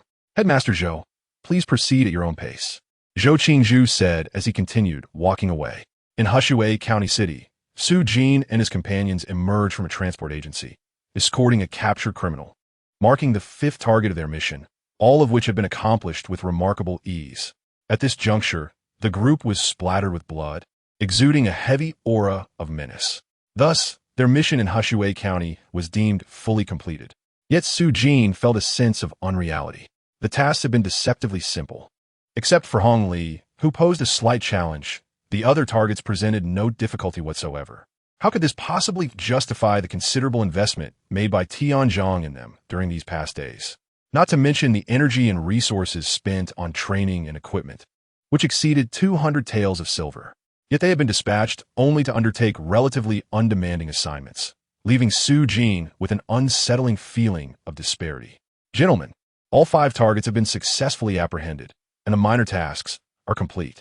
I shall take my leave now. The guide sent by the Chinyu office also came to bid farewell. Despite the night, the guide wore a wide-brimmed hat and mask, obscuring his true visage. Su Jin felt a stir in his heart, beckoning the Chinyu office guide aside. He then selected a 100-tael banknote from their previous haul and handed it to the guide. Thank you for your hard work this evening. I cannot accept such generosity. The Chinyu office guide initially intended to refuse the payment, but upon glancing at the banknote's denomination, he hesitated, realizing it was rather substantial. Su Jin pressed the banknote into the guide's hand, lowering his voice to inquire, "Esteemed guide, I found this mission rather easy to complete, which seems somewhat misaligned with the supervisor's generous rewards. I would appreciate your guidance on this matter. Either swift or slow, one must seek change within the latter." After saying this, the Chinyu office guide took the banknote and turned to leave. Su Jin was left astonished. 9 lives at stake. What sort of peril awaits on the return journey? At this moment, the captured rogues in custody had reached 4. The main hall side room contained 5 chests filled with goods, one of which held their spoils, while the other 4 were filled with stolen loot. Although the gains from the other 4 targets were significantly less than those from Hong Li, collectively they amounted to a considerable sum. However, it was only marginally higher than before. More importantly, the orders given to Niu Gui were distinct. Thus, in response to Su Jin's suggestion, Niu Gui shook his head. That will not do. Observing Nyoge's resolute demeanor, Su Jin understood that there was no room for further discussion on this matter. He then inquired, "Brother Nyo, how long will it take to extract confessions through interrogation?" "At least a night. I have summoned several clerks and interrogators from the Hushui County office. It should be completed before dawn," Nyogue replied. "And what about us?" Su Jin asked. "Regarding these goods, especially the spoils, I noticed there are quite a few medicinal pills among them. I wish to distribute them to everyone. That is permissible. You may distribute as you see fit. But the stolen goods can afford an additional 10%. Furthermore, military conventions must not be violated," Nyogue instructed. "What conventions?" Su Jin inquired, realizing that Nyogue was guiding him as a newcomer. He promptly expressed his gratitude and then asked about the fate of the 7 or 8 children who had suffered grievous harm, as well as the women who had been mistreated. "Send them to the Yangji Institute. Provide each with a few taels of silver, and donate 100 taels to the institute, clearly stating that you will visit later. The treatment should be better that way. If you wish to show your goodwill, you may take a few hundred taels from the stolen goods and visit them every few months with gifts of silver. It would be a blessing for those children. Also, give each of them some silver, but not too much. Too much can do more harm than good. Brother Nyo, your magnanimity is commendable." Su Jin bowed deeply to Nyogue, sincerity echoing in his words. Nyogue waved his hand. "Quickly distribute the goods, and once done, arrange for someone to patrol the night. I must prepare to deal with these scourges." As he spoke, a fierce glint filled Nyoge's eyes. "Let us go. Xiao Hu gather few people. We shall divide the spoils first." Su Jin strode towards the side room, eager to distribute the silver. Chapter 45.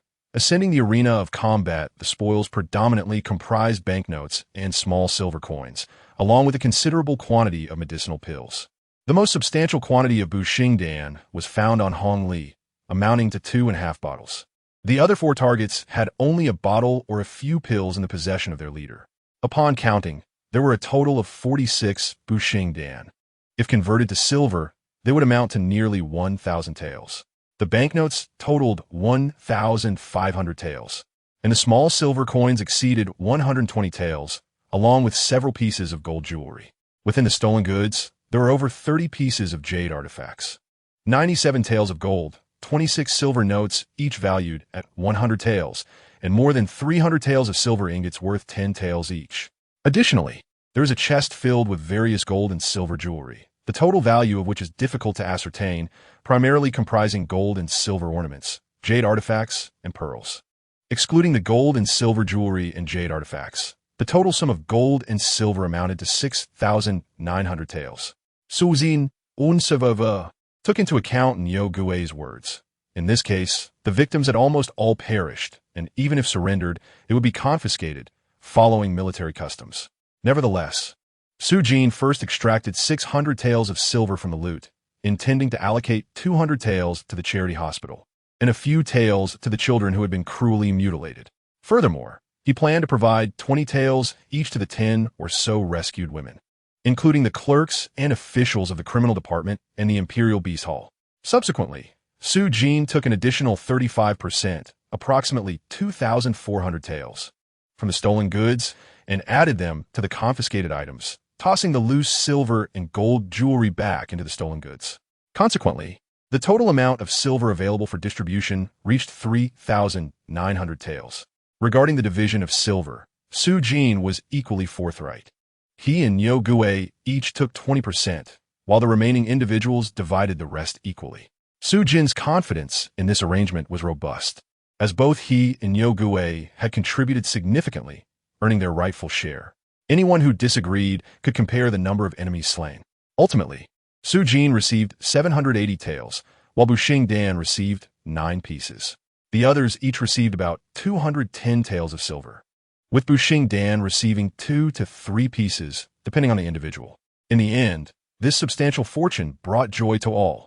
Many had previously endured hardships during training and felt trepidation during missions, but at this moment, receiving such a large sum felt worthwhile. Especially for disciples like Qian Xiao Hu and Sha Yutian, whose families were of modest means, this wealth was sufficient to elevate their families to a higher social echelon. Su Jin, of course, had even greater aspirations. His first thought was of his younger sister, Xiao Jiang'er. By next year, he could afford to enroll her in the star season. Su Jin had already set aside Niu Gui's shares separately. When distributing the silver, he primarily utilized silver notes, with only a small quantity of ingots. During the distribution, Su Jin took a bit more gold for himself as a substitute for silver, approximately 5 taels of gold. As he gathered the remaining 3 chests of stolen goods, Su Jin personally organized them, seizing the opportunity to activate the Kendo Tai, obtaining 9 pieces of jade guis. With this, he was merely 10 strands of starlight away from acquiring the necessary materials to elevate the Kendo Tai. Everything else was complete. Soon, Su Jin arranged for 12 individuals to form 4 groups of 3 to stand guard through the night. He instructed the others, but could only say so much, leaving it to their discretion to heed his words. After casually nibbling on some dry rations, Su Jin began to operate the Yin Hui style to replenish his starlight. After 5 battles today, his starlight reserves were nearly depleted. He had consumed a common Bu Xing Dan earlier and now had only a small portion left. However, there were still 2 strands of starlight remaining on the Kendo Tai, which he intended to keep in reserve for emergencies. Reflecting on this, Su Jin calculated that elevating the Kendo Tai required 10 strands of starlight. He currently possessed 2. Once the hour passed, he could replenish 1 more strand. 7 days would be required at the very least to accumulate the starlight necessary for the elevation of the Kendo Tai. It was somewhat regrettable. Had he been able to elevate the Kendo Tai today, his combat strength would undoubtedly see a significant enhancement. For instance, the Star Lantern, currently, it was a single lantern, and Su Jin believed that upon elevation, it would likely transform into 2. An additional lantern would allow him to solidify another foundational star technique. From today's practical engagements, the foundational star shield, foundational star ring, and foundational star arrow proved to be the most useful techniques in combat. If he could achieve instant activation, Su Jin's combat prowess would see a remarkable improvement. Regrettably, during the confrontation with Deng Hu, his options have been limited, compelling him to select the foundational star radiance. Moreover, the foundational star radiance currently solidified in his lantern would require 2 more days to be replaced, which left Su Jin feeling even more regretful. Regarding his personal strength, he had only recently advanced to the 3rd level of Kinxia, and a rapid ascent to the 4th level was unfeasible. Thus, the only path to enhance his power lay in practicing within the Star Lantern. His Wudo killing fist was currently at an advanced stage, and among the foundational star techniques, the foundational star shield was progressing the fastest. While practicing within the Star Lantern, he had already begun to feel a semblance of instant activation. With further effort, the foundational star shield might indeed achieve it, significantly enhancing his survival capabilities. However, as tonight appeared to hold no immediate threats, he planned to continue his body tempering training. Just as Su Jin's thoughts drifted from the Kendo Tai, a sudden question arose. The gold and silver absorbed by the Kendo Tai could be expelled again. What about starlight? The essence of starlight was starlight energy. If it could be infused into Su Jin's body, could he not also channel starlight energy back into the Kendo Tai? Upon consideration, he felt there was a distinct possibility and promptly began to experiment. He envisioned the star patterns and the Kendo Tai, guiding the starlight within the star patterns to flow toward the Kendo Tai. In the next instant, Su Jin felt his star patterns suddenly empty, becoming devoid of energy, while the starlight on the Kendo Tai increased by 1 strand, now totaling 3. This was promising. Currently, Su Jin successfully inscribed the minor gathering star patterns, and at the 3rd level of Kinxia, all the starlight energy perfectly coalesced into a single strand of starlight. Since he could use starlight energy to replenish starlight, he decided to continue. After 3 consecutive rounds of the Yin Hui style, the starlight on the Kendo Tai increased from 3 strands to 6. 4 strands remained. Su Jin decisively consumed a spirit reviving pill. In his current state, taking 1 spirit reviving pill would restore half of Su Jin's spiritual power, allowing him to perform at least 2 more rounds of the Yin Hui style. After a brief half hour, the starlight on the Kendo Tai transformed from 6 strands to 8. Only 2 strands of starlight remained. Where could he obtain them? The remaining options were either Bu Xing Dan or resting before performing the Kinxia style again. However, he needed to conserve starlight for the journey ahead. Based on Su Jin's previous tests, 2 Bu Xing Dan could yield 1 strand of starlight energy, meaning theoretically, consuming 4 more would suffice for 2 strands of starlight. although the efficacy of these direct replenishing pills diminishes less dramatically than that of the spirit reviving pill when consumed consecutively, for would likely not be sufficient. He estimated needing 5 to 6. After some contemplation, Su Jin retrieved the Bu Xing Dan he had nurtured for a day and a half from beneath the star lantern. Testing could come later. Enhancing his strength took precedence. Upon consuming the Bu Xing Dan, its essence immediately transformed into a torrent of starlight energy flooding into Su Jin's star patterns. The moment the patterns brimmed, he deftly directed the energy toward the Kendo Tai. On the Kendo Tai, another strand of starlight materialized. The residual potency of this Bu Xing Dan provided Su Jin with 20% of starlight energy before it entirely dissipated. Previously, nurturing a pill for a day had doubled its effectiveness. This one, nurtured for a day and a half, only yielded an additional 20%. Thus, it appeared that nurturing for a day yielded the best results, while subsequent enhancements slowed considerably. Of course, this would require further testing. One strand of starlight remained. Su Jin swallowed a spirit-reviving pill and resumed the Yin Hui style. 15 minutes later, the starlight on the Kendo Tai increased from 9 strands to 10. In the next moment, Su Jin focused his thoughts on the jade gui atop the Kendo Tai. The inscription stating "Can Elevate" had transformed into Elevate, shimmering with starlight both inside and out, as if countless strands of starlight were swirling.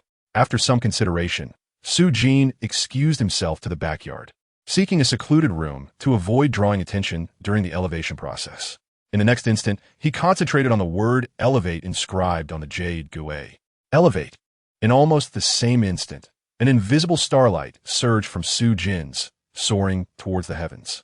In the void, within the constellation of the Big Dipper, 9 stars suddenly twinkled faintly for a brief moment, fleetingly short in duration. So brief that when the top-tier powerhouses of this world sensed the anomaly and looked up again, the stars in the Big Dipper had returned to their normal state, as if they had never changed at all. Yet, the resplendent starlight had already descended from the sky, alighting upon Su Jin's. A brand new star lamp slowly began to materialize. Chapter 46, Changes After Ascension, Second Stage. Su Jin bestowed by the stars. A daily worship grants 2 strands of starlight. Star Lamp 1 solidifies the foundational star technique. Can be replaced after 1 day. Star Lamp 2 can be solidified. Star techniques. Basic Star Shield, Basic Star Radiance, Basic Star Ring, Basic Star Arrow, Basic Star Dome. Can ascend. The first surprise after the ascended to the second stage manifested. Regrettably, each star lamp could only nurture a single item. Gazing at the 2 star lamps upon the, Su Jin felt an acute sense of insufficiency, yearning to ascend immediately to the 3rd or even 4th stage. As Su Jin anticipated, after the ascended to the 2nd stage, indeed, an additional star lamp appeared, and the daily starlight gained from worship increased from 1 strand to 2. This left Su Jin slightly disappointed. Although the amount had doubled, the enhancement felt minimal. Originally equivalent to 2, it was now akin to 4. A tinge of disappointment lingered. Simultaneously, the replacement time for solidifying star patterns had decreased by 1 day. Thus, the former 8 days for changing star patterns was now reduced to 7. With a thought, Su Jin solidified the basic star arrow onto star lamp 2, and in an instant, intricate star patterns emerged on the 2nd star lamp, entirely different from those on the 1st. What were these star patterns? Su Jin pondered, ideas swirling but remaining somewhat vague, to be explored in due course. A vital tool for survival. In the future, should there be available slots in the star lamps, the priority should be given to the spirit-boosting pills. For if the efficacy of the pills were to double, theoretically, the yield from the spirit-boosting pills would be greater. Currently, a single spirit-boosting pill could allow Su Jin to draw in 2 additional rounds of starlight. If doubled, he could draw in 4 rounds. This was significantly more effective than the. Of course, if time permits in the future, it would be worthwhile to test the effects of nurturing a single item for 2, 3, or even 5 days, or to explore the limits of enhancement. Finally, Su Jin turned his attention to and in an instant, a string of information materialized. Can ascend. Requires 100 strands of starlight, 9 pieces of human tear star, 1,000 pounds of fine iron, 100 pounds of purple copper, 10 pounds of silver, 10 tails of gold, and 1 tail of starfall iron. Upon closer inspection, Su Jin gasped in astonishment. The requirements to ascend from the second to the third stage of the were more than tenfold compared to the ascent from the first to the second stage. The price had not been inquired about, but it was undoubtedly steep. Su Jin had heard of starfall iron, an essential material for crafting star soldiers. A common weapon could only transmit star power and transform into a star soldier when infused with a certain amount of starfall iron. Though Su Jin was unaware of the price of starfall iron, it was said that a star soldier would require at least 1,000 taels of silver. It was estimated that ascending from the second to the third stage would consume around 2,000 to 3,000 taels of silver, yet this was not an unattainable sum. Once again scrutinizing Su Jin resolved that as soon as the hour of the rat passed, he would replace the solidified star technique of Star Lamp 1 with a basic star ring. This star technique would prove immensely practical against enemies engaging in close-range ambushes or surprise attacks. If executed swiftly in close combat, it could yield unexpectedly advantageous results. Should Su Jin, with his current capabilities, launch an assault on the bandit at the fifth layer of the he faced in today as first battle, he estimated that, caught off guard, he could slay him in a single strike. Before exiting Su Jin, with a flicker of thought, attempted to worship the stars once more. He believed that today's worship yielded only a single strand of starlight, yet with the ascension of another worship should at least grant an additional strand. Shouldn't it? A strand of starlight equated to the effects of 2, approximately worth 40 taels of silver. It must not go to waste.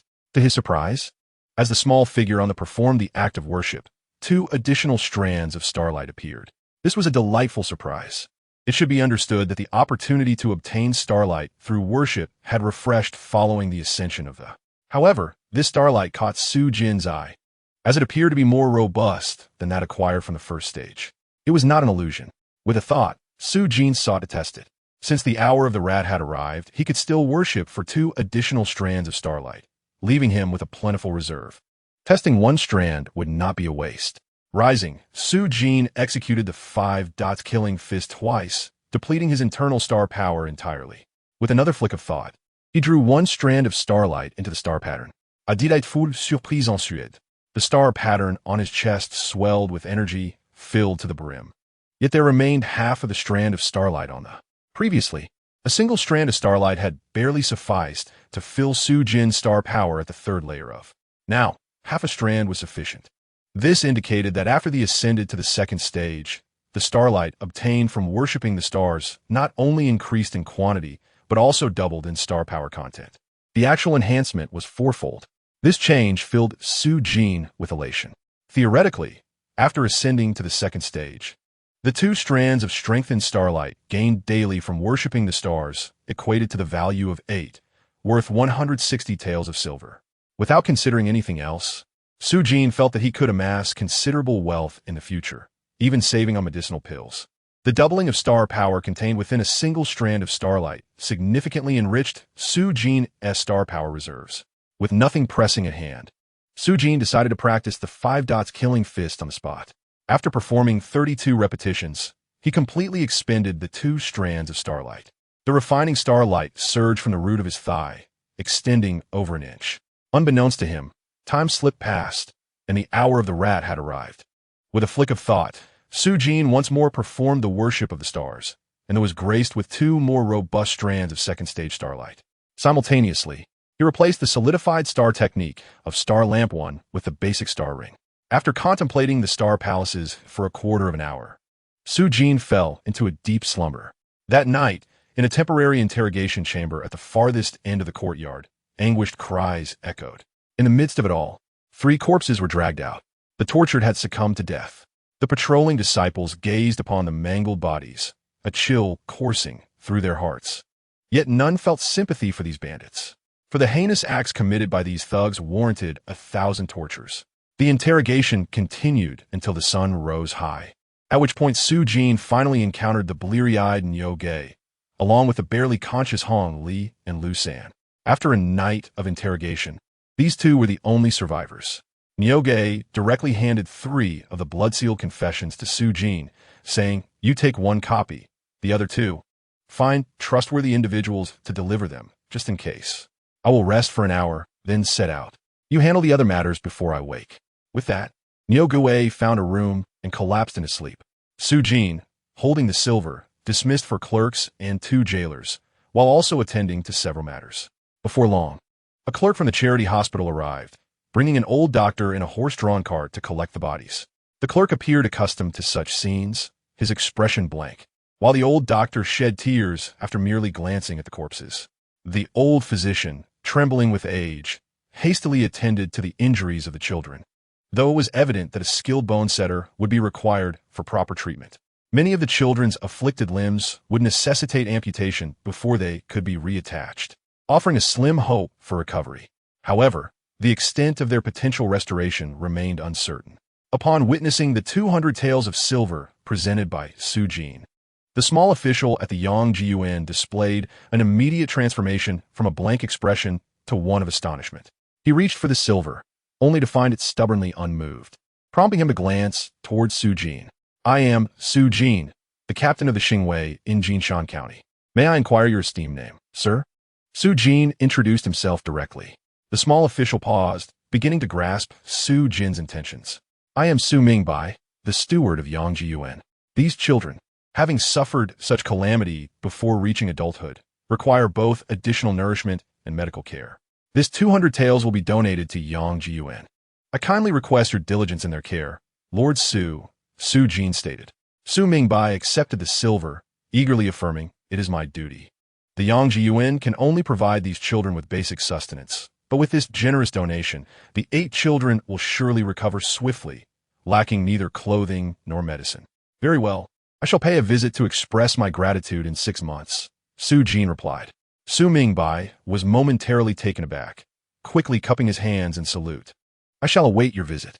As Su Jin watched the carriage depart, carrying the 8 children who had endured such grievous injuries, he felt a sense of relief.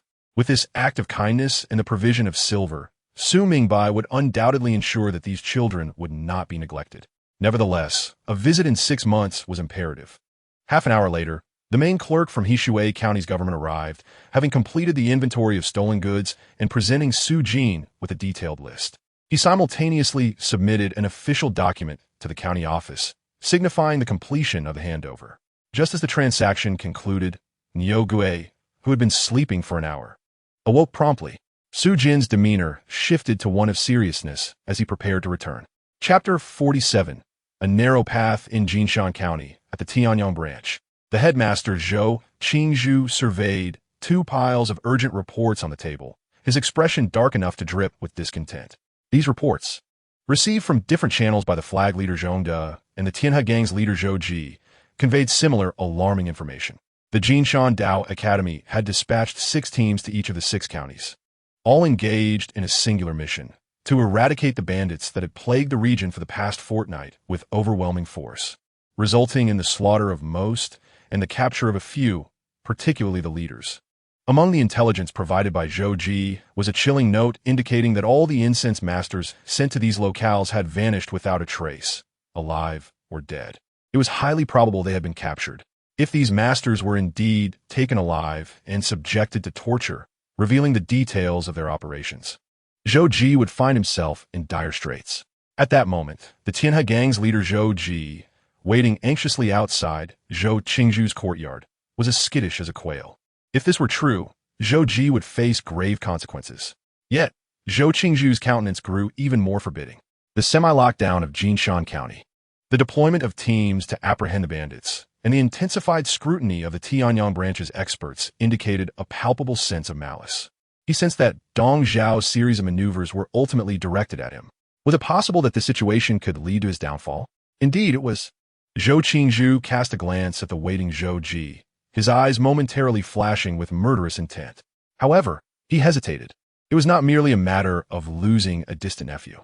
The crux of the issue lay in the fact that if he acted now and eliminated Zhou Ji, he would ensure his own safety, but simultaneously concede defeat, a total capitulation. With Zhou Ji's demise, he would be unable to mobilize the previously contacted forces in the martial world, effectively signaling an early surrender. Yet, surrendering prematurely was not something Zhou Qingzhu would ever accept. He possessed contingencies and reinforcements. In truth, this endeavor was not solely his own. It was a collaboration with the master of the Tianyang branch in Yenzhou, who was supporting and conspiring with him. Last night, he had already established contact with Master, who had been tracking the movements in Qishanye's territory. Master was en route to Jinshan County and, barring any unforeseen circumstances, would arrive shortly. At that point, even if Dong Zhao had resources, they would not prevail. After much deliberation, Zhou Qingzhu resolved that he could not concede defeat at this juncture. To do so would haunt him for a lifetime and cost him the support of Master, leading to his ultimate decline. How is the assembly of personnel proceeding? Zhou Ji, having heard Zhou Qingzhu's directive, let out a breath of relief. Zhou Ji was not foolish. He had contemplated numerous possibilities, even the worst-case scenarios. However, as long as his uncle required him, he was assured of his safety.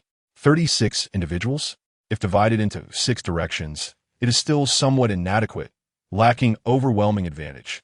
Zhou Qingzhu frowned, clearly dissatisfied. According to intelligence, the strongest members of the Jinshan Dao Academy dispatched to the field were the personal guards of Tianzhong, at the 6th or 7th tier of the Star Refinement Realm. Most of the other disciples were at the 1st to 3rd tiers, with only 2 per team exceeding the 4th tier. Zhou Ji recounted this with precision, showcasing his thorough understanding of the intelligence at hand. Yes, uncle, I shall proceed immediately. Just as Zhou Ji turned to leave, Zhou Qingzhu suddenly added, if any unforeseen circumstances arise, make your way to the back mountain of the branch or send a signal. Thank you, uncle. Zhou Qingzhu's arrangement alleviated Zhou Ji's concerns. The terrifying possibilities he had envisioned had significantly diminished. Not long after Zhou Ji departed, the flag leader Zhong De of the Tianyang branch arrived. How goes it? Where are the 5 individuals now? As soon as Zhong De arrived, Zhou Qingzhu inquired. A master at the late stage of the Star Refinement Realm, or even in the congealing star realm, could easily annihilate several teams. Zhong De, somewhat apprehensively, clasped his fists. Headmaster, the latest news is that Hua Xian and L. Yigong failed to discreetly disengage from the demon hunting team and, upon being discovered, resisted and were subjected to military law by County Lieutenant Liu Chong under the pretext of demonic collusion. Liu Chong dares to do that. Zhou Qingzhu's expression darkened, but his anger proved futile. Han Shou had lost contact, and his fate remained unknown. He likely had no chance of escape. Currently, only Jin Shi and Lin Lang had successfully evaded the demon-hunting teams and were lying low, awaiting orders.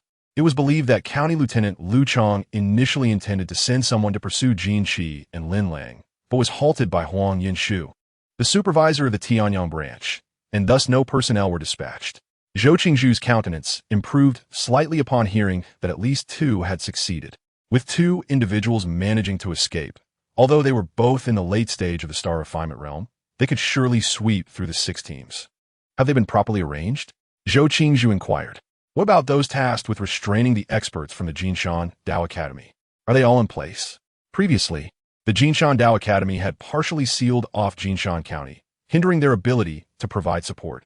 Now, preparations were in place to ambush the 6 small teams en route. Reversing the situation, Zhou Qingzhu had long since issued orders to keep a close watch on the experts from the Jinshan Dao Academy to prevent them from aiding the 6 small teams. Headmaster, before dawn today, the deputy headmaster and the various instructors departed the city as per your instructions and are now confronting the experts from the Jinshan Dao Academy.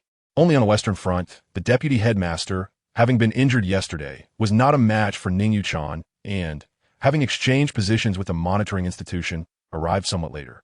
By the time they reached, Luo Kashing had already vanished, Zhong De reported. Upon hearing the name Ning Yuchan, a flicker of anger crossed Zhou Qingzhu's face. He regretted his earlier hesitance.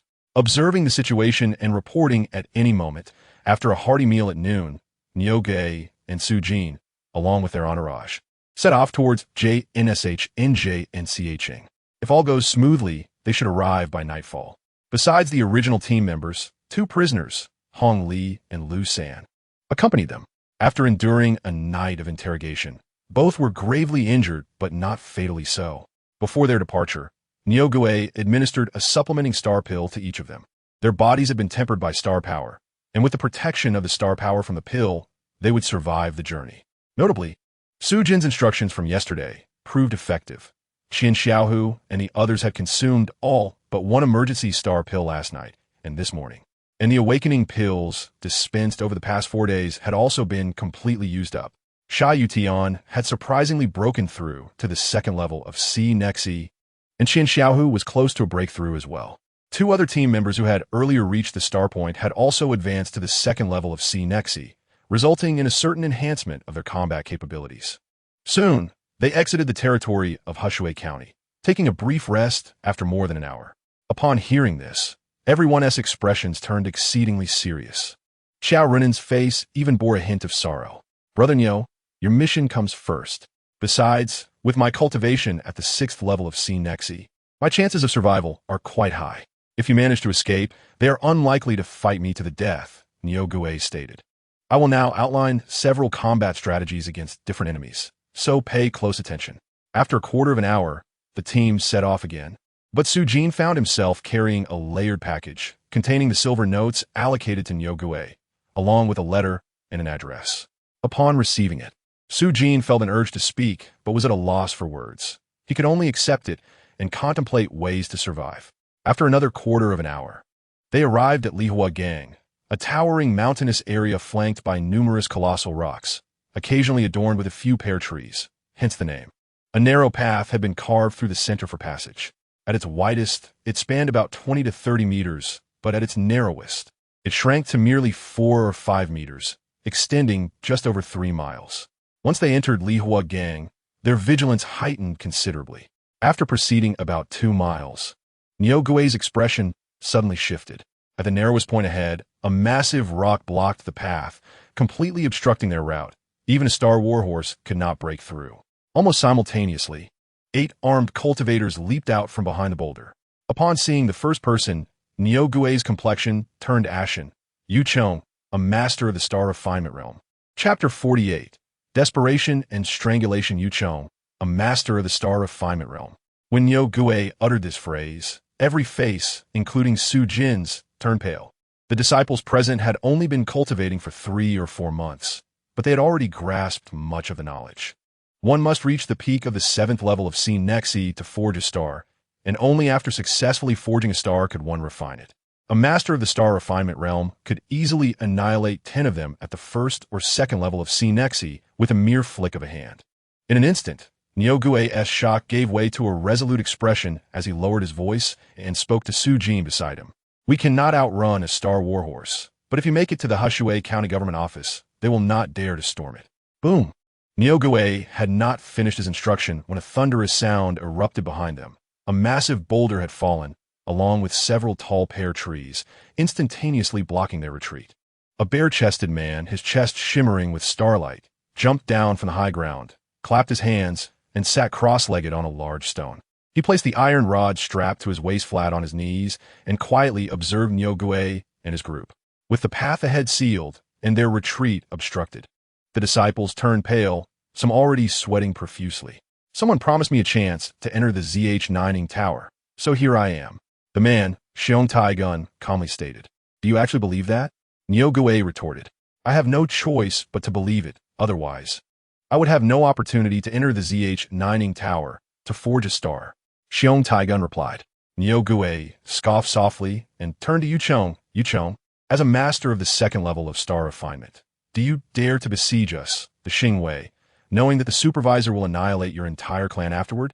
Do you truly believe the name of the Blood Butcher is merely a fade? Yu Chong stood with his arms crossed, chuckling. Of course I fear it. However, the Blood Butcher's terror is confined to JNSH-NJN. Once I eliminate you and claim my reward, I will swiftly distance myself from JNSH-NJN. What can a Blood Butcher do to me? Yu Chong, can you grant us a path to survival? Do you know the atrocities these scum have committed? I need not mention their pillaging and abduction. What about the 7 or 8 children? Niu Gui interjected. What do I care? Yu Chong interrupted. You speak of justice. Have you forgotten how the supervisor acquired the name Blood Butcher? Niu Gui, we are acquainted. I respect you as a man. You choose. Hand over everything, and I will grant you a swift end, Yu Chong commanded directly. In the midst of this exchange, Niu Gui quickly relayed to Su Jin, among the other 7, one is at the 6th level of C Nexi, one at the 5th level, and the rest are all at the 4th and 3rd levels of C Nexi, with no chance of resistance. In that fleeting moment, Niu Gui resolved to sacrifice himself, hoping to buy some time for the others. How many could escape was left to fate. The reason he imparted this information was not solely to ensure Su Jin's escape, but also because among the group, Su Jin possessed the strongest combat capability, second only to him, and was astute, making his chances of survival the greatest. As long as Su Jin could survive, not only would he fulfill the supervisor's mission, but Niu Gui's last letter and fortune would also safely reach his wife and children, and perhaps even provide future assistance. Yu Chong, let us negotiate. We will surrender all our possessions and wealth, and I will remain behind to allow these youngsters a chance at life. They are merely in their teens. Niu Gui continued to negotiate. While stalling, he began commanding the youths, "Come, hand over everything of value you possess." As he spoke, he discreetly gestured for the youths to distance themselves, facilitating a potential escape. Although the warhorse could not charge through, a fleeting moment of chaos could create an opportunity. Su Jin contemplated for merely half a second before making a decision. He saw no need to hide the items that could save his life. If he were to conceal his life-saving possessions while allowing Niu Gui to perish, he would never forgive himself. "Brother Niu, we can approach this differently," Su Jin suddenly suggested. "HM?" Niu Gui, who had been devising ways to create an escape for the youths, paused momentarily. In this scenario, no tactic will suffice. The disparity in strength is too great. Niu Gui believed Su Jin was still holding out hope for an alternate strategy, but in the next instant, Su Jin's voice left him momentarily stunned. "Brother Niu, I have something that should be able to defeat him," Su Jin remarked, glancing at Yu Chong. Niu Gui's eyes instantly brimmed with astonished delight, a joy that surged from the brink of despair to hope. Apart from the joy, disbelief flickered within him. "Really? Su Jin not that happy, my see." Meanwhile, Yu Chong grew impatient. "Niu Gui, stop playing tricks and wasting time. There will be no reinforcements. Don't blame me for not giving you a chance. You have 10 breaths left. Choose wisely. Will you leave intact or perish without a grave?" In the next instant, Yu Chong shouted, urging the 7 cultivators at the Scene Nexi realm behind him to leap down from the boulder and slowly advance. The iron rod-wielding Xiong Tai gun remained seated on the boulder 100 meters back, seemingly intent on sealing their escape route and temporarily refraining from intervening. An opportunity. Damn it. Whether one chooses to die intact or engages in a final struggle, death is inevitable. Since death is the only certainty, I will fight to the end and take a piece of you with me. With a loud roar, Su Jin leapt off his horse and shouted behind him, "Brothers, whether we live or die, let us fight them. Let us fight. Let us fight like hell." Qian Xiaohu, Song Yi, and Xiao Runan dismounted one after another, following Su Jin closely, their eyes ablaze with fervor. Inspired by their zeal, the other disciples mirrored their actions, prompting a change in Yu Chong's expression. Despite his formidable strength, his primary adversary was the formidable Niu Gui of the 6th layer of Sanxia, a seasoned warrior with a history of fierce battles, including a notable victory against a Zhaoxing realm opponent. Clad in armor and with allies at his side, even if Yu Chong managed to slay Niu Gui, it would undoubtedly come at a significant cost. His earlier remarks were intended to undermine the morale of this group and eliminate them with minimal expenditure. It was imperative to dispose of them swiftly, for Yu Chong needed to flee from Jingshan County, far away from the infamous reputation of Shui Tuesday. However, his plans had evidently unraveled. As Su Jin boldly stepped forward, Yu Chong conceived the idea of establishing his authority through bloodshed. With such audacity, he resolved to eliminate Su Jin first, followed by the others. In the midst of his thoughts, Yu Chong was enveloped in starlight, propelling himself at Su Jin with alarming speed, while the 7 trailing behind lagged significantly. "You cover me, I'll strike," Su Jin whispered succinctly, and Niu Gui instantly comprehended. Faced with the fierce charge of the Zhaoxing realm Yu Chong, Su Jin advanced rather than retreated, accelerating to meet him head-on. Simultaneously, Niu Gui shouted, charging from the side, Your opponent is me." At the rear, Xiong Tai gun remained seated upon a massive stone, his iron staff resting across his knees, steadfast in his belief that if he blocked the retreat, Yu Chong could handle the rest. Seeking death, Yu Chong muttered as he faced the approaching Su Jin and Niu Gui.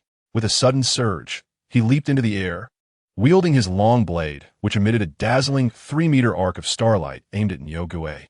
Niu Gui rolled aside, yet Yu Chong's blade pursued him relentlessly, leading to a clash as Niu Gui attempted to parry with his own weapon. "I knew it. This is the moment. One misstep could cost him his life. Unexpectedly, a blade wheel materialized beside him, radiating an astonishing aura of star power, compelling Yu Chong to turn sharply. In that fleeting moment, he glimpsed the radiant blade wheel approaching him with blinding speed. With no time for further reaction, he redirected all his star power to form a star shield before his chest, a rudimentary defense he could conjure in an instant. Alas, it proved futile. Under the assault of the starry blade while crafted by Ning Yuchang, Yuchang's basic shield shattered instantly. The residual force of the blade wheel crashed into a nearby hill, sending debris flying. All present were taken aback. None anticipated that the formidable Yu Chong of the second layer of Zhaoxing would fall victim to a mere youth. Nonetheless, Niu Gui, though astonished, did not falter in his actions, aware that the threat remained, as the remaining adversaries still possessed considerable strength. In the next instant, a burst of starlight erupted between two nearby rogue cultivators. Chapter 49. A fortunate acquisition of Star Soldier's Boom. Here, one must commend Niu Gui's keen insight. The point of detonation was impeccably chosen, situated perfectly between a 6th-layer and a 5th-layer rogue cultivator. The explosion engulfed both, but only to the extent of inflicting severe injury. In an instant, piercing screams filled the air. The 6th-layer rogue cultivator lost an arm and half a shoulder, blood gushing forth, exposing his ribcage. The 5th-layer rogue, positioned sideways, suffered half an arm blown away, with a gaping wound across his torso, exposing bone. They were gravely injured, but not fatally so. The other 4 rogue cultivators were left in a state of bewilderment. What had happened to the promised, overwhelming advantage? In that very moment, Niu Gui and Su Jin lunged forward simultaneously, their blades slicing through the air. Seizing the opportunity to claim lives, every fraction of a second was crucial. Close behind, Qiao Runan reacted the quickest, charging at the remaining foes. As Qiao Runan, Song Yi, Fong Zixing, and Qian Xiaohu engaged with the other 4 Sanxia realm cultivators, Su Jin and Niu Gui had already achieved their victories.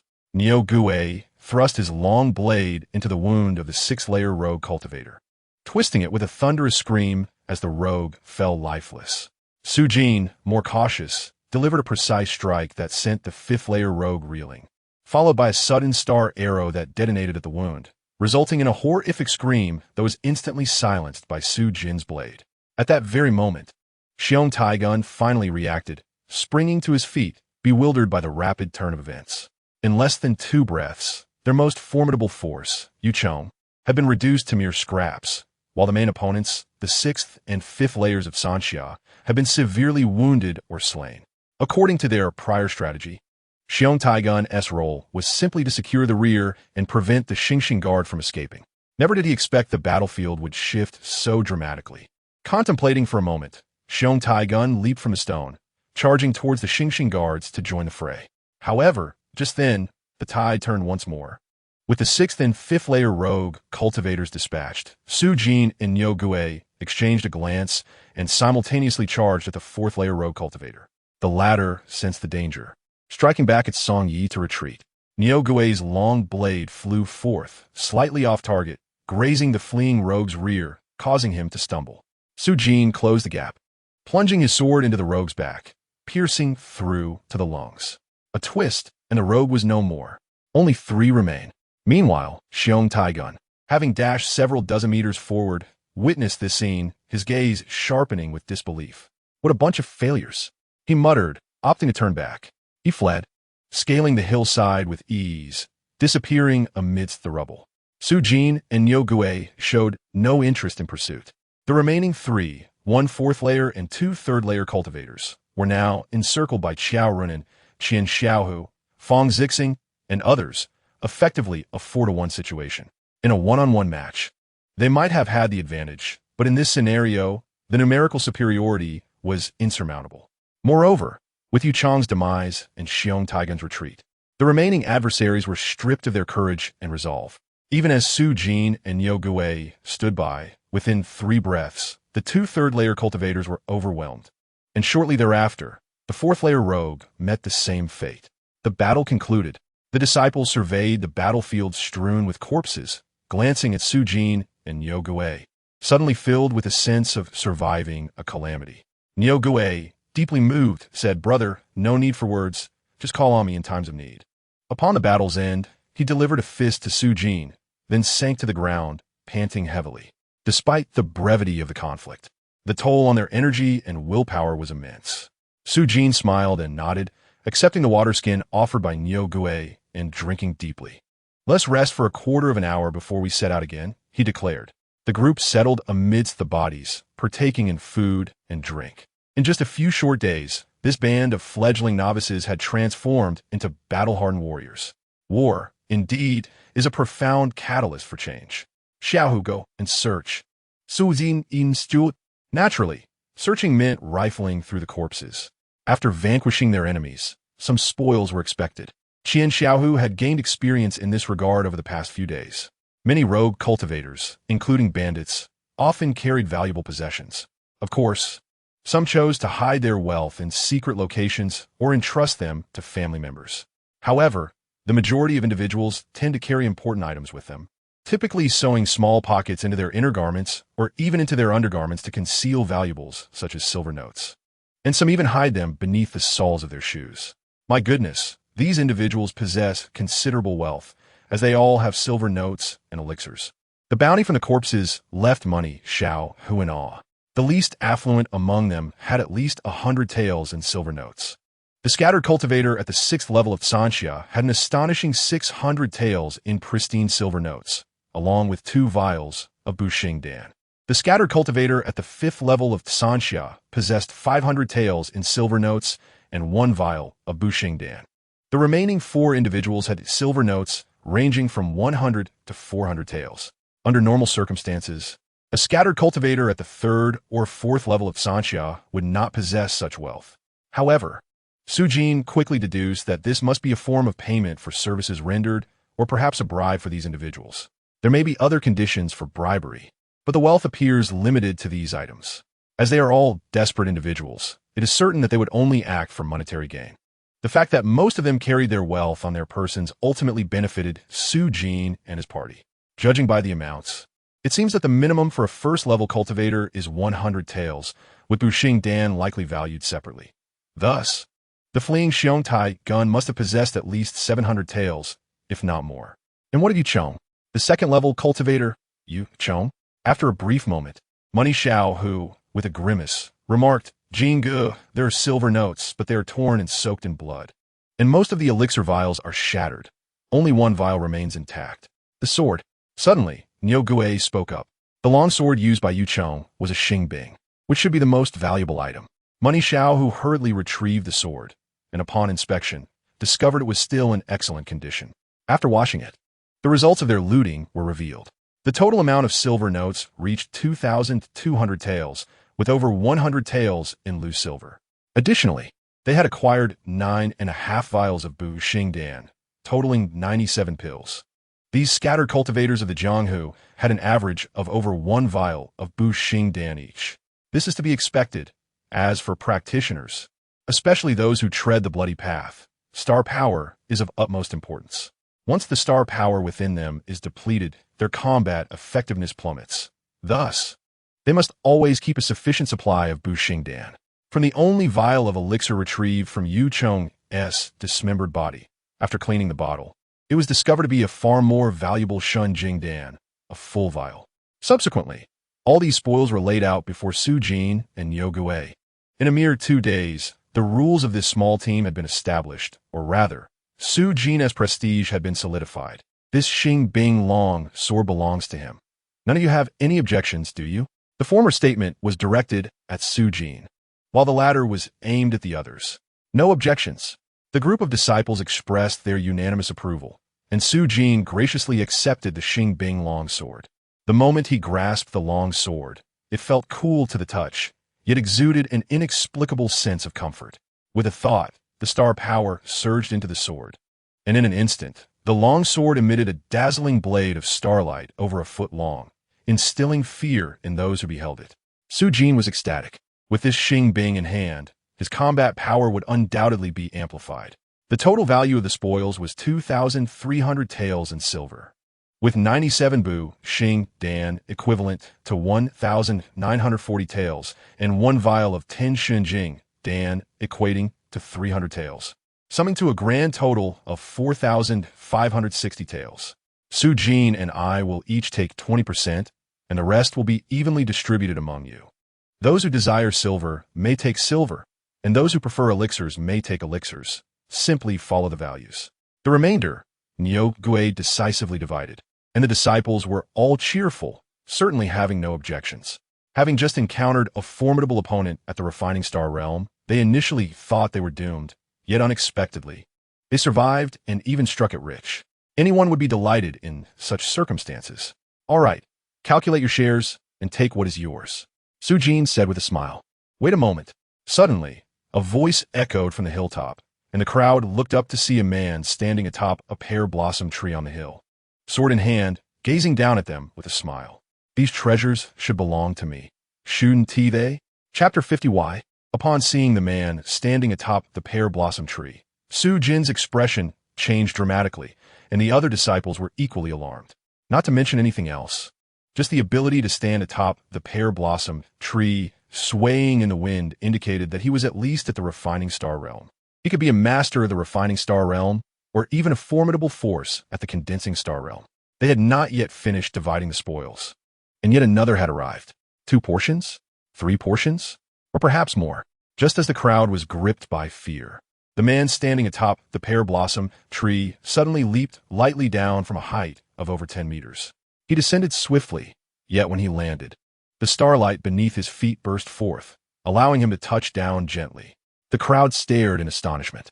This figure looked somewhat familiar. Upon closer inspection, it was none other than the fleeing Xiong Tai gun, slain by the man before them. Su Jin cast a glance at the sword-wielding figure, then abruptly turned to look at Niu Gui behind him, only to find Niu Gui wearing a face of joy. Qi Zhuju, what brings you here?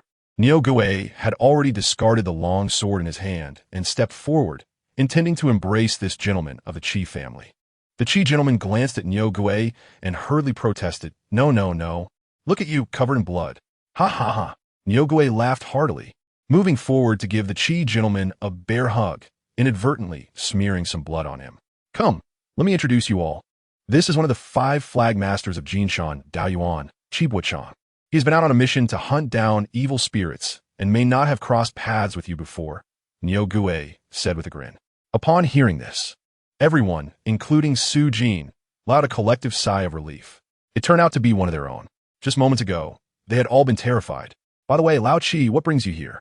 Niu Gui inquired. Upon hearing this, Qi Buchang's expression grew serious. Several flag masters from the Tianyang branch, who were executing missions alongside us, blatantly ignored military orders and left the group. 2 were killed on the spot, 1 was captured, and the other 2 successfully escaped. Their whereabouts currently unknown. After contacting the supervisor communicated with the county commander and helped restrain the personnel from the Tianyang branch, allowing me and Lao Chui to leave the team and pursue them, but we were unable to locate them. As per the supervisor's orders, I came to find your 6 teams to assist you in resolving your troubles. The 2 who left the team, Jin Qi and Lin Lang, are certainly coming for you. Old Qi, why didn't you arrive sooner? Just now we were almost. Niu Gui playfully punched Qi Buchang. However, Qi Buchang could only smile wryly, saying, I just arrived after taking a shortcut over the mountains.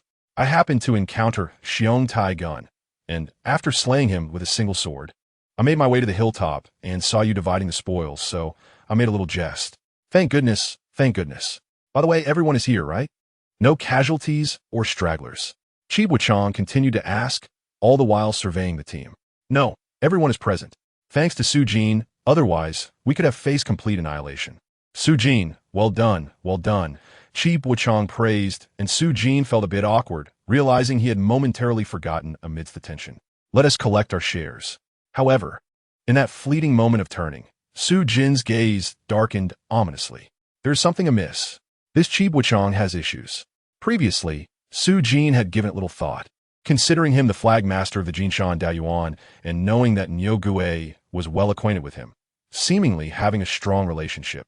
Yet, a single statement made by Qi Buchang suddenly put Su Jin on high alert. Qi Buchang claimed he had just arrived, having slain the fleeing Xiong Tai gun upon his arrival. He also stated it was made by Ning Yuchan. This only indicated one possibility. that Chi Buchong had come much earlier. He had likely been present when they encountered Yuchong and had watched everything unfold. So, what is his purpose in revealing himself now? Suddenly, Su Jin's heart raced as if he had realized something.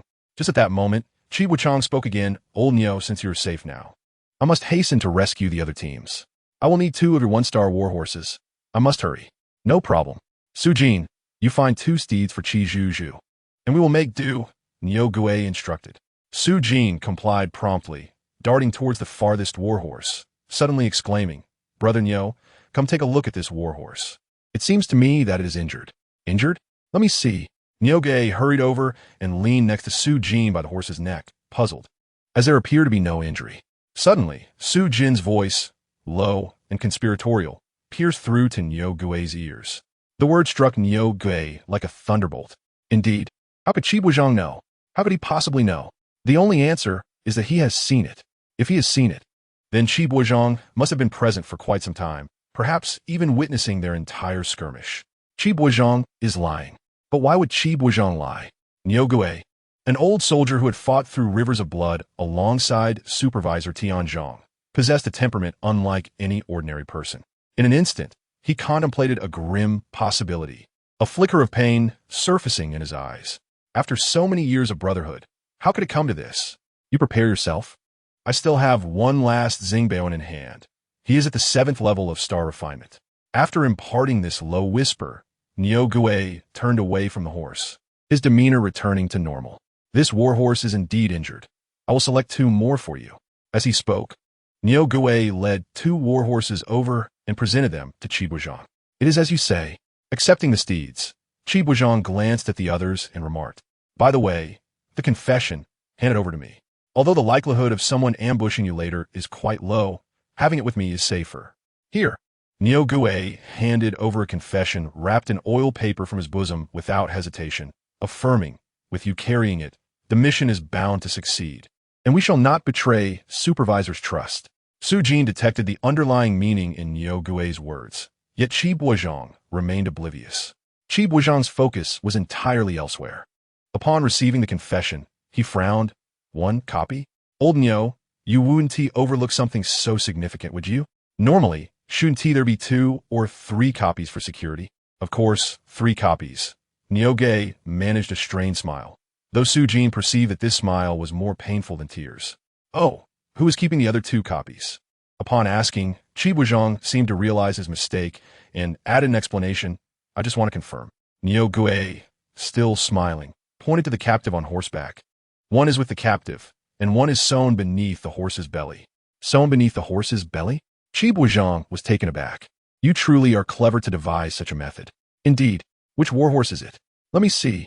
Hearing this, Chi Buozhong instinctively bent down to inspect the horse's belly, searching for the one that concealed the confession. Seeing this, tears welled in Neo Gui's eyes. Old Chi, why? Answer me why? The first question was posed by Neo Gui, who struggled to suppress his anger and sorrow, while the second was a thunderous roar. Chapter 51. The first victim. The other disciples were taken aback by this sudden upheaval. How could it be that comrades turned against one another so unexpectedly? Su Jin, however, was not surprised in the least. He even admired Neo Gui's decisiveness. When Neo Gui asked the first why, Su Jin thought him overly sentimental, believing he should have subdued the stronger opponent first. To his astonishment, when the second why was bellowed, Neo Gui had already launched into action. Chi Buozhong was the flag leader of the Xingwei. Hence Su Jin had been waiting for Neo Gui's resolution. Moreover, Su Jin dared not approach Chi Buozhong too closely. In almost the same instant, as Chi Buozhong bent to inspect the horse, he spun around like a whirlwind, his long sword bursting forth in a dazzling starlight glow, effortlessly shattering the recently unleashed Xingbao, while simultaneously delivering a strike. Old Neo, you are courting death.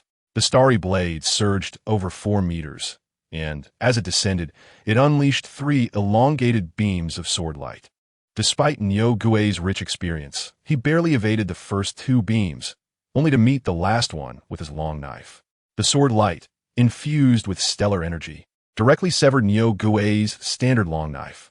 At the moment the knife broke, Neo Gui's left arm thrust forth a basic star shield to block Chi Buozhong's sword light, while his left arm and chest were engulfed in a luminous explosion of star energy as he marshaled considerable power for defense. Yet, the disparity in cultivation levels was insurmountable. One was at the 6th level of Sanxia, while the other was at the 7th level of star refinement, with a significant gap to the star forging realm. The star shield shattered, and Niu Gui's left arm was severed. The residual force from Qi Buozhong's blade struck fiercely against Niu Gui's left chest, shattering his armor. Fortunately, it was merely the aftershock, mitigated by the star energy Niu Gui had summoned for protection. Niu Gui was sent reeling back, blood spewing forth. At that moment, Su Jin sprang into action. He recognized this as his opportunity, perhaps his only chance to strike. In a flash, kid, I've long been prepared for you. Before the blade wheel could reach him, Qi Buozhong had formed 2 thick, scaly star shields in front of him. This was merely a tactic to deceive Su Jin. As the blade wheel approached, he had quickly set up the 2 layers of shields, allowing Qi Buozhong to breathe a sigh of relief. But in the next instant, his eyes widened in shock. The swiftly spinning blade wheel shattered his first star shield in an instant, then tore through the second shield with lightning speed. In fact, the very moment he had just formed the 2 shields, the blade wheel had already obliterated them. What he could not comprehend was how the blade wheel could remain unscathed after shredding the 2 star shields he had erected. How was this possible? Wasn't this the power of Ning Yuchan? How could it be like this? Qi Buozhong had no time left to ponder. He had expected the 2 star shields to absorb most of the blade wheel's force, allowing him to easily extinguish its threat. Now, it appeared that the blade wheel's potency had hardly diminished. There was no time to evade. He could only brace for impact. In an instant, Qi Buozhong poured all the star energy he could muster into his long sword, striking towards the blade wheel with lightning speed. With a stomp, a star energy shield enveloped his body, and, as he gently pushed with his left hand, he laid down a basic star shield within that shield, safeguarding his vital chest area. The timely activation of the basic star shield proved crucial for his survival. In the next moment, Qi Buozhong's long sword was sent spinning away by the blade wheel. The star energy he unleashed shattered, but this full-force strike from Qi Buozhong, combined with the energy expended by the previous 2 star shields, had significantly depleted the star energy within the blade wheel. The upper half of the blade wheel vanished entirely, its star energy dimming somewhat, yet it still bore down with residual force upon Qi Buozhong. The star energy shield he had conjured shattered instantaneously. However, the basic star shield he had placed over his chest and the star energy he had fervently summoned for his upper body still proved effective. They managed to withstand the upper half of the blade wheel, causing it to dissipate. Yet, the lower half of the blade wheel rushed forward like a thunderbolt. The sound of star energy shredding flesh echoed incessantly. A muffled groan erupted into a horrifying scream. Blood spurted forth from his abdomen downwards. Qi Buozhong's hips and legs were shredded. He collapsed to the ground, blood gushing uncontrollably, and even from the gaping wound, Su Jin could see the viscera spilling forth, blood staining the ground. Yet, even in such a state, Qi Buozhong was not dead. He writhed in agony, desperately channeling star energy towards his wounds, clinging to life. He even took out an entire bottle of healing ointment from his bosom, casting it onto his wounds. Su Jin observed Qi Buozhong's desperate struggle for survival, choosing to disregard it. Such a grievous injury would spell certain death for an ordinary person. However, for a master of the Xingxing realm, the outcome remained uncertain. What could be assured was that Qi Buozhong, in his current state, would not fare any better than death. The copious bloodshed was not without consequence, and the severed intestines were not without reason. Yet, Su Jin still dared not approach. Heaven knew whether this fellow would unleash a star technique in his dying moments. Taking Su Jin down with him, that would be a tremendous loss. Allowing him to perish on his own, Su Jin turned and rushed towards the fallen Niu Gui. Ripping off a long strip of fabric, he staunched the gushing blood from Niu Gui's severed arm, pouring his bottle of healing ointment over it, yet it proved insufficient. He yelled for more healing ointment. The other disciples finally reacted, hastily retrieving their own supplies of healing ointment to hand to Su Jin. The drastic changes in the situation had caught them off guard. After several breaths, the torrent of blood from Niu Gui's severed arm finally ceased, and Su Jin administered half a bottle of healing ointment internally. Only then did Niu Gui's condition begin to improve. In truth, the injury at the severed arm was not severe. The real danger lay in the sword strike from Qi Buozhong. Although he had endured it, His chest was a mangled mess, with starlight having penetrated his body, nearly shattering his star patterns. At this moment, he was beginning to stabilize. Meanwhile, a mere 10 meters away, Ji Buchang continued to writhe in agony, with starlight swirling madly around his severed lower body. The flow of blood had slowed, yet it would not stop. The wound was simply too extensive, and if this continued, he would undoubtedly bleed to death. Struggling to stand, Niu Gui slowly moved to a position 4 or 5 meters away from Ji Buchang, clearly wary of the latter's dying flails. Being betrayed by an old comrade was a heavy burden for anyone to bear. "Save me first, Lao Niu, I am on the brink of death." Ji Buchang's evident fear of dying rendered him incoherent in his desperation. Niu Gui's single utterance jolted Ji Buchang to clarity. He glanced at Niu Gui and then at the disciples of the Zhanxiao realm surrounding them, realizing the situation was entirely abnormal. Niu Gui, however, was enraged, asking why.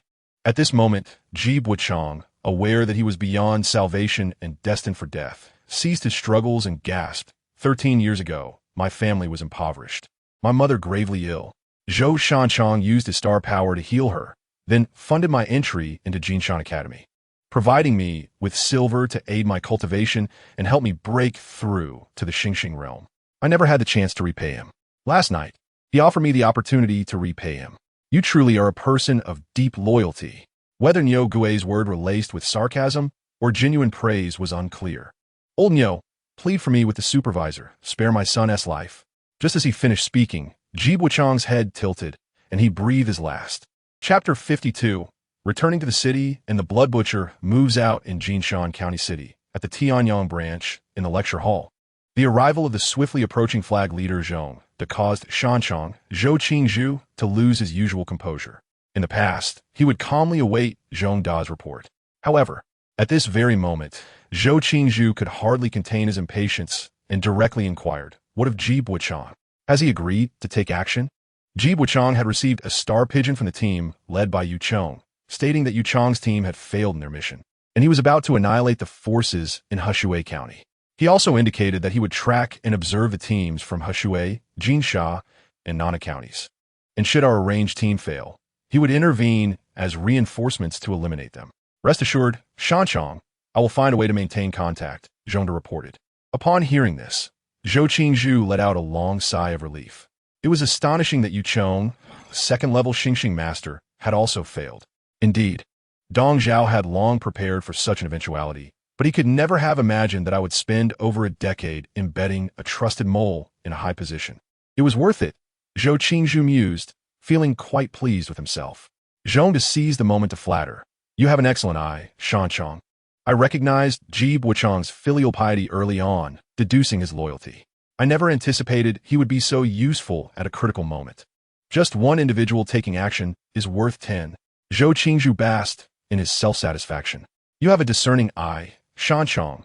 Zhong Da's timely flattery was well received, prompting Zhou Qingzhu to send those able to exit the city with star pigeons, aiming to find Ji Buchang along the necessary routes, and inform him that if the teams from the 3 northwestern counties were eliminated, he could swiftly head toward the eastern side of the county city, as this would facilitate an ambush if there were any survivors.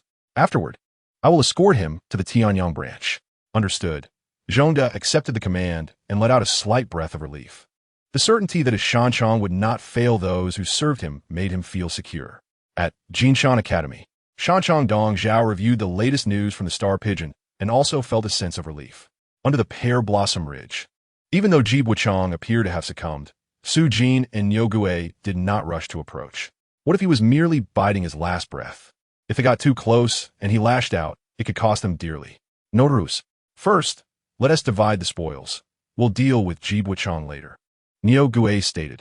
The group of disciples finally regained their composure, the events that had just transpired feeling surreal, almost as if they had stepped into a legendary tale. They divided 4,560 taels of silver, with Su Jin and Niu Gui each taking 910 taels, while the remaining 11 received around 250 taels each. Su Jin took a few more silver notes, along with 3 invigorating pills. He declined the replenishing pills, as they were less cost-effective compared to the invigorating ones after nurturing. As a result, Su Jin now possessed 12 invigorating pills. Regarding his silver, having seized 780 taels in Hushui City last night. Today he set aside the value of the invigorating pills, leaving him with 820 taels in cash, combined with the leftover 200 taels from before. His total exceeded 1,800 taels, which was a modest fortune. He had no intention of becoming a slave to housing expenses in this life. The remainder would be allocated towards enhancing his cultivation speed. He still needed to elevate his own strength. Anything else would be a waste. After a quarter of an hour, confirming Ji Buchang had indeed passed away, Su Jin and Niu Gui dared to approach him. During this time, the group had not been idle. They had successfully moved the boulders blocking their path. This was easily accomplished, especially with Niu Gui's presence. Otherwise, claiming to have killed a flag leader and branding him a traitor would have required considerable explanation. This Star Soldier's longsword is yours to handle. It should help offset your losses. However, why did Ning Jiaodo give it to him and not someone else? Such debts of gratitude would need to be repaid by Su Jin in the future. Thus, he accepted it with great generosity. Subsequently, Niu Gui placed half of Ji Buchang's corpse onto his horse, while the remaining dismembered pieces were wrapped up in cloth. The group set off once more, remaining tense and alert, fearing an ambush could spring forth at any moment. It was only when the imposing Jinshan County City gradually emerged on the horizon that they felt a semblance of relief. Meanwhile, the skirmishes on the official roads of the other counties continued unabated. There were those in pursuit, those fleeing, and those bringing reinforcements. Fortunately, Luo Cushing arrived just in time. In terms of strength, Luo Cushing and Lin Lang were evenly matched, but Luo Cushing was fighting while injured, and before long, he fell into a disadvantageous position. Lin Lang was gravely wounded, while Luo Cushing appeared as if he had been roasted, collapsing on the spot. In another direction, Cui Tianqi and Jin Qi clashed fiercely. Unfortunately, Cui Tianqi had anticipated the encounter, evading the worst of it and sustaining only minor injuries. The battle concluded with both Cui Tianqi and Jin Qi suffering grievous wounds. But amidst the chaos, numerous disciples were caught in the crossfire. In an instant, Wang Chang, the supervisor from the Tianyang branch, who was stationed to confront and restrain Ning Yuchan, realized that the situation was dire. This matter needed to be reported to Shanchang immediately. The celestial force erupted, and Ning Yuchan seemed to both welcome and vent her emotions as she struck the ground thrice with her star hammer. At that very moment, Wang Chang, the head of the Tianyang branch, turned to depart. Simultaneously, within the Jinshan Dao Academy, Dong Zhao, the academy head, who was continuously activating the star-locking ring, suddenly sensed a tremendous surge of stellar energy. A beam of starlight descended, enveloping Ning Yuchan, allowing him to perceive the change in her aura. It appeared that someone had arrived, and Yuchan was sending me a message. In the next instant, Dong Zhao once again activated the star-locking ring, causing the starlight that hung in the void to tremble violently 3 times. This starlight was connected to Tianzhong, the overseer of the Jinshan Dao Academy. The formidable blood butcher, Tianzhong, was currently seated cross-legged in a small dwelling. Suddenly, starlight fell upon him, quaking 3 times. Is it finally coming to an end? In the next moment, upon receiving the signal, Tianzhong rose, exited, and transformed into a surge of bloodlight, leaping directly into a nearby courtyard. Chapter 53. Encirclement. The leader of the Tiangi gang, Zhou Ji, was anxiously awaiting with a dozen subordinates. Suddenly, a blood light descended, and Zhou Ji and his companions sprang to their feet. Upon recognizing the visitor, someone exclaimed, "Tianzhong, the blood butcher." Without hesitation, Zhou Ji turned to flee. Tianzhong, however, let out a hearty laugh and swung his blade, unleashing a serpentine chain of starlight. The third-tier star art, Serpent Chain, ensnared Zhou Ji, who was attempting to escape. Zhou Ji's body erupted with starlight, yet he could not break free from the constricting serpent chain. The third-tier star art, wielded by the blood butcher Tianzhong, was nothing to underestimate. In the next instant, Tianzhang's blade rested against Zhou Ji's neck. Captured in a single move, Zhou Ji's face turned ashen. As for the minor members of the Tiangi gang, upon realizing that it was the blood butcher Tianzhong, they had already scattered in all directions. Reputation is everything. After all, they were merely subsisting on meager earnings within the Tiangi gang. Risking their lives would be sheer folly. Dong Zhao had come to support Tianzhong, just in case. Witnessing Zhou Ji's capture, Dong Zhao couldn't help but smile. knowing that with this capture, the matter was largely settled. Only largely? Shouldn't it be a done deal? Tianzhong inquired. According to reports from Lu Chong, the main hall master of the Tianyang branch, who had not shown his face for a day, I suspect he may be nearby. If he arrives, this matter may well unravel. It would be ideal if someone could restrain him. Dong Zhao looked steadily at Tianzhong, implying something significant. Tianzhong, lifting the captured Zhou Ji, understood and assured. Rest easy, headmaster, someone will restrain him. In the next moment, Qi Shanye's thoughts stirred, and the star palace inscribed with multiple concealment star patterns suddenly contracted, gathering its brilliance. While Qi Shanye's figure emerged atop the peak, standing resolutely. At the same time, on a small fishing boat in the Jinsha River outside Jinshan County, an elderly man in a bamboo hat abruptly reeled in his line and retrieved a star compass, adorned with mysterious star patterns and scales. The star device, the star compass, flickered with a soft glow. Hu Xuechuan, the master of the Tianyang main hall, furrowed his brow, gliding his hand over the compass, and in an instant, a dark green light shot towards the direction of the Golden Mountain. Has his presence been revealed? Is Qi Shan'ai inadvertently exposing himself during a confrontation? Or has he deliberately set a trap to lure me forward? After pondering for a moment, Hu Xuechuan suddenly chuckled coldly, eager to see what tricks Qi Shan'ai could conjure in this Jinshan County, which had been sealed off for over half a month. In the next instant, Hu Xuechuan soared into the sky. With a single step, starlight manifested beneath his feet, forming a celestial pathway that allowed him to traverse the air. Crushing one piece inevitably leads to another breaking. Typically used for signaling and alerts, yet must be prearranged. Zhou Qingzhu was momentarily stunned. He realized that master who had discovered the traces of the malevolent forces and was summoning them to encircle and eliminate them. Yet at that moment, Zhou Qingzhu was left in shock. The direction of Hushui County. Did Jibuchang not say he had resolved it? Could Jibuchang be a traitor? How could he betray them? Was he not afraid of retaliation? How did Zhong Da contact him? What was Zhong Da's method? In an instant, Zhou Qingzhu's mind raced with countless thoughts, wishing to confront Zhong Da or Jibuchang immediately. However, he understood that such matters could only be addressed later. The most pressing concern was Zhou Ji. He never anticipated that his meticulously placed agents over the past decade would not be able to deliver. While the forces of the Jinshan Dao Academy arrived unscathed with living captives, this was utterly inconceivable. Ji Buchang or the ambushers should have ensured that at least the captives were eliminated. But now, there was no time for such reflections. He needed to sever the connection and eliminate Zhou Ji. In the next moment, Zhou Qingzhu abandoned Wang Chong, who had just finished reporting and erupted with blinding starlight, racing at full speed towards the Tiangi Gang's base in Jinshan County.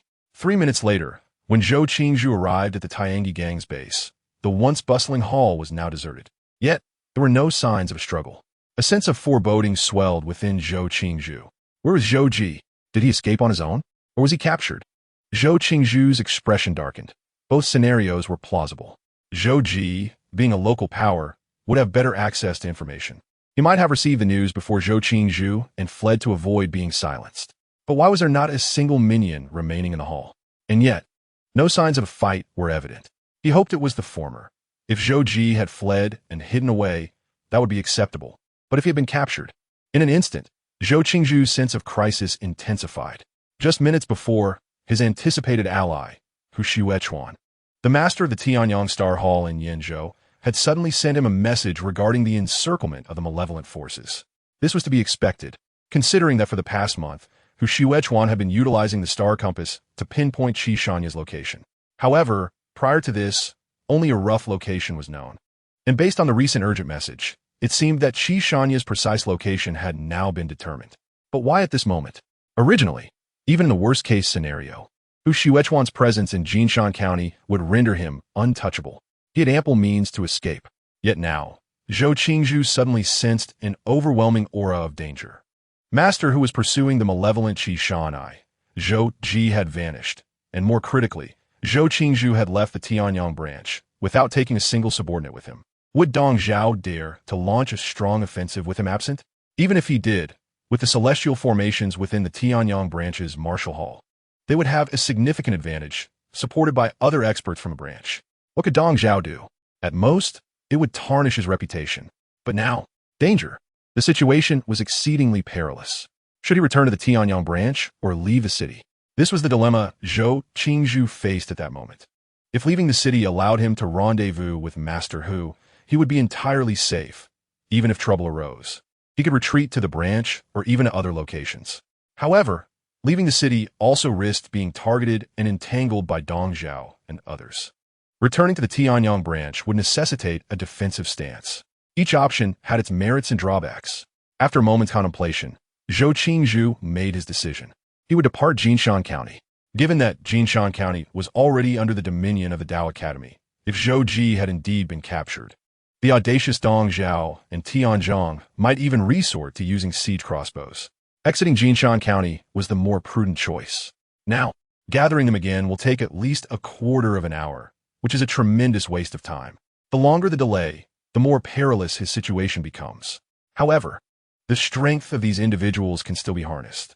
At the northern gate, the deputy mountain master Lu Yelan remained at the northern gate of Jinshan County.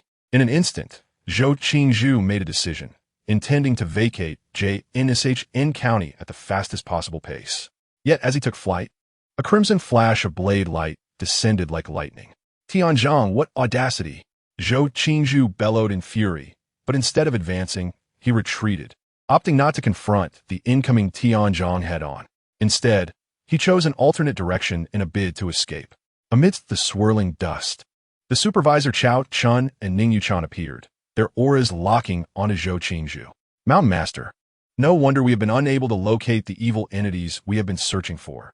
It turns out the true evil lies with you. Mountain Master Dong Zhao brandished a document of testimony, hovering above the entrance of the TNH gang. Simultaneously, Deputy Mountain Master Feng Shu emerged from another direction. The 5 formidable figures of the Jinshan Dao Academy converged to encircle Zhou Qingzhu. Upon witnessing the simultaneous arrival of Tianzhong, Dong Zhao, Chao Chun, and others, Zhou Qingzhu realized that Zhou Ji had been captured alive by the Jinshan Dao Academy. It was only a matter of time before he would be implicated as the mastermind behind all. What should he do now? Or rather, how could he, Zhou Qingzhu, escape this predicament or secure a path to survival? In the blink of an eye, Zhou Qingzhu contemplated numerous possibilities. He even envisioned himself in Dong Zhao's position, considering how he would act to achieve the greatest advantage. In that fleeting moment, a chill of sweat broke out on Zhou Qingzhu's back, for he realized he was teetering on the brink of life and death. At this juncture, if he were Dong Zhao, the most effective course of action would be to eliminate him. Seizing the moment of his resistance, killing him would irrevocably cement the label of evil upon Zhou Qingzhu. In doing so, Zhou Qingzhu would have no chance of redemption. Even if the Xingdian was currently formidable in the Qin kingdom, it could not intervene. No matter how powerful the Xingdian might be, it could not rescue an evildoer under the watchful eyes of the public. Suddenly, Zhou Qingzhu conceived of his sole glimmer of hope, to refrain from resistance. Mountain Master Dong, to fabricate a crime, one need not lack for words. Zhou Qingzhu sneered coldly, as the surging power of stars around him abruptly calmed. Yet, as he restrained his star power, Zhou Qingzhu raised his hand, sending a crimson signal soaring into the sky, which exploded into a dazzling firework against the backdrop of the newly fallen night. It was the emergency assembly signal for the T New Yorking branch. Initially, seeing Zhou Qingzhu cease all resistance under the assault of 5, Dong Zhao sensed a dire situation. However, upon noticing the assembly signal issued by Zhou Qingzhu, Dong Zhao steeled himself, declaring, "The audacity of this evildoer, even at the brink of death, dares to summon his kind to wreak havoc." With a furious shout, he was about to command the immediate execution of Zhou Qingzhu. Yet, having battled Dong Zhao for so many years, Zhou Qingzhu had already discerned Dong Zhao's intentions and was now fully prepared to act. He directly dispelled his star power, seated himself on the ground, and retrieved the Mountain Master seal of the T New Yorking branch, channeling his star power into it, cradling it in his arms with a mocking smile. "Dong Zhao, I am the esteemed Mountain Master of the T New Yorking Xingdian's Jinshan branch. How can you simply label me as an evildoer with a single word? Tianzhong, if you possess the gall, strike me with your blood butcher blade. Kill me now. I shall give you a thumbs up. You are still that Tianzhong from 20 years ago. Witnessing Zhou Qingzhu's complete lack of resistance, Dong Zhao's expression darkened. The blood butcher blade in Tianjang's grasp whirled slightly, but could not descend. Meanwhile, Ning Yuchan's starry iron hammer, transformed from her iron crutch, rose several times, but was thwarted by Supervisor Cao Chun. In this situation, Zhou Qingzhu was not to be killed. His Mountain Master S-Seal would capture this final scene. While the scene could be fabricated, the information contained within the Mountain Master seal issued by the T New York Xingdian could not be altered. Should this seal be delivered to the T New York Xingdian, any logical claims would vanish. Originally, there was solid evidence. However, if he were to be killed without resistance, it could be construed as a frame-up. Dong Zhao could not help but admire Zhou Qingzhu's cunning. He had not anticipated that, at the last moment, Zhou Qingzhu would still react so astutely. Dong Zhao's original plan was to provoke Zhou Qingzhu into a furious resistance through the testimony of evildoers, allowing them to easily slay Zhou Qingzhu, which would seem justifiable. With undeniable evidence proving Zhou Qingzhu as an evildoer, could they not kill him for resisting? This rationale, no matter how powerful the T New York Xingdian was, could not be refuted. But now, that was no longer viable. Even with solid evidence in hand, the matter would have to go through the proper channels, and the T New York Xingdian could intervene. If they managed their affairs well, Zhou Qingzhu might even have a sliver of hope. Reflecting on this, Dong Zhao could not help but sigh inwardly. The core of the Great Chun was indeed somewhat feeble. Yet, there were reasons for it. Ever since 3 elders of the T New York Xingdian forcibly entered the palace and executed the Ling Fei, who hailed from the Ling Ji Xingdian, a decade ago, the royal family of the Great Chun had not regained its fortitude. With the royal family in retreat, the ministers below could not stand tall either. Nevertheless, this plan ultimately succeeded, albeit the final result fell short of perfection. Zhou Qingzhu, with irrefutable evidence, public outrage, and merciless national laws, how could he escape? Secure him. Tianzhong stepped forward, slowly channeling his palm, gradually extracting a starry chain several meters long, with lightning flickering upon it. The 4th-tier star technique, Thunder Snake Lock. As the Thunder Snake Lock coiled around Zhou Qingzhu, Dong Zhao, Cao Chun, Feng Shu, and Ning Yuchan remained vigilant. During this process, should Zhou Qingzhu dare to resist even slightly, they would strike him down with lightning force. The Mountain Master S-Seal would record this moment perfectly. Regrettably, throughout it all, Zhou Qingzhu made no move of resistance. Even when Tianzhong sealed his star palace, he remained passive. One could only say he was exceedingly cunning, just as they sealed Zhou Qingzhu's cultivation. Various experts from the T New Yorking branch began to arrive from all directions. The first to arrive was Supervisor Wang Chong of the T New Yorking branch, who, upon seeing Zhou Qingzhu captured, was overcome with rage and intended to intervene. However, upon noticing Zhou Qingzhu's calm gaze and the Mountain Master S-Seal hovering before his chest, he suddenly realized something and promptly withdrew. Tianzhong sighed in resignation. Yet another astute individual. This person may well be a remnant of the evildoers. Take him in and interrogate him, Dong Zhao commanded. Supervisor Wang Chong was clever enough not to offer any resistance, surrendering willingly.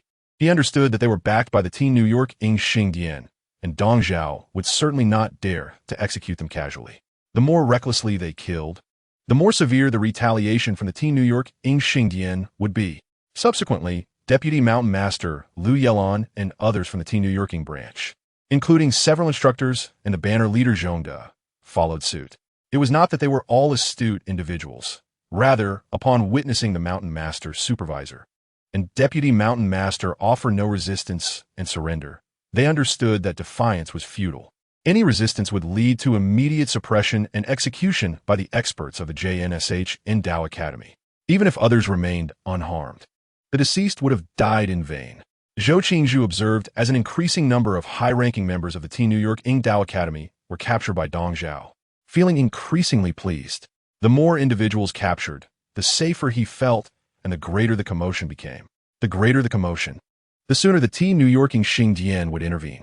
Tianzhong, from this moment forth, entry is permitted into JNSHN County, but exit is forbidden. Arrange for the Xingwei to patrol and coordinate with the Spring Rain Division to apprehend all and eliminate the evil presence. Mountain Master Dong Zhao commanded. Understood. The moment the captives were taken away and their testimony submitted, Su Jin still recalled the astonished expressions of several instructors upon hearing of their achievements. They had slain 2 from the Refining Star Realm, and one of them was at the 7th level of Refining Star Realm. The glorious achievements and the exhilaration of the moment were short-lived, as the instructors hurriedly departed. Yet Su Jin and his companions still savored a lavish feast. The dining hall of the Tao Academy had long prepared an array of sumptuous dishes, with chicken, duck, fish, and lamb served at a flowing price. When Su Jin inquired, the head chef explained that this was a tradition whenever the Tao Academy undertook a significant operation. Such meals would be prepared to ensure that the disciples would not go without sustenance after shedding blood. As soon as the meal concluded, Niu Gue, who had just finished tending to his severed arm, approached Su Jin and whispered a few words in his ear. Startled, Su Jin rose and bellowed, "Assemble!" In an instant, the previously languid disciples of Su Jin's squad, who had been idly picking their teeth, sprang into action and hurried to form a cluster around Su Jin. The formation lacked the neatness and aesthetic of military drills from a past life, yet their response was commendably swift. The latest directive from the supervisor mandated that we apprehend individuals implicated in disturbing the populace both within and beyond the county seat, aiming to thoroughly cleanse the area. "Are you ready to fight?" Su Jin's voice echoed with a hint of mirth. It was indeed a call to action, especially since this was Jinshan County, their home turf. His laughter stemmed from thoughts of the spoils. Capturing many would signify substantial rewards, a benefit of being a member of the Xingxing Wei. In truth, the gains from this operation were considerable. A mere 15 minutes later, Su Jin's squad split into 2 groups to commence their mission. 1 casualty occurred, but the losses were deemed acceptable. That night, Jinshan County experienced an insomniac turmoil, particularly for the nefarious elements plaguing it. The disciples of Jinshan Tao Academy, along with the limited personnel from Yamen, joined forces with a significant contingent of county guards to search throughout the night. Following the list provided by Chun Yu, they apprehended over 1,000 rogues and scoundrels, primarily targeting gang members, particularly those affiliated with the Tianhe gang, leaving no one behind. The ordinary offenders were dealt with by the county guards, while those with cultivation were confronted by the Xingxing Wei. Throughout that night, Su Jin and his comrades toiled ceaselessly and reaped great rewards. Chapter 55, The 4-Star Emblem. 21 Lives Lost. After a night of apprehensions, although a pall hung over Jinshan County, the atmosphere within the Tao Academy was particularly somber. During breakfast, the usually jovial head chef remained silent. The toll of casualties was significant. The reason was straightforward. They had faced an ambush from rogue cultivators of the 6th and 7th levels of the Sanxiao realm. The second highest casualties were from Run Xiaoxiang's team, which lost 5 disciples, including Zhou Du, the 3rd-ranked disciple of this selection, who perished on spot, along with his personal guard. The 1st-ranked disciple, Yu Daqi's team, suffered 3 fatalities alongside injuries to 1 guard. Luo Geng's team also lost 3 members, with 1 guard severely wounded, while Lu Xianbing's team reported 1 death. In terms of mission completion, Su Jin and Lu Xianbing's teams performed the best, while all captured alive from Luo Geng's team were eliminated. The news received during breakfast left Su Jin in shock for quite some time. However, an even greater shock awaited him as he passed by the training hall, where 21 bodies draped in white cloth lay in a row, sending chills through Su Jin's heart. This stark reality illustrated the thin line between life and death. In this world, death was all too commonplace, even among disciples with some prowess. For ordinary people, the situation was even more dire. In the days of executing missions, Su Jin was aware that during this so-called chaos of evil, the innocent citizens who had perished exceeded 1,000, with even more suffering loss of limbs and property. Strength was paramount. The Sanxia-style cultivation of the celestial light star wheel allowed for the practice of the 5-do killing fist 10 times per wheel. After completing 40 repetitions, Su Jin discerned a noticeable increase of 1.5 inches in the progress of his body tempering on his right leg. Following his training, the fatigue from consecutive days of exertion overwhelmed him, and he succumbed to slumber, only to be stirred awake by the heart-wrenching cries emanating from the training hall. The commotion stemmed from the Tao Academy notifying the families of deceased disciples to claim their bodies while distributing compensation.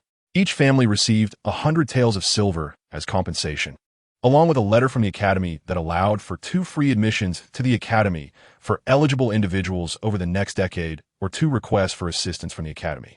The compensation was relatively generous, but through casual conversations, Su Jin gleaned some truths concealed behind the battle reports. This was indeed a monumental favor, one that could be described as a life-saving grace. Su Jin made a mental note of it. He also learned why Liu Xianbing's team suffered relatively light losses, while Luo Gong's team faced a similar situation but encountered Lin Lang, a cultivator at the 6th level of the star refining realm. Fortunately, Luo Gong's uncle, Luo Kexing, tracked Lin Lang down just in time. Ren Xiaoxiang's team, however, was said to have simply been unfortunate. They not only faced an ambushing group, but also encountered Jin Shi, another cultivator at the 6th level. Although their instructor, Cui Tianqi, arrived, Zhou Du's reckless actions led to chaos. The moment Zhou Du faced Jin Shi, he lost a disciple to a single strike and fled, resulting in further losses for his entire team. Of course, the gravity of death would likely preclude the academy from holding Zhou Du accountable for his actions. But Su Jin need not elaborate, as Niu Gui had already reported the events truthfully. In the afternoon, the remaining members of the Xingxing Wei continued to scour Jinshan County, hunting down any remaining scoundrels. Within the Tianhe gang, there were indeed crafty individuals who had sensed the impending danger and concealed themselves. Among the names on the list Su Jin received was a somewhat familiar one, Deng Longshu, the incense master of the Tianhe gang. Chun Yuxi's first major charge against him was the brutal murder of Wu Lu and his family of 5, with a decree of no mercy upon capture. Initially, Su Jin did not pay much attention, but during the afternoon's pursuit, he conducted another search of Deng Hu's residence, reasoning that Deng Hu was Deng Longshu's nephew and might be hiding there. During the search, Su Jin suddenly noticed that the house adjacent to Deng Hu's, separated by only a storeroom, bore a seal from the yamen. Curious, he approached to investigate. Initially, when Wu Lu was murdered, Su Jin had heard disturbances from the neighboring residents, likely startled by Deng Hu's screams. At that time, he had refrained from any action. To eliminate witnesses was something Su Jin could not bring himself to do. However, now, he discovered that the sealed residence was indeed Wu Lu's home. This revelation struck Su Jin profoundly, and in an instant, he connected numerous dots. At this moment, Su Jin harbored a singular thought. Should the opportunity arise, he would personally execute the fugitive incense master, Deng Longshu, of the Tianhe gang. Such cruelty! To have mercilessly slain the neighbors who merely overheard some commotion before the perpetrator was apprehended was truly despicable. According to Chun Yuxi's intelligence, Deng Longshu was a 44-year-old man whose cultivation had stagnated at the 7th level of the Sanxia realm following a failed star forging attempt. During the search operation, another name surfaced, Qi Shanai, reputed to be the true target of this extensive hunt for evil. However, the alarming aspect was that Qi Shanai had only appeared in Jinshan County once, yet countless manifestations of evil had emerged within its borders.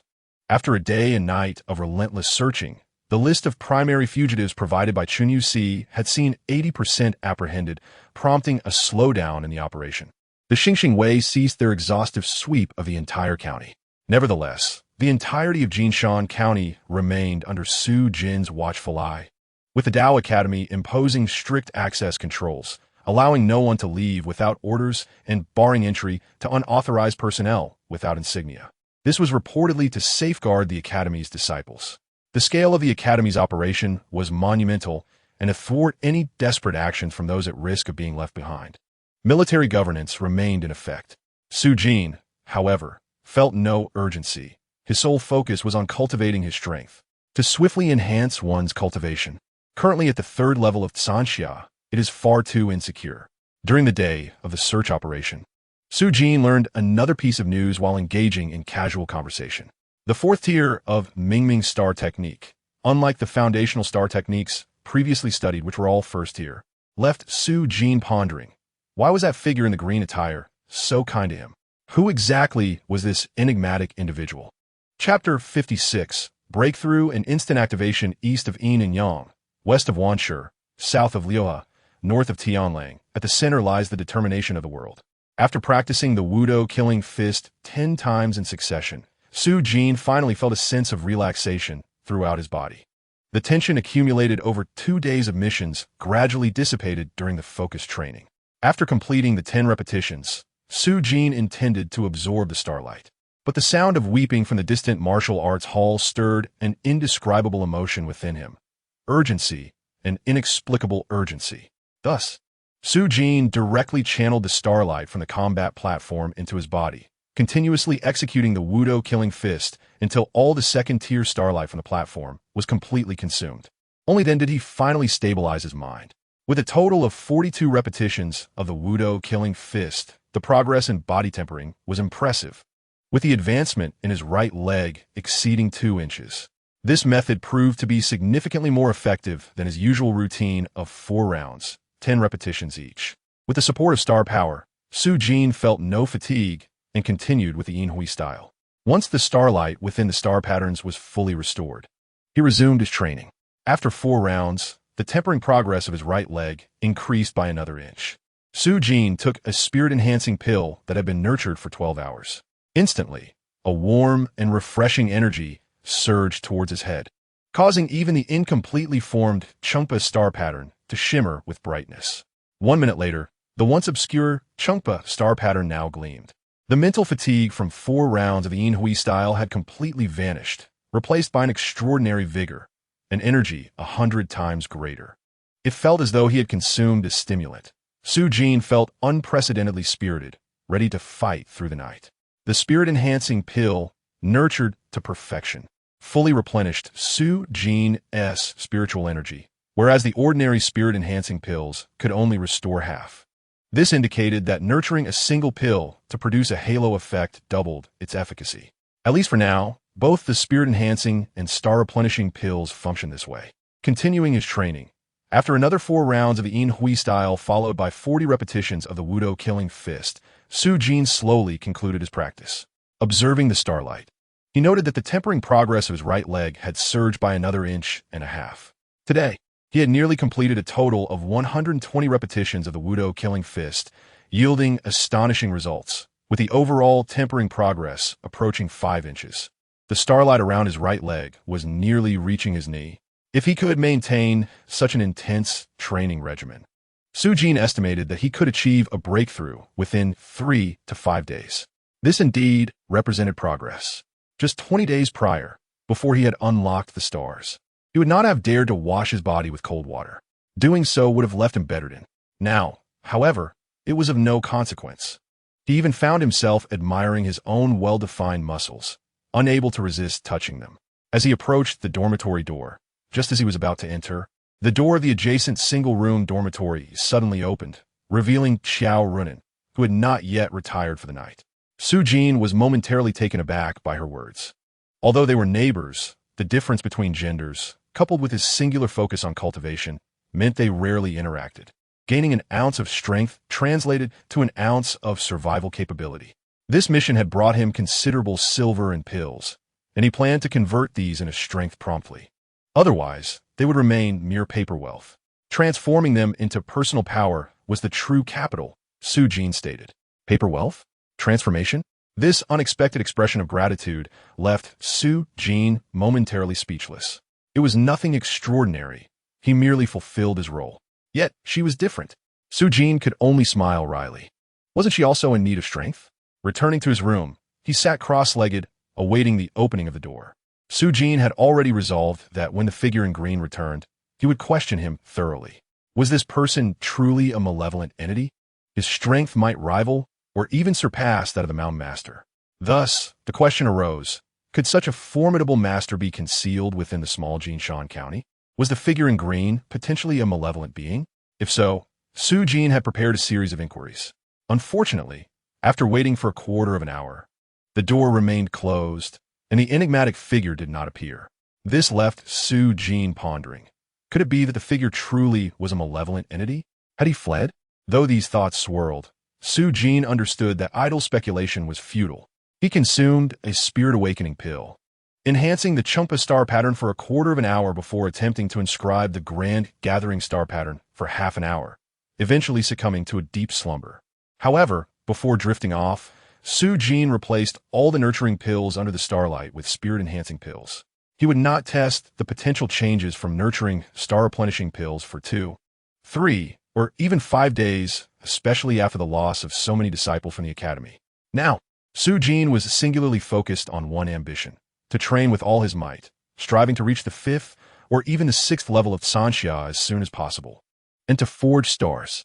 During this intense training, the cost-effectiveness of nurturing spirit-enhancing pills was paramount, taking one in the morning and one in the evening, allowing Su Jin to enjoy nearly double the training time compared to other disciples.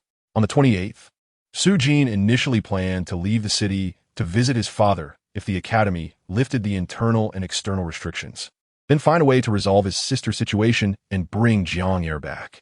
Unfortunately, the academy's restrictions remained in place, yet Su Jin received a new mission. The so-called protecting the spirit entailed that he and 3 others would stay at this junior disciple's home until the funeral concluded. There was no need for participation or expressions of grief. Their mere presence signified the academy's stance. It must be said that the Jinshan Academy had garnered considerable goodwill within Jinshan County, and this was not without reason. For any ordinary family, losing a newly adult male member was an immeasurable blow, compounded by further societal repercussions. The absence of a young man would lead to encroachments and even oppression within the local community, as well as malicious usurpation by village bullies. The Academy's actions served to support these families, ensuring that in the future, should anyone dare to bully them, they would think twice. Conversely, it also established the Academy's reputation, encouraging more locals to send their disciples to the Academy to unlock their stars. During the 3 days spent protecting the spirit at the home of the fallen junior disciple, Su Jin and his companions were treated as the most esteemed guests, although the duty of protecting the spirit could be fulfilled in just a few hours each day. The remaining time could be devoted to training. However, amidst their vigil, Su Jin also heard numerous pieces of news.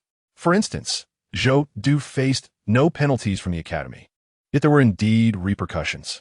Without compensation, without any form of support, and no disciples sent to protect the spirit, this was in itself the greatest punishment. Throughout these 3 days, Su Jin relentlessly practiced. In the morning, he executed 4 rounds of Sanxia style and 40 repetitions of the Wudo killing fist, followed by a spirit-enhancing pill nurtured with a star-replenishing pill, and then another 45 repetitions of the Wudo killing fist, resulting in a remarkable increase of 3 inches in tempering progress. In the evening, he performed 4 rounds of Yin Hui style, 40 repetitions of the Wudo killing fist, followed by a spirit-enhancing pill nurtured with a common star-replenishing pill, and absorbed 2 strands of second-tier starlight from the combat platform into his body, nearing 120 repetitions of the Wudo killing fist, which led to an astounding increase of over 5 inches in tempering progress. Afterward, he took a spirit awakening pill to further enhance the Chungpa star pattern for another quarter of an hour, then resumed inscribing the grand gathering star pattern. During the remaining time, even while standing vigil, he either practiced under the starlight or attempted to inscribe the grand gathering star pattern. On the final night of Huling, as the 81st iteration of the Wudo Shaquan reached its midpoint, Su Jin executed a kick, and an inexplicable sensation of clarity surged within him. A star arrow shot forth from the tip of his right foot, vanishing after flying 4 feet. With a single separation of 1 foot, he achieved the rank of Sanxia Fourfold. On June 30th, Su Jin advanced to Sanxia Fourfold, having only 5 days since his breakthrough to Sanxia Threefold. The exhilaration of his renewed cultivation prompted him to continue practicing the Wudo Shaquan, his intent becoming ever clearer. Additionally, the extensive time spent practicing within the Xingting over the past 3 days bore fruit. Suddenly, Su Jin paused. With a slight movement of his shoulder, a star shield swiftly manifested. It appeared at his chest, and with a thought, it materialized at his abdomen, back, knees, calves, and thighs. Su Jin was overjoyed. Instantanée manifestation. The Wudo Shaquan's Eastern Yin and Yang technique had reached perfection, culminating in the instantaneous formation of the foundational star technique, the star shield. Chapter 57. The efforts on the verge of failure deep within the Dakingshan, who Xuechuan, the master of the Tianyang Star Hall's Yinzhou branch, was activating the Dingxing disc to track Qi Shan'ai. The relentless pursuit over several days had left Hu Xuechuan, who was accustomed to a life of luxury, in disarray. However, his spirit remained extraordinarily high. Although Qi Shan'ai had only revealed his presence for a brief moment 3 days prior, the formidable star device, the Dingxing disc, had successfully locked onto him. Despite Qi Shanya's attempts to conceal his aura, Hu Xuechuan managed to trace him, with a distance of less than 100 miles separating them. The 8 experts he had gathered from the Ningxing realm had already positioned themselves strategically in anticipation. For 3 days, Qi Shanai had been fleeing. Yet he had unwittingly fallen into Hu Xuechuan's encirclement, which was gradually tightening. Now, they awaited the arrival of Zhou Qingzhu, a 5th-tier powerhouse, to unleash the full power of the Dingxing disc, thereby revealing Qi Shanya's exact location for capture. After 2 years of relentless pursuit, he could finally apprehend the remnants of the Lingji Star Hall, although gaining merit and rewards from the Star Hall was of secondary importance. His primary aim was to obtain the vital spirit inheritance of the Lingji Star Hall, which would facilitate his own advancement. Once he broke through, everything else would naturally follow. As Hu Xuechuan observed the light on the Dingxing disc begin to move rapidly again, he furrowed his brow and glanced towards the sky. What was Zhou Qingzhu doing? It had been 3 days. Why had he not arrived? The encirclement established based on the Dingxing disc was not invulnerable. If there was no action soon, Qi Shanai might escape within a day, rendering 2 years of meticulous planning futile. After all, Qi Shanai had been a late-stage 5th-tier gathering combatant over a decade ago. Although he had not broken through and had suffered severe injuries during the siege of the Lingji Star Hall, he was not someone who could be easily captured alone. Cooperation with Zhou Qingzhu was essential for any chance of success. Logically, he should have arrived by now after receiving the signal. Was there an unforeseen incident at the Tianyang branch? Such a possibility was unlikely. Nevertheless, caution was never a fault. He had even dispatched his own token with Huang Yinshu. If there were any troubles, even from the Jingshan Academy, they could be resolved swiftly. Should the Jingshan Academy dare to thwart his plans, he would ensure they faced the consequences. As Hu Xuechuan prepared to pursue the aura of Qi Shanai, he suddenly noticed a flickering starlight descending from the distant mountains. A familiar presence. The aura of Huang Yinshu, the supervisor of the Tianyang branch. Where was Zhou Qingzhu? An ominous premonition washed over Hu Xuechuan. Regardless, with the Dingxing disc lock, even an injured Qi Shanai could not escape his grasp. Hu Xuechuan remained calm, waiting for Huang Yinshu for a quarter of an hour. After that time, the starlight that was Huang Yinshu landed before him, his expression one of alarm. What had transpired? The Tianyang branch's Star Patrol supervisor, Huang Yinshu, appeared anxious. Master, the Tianyang branch's head, Zhou Qingzhu, along with deputy head Lu Yelan, supervisor Wang Chong, and several instructors, have all been captured by the Jingshan Academy. What? Hu Xuechuan stood stunned for several moments, grappling with the shocking news before erupting in anger. How is this possible? Are Zhou Qingzhu and his subordinates mere fools? How could they all fall into the hands of the Jingshan Academy? Not to mention their superior strength. Even if their powers were comparable, they should have been able to take down at least half of the Jingshan Academy's personnel. At the very least, a few should have escaped to deliver the news. How could they have all been captured? You must be mistaken. It is true. It is said that Dong Zhao obtained irrefutable evidence against the head, claiming he was disturbing the land under the guise of evil, and then orchestrated an ambush that ensnared him, leaving the head with no choice but to surrender. The others, fearing they would be labeled as accomplices to evil, dared not resist and also surrendered. Huang Yinshu explained. Hu Xuechuan, upon hearing this, was left utterly speechless. He felt an overwhelming urge to curse. What kind of fantastical turn of events was this? The Jingshan Academy suffered no losses while capturing the upper echelon of the Tianyang branch. They had even obtained evidence of wrongdoing. If this news spread, it would tarnish the reputation of the Tianyang Star Hall. Where did he hide his face? Under the guise of evil? Suddenly, Hu Xuechuan came to a realization. The phrase under the guise of evil carried profound implications. It was even conceivable that Zhou Qingzhu could be branded as evil. If Zhou Qingzhu were labeled as such, what would be the consequences for the Tianyang Star Hall? Moreover, he was Zhou Qingzhu's direct superior. The root of this incident lay with him. The plot to capture Qi Shanai and seize the spirit inheritance of the Lingji Star Hall was a conspiracy that he and Zhou Qingzhu had concocted after confirming Qi Shanya's possession of the inheritance. What was worse, the Tianyang branch had been entirely taken down by the Jingshan Academy. If this information were to leak, the repercussions would be immense.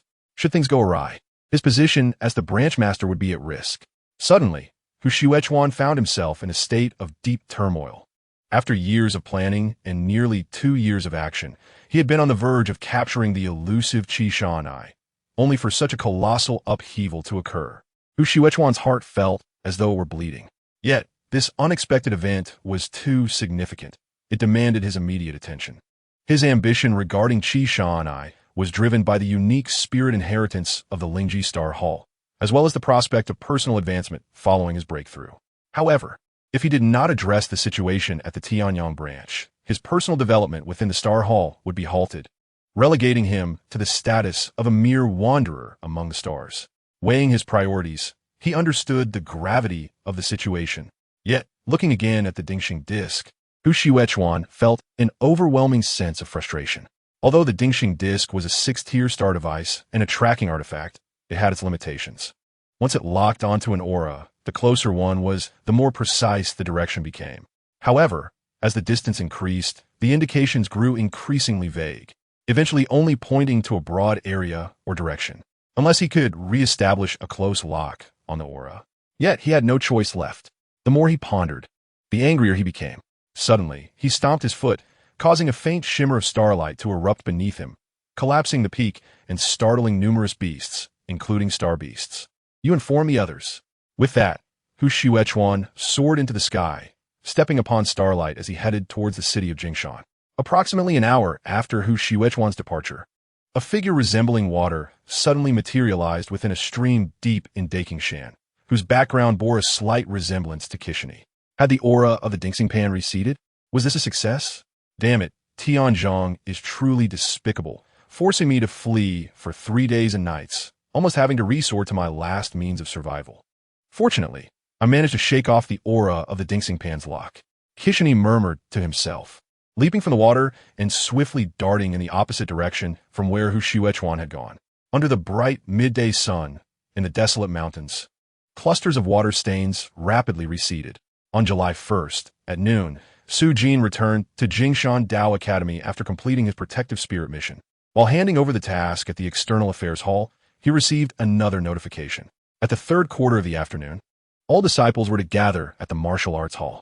The head of the academy, Dong Zhao, and the supervising master, Tianzhong, would distribute rewards to the disciples who participated in the grand hunt for evil spirits and commend those who had distinguished themselves. This filled Su Jin with anticipation. However, he also pondered another matter. Had the evil spirit indeed been captured? In truth, Su Jin harbored some concern for the mysterious figure who had taught him the Chungpa Xingwen. Chapter 58. If not for battle, please submit the stickers at the Martial Arts Hall of Jingshan Dao Academy. Su Jin and his group arrived punctually. The main participants included Qiao Runan, Fang Zixing, Qian Xiaohu, Song Yi, Hong Gang, and Sha Yutian, who had previously accompanied Su Jin to Heshui County. After several battles, the bonds among them had evidently deepened. The transformation of camaraderie in battle truly occurs at an accelerated pace. Upon arrival, they discovered a significant crowd, with a rough count revealing over 300 individuals, all clad in the Academy's uniform and bearing the Academy's waste tokens. Had the evil spirit truly been captured?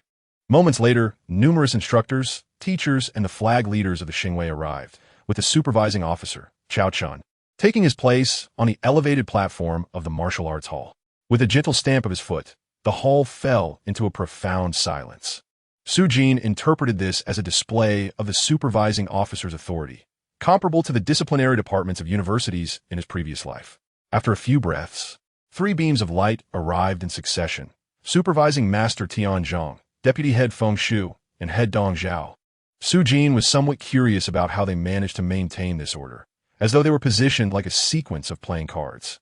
It was well known that all disciples of Jingshan Dao Academy had participated in the grand hunt for evil spirits, and the academy had successfully apprehended the mastermind behind the evil spirit. In these past few days, they had cleansed the malevolent atmosphere, restoring peace to the entire Jingshan County. The city of Jingshan County had also regained its former tranquility within this brief span of days, a feat attributable to everyone's efforts. Now, I shall read the rewards from the National Academy for the disciples who participated in the grand hunt for evil spirits, announced Head Dong Zhao. National Academy Decree. All disciples who participated in the grand hunt for evil spirits shall receive a minor merit, rewarded with 10 strands of starlight from the Jiaxing Tower. Disciples who did not obtain the Zhaixing order may exchange the starlight for silver at the External Affairs Hall. Leaders of the squads and flag leaders who participated shall receive a minor merit, rewarded with 20 strands of starlight from the Zhaixing Tower. Su Jin's eyes widened in astonishment. A minor merit, understood. 10 strands of starlight from the Zhaixing Tower? What could this possibly mean? At the mere mention of 10 strands of starlight, Su Jin immediately associated it with the starlight on the battle platform. Surely, there could not be a connection between the two? Previously, Su Jin had heard that forging stars within the Zhaixing Tower was safer, with a higher success probability, but not everyone could enter the Zhaixing Tower to forge stars. Could it be that the reward starlight was related to gaining entry to the Zhaixing Tower? Observing the expressions of his fellow disciples upon hearing this reward, they were all visibly excited, evidently pleased. Once the excitement subsided, Supervisor Chao Chun stepped forward gently, and the martial arts hall fell silent once more. National Academy Decree. Disciple Su Jin, who performed excellently during the task of hunting down the remnants of the evil spirit, shall receive a Zhaixing order and 100 strands of starlight from the Zhaixing Tower. Su Jin was momentarily stunned. This reward seemed significantly higher than those of other senior disciples. Many of the previous senior disciples noticed Su Jin's direction, their faces filled with envy. Su Jin, however, was perplexed. Was the starlight from the Zhaixing Tower truly that valuable? National Academy Decree. Disciple Lu Xianbing, who performed excellently during the task of hunting down the remnants of the evil spirit, shall receive a Zhaixing order and 50 strands of starlight from the Zhaixing Tower. Disciples Yu Daqi, Run Xiaoxiang, Yu Guan, and Luo Geng, who performed excellently during the task, shall receive 3 minor merits, a Zhaixing order, and 30 strands of starlight from the Zhaixing Tower. Other disciples who participated in the task shall receive 2 minor merits, rewarded with 20 strands of starlight and 5 Bu Xingdan and 2 Ti Shendan. Head Dong Zhao continued to announce, and as he finished, thunderous applause erupted from the audience, especially among the previous senior disciples. Hearing the rewards of these newly promoted disciples, their eyes sparkled with envy. Once the applause diminished, Head Dong Zhao spoke again. What does it mean to be Jingshan Dao Academy? The Academy of Jingshan County is none other than Jingshan Dao Academy. All disciples must remember that safeguarding the realm and its people is our foremost duty. We hail from Jingshan County, rooted in Jingshan County, sustained by millions of common folk, and must prioritize maintaining the stability of Jingshan County, reporting to the state, and attending to the populace. This was a lesson. Yet, Su Jin found himself in doubt. Was this it for the rewards? After risking their lives, the rewards felt rather ambiguous. It would be more satisfying to receive something more tangible. After Head Dong Zhao concluded his address, Supervising Master Tianzhong suddenly stepped forward, declaring, "Promotion order. Disciple Su Jin and Lu Xianbing, who performed outstandingly in the task of hunting down the remnants of the evil spirit, have met the promotion criteria and are hereby promoted to the position of captain of the Xingwei." Upon hearing this, all the previous disciples turned their heads in unison to gaze at Su Jin and Lu Xianbing. Su Jin remained unfazed. Having mingled in various settings in his previous life, he had developed a thick skin, standing proudly. In contrast, Lu Xianbing, under the watchful eyes of so many, appeared somewhat bashful. This promotion to captain of the Xingwei brought considerable joy to Su Jin. Captain of the Xingwei, a position that, if transferred to a local setting, would at least equate to the deputy master of the county guard. What did the deputy master of the county guard signify? Beneath the Jingshan county guard, there were 5 supervising officers, marking a clear intermediate military rank. In terms of military positions from his previous life, it was likely akin to a battalion commander. The speed of this promotion was commendable. Furthermore, it was said that the monthly salary of the captain of the Xingwei was as high as 50 taels. Splendid. In just 6 months, he could repay the loan from Ning Yuchan. Of course, he could repay it now as well. Su Jin had a fair amount of silver at hand.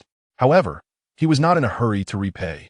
If he repaid too early, he would lose the opportunity for personal connections, and relationships would soon fade.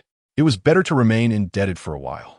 With the monthly salary of the captain of the Xingwei as a foundation, his daily expenses would be sufficiently covered. After Supervising Master Tianzhong finished speaking, it was time for Supervisor Chao Chun to address the audience.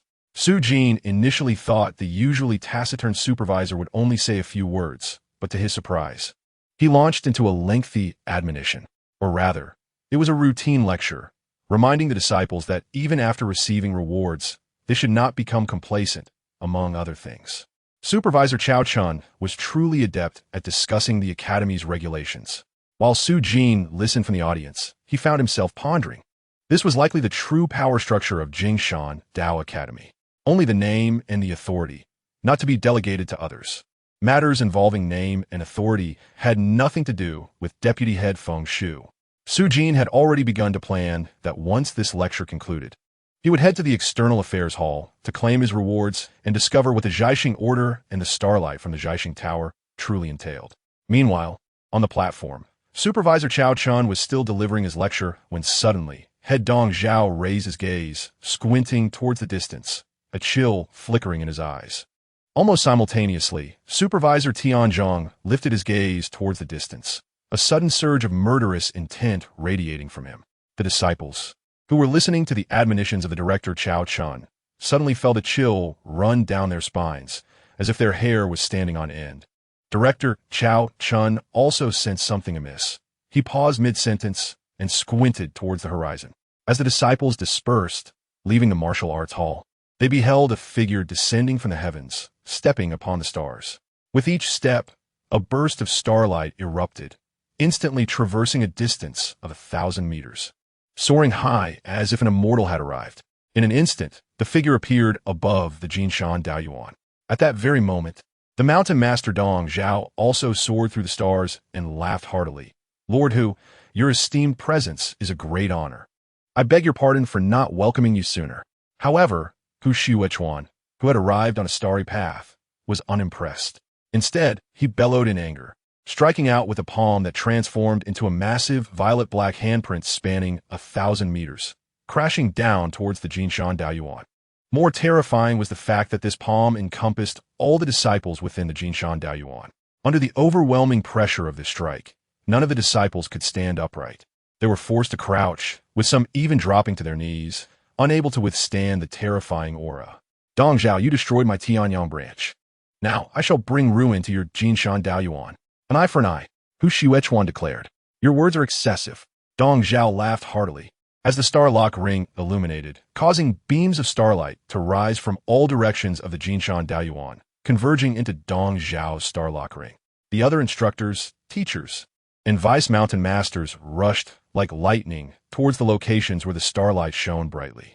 In an instant, even more potent starlight surged forth, merging into Dong Zhao's Starlock ring.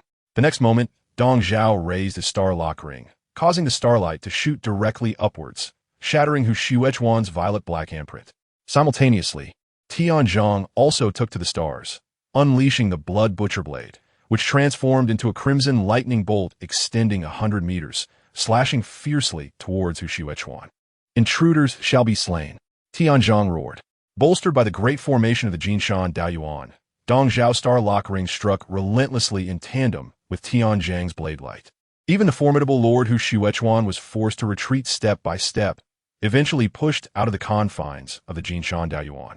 Enraged further by this joint assault, Hu Xuechuan shouted, Dong Zhao, do you wish to declare war against my Tianyang branch? Dong Zhao laughed heartily, joining forces with Tianzhong to drive Hu Xuechuan back over 100 meters. He said with mirth, Lord Hu, if you seek no conflict, please submit your notice at the mountain gate before re-entering. Chapter 59. The Star-Extracting Order having been forced out of the Jinshan Daoyuan. Hu Xuechuan was enveloped in a surge of starlight, staring intently at Dong Zhao and Tianzhong, his expression exceedingly complex. Dong Zhao, are you not afraid of severing your own path? Dong Zhao maintained his smile, replying, Lord Hu, your forceful intrusion into my Jinshan Daoyuan is what truly cuts off your own retreat. Such aggression is unwelcome. If you have matters to discuss, please submit your notice at the mountain gate. Unable to linger in the air any longer, Tianzhong landed, his blood butcher blade starlight still fiercely flickering, a visage of battle fervor. Are you not afraid that the officials of the great Chun dynasty will sell you out? He challenged. The heavens are just, and the people's hearts are bright. I, Dong Zhao, act with a clear conscience, he declared loudly. Very well. Excellent. Hu Xuechuan responded repeatedly, but the anger in his tone was palpable. Acting with a clear conscience, I hope you do not regret it in the future. With that, Hu Xuechuan descended from the starlight, landing outside the mountain gate of the Jinshan Daoyuan. Thus, he yielded in such a manner. The disciples of the Jinshan Daoyuan, who had witnessed this clash of titans, were expectantly awaiting the outcome when director Chao Chun's voice suddenly rang out. Have you all forgotten the seventh rule of the academy? No gathering or clamoring. Where was the supervisory decree? In the next moment, before the black-clad supervisory decree appeared, the disciples scattered like leaves in the wind, vanishing without a trace. Outside the mountain gate of the Jinshan Daoyuan, Hu Xuechuan, the master of the Tianyang branch, reluctantly presented his name card. He was there to resolve issues, not to create larger problems. His earlier aggressive intrusion was merely a probe into the Jinshan Daoyuan stance, which had proven to be even more resolute than he anticipated.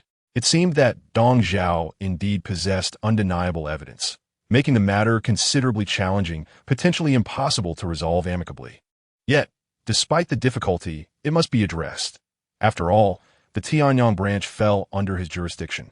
This matter was a conspiracy he had hatched with Zhou Qingzhu, who would undoubtedly expose him if she sensed her impending doom. A little over a quarter of an hour later, Mountain Master Dong Zhao, accompanied by Supervisor Tianzhong, Vice Mountain Master Feng Shu, and Director Chao Chun, went to the mountain gate to welcome Lord Hu Xuechuan. The previous tension was replaced by cordiality, smiles adorning their faces. Even the fierce Tianzhong had retracted his murderous intent. In the lecture hall of the Jinshan Daoyuan, after a series of pleasantries and probing, the high-ranking officials of the Jinshan Daoyuan and Hu Xuechuan finally delved into the main topic. Mountain Master Dong, I can agree to all the conditions you propose. However, I have but one request. Among the others of the Tianyang branch, you may choose anyone to kill, but Zhou Qingzhu must not be harmed. Zhou Qingzhu is the mountain master of my Tianyang branch, the face of my Tianyang Star Hall, Hu Xuechuan stated plainly. For cultivators, there are no convoluted political maneuvers. They speak directly. Of course, Hu Xuechuan used official language, for he could not disclose the true reason behind his insistence on Zhou Qingzhu's safety. He must protect her at all costs. Otherwise, if she realized her fate, she would surely reveal him. At that time, his troubles would multiply. His troubles did not stem solely from Zhou Qingzhu's involvement in the sinister deeds, but also from the larger issue of capturing evil entities.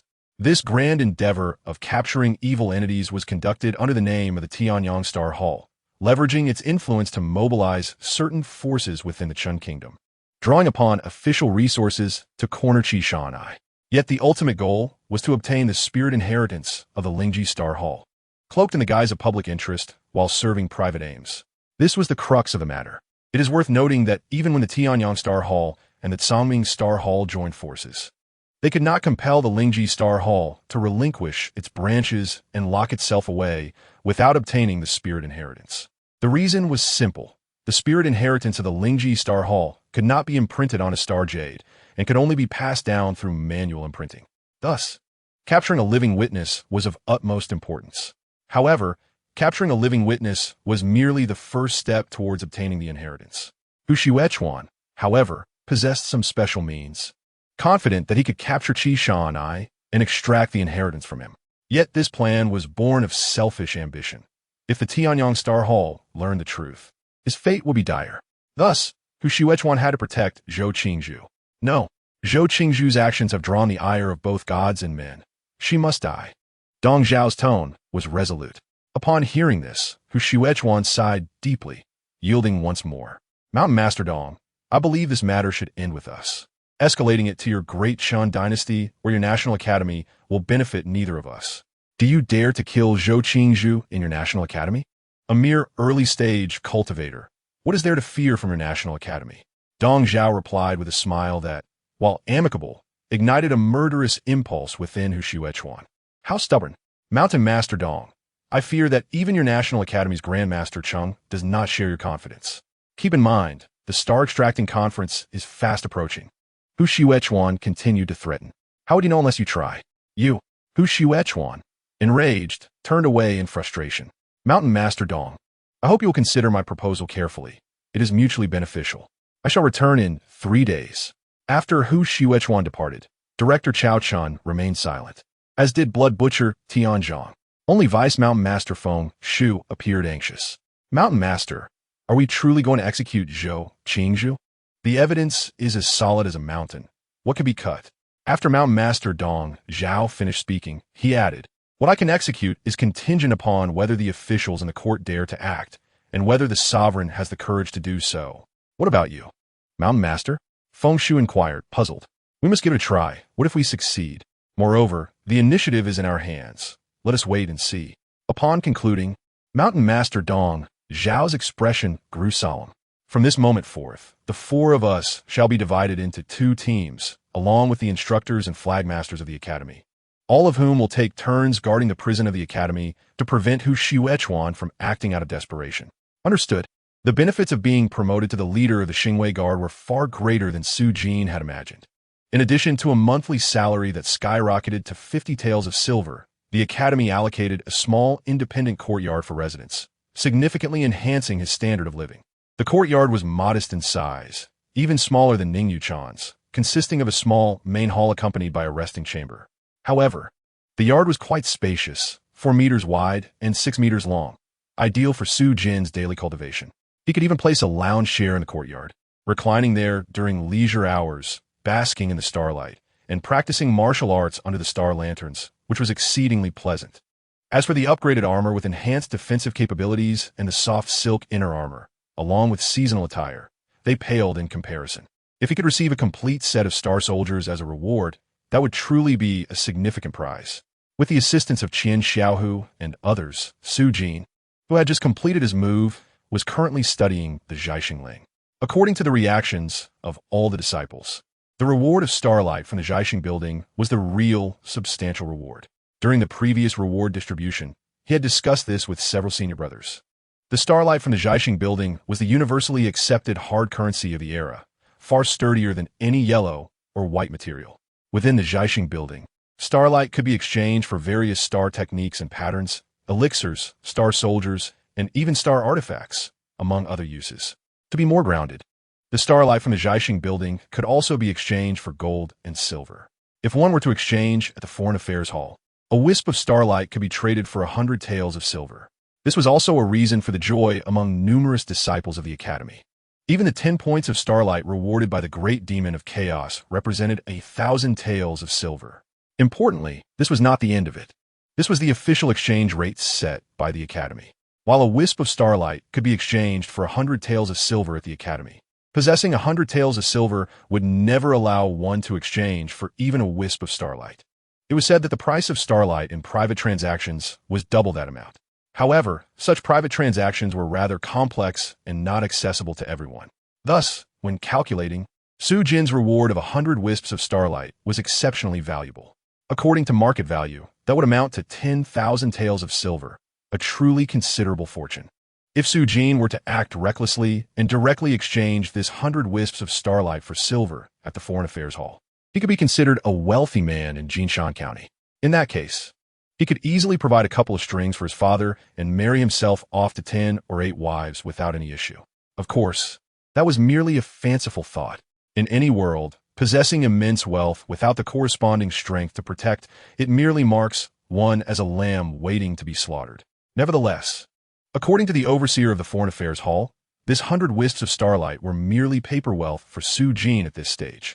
This was because the awarded starlight from the Zhaixing building was allocated to the Zhaixing Ling. This Zhaixing Ling had already been issued to Su Jin and was currently in his hand. It was small, the size of a palm, with intricate patterns engraved on the front and a protruding star on the back, signifying a 1-star Zhaixing Ling. However, this Zhaixing Ling was a star artifact that required 1's cultivation to reach the 6th level of Sanxia, which meant refining the 6 Yang leaders, before one could imprint their aura and fully activate the Zhaixing Ling. Those below the 6th level of Sanxia could not activate the Zhaixing Ling. Must one wait until reaching the 6th level of Sanxia? Glancing at the Zhaixing Ling, Su Jin felt a sense of anticipation. Without further thought, he casually attempted to infuse star power into the Zhaixing Ling. It was merely an experiment. As soon as he tried, Su Jin felt resistance. The star power could not be input. Yet, just as he sensed the resistance of the Zhaixing Ling, the Chumpa star pattern in his Shinggong flickered slightly, and in an instant, the resistance of the Zhaixing Ling vanished. allowing Su Jin's star power to flow into the Zhaixing Ling unimpeded. In an instant, the Zhaixing Ling in Su Jin's palm began to shimmer. Chapter 60. The Secret Realm of Martial Arts. The moment the Zhaixing Ling flickered, Su Jin felt a blur before his eyes, or perhaps a sinking of his consciousness, and suddenly found himself in a vast hall. Within this expansive hall, a seemingly real Su Jin surveyed his surroundings. With a thought, Su Jin abruptly exited from this hall, standing once again in the small courtyard he had just acquired, with the special star artifact, the Zhaixing Ling, faintly glowing in his palm. Su Jin quickly realized that the method of entry into the Zhaixing Ling resembled that of his Kendo Tai, seemingly requiring consciousness to enter. However, the Foreign Affairs Hall had stated that one could only enter upon reaching the 6th level of Sanxia, suggesting he should return to them at that level. Yet Su Jin was able to enter directly. Reflecting on this, he felt it was connected to the Chingpa star pattern. Not wanting to dwell on it, Su Jin entered again. This time, he was much calmer, scrutinizing the hall. It appeared to be a single-story structure. In the center, directly ahead, there was a spiral staircase leading upwards. Su Jin approached, intending to step onto it, but his raised foot could not descend. He could not enter. Besides the staircase, Su Jin noticed many flickering vortex-light clusters around the hall, resembling doors. He walked towards the nearest vortex-light cluster, and upon nearing it, words appeared above it. Tianyang Star Hall. Tianyang Star Hall? Su Jin hesitated for a moment, gently touching it, yet found he could not push through. Simultaneously, a voice resonated in his mind. Please proceed to any Foreign Affairs Hall of Tianyang Star Hall to obtain the access identity, then attempt to enter again. Su Jin understood. There was an identity verification process. He switched to another light door, Saming Star Hall. The result was the same. He could not enter. He tried another door, which bore names he had never heard of, such as Zhenyi Star Hall and Lingji Star Hall, both of which were also inaccessible. Moving to another door, the Chu National Academy, yet again, he could not enter. When he tried the Dahong National Academy, the result was the same. Suddenly, on the fourth light door to his right, the name De Chun National Academy was displayed. Su Jin's heart leapt with joy, thinking he had found his belonging, and attempted to push the door open, but was still met with resistance. Please proceed to any Foreign Affairs Hall of the Chun National Academy to obtain the access identity. Then attempt to enter again. Su Jin was perplexed. Why could he not enter to Chin either? He then realized why the overseer of the Jinshan Academy had advised him to return after reaching the 6th level of Sanxia. It must be for this reason. Thus, the activation of the Zhaixing Ling seemed to be in vain, as he could enter but could not access any locations. Feeling somewhat helpless, Su Jin continued to try. Previously, he had attempted the light doors flanking the staircase. He noticed that there were several light doors on the back side, albeit in fewer numbers. He approached the first light door directly opposite him and, to his surprise, managed to push through. As he stepped inside, he saw a high-hanging plaque before him. Wansheng Hall. The moment he stepped in, a voice echoed in his mind. Please determine the name of your star, then proceed to select items. You're currently at the 1st level of Sanxia and can only trade in the 1st level hall. The term Lord must refer to himself. A name for the star? Su Jin looked at himself, and in an instant, a line of information appeared. Initial star name has no cost. If modified later, it will require 10,000 wisps of starlight and can only be modified once every decade. Seeing this information, Su Jin inwardly cursed. Modifying the star name for 10,000 wisps of starlight was not merely extortion. It was akin to relocating. According to previous information, a single strand of starlight is worth at least 100 taels of silver. Given such a price, one cannot help but feel apprehensive. After some contemplation, Su Jin initially considered incorporating his true name. However, he soon realized that since he was to adopt the name of a celestial entity, it was only fitting to forego his real name. What should he choose? Numerous peculiar names from his past life flashed through his mind, which he instinctively dismissed, fearing they might be too extravagant and lead to his downfall. He briefly pondered the name Qi Tian Desheng, but then remembered that the great sage was suppressed, which seemed ominous. What about Ru Lai Fo Zhu? No, he decided to stick with Qi Tian Desheng. Despite the suppression, he still preferred the great sage, as he found him far more appealing than the rather rotund Buddha. With his thoughts settled on Qi Tian Desheng, Su Jin felt a sudden surge of awareness. As he concentrated on his thoughts, information began to materialize before him. Star Master, Qitian de Sheng. Cultivation level. First stage Sanxia realm. Rank 1 star. Starlight. 100 strands. The information was straightforward yet stirred excitement within Su Jin. This scene bore a curious resemblance to the internet of his past life, leading him to believe that perhaps this world was not as backward as he had initially thought. Su Jin, lacking a deeper understanding, could only attribute this to his current low level of cultivation.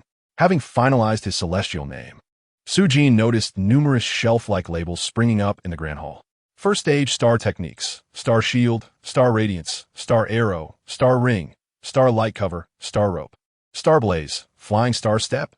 There were only 8 types of first stage star techniques, 3 of which Su Jin had yet to learn. Upon selecting one, detailed information promptly appeared. Star Rope, basic star technique, priced at 10 strands of starlight. Instant acquisition upon purchase. Star Blaze and Flying Star Step followed suit. They were reasonably priced, and Su Jin could afford them. In an instant, he felt an urge to purchase one for his training. Basic star techniques are foundational, so they must be learned. Yet, just as he resolved to make the purchase, he hesitated, chastising himself for considering such an expense. The Jinshan Dao Institute surely had no reason to withhold such teachings. Why waste starlight? That would be folly. Looking around, aside from star techniques, the hall offered limited items for sale, including pills and star soldiers. The price for a first stage star soldier was 20 strands of starlight, while a bottle of spirit-reviving pill cost 3 strands, comparable to external prices. However, it was evident that silver could not be exchanged for starlight, making the use of starlight to buy pills here seem foolish. Suddenly, Su Jin recalled the reward that Ning Yuchan had mentioned for the first disciple to successfully engrave the Great Gathering Star pattern, the Ding Shun Golden Pill. Ding Shun Golden Pill can cleanse the soul, slightly enhance soul power, aiding in star forging. Price: 100 strands of starlight, out of stock. The price was steep, and it was out of stock. The Wanqing Hall was not impressive. The spirit-reviving pill was priced at 2 strands of starlight per bottle. Su Jin swiftly exited the Wanqing Hall and proceeded to another luminous portal adjacent to it. Upon pushing it open, a prompt appeared. Would you like to enter the martial arts secret realm? Entering the martial arts secret realm requires the consumption of starlight. Star Master Qitian de Sheng is at the first stage of the Sanxia realm. Each entry into the martial arts secret realm costs 1 strand of starlight and can support up to 10 battles. Martial arts? Kumba? Only 1 strand of starlight? With 100 strands at his disposal, Su Jin stepped through without hesitation. As his thoughts trembled slightly, he sensed 1 strand of starlight being deducted. In that instant, a vast space shimmering with countless points of starlight materialized before him, accompanied by lines of information. First stage martial arts secret realm. Only those at the first stage of the Sanxia realm may enter. The highest cultivation level allowed is the peak of the 7th layer of Sanxia. Those who break through will automatically enter the second stage martial arts secret realm. Please select a weapon. All weapons are the same, all being first stage star soldiers, differing only in style. After some consideration, Su Jin chose a long sword, as he was most familiar with wielding a blade. In the next moment, a long sword appeared in his hand. Would you like to challenge other star masters? Su Jin hesitated. He pondered and asked, will I die if defeated? Is there a penalty? No penalties for defeat. Even if you perish in the martial arts secret realm, you will be reborn on the spot, though your number of attempts will be deducted. Current attempts, 10. Please note, if you die consecutively more than 3 times, it will significantly deplete your soul power. Please proceed with caution. Having already expended starlight, and with no risk involved, why not give it a try? Challenge. As soon as Su Jin confirmed his choice, among the countless stars, one suddenly illuminated and plummeted towards him like a shooting star. Chapter 61. The Sex Ultimate Technique. A star, akin to a meteor, hurtled towards Su Jin at high speed. He instinctively shut his eyes. When he opened them again, the world around him had transformed into an entirely new realm. A dark forest enveloped him, with faint rays of light filtering through the canopy, leaves rustling in the breeze, and the sound of flowing water resonating in the air. Su Jin instinctively reached out to touch the leaves, verifying their authenticity. Newcomer? A voice called out, and Su Jin turned to see a man with a square face and wide ears stepping out from behind a large tree, sword in hand, observing Su Jin's actions with mild surprise. Nodding in acknowledgement, Su Jin suddenly heard a voice in his mind. Dense forest terrain. The challenge will commence in 5 breaths. Challenging Star Master. Qing Yishun Jian. The leaves were real, and the Star Master opposite him had a rather mundane name, reminiscent of countless divine sword titles from his past gaming experiences. It seemed luck was on his side. Qing Yishan Jian smiled at Su Jin, as if he had stumbled upon a treasure.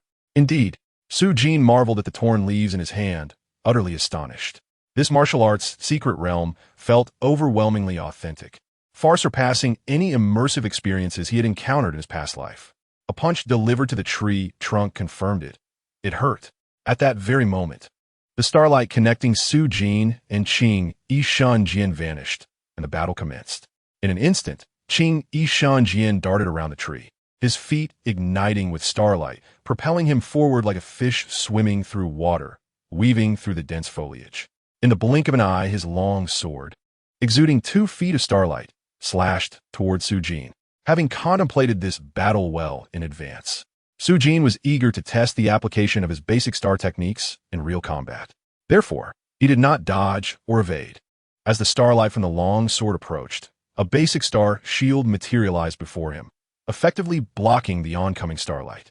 The starlight emitted by the long sword and Su Jin's star shield shattered simultaneously. Instant release? Great perfection? A look of astonishment crossed Qing Yishan Jian's face. Yet his sword did not falter. He continued to strike rapidly, unleashing starlight once more. But in that same instant, Su Jin flicked his fingers.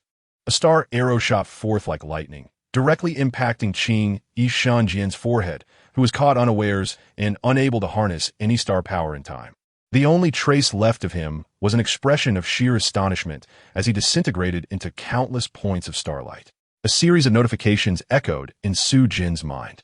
Star Master Qi Tianda Sheng has achieved victory in the challenge, earning 3 martial arts points. Current ranking, 1, 665, 345. This ranking left Su Jin utterly flabbergasted. Over 1 million participants? Were there truly that many at the Sanxia realm? No, it must be that many cultivators above the 6th layer of Sanxia. According to the activation requirements of the Zhaixing Ling, typically, only those at the 6th layer of Sanxia could activate entry into the Zhaixing Tower. Su Jin, being an exception, certainly was not unique. Currently, the activation of the Zhaixing Ling was related to soul power. Such exceptions would undoubtedly be rare. Therefore, the number of cultivators of the 6th layer of Sanxia and above was indeed daunting. However, Su Jin soon realized that this was likely a large region. When Su Jin previously pushed open the Stargate, he found that places like T New York Ing X Ngdn and DCH Gudi Oun were inaccessible. Yet he was able to enter this YNWM Ing. This implies that the YNWM Ing does not impose strict entry requirements. As long as one can obtain the ZHIX Ing, entry is permitted. If this is the case, it suggests that the number of practitioners with a cultivation level above Li CH Ing in this realm is indeed substantial, exceeding 160,000, which is quite normal. Perhaps even after Su Jin's 3 points, there remains a queue of tens of thousands. It is likely that many have yet to acquire the ZHIX Ing. Currently, Su Jin is unaware of other avenues for obtaining the ZHIX Ing. Rather than hastily challenging opponents, Su Jin chose to ponder and explore the intricacies of the YNWM Ing. With points comes a leaderboard. The YNWM Ing only displays the top 1,000 rankings. According to the YNWM Ing's guidelines, maintaining a position within the top 1,000 for 7 consecutive days earns one a thread of starlight from the ZHIX Ing LU. The rewards are similarly structured for subsequent ranks. From 100 to 10, the rewards increase incrementally, culminating in the top rank, which bestows 7 threads of starlight. Additionally, different rankings confer distinct titles within the YNWM Ing, and obtaining these titles grants various benefits at the ZHIX Ing LU. This discovery greatly exhilarated Su Jin as he realized that ascending the ranks was essential. Securing a place within the top 1,000 was merely the foundational goal, with aspirations to remain within the top 100 for commendable rewards. Contemplating the top 10 seemed daunting, as only the most exceptional talents in this realm could achieve such heights. After comprehensively understanding the fundamental rules of the YNWM Ing, Su Jin resumed his contemplation. During his earlier combat with the Qingyi SH and JIN, his decision to confront rather than evade was a strategic exploration of a particular approach. In his past life, he had encountered numerous dramas and novels, each presenting various paths of cultivation. However, nearly all paths ultimately converged on the principle of technique nearing the Tao, an ongoing cycle of martial practice, comprehension, and enhancement of skills. Yet, the battles he had engaged in since arriving in this realm felt markedly different. He perceived a distinction akin to that between firearms and bladed weapons. His recent encounter with the Chingy SH and JI exemplified this, where, despite its speed and flair, a single shot of starlight could prove fatal. Thus, it became evident that this realm prioritizes star techniques, rendering the refinement of pure swordsmanship and blade techniques less significant. In his earlier duel with Yu Chong, the latter wielded a first-grade star weapon, with starlight extending over 2 to 3 meters from his blade. The intricacy of one's blade technique pales in comparison when faced with an adversary wielding a 3-meter-long sword. Similarly, during his confrontation with Su Ttnzh Ing, the sheer reach of his weapon, over 100 meters, rendered Su Jin's skill almost negligible. Of course, within the same level of cultivation, blade techniques retain their value. At this juncture, Su Jin resolved to focus on star techniques and their accompanying patterns as primary, with skill as secondary. Having clarified this direction, Su Jin opted to continue challenging others, not solely for points, but to validate his chosen focus. According to Ning YCHN and CUTNQ, even individuals of considerable talent typically require 2 to 3 years to master basic star techniques to the level of instantaneous execution. Most practitioners will exceed this time frame. Theoretically, among the millions of practitioners within the YNWM, few will have attained instantaneous execution of basic star techniques. While talented individuals progress swiftly, breaking through to Li NX Ing, others with more ordinary gifts may lag behind, failing to reach the pinnacle of mastery. Su Jin's sole remaining uncertainty pertains to the nature of advanced star techniques. Gaining this knowledge would clarify the emphasis of his future cultivation endeavors. His second battle proved even more effortless than the first. An opponent wielding gauntlets fell swiftly to 3 well-aimed star arrows. Su Jin achieved 5 consecutive victories. However, in the 6th round, he faced a formidable woman wielding a spear, whose starlight and length posed significant challenges. This match proved arduous, nearly resulting in his defeat. Ultimately, he prevailed using a star shield to withstand her advance before unleashing a series of star rings to secure victory. Thus, he achieved 6 consecutive wins. After this triumph, Su Jin felt an inexplicable fatigue wash over him, a sudden weariness that alerted him to the depletion of his spirit power. It was evident that the YNWM Ing was not without its costs. While it may not consume starlight, it indeed drained his spiritual energy. In contrast, the exercises conducted within the Star Lantern had required minimal expenditure, allowing him to train for several hours with little toll. This constituted a significant advantage for Su Jin. With a mere thought, the information regarding the YNWM Ing materialized before him. Star Master, QTI and DSH Ing. Combat points, 18 points, combat ranking, 1, 325, 826, having secured 6 victories. His ranking had surged by over 300,000 places, a commendable ascent. This was to be expected, as each victory in the YNWM Ing awarded 3 points, while each defeat resulted in a deduction of 3. Consequently, many competitors with equal wins and losses found themselves with 0 points, making his ranking quite reasonable. Before exiting the Starlight Hall, Su Jin noticed a luminescent orb labeled Starlight messaging at his side. This feature, accessible via the ZHIX Ing, allowed for the sending and receiving of messages. Receiving messages incurred no cost, but sending one required the expenditure of a thread of starlight. Such exorbitance rivaled even the most expensive communication services of his previous life. Additionally, there were restrictions on range. A 1-star ZHIX Ing could only send and receive messages within a 100-mile radius of the ZHIX Ing. Finding this function overly costly, Su Jin chose not to explore it further and departed. As the starlight dimmed, Su Jin stood within his courtyard, clutching the ZHIX Ing. Yet this artifact now felt intricately connected to him on a profound level. The significance of spiritual power had become abundantly clear. Upon introspection, Su Jin observed the shimmering star patterns within the star palace. Realizing that his entry into the Zhixinglu had not only delineated the focus of his future cultivation, but had also underscored the paramount importance of spiritual power, far exceeding his prior assumptions. The potential to enhance and restore spiritual energy through them must be extraordinarily precious, likely belonging to the highest echelon of secret techniques. Why had the Qingyi individual chosen to share this with him? Would they return tonight? On the evening of July 1st, the Qingyi figure did not appear. Not only that night, but for the next 3 days, the Qingyi individual remained absent. Su Jin initially speculated that the change of his courtyard had caused the Qingyi figure to lose track of him, even returning to his previous residence at YZSSHO for half the night. Yet still, there was no visit. Furthermore, during these days, he had not encountered his mentor, Ning Ychn.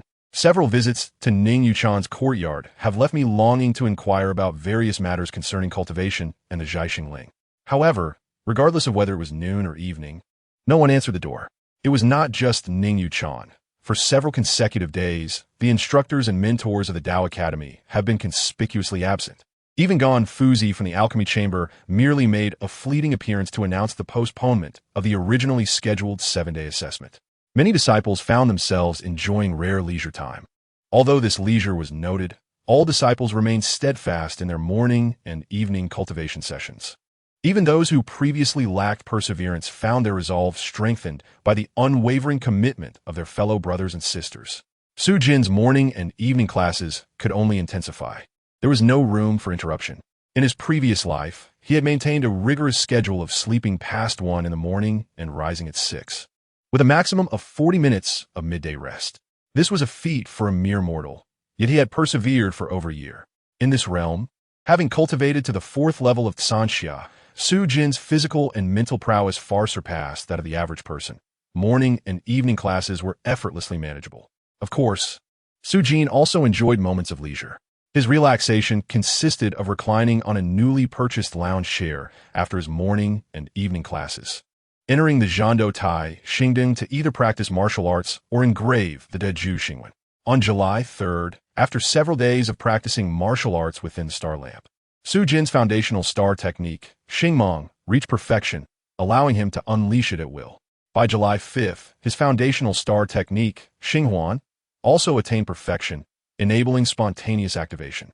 Subsequently, Su Jin transformed the solidified star technique of Xingding from Xinghuan to Zhingguangzhou. From this moment on, theoretically, he could instantaneously activate all 5 foundational star techniques. Throughout these 4 days, Su Jin entered the Zhixing Tower's martial arts secret realm each day to engage in combat practice. After 6 sessions daily, his spirit would grow weary, prompting him to withdraw from the secret realm. Over these 4 days, he achieved 24 consecutive victories. As his combat experience accumulated, Su Jin's familiarity with these star techniques deepened, particularly after gaining the ability to instantaneously activate all 5 foundational techniques, making victory in challenges increasingly effortless. The only drawback remained his relatively low cultivation level. When facing challengers at the 7th level of Tsanxia, or those who had reached perfection, Su Jin's star shield appeared rather fragile and could be easily shattered. However, the instantaneous activation of Zhingguangzhou perfectly compensated for this shortcoming. His score in the martial arts secret realm reached an impressive 90 points, and he ranked an astonishing 75 for 143rd, breaking into the top 100,000. On the morning of July 5th, as a star explosion erupted from the tip of Su Jin's left foot, it signified his breakthrough to the 5th level of Tsanxia. His leg refinement was complete, marking a significant improvement. The completion of his leg refinement resulted in a remarkable enhancement in speed, granting Su Jin a sensation akin to that of a superhero. When he ran, his feet barely touched the ground, resembling a whirlwind. With a gentle leap, he could soar 3 meters high, and with a slight push, he could clear a distance of 7 or 8 meters. If he unleashed his full strength, he could leap an astonishing 10 meters, surpassing the world record of his previous life. Moreover, the distance of his star arrows increased from 4 feet to 5 feet. Yet, without finding the chief instructor Ning Yuchan, he could not proceed with the refinement of his head. Ning Yuchan had previously stated that all disciples who broke through to the 5th level of Tsanxia must seek her out once. The head refinement was exceedingly perilous. A single misstep could lead to severe head injuries, ranging from mild wounds to incapacitation. On the evening of July 5th, the very night Su Jin achieved his breakthrough to the 5th level of Sanxia, the current top star, Yudaki, completed the refinement of the Liu Yang Kuei show, advancing to the 6th level of Sanxia and commencing his journey towards the 7th level. On the same evening, Su Jin successfully engraved the De Ju Xingwen within the star lamp after countless attempts, marking his first success. However, following this initial accomplishment, he faced 5 consecutive failures before achieving success again. To attempt engraving the De Ju Xingwen on his own body, he needed to ensure consistent success within the star lamp first. Yet, following his first successful engraving, the prospect of consistently succeeding was no longer far-fetched. On the morning of July 6th, the Jingshan Dao Academy suddenly opened its gates wide. The academy's head, Dong Zhao, the deputy head, Feng Shu, the supervising official, Chao Chun, and the chief supervisor, Tian Zhang, personally awaited at the entrance for about a quarter of an hour until a group of individuals arrived. Leading the way were 3 figures walking in sync. The central figure, clad in the official attire of a third-grade officer from the Dachun, was Yao Yuanji, the left assistant minister of the Ministry of Justice. To Yao's left stood a middle-aged man with starry brows and bright eyes, possessing a tall and handsome figure, epitomizing the ideal of a distinguished gentleman. This person was none other than Lu Qinfeng, the head of the Yin Prefecture Dao Academy. Accompanying them on the right was Hu Xuechuan, the master of the Yin Prefecture branch of the Tianyang Star Hall, a familiar face to Dong Zhao and others. In recent days, Hu Xuechuan had devised numerous strategies, attempting to increase pressure, yet Dong Zhao remained unyielding. Ultimately, he had to enlist the aid of Yao Yuanji, the third-grade official. However, merely bringing in Yao Yuanji would not suffice to sway Dong Zhao. Within the academy's hierarchy, whether concerning the court or the military, one must hold authority over ordinary officials, and often more than one. After all, this was an era where great power resided within oneself. The reason for requesting Yao Yuanji was due to Dong Zhao's insistence. Zhou Qingzhu had committed atrocities against the citizens of Dachun, violating national laws. Dong Zhao could hand over the culprit, but he could not relinquish him to Hu Xuechuan of the Tianyang Star Hall. He must be delivered to the Ministry of Justice or the State Dao Academy for appropriate handling. However, how the higher authorities would deal with it was beyond Dong Zhao's control. This was the only concession Dong Zhao could afford. Initially, the intention was to hand over the matter to the State Dao Academy. Yet, the State Dao Academy's stance was exceptionally firm. Hu Xuechuan feared that if Zhou Qingzhu entered their custody, it would lead to certain death. Consequently, pressure was directed towards the Dachun court. Ultimately, the Dachun court issued an order through the Jiaxing Tower, instructing Dong Zhao to turn over the criminals to Yao Yuanji of the Ministry of Justice. Before the transfer of the criminals, however, Dong Zhao, Lu Qinfeng, and Hu Xuechuan found themselves in a quiet room at the lecture hall. Director Lu, head Dong, I have complied with your request, and I have brought the individuals. Please expedite the transfer so we can conclude this matter, urged Hu Xuechuan. What about the conditions we discussed earlier? How will they be implemented? Dong Zhao inquired, casting a glance at Lu Qinfeng. What I promised will be fulfilled, Hu Xuechuan replied. Words alone hold no weight. Dong Zhao insisted. In an instant, Hu Xuechuan's demeanor stiffened. Are you doubting my integrity, Dong Zhao? I, Hu Xuechuan, am a man of my word. Zhou Qingzhu had also made similar promises, yet showed no mercy when it came to slaughtering the citizens of Jingshan County. Dong Zhao's retort left Hu Xuechuan momentarily speechless. Put it in black and white, with a seal, and imprint it with the essence of star power. Lu Qinfeng, who had remained silent until now, interjected. Upon hearing this, Hu Xuechuan's anger flared anew. Some conditions can indeed be documented, but for others, if I were to put in writing, wouldn't that be foolish? I will be handing you ammunition against me. Dong Zhao and Lu Qinfeng exchanged glances once more before Dong Zhao spoke. The rest can be discussed, but 2 conditions must be documented. Otherwise, I will execute Zhou Qingzhu right now and plaster his confession all over the city. You, Hu Xuechuan sprang up from his seat, glaring furiously. I have already printed 1,000 copies of Zhou Qingzhu's confession and can easily print up to 10,000. Dong Zhao sat calmly at the table, his smile seemingly benign. Yet it stirred within Hu Xuechuan an urge to strike. After a prolonged silence, Hu Xuechuan finally relented. Fine, I will put it in writing. Good, you right? Responded Dong Zhao. First, due to internal restructuring, the Tianyang branch will cease to recruit disciples for this year's autumn star assessment. And for the spring and autumn assessments next year, each will only recruit 20 disciples. Dong Zhao stated. Hu Xuechuan glanced at Dong Zhao, reluctantly picking up the pen to write. Second, the Tianyang Star Hall's Yin Prefecture branch, due to internal restructuring, voluntarily relinquishes its preferential quota for this year in Yin Prefecture. Dong Zhao continued. Hu Xuechuan glanced at Dong Zhao and suddenly remarked, Dong Zhao, why do I have the impression that you seem to be concealing a top-tier genius this year? Is this your ploy to prevent us from selecting the best talents? Every year, I am thwarted by your cunning. I must resist it. Dong Zhao chuckled. Helpless, Hu Xuechuan could only write on the spot, subsequently sealing it with his imprint. Infused with his own star power, before leaving in a huff.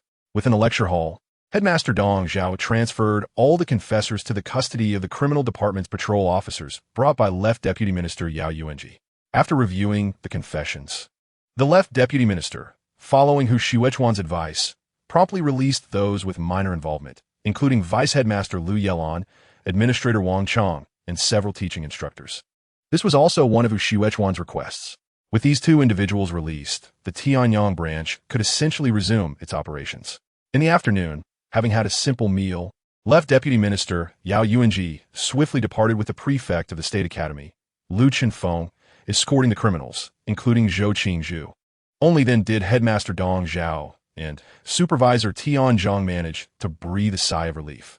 Though the Academy's restrictions had not fully lifted, the disciples finally received the message regarding the afternoon's martial arts class. Su Jin felt delighted upon hearing this. He would finally get to see Ning Yuchan. Chapter 63. Nothing is impossible to be candid. Having not seen Ning Yuchan for several days, her presence was quite a treat for the eyes. Su Jin regarded her with pure admiration. Although she walked with a crutch, she still exuded an undeniable grace. Especially while teaching, when she set aside her crutch and sat there, she resembled a figure from a painting. The first matter of today's lesson concerned the Xiao Ju Xingwen. Up to this point, 5 disciples had successfully inscribed the Xiao Ju Xingwen. The rankings for the inscriptions had been announced, and rewards were to be distributed. As Ning Yuchan spoke, her gaze lingered on Su Jin for a brief moment, seemingly encouraging him. Su Jin nodded in understanding, aware not to speak out. Ning Yuchan's words left the disciples present in a state of bewilderment. Many cast glances at various talented individuals, with the most attention on this year's top star, Yudaki. Most disciples believed that Yudaki would be the first to successfully inscribe the Xiao Ju Xingwen. Su Jin, too, was curious about the identities of the 5 successful candidates. Surely, Lu Xianbing was among them? Since the teaching of the Xiao Ju Xingwen began on June 22nd, and today was July 6th, it had been 14 days. Although there were delays due to tasks, completing the inscription in about 10 days was commendable. Lu Xianbing successfully inscribed the Xiao Ju Xingwen in 11 days, with 2 instructors' endorsements, earning him the title of the fastest inscriber and a reward of 1 bottle of Xing Shun Dan and 3 pieces of Buxing Dan.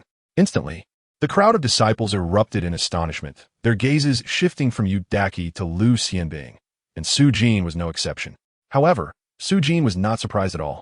In the current cultivation system, it appeared that external assistance played a minimal role during the initial stage of star pointing. Yet, once the star pointing was achieved, the influence of external factors on both cultivation speed and the speed of inscribing star patterns became significantly pronounced. This was akin to the disparity in training speeds for the Sanxia realm, which varied several times with or without elixirs. Who was Lu Xianbing? He was the elite scion of the Jinshan County, a prodigy whose father served as the county magistrate. Could he possibly lack access to cultivation resources? Not to mention, he could easily procure the invigorating elixirs priced at 30 taels of silver each, consuming 2 a day. With such innate talent and diligence, Lu Xianbing's achievement of being the first to inscribe the Xiao Ju Xingwen was entirely reasonable. Only Su Jin, having clandestinely succeeded in inscribing the Xiao Ju Xingwen himself, could not help but think, how can a privileged scion like you work so hard while the rest of us struggle? In truth, this notion was a common misconception. Many subconsciously assumed that the offspring of officials were often reckless and indulgent. However, this was not the case. Such perceptions stemmed from the tendency to spread tales of misdeeds while neglecting the diligent efforts of others. Were there indeed some second-generation individuals who were careless? Certainly, but among them, there were also many who were diligent and hardworking, and the latter group was even more prevalent.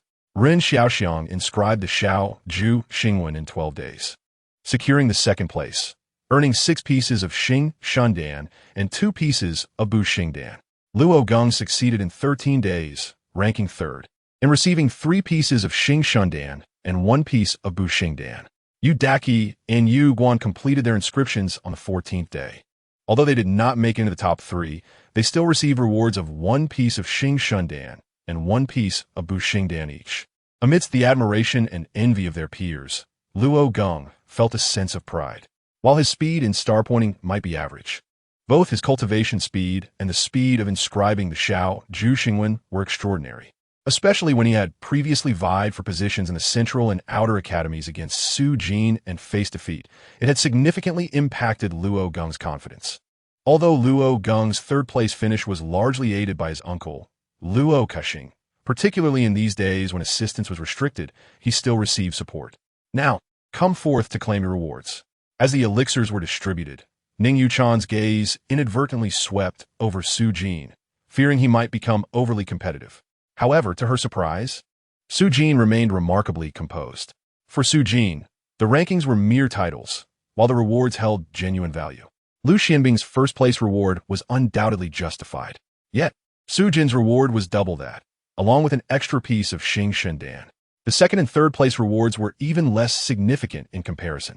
Particularly when Luo Geng cast a challenging gaze at Su Jin dismissed it entirely, thinking, "What am I even competing with you for? It's not even in the same league." Of course, while kindergarten children often aspire to compete with elementary students, the latter seldom engages in such contests. Those who fail to inscribe the star patterns should not feel disheartened. The headmaster stated that anyone who successfully inscribed the Xiao Zhu Xingwen within a month would receive a piece of Bu Xingdan as encouragement. Ning Yuchan's words brought joy to many disciples, as a Bu Xingdan was worth 20 taels of silver. The second matter of today's lesson involved the De Zhu Xingwen.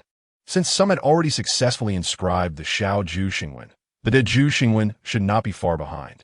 The previously announced rewards remain valid. Moreover, any successful inscription of the De Zhu Xingwen within 3 months would also be rewarded.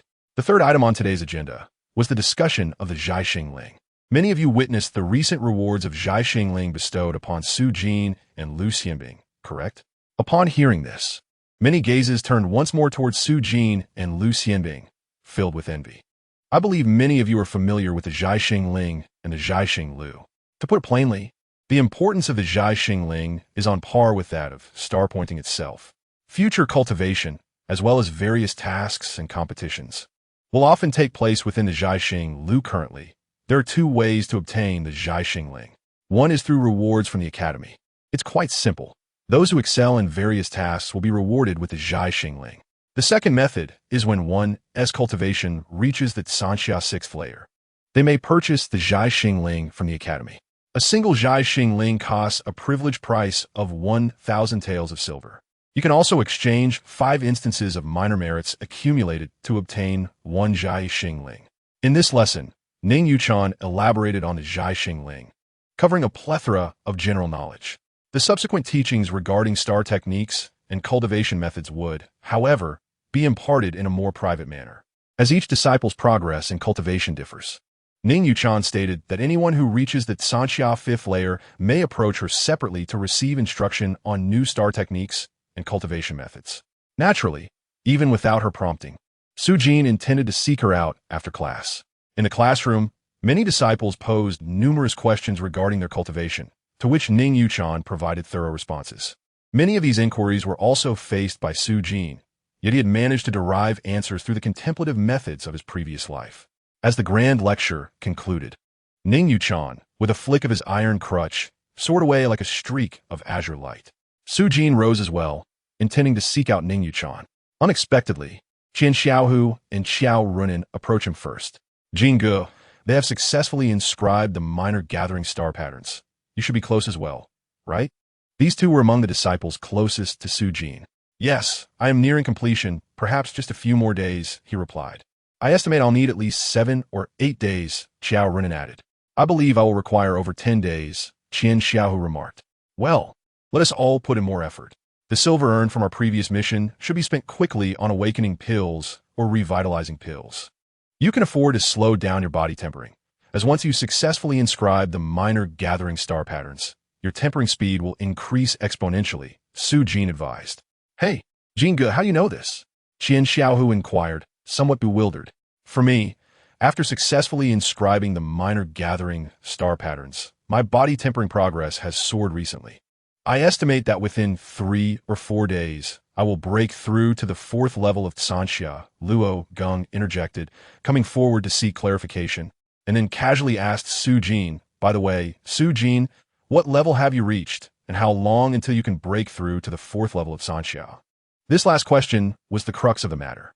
Luo Geng, having failed during the competition in the middle courtyard, was now using today as opportunity, having placed 3rd, to boast.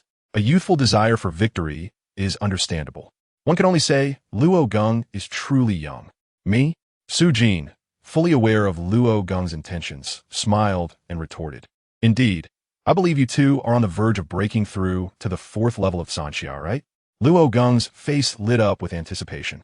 Eager to hear Su Jin's response. Yes, I have already broken through. Su Jin stated unequivocally. What? How is this possible?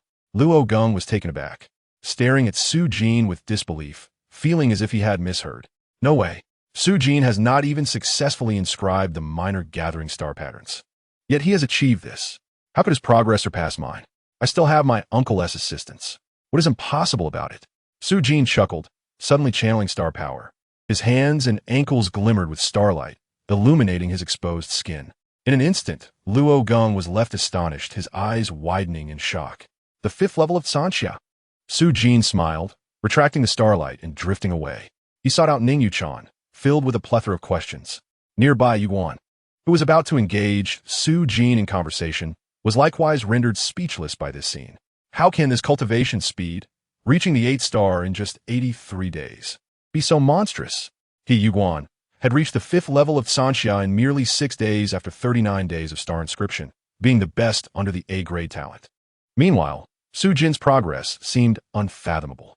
In the distance, Lu Xianbing observed the spectacle, astonished yet contemplative. Chapter 64.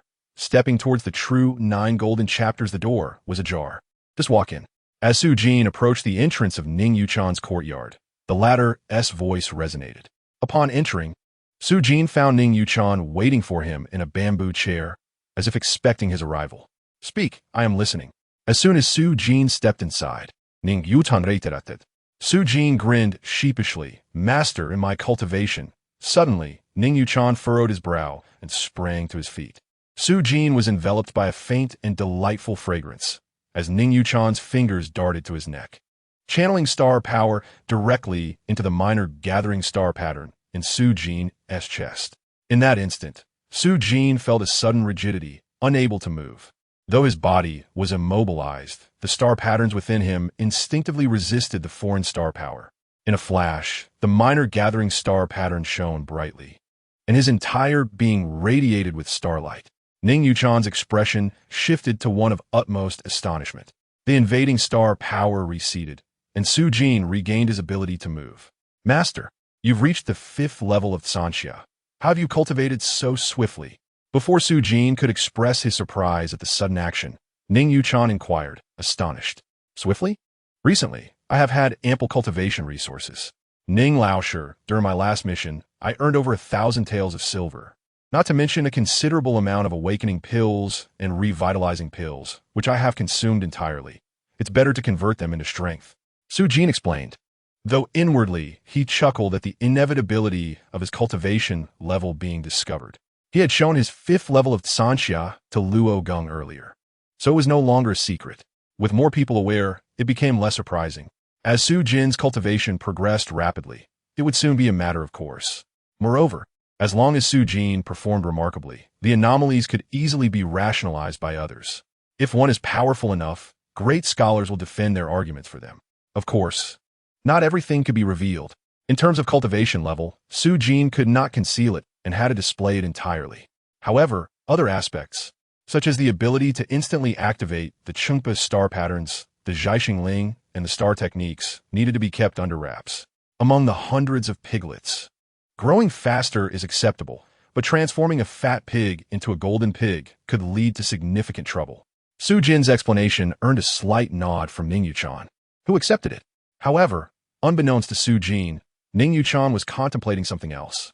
At this moment, Ning Yuchan had become fully convinced that Su Jin's talent had been hampered by his inherent heart ailment.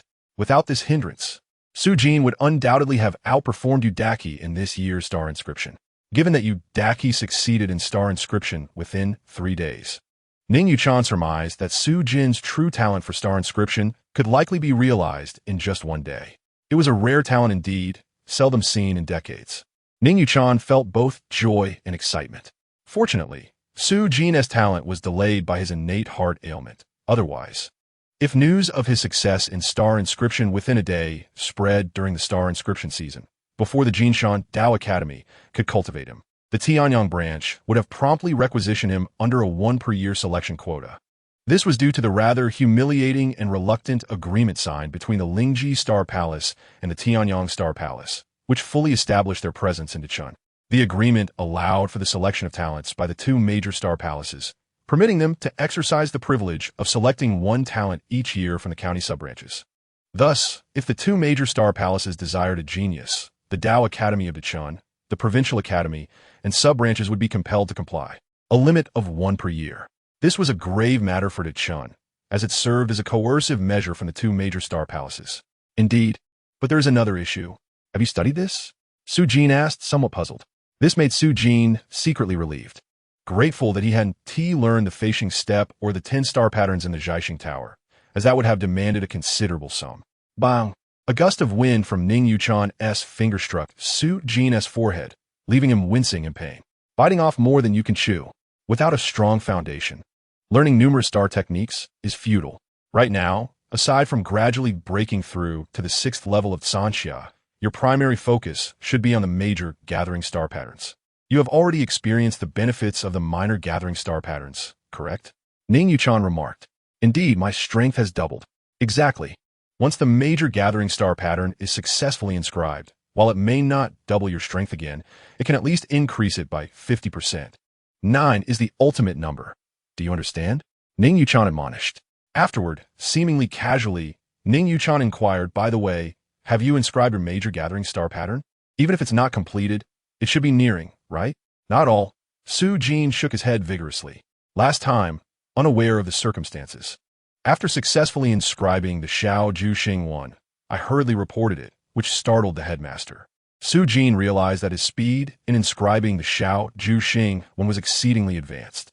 He had already decided that even if the Ju Xing one was inscribed successfully, he would take a few days before reporting it. Demonstrating formidable cultivation talent is indeed commendable, but if it is overly intimidating, it can easily lead to unforeseen accidents. Some senior brothers even discussed what name to give the star. Su Jin did not dare to inquire directly and could only ask under the guise of another's name. In this current Star Point season, very few had obtained the Jiaxing Ling. However, among the senior brothers still in the Dao Academy, at least over 60% had acquired the Jiaxing Ling through various means. Thus, Su Jin's comments were quite reasonable. Only those at the 6th level of Sanxia can enter. Why the haste? Ning Yuchan cast a sidelong glance at Su Jin. Although she said this, she still shared much information with Su Jin regarding the Jiaxing Ling, including the issues pertaining to the various regions he had entered. Unbeknownst to him, Su Jin lingered in Ning Yuchan's courtyard for over half an hour, while disciples outside were already queuing. Just as Su Jin was about to ask another question, Ning Yuchan frowned and said, "You have too many questions today. There are disciples waiting outside. Come again tomorrow." Teacher, one last thing, he urged. Speak. Yes, I understand. Both pieces have been consumed. What is it? This is the truth. Then can I buy it? Is that permissible? Su Jin in Guit? How much? Ning Yuchan held up 4 fingers. In an instant, Su Jin gasped in shock. 4,000 taels. That is truly exorbitant. To use this as a means to intimidate others is akin to throwing silver at them. Yet the reality is, silver cannot kill, but this can. Oh, fine. I have accumulated too much debt. No worries. Chapter 65. The initial success of Fei Xing Bu Su Jin did not mention repaying the silver to Ning Yuchan. It was merely 300 taels, which he could repay shortly. However, is this merely a debt of 300 taels? Not to mention Su Jin's current cash on hand. Just considering his monthly salary of 50 taels as a squad leader and an additional 20 taels from the Central Academy, excluding other potential sources of income. 300 taels is no longer a significant amount for him. Yet, half a month ago, without these 300 taels, Su Jin might still be struggling at the second level of Sanxia, with no hope of surviving the previous tasks. Did Ning Yuchan need these 300 taels? Absolutely not. Therefore, Su Jin was neither anxious to repay, nor could he. This is a debt of immense difficulty to repay. Momentum is paramount. What is momentum? It is the foundation upon which strength is built. In essence, it involves allowing the star power within to accumulate a robust momentum, which can then be used to exert pressure on others and gradually temper the Liu Yang Kuei show. The more potent the star power, the faster the tempering process. Thus, the sixth level of Sanxia is purely a matter of slow and steady effort. The effects of Buxing Dan and Tishun Dan are minimal. All-star power converges above the chest and slowly permeates towards the neck. After an hour, an overwhelming fatigue washed over Su Jin, prompting him to cease his cultivation. He realized he had erred. The sixth level of Sanxia does not necessitate Buxing Dan, but requires Tishun Dan. After another half hour, Su Jin gradually dispersed the accumulated star momentum and assessed the range of starlight coverage. The progress at the sixth level of Sanxia was indeed painfully slow. After an hour of cultivation, the starlight had barely advanced less than half a centimeter at the neck. It was exasperatingly slow. The slow grind can only be achieved gradually. Su Jin discovered that the greatest advantage of his Kendotai star lamp is its minimal consumption. Whether inscribing star patterns or practicing star techniques, the consumption is exceedingly low. This may be related to the star lamp being a closed-loop world composed entirely of star power. Thus, it consumes practically none of Su Jin's star power or spiritual energy. This is also Su Jin's greatest advantage at present. While others might exhaust their star power and spiritual energy after dozens, or at most 100 sessions of practice in a day, Su Jin can practice martial arts within the star lamp hundreds or even thousands of times without losing vigor. Practicing star techniques and inscribing star patterns yields optimal results. When star power is projected from a specific part of the body, the potential for acceleration arises. It must be both gentle and powerful while also considering bodily balance. The consumption of star power is notably rapid. No wonder Fei Xingbu is only taught after reaching the fifth level of Sanxia. Below that level, one might not withstand such a degree of star power consumption. The star power consumed in a single execution of Fei Xingbu is comparable to that of ordinary star techniques, yet the execution of Fei Xingbu is continuous. Each turn and acceleration is akin to executing Fei Xingbu again, consuming additional star power. Within a few breaths, executing Fei Xingbu can deplete star power equivalent to 4 or 5 uses of basic star techniques. Given that Su Jin has inscribed the Shaoju Xingwan, his cultivation at the fifth level of Sanxia allows him to continuously execute basic star techniques 120 times. While this number may seem substantial in practice, he could not sustain the execution of Fei Xingbu for even a quarter of an hour. However, while training Fei Xingbu within the star lamp, Suhinin counter no consumption 100 times, 500 times, 1,000 times.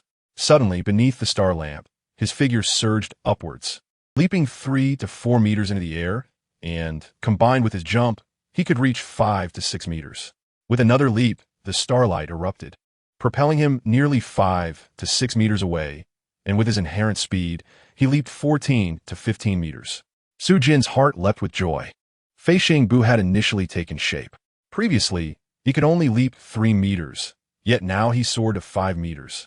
At the moment of ascent, Su Jin felt a surge of star power once more, triggering another explosion of Fei Xingbu.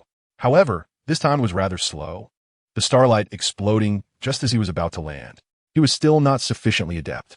Subsequently, Su Jin began anew, persistently executing Fei Xingbu, searching for shortcomings. He continued to grapple with Fei Xingbu. After several practical executions, he had already identified the issues. After another hour, and over 1,000 repetitions within the star lamp, Su Jin, seizing the cover of night, executed Fei Xingbu continuously, leaping up to 15 meters high into the canopy of a towering tree without stepping on any external objects. overlooking the entire Jinshan Dao Academy. Su Jin's heart surged with excitement. This is the extraordinary power. This is the allure of cultivation. When will he, like Headmaster Dong Zhao, tread upon the heights and gaze down upon the entirety of Jinshan County? Or rather, survey this world from above? Ning Yuchan had previously informed Su Jin that with the foundation of the Wu Do Sha Quan to cultivate star power, he could learn Fei Xing Bu within 2 to 3 days and successfully execute it within 5 to 6 days. However, to achieve mastery would require at least several months of effort, with perfection taking years to attain. Yet, Su Jin had managed to execute Fei Xing Bu proficiently in just 2 hours.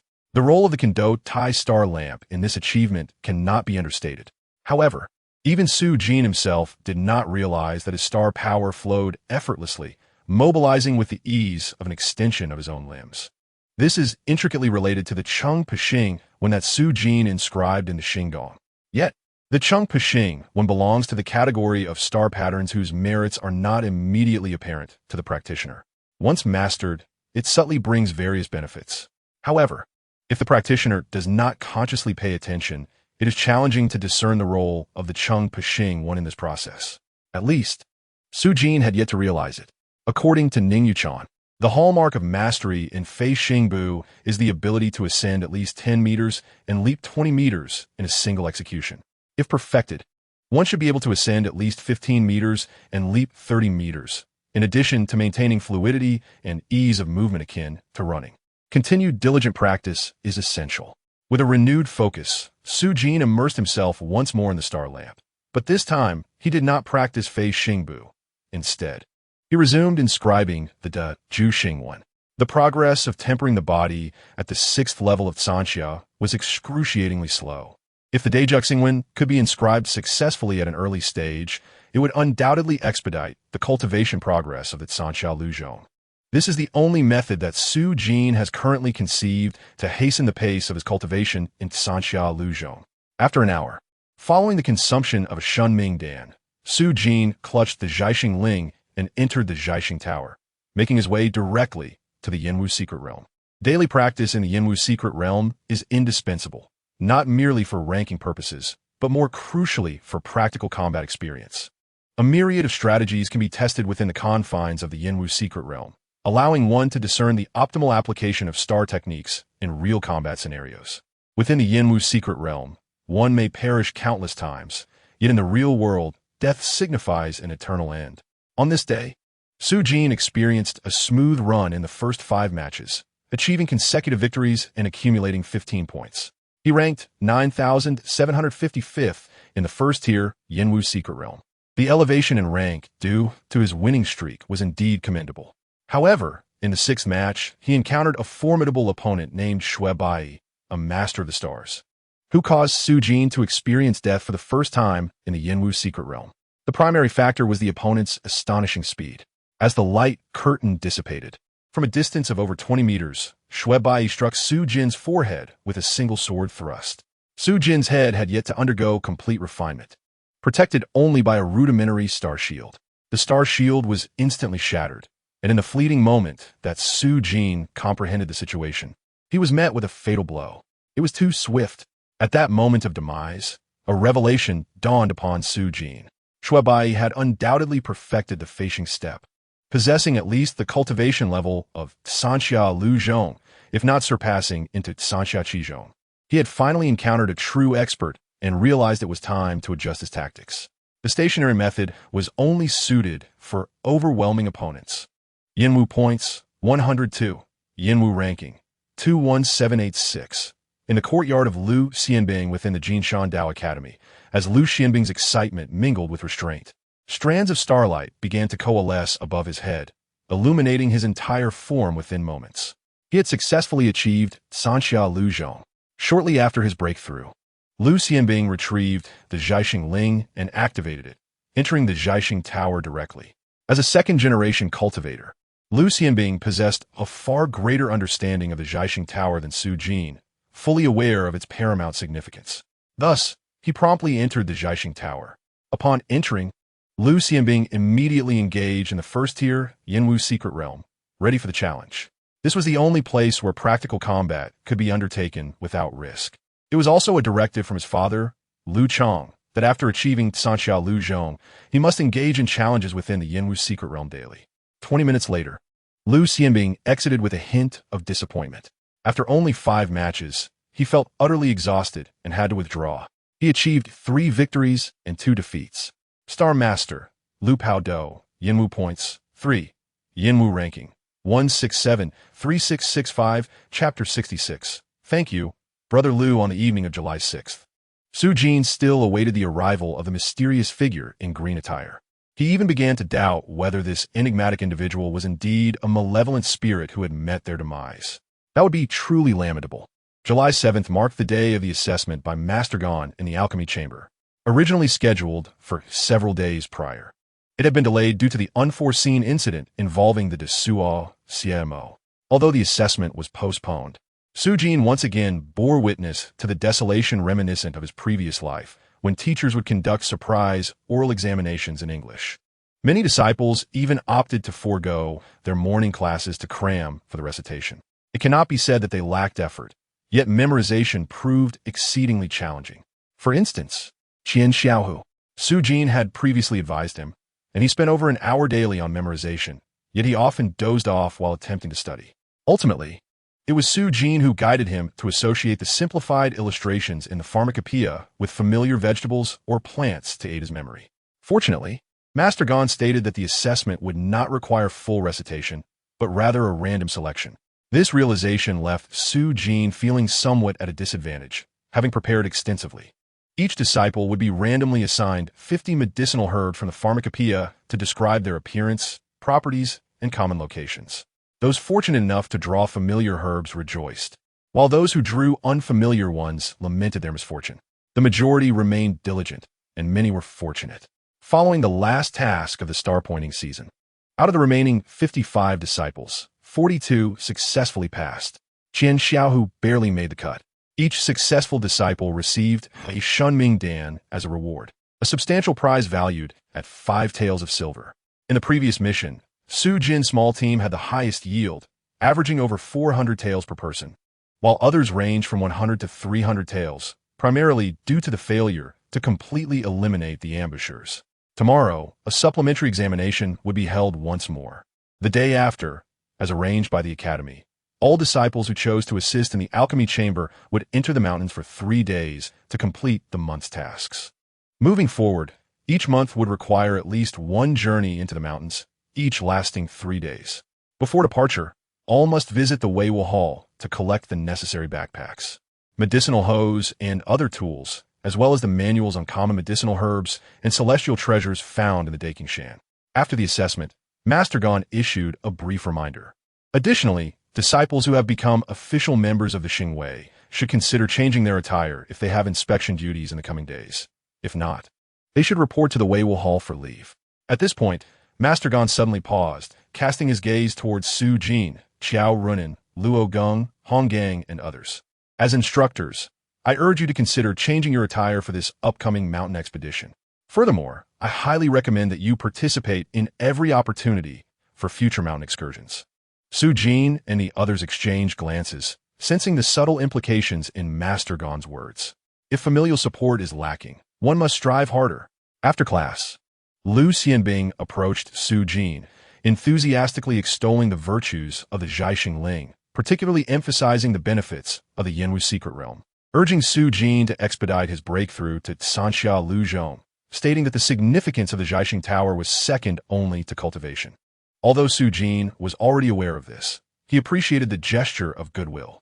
By the way, Brother Lu, you mentioned that there are rankings in the Yanwu secret realm. What is your rank? With your strength, it should be quite impressive, right? Su Jin suddenly recalled this and casually inquired. In an instant, Lu Xianbing appeared as deflated as a withered eggplant. Don't mention it. I've been matched with opponents scoring within 10 points. Out of 5 matches, I've only won 3, and my ranking is still beyond 1,000,000. 3 victories out of 5 matches is quite impressive. Su Jin was somewhat taken aback, in his estimation. Given the talent and prowess of Lu Xianbing, he should have achieved an uninterrupted victory in the secret realm of martial arts. However, his record stood at 3 wins out of 5 battles. It appeared that focusing on the path of stellar arts had indeed been the right choice. Suddenly, Su Jin became aware of something and inquired, "Brother Liu, is it true that one can only engage in 5 battles per day within the secret realm of martial arts?"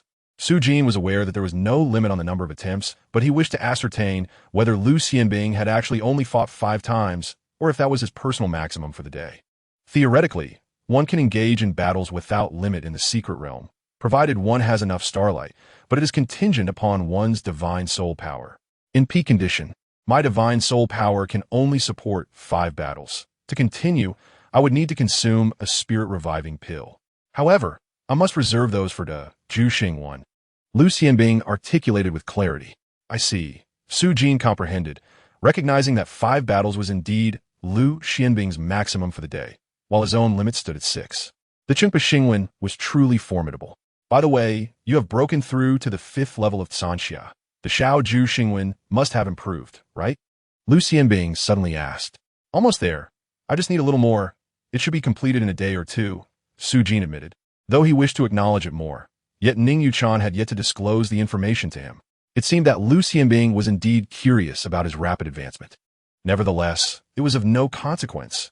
He would become accustomed to it in due time. As they continued on their way, Su Jin suddenly realized that Liu Xianbing was heading in the same direction, towards the Sungxingwai military camp. "Brother Liu, what brings you here?" Su Jin inquired, puzzled. "Just like you, I'm going to arrange my patrol duties. I will be entering the mountains the day after tomorrow," Liu Xianbing replied. "You're also going into the mountains? I thought you had ample resources for cultivation and would not need to," Su Jin remarked. "How could I not lack cultivation resources? My family has some savings which allows me a bit more, but it is by no means abundant. For instance, I consume 1 spirit-reviving pill daily, 2 awakening pills, and 4 star-replenishing pills, which amounts to 120 taels of silver a day, totaling 3 to 4,000 taels a month. My family bears a significant burden for my consumption. Furthermore, I am not the only one cultivating within my family. However, these resources are still insufficient. I should ideally be able to consume 2 to 3 spirit-reviving pills a day, and that is just the inferior grade. The superior ones, which are twice as effective, cost 100 taels each, which I cannot afford. Therefore, it is imperative to enter the mountains and acquire more cultivation resources. On the path of cultivation, one must strive," Liu Xianbing declared. Su Jin fell silent upon hearing this. Liu Xianbing's words struck a chord with him. By this calculation, the 1,800 taels of silver in his possession would only suffice for half a month of cultivation. How can ordinary people survive when even second-generation cultivators and officials work so hard, strategizing and competing? Suddenly, Su Jin felt a sense of complacency creeping in. One must strive. It is essential to compete. Su Jin abruptly halted, turned around, and silently clasped his hands in gratitude towards Liu Xianbing, saying, "Thank you, Brother Liu. What do you thank me for?" Liu Xianbing was somewhat perplexed. Meanwhile, their companions, Qian Xiaohu, Hong Gang, Xiao Runan, and others, who had been accompanying them, listened to the conversation with thoughtful expressions. Upon arriving at the Sungxingwai military camp, they encountered Commander Cui Tianqi. Upon checking the patrol schedule, it was indeed fortuitous that Su Jin's patrol duty was on July 10th, while Liu Xianbing's was on July 11th, both coinciding with their mountain expedition. Consequently, adjustments were made. Su Jin's duty was moved forward to the next day, while Liu Xianbing's was postponed to July 13th. Within the Sungxingwai, there were not only disciples cultivating within the Tao Academy, but also many who had left the academy, having lost hope in forging stars. They seldom entered the mountains. On the evening of July 7th, the figure in the green attire did not appear. After the morning class on July 8th, Su Jin donned his gear and led a team of Sungxingwai to patrol the city of Jinshan. The primary task was to patrol the 4 gates, the docks, and the main streets with little to do. However, the Tao Academy arranged this primarily to deter wrongdoers and stabilize public sentiment. For decades, compared to the relatively lax military discipline of the county guards, the Jinshan Tao Academy's Sungxingwai served as a stabilizing force in Jinshan City. At the West Gate dock, Su Jin led the patrol. A laborer carrying a heavy load suddenly paused, casting several glances at Su Jin. His gaze lingered on Su Jin's retreating figure. Seizing the opportunity while seated on the ground to rub his calf, he continued to scrutinize Su Jin closely. Once Su Jin had departed, the young laborer slowly rose, murmuring, "He really looks the part." he should be able to earn a few taels of silver. Chapter 67. The Tool in Jinshan City at the West Dock Fish Market. This place was the most odorous, aside from the meat market, in the entire Jinshan County. The stench of dead fish and rotten shrimp, along with the smell of salted fish, could not be dispersed by the river breeze. It was also the most chaotic and concealing location in Jinshan County. Should the officials come to search, a lighter situation would allow one to simply jump into the water and hide beneath a waterway, making detection difficult. In more severe cases, one could hold a hollow straw or a specially made long air tube in their mouth and find a spot with aquatic plants to hide for half a day, remaining undetected by anyone. As for hunting dogs, even those trained by beast tamers would be of no use here. The overwhelming stench could drive ordinary hunting dogs mad. Many remnants of the Tianhe gang, including the former leader Deng Longshu, hid here. Why, you might ask, would they not flee to other counties? Because the outcast is despised. Those who navigate the rivers and lakes are acutely aware of this. Without money in their pockets, moving elsewhere would mean starting from the lowest rung again, risking their very lives. Thus, after the storm of the Great Search in Jinshan County passed, they remained around the docks to make a living, managing to scrape together enough for a meal. Once the storm subsided, they might rise again, especially with a former leader providing support. However, Deng Longshu did not share this sentiment. As the leader of the Tianhe gang, which had been dismantled, he was officially registered with the Jinshan County government. Once a powerful gang, with its sudden demise, he had no desire to rebuild here. Jinshan County was far too perilous. The reason he lingered was to avenge his nephew's blood feud. Nonetheless, he had set himself a deadline of 3 months. If he could not find the killer within that time, he would withdraw. However, he could not accomplish this alone and had clandestinely contacted his former subordinates. Unexpectedly, within a few days, news arrived. Jiang Sheng, are you certain? Leader, absolutely. I verified it twice. That evening in the alley, I saw that person without a doubt. Jiang Sheng, who once enjoyed a lavish lifestyle, now bore the marks of hardship after just 7 or 8 days, his face unrecognizable to former gang members. Yet, he could no longer endure this way of life, and fortuitously, he had made a discovery. Leader, I also found out that this person is named Su Jin, a newly appointed commander of the Sungsing Y from the Jinshan Dao Academy, reportedly a disciple who recently attained a star, likely under 20 years of age, Jiang Sheng added. Ah, excellent, Deng Longshu said, tossing out 5 taels of silver. Continue to investigate. I want all the information on this Su Jin, his cultivation level, family background, hometown. Gather as much as you can, but be discreet. Thank you, leader. I will take care of it right away, Jiang Sheng replied, leaving with a spring in his step.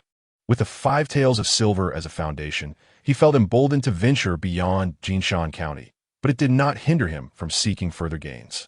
Once Jiang Sheng departed, Deng Longshu's brow furrowed tightly. He had found his enemy. Yet this enemy was no ordinary foe, a commander of the Sungsing Y. Avenging this grudge would not be easy. He, Deng Longshu, currently possesses the cultivation of Sanxia Chichong. Years ago, he suffered a setback during the forging of stars, causing his power to plummet to Sanxia Luchong. However, through relentless training, he ascended once more to Sanxia Chichong, showcasing commendable combat prowess.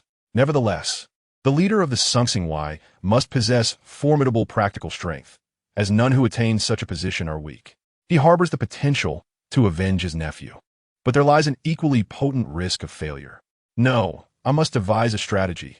This is retribution, not a death sentence. After a brief moment, Deng Longshu departed from his hiding spot, for he needed to acquire detailed intelligence before determining his next course of action. At present, he was unperturbed by the possibility of being recognized. Half a month prior, he had donned a white-faced brocade robe and cloud-patterned boots, exuding confidence. Now his hair was disheveled, his body reeking of fish, and his sunburnt face appeared a mottled shade of dark red. Clad in a short outfit and barefoot, he would likely remain unrecognized except by those who knew him well. Su Jin's starry aura had progressed another half centimeter, yet the advancement remained slow. Subsequently, he reclined leisurely in his chair, practicing the star lantern techniques. His primary focus was inscribing the grand constellation pattern and cultivating the flying star step. The grand constellation pattern, when inscribed within the star lantern, succeeded approximately once every 4 or 5 attempts, and he was becoming increasingly adept. Su Jin estimated that within 2 to 3 days, he would master it. However, he dedicated most of his time to refining the flying star step. The tactics of stationary combat were perilous. In the training realm, failure merely cost him 3 points. Yet in reality, a single misstep could prove fatal. In contrast, the kite strategy and guerrilla tactics, akin to those of an archer, significantly enhanced safety. Sujin had previously contemplated such strategies, but lacked the knowledge of step-based star techniques, rendering them less effective. Relying solely on physical prowess, he could only navigate a radius of 5 or 6 meters. Meanwhile, star soldiers could unleash star brilliance extending 2 feet, sweeping their foes away. However, after mastering the flying star step, he could instantaneously appear 15 to 20 meters away, and upon full mastery, even 30 meters. Thus, the efficacy of this strategy became extraordinary. After diligently practicing the flying star step for over an hour, Sujin felt a significant improvement and re-entered the Zhaixing Building's training realm. The challenge he faced was against a star master named Ziyu Xianzi, whose combat points ranked just over 10,000, indicating her proficiency. Throughout the past several days of training, Sujin had discerned numerous patterns. For instance, those within the top 100,000 were predominantly at Sanxia Qichong or even fully realized Sanxia Qichong. This was evident as his star shield and star barrier could not withstand a single strike from his opponent. Ziyu Xianzi wielded a whip, demonstrating remarkable speed. Her lengthy whip, imbued with starlight, lashed out like a venomous serpent. Had Sujin not cultivated the flying star step, he would have been ensnared and subsequently defeated. The ensuing battle transformed into a chase between the two. Ziyu Xianzi's flying star step was also quite refined. Though not at full mastery, it was still highly accomplished. Sujin's flying star step hovered between minor and major mastery, allowing him to contend adequately. Coupled with his instantaneous star techniques, they fought on relatively equal footing. Sujin began experimenting with his new tactics against Ziyu Xianzi. However, executing star arrows while in high-speed motion posed a challenge, necessitating experience. Additionally, striking at the right moment required practical training. 3 minutes elapsed before Sujin, having depleted his star power, abandoned his evasive tactics and launched a sudden close-range assault. Initiating with a star ring shockwave, he followed with a series of slashes from his long knife and ultimately collided into Ziyu Xianzi's embrace, unleashing 3 consecutive bursts of star brilliance that shattered her protective starlight, dispersing her into a constellation of starlight. Qi Tianda Sheng, victory, following his triumph. Sujin paid little heed to the fluctuations in his ranking and prepared for his second challenge. His recent training battles had primarily focused on tactical practice rather than ranking. It must be noted that Ziyu Xianzi had proven to be an exceptionally suitable opponent. Had he faced someone lacking in flying star step proficiency, the effectiveness of his tactical training would have been diminished. Just as Sujin was about to continue his challenges, a burst of starlight suddenly approached him, transforming into a message. Star Master Ziyu Xianzi has sent you a friend request. Do you accept? Friends? Such a feature exists? Accepting. After agreeing, another wave of starlight appeared. Your friend Star Master Ziyu Xianzi has issued a challenge. Do you accept? Note, this challenge is not within the training realm. It is a free spar, and results will not affect points. Sujin chuckled upon reading the message. Was the celestial maiden truly ignited with fervor? He suddenly recalled the moment he had decisively defeated her, crashing into her embrace before unleashing a flurry of starlight explosions. Was this a breach of decorum? Yet, was this not within the training realm? Moreover, even in reality, in life and death duels, the victor reigns supreme. In an instant of life or death, who cares about the propriety of the position of impact? Except, in a flash, brilliance erupted once more, and a new world unfolded. Free spar, forced terrain. Combat will commence in 5 breaths. 5 seconds later, the red-clad Ziyu Xianzi lunged toward Sujin, this time adopting a more aggressive tactic. She abandoned the advantages of her whip and engaged him in close combat. Sujin, however, deliberately created distance, continuously executing the kite strategy. Each time Ziyu Xianzi approached, he exercised utmost caution, layering both star shields and star barriers for defense. After 2 minutes, Sujin executed a lazy roll, and at the moment Ziyu Xianzi soared into the air, he unleashed the flying star step, propelling himself upwards while firing star arrows. Bang! Bang! Bang! The star arrows erupted from below, causing Ziyu Xianzi to dissolve into starlight. Amidst the starlight, a crisp roar echoed, You scoundrel. Come again. The victorious Su Jin stood stunned. It seemed his previous tactics had bordered on the unscrupulous. Yet, he had not acted with malice. He merely adapted to the situation during combat. Truly troublesome. If she wishes to engage again, so be it. Such an ideal training counterpart for tactical practice is a rare find. Chapter 68. The Starfall Iron acquired on the evening of July 8th, the mysterious figure in green had yet to make an appearance. Su Jin began to suspect that this individual might have met with misfortune. July 9th marked the day when the Tao Academy organized its disciples to enter the mountains for various tasks. Early in the morning, after completing his morning exercises, Su Jin hastily made his way to the alchemy room to replenish his stock of elixirs. The invigorating pills provided by the mysterious figure, along with those acquired during missions, had long been consumed, with a daily requirement of at least 2. A single bottle lasted merely 5 days. In recent days, Su Jin had purchased another bottle of invigorating pills and awakening pills. This morning, he discovered that each type of elixir now contained only 2 remaining. For this treasure-seeking expedition into the mountains, which would last at least 3 days, he needed to restock. Upon arriving at the alchemy room, Su Jin located the steward and purchased a bottle of invigorating pills and a bottle of awakening pills for a total of 350 taels. Including the previous purchase, his remaining balance had dwindled from 1,800 taels to just under 1,100 taels. 600 taels had to be reserved for his sister, Jiangya. By the time he returned from this treasure-seeking endeavor, it would coincide with Jiang Er's 1-month work anniversary. Su Jin had already planned to keep Jiang Er at home, preventing her from returning to work, and then negotiate with the employer, the Zhao family, to settle with monetary compensation. If his father, Su Dajiang, was reluctant to part with the money, it was a simple matter of using financial persuasion. The fundamental reason for Su Dajiang's reluctance to spend money boiled down to one word: poverty. He had no family fortune. It was akin to having only 10,000 taels. Spending 1,000 required careful consideration, while parting with 10,000 necessitated extreme caution. However, when one possesses 1,000,000 or 10 million, spending 1,000 or 10,000 becomes as trivial as others spending a mere 1 or 2 coins, casually dispersed. Spending a single coin requires no contemplation. By the way, esteemed steward, do we have a superior Shinshin Dan in our pill chamber? After purchasing the pills, Su Jin inquired, having heard Lu Xianbing mention this elixir the day before. Yes, but we have limited stock. It costs 100 taels of silver per pill. Would you like to purchase a few? Su Jin has become a significant patron among the disciples. After all, he buys 300 to 400 taels of pills every 5 or 6 days, prompting the steward to greet him with abundant smiles. How effective is it? The alchemist stated that the efficacy of the superior Shinshin Dan is double that of the inferior version. The steward replied, it seems a bit expensive. May I take a look? Su Jin asked, seeking to ascertain the effects of the superior Shinshin Dan, while also wishing to see its appearance. Certainly.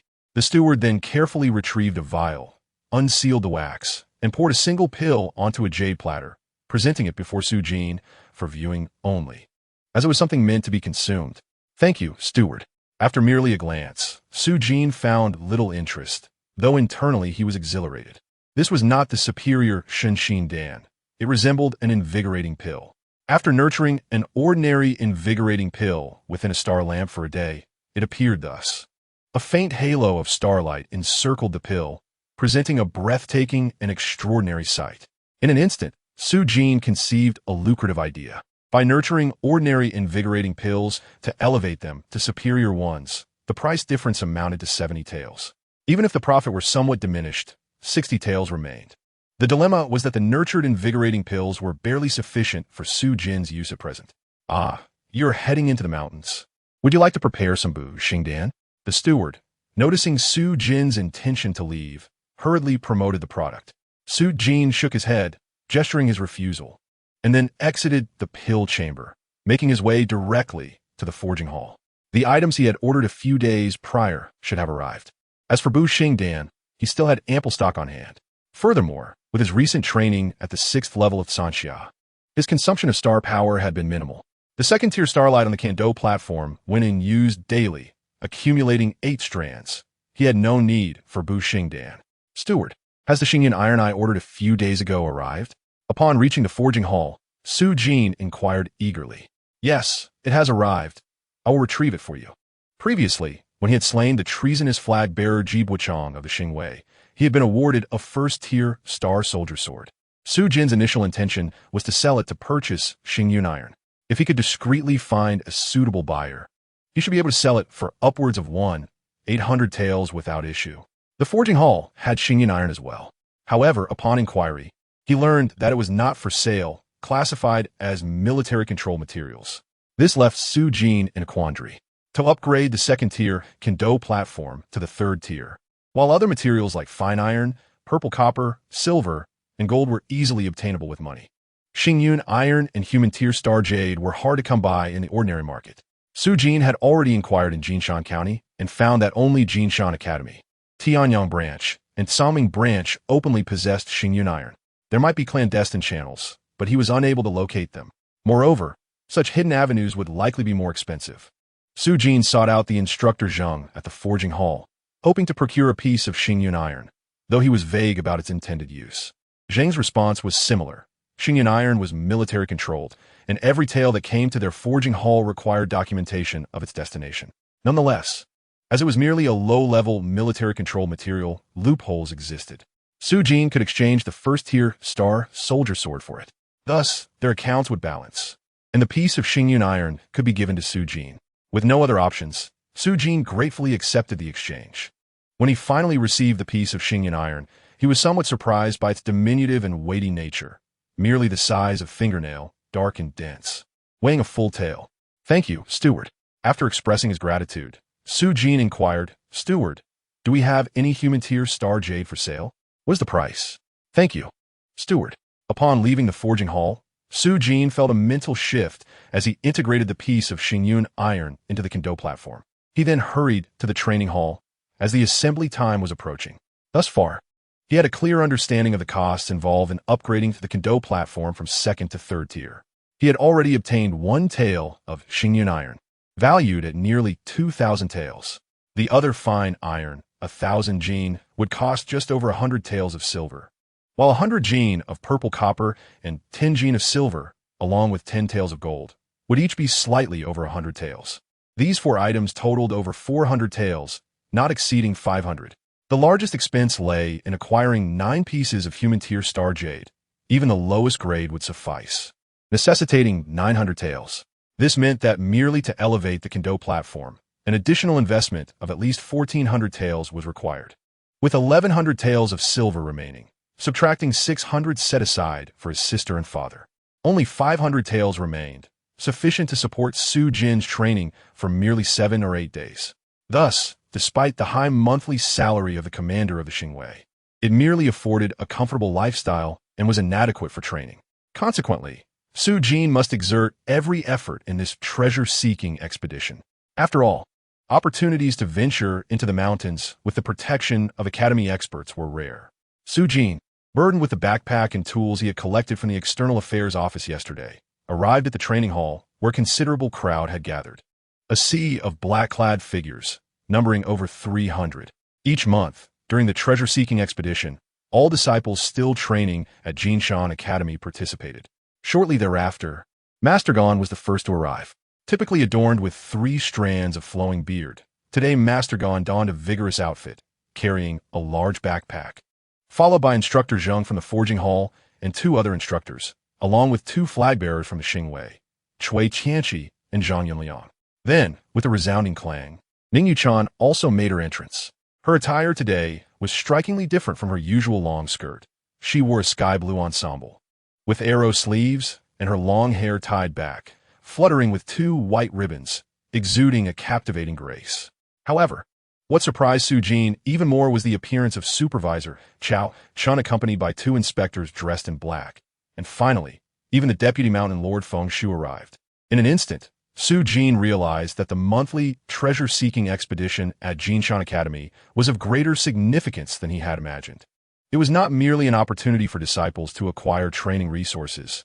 There appeared to be other purposes involved, as this month's treasure-seeking expedition was about to commence. The Deputy Mountain Lord Feng Shu spoke up due to the inclusion of new disciples. Safety first. The purpose of guiding you in this treasure-seeking endeavor is to help you acquire resources for training while also fulfilling the Academy's quota for material contributions. However, remember, it is not an invitation for you to sacrifice your lives. Safety is paramount. Should you encounter any insurmountable danger, immediately send an emergency signal. The instructors and coaches, stationed at various points, will arrive in the shortest time possible. Aside from that, simply adhere to the Academy's regulations, which are outlined in the pamphlet provided to you. However, one critical point remains: be cautious of others. The Deputy Mountain Lord Feng Shu cautioned. Many disciples displayed puzzled expressions at the mention of being wary of others. Were they to be cautious of their fellow brothers and sisters? With so many experts from Jinshan Academy entering the mountains, the inherent dangers would significantly diminish. However, many rogue, cultivators, and even malevolent sect members would seize this opportunity to enter the mountains in search of herbs and treasures. These individuals vary greatly in character, and wealth can provoke greed. Should you encounter them, exercise utmost caution, maintaining your distance. At the slightest hint of danger, promptly signal for assistance. The Deputy Mountain Lord Feng Shu emphasized. Only then did the disciples realize that the caution was directed toward these individuals. Let's embark. As the Vice Mountain Master Feng Shu issued a command, a throng of disciples marched forth through the mountain gates, heading straight for the Qingshan. Chapter 69. Mountain Expedition and Treasure Gathering. Given that they were entering the mountains, every disciple was burdened with a load, each carrying a backpack and tools weighing around 20 caddies. The journey from the county town to the heart of the Qingshan spanned approximately 100 li. For an ordinary person, such a load would make it commendable to reach their destination within a day. However, for practitioners, a light jog would suffice to cover the distance in merely 2 hours. This pace was even adjusted to accommodate the newcomers in the Tao Academy, whose cultivation levels range from the 2nd to 3rd stages of Sanxia. Otherwise, the senior brothers at the 6th and 7th stages could easily reach the first destination within an hour, and with disregard for stamina, they could arrive in less than half an hour. Along the way, the disciples, particularly those from this year's Point Star session, engaged in animated discussions about the treasure-gathering manual issued by the External Affairs Court. The mountain expedition and treasure gathering were routine affairs of Jinshan Tao Academy, occurring once a month.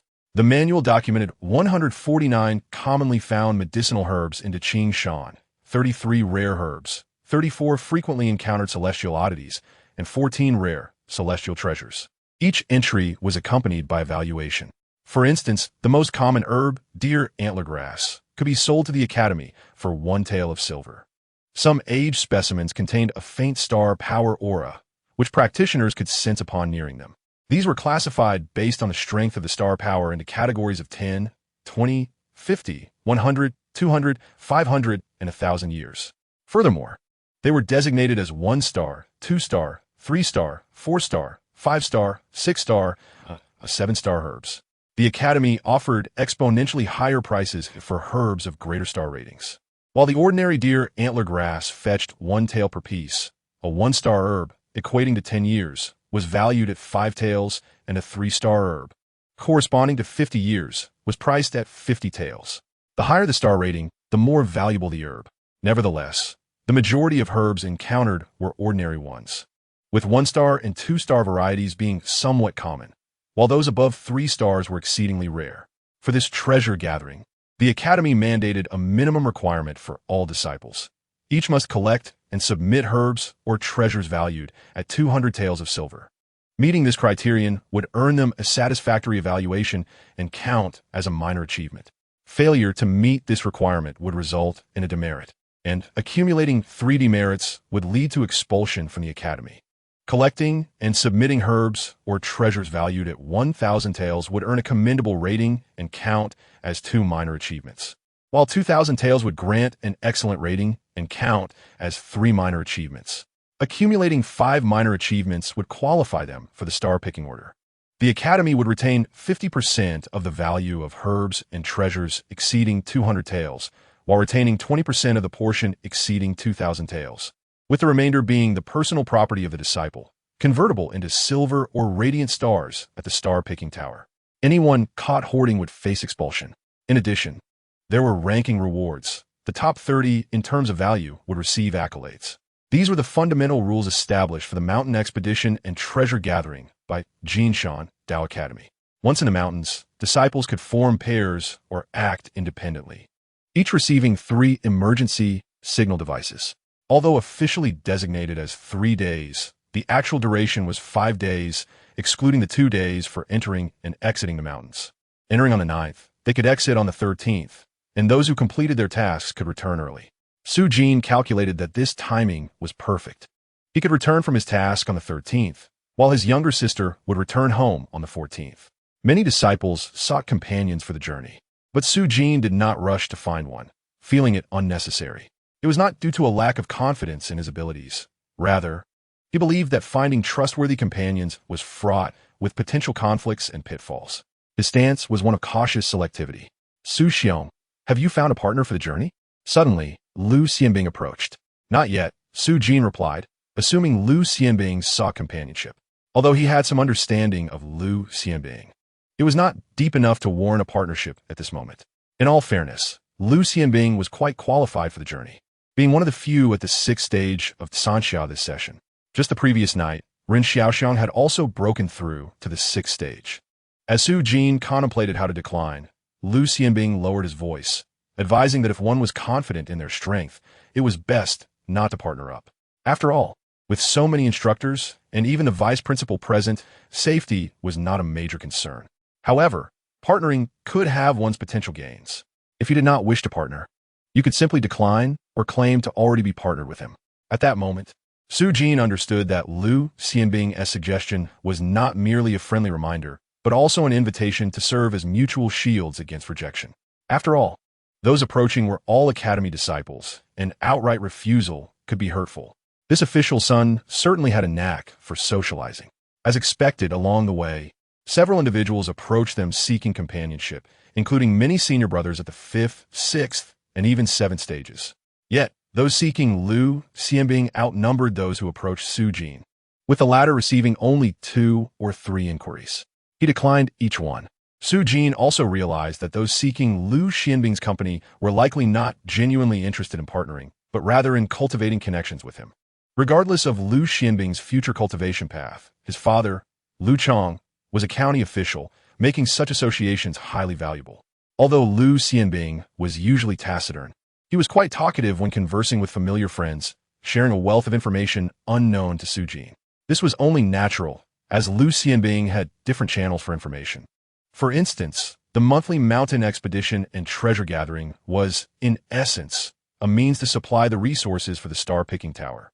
The star-picking tower, an ancient divine artifact, possessed inscrutable powers and numerous formidable functions, each irreplaceable. Various nations and star halls constructed main towers, with sub-towers established in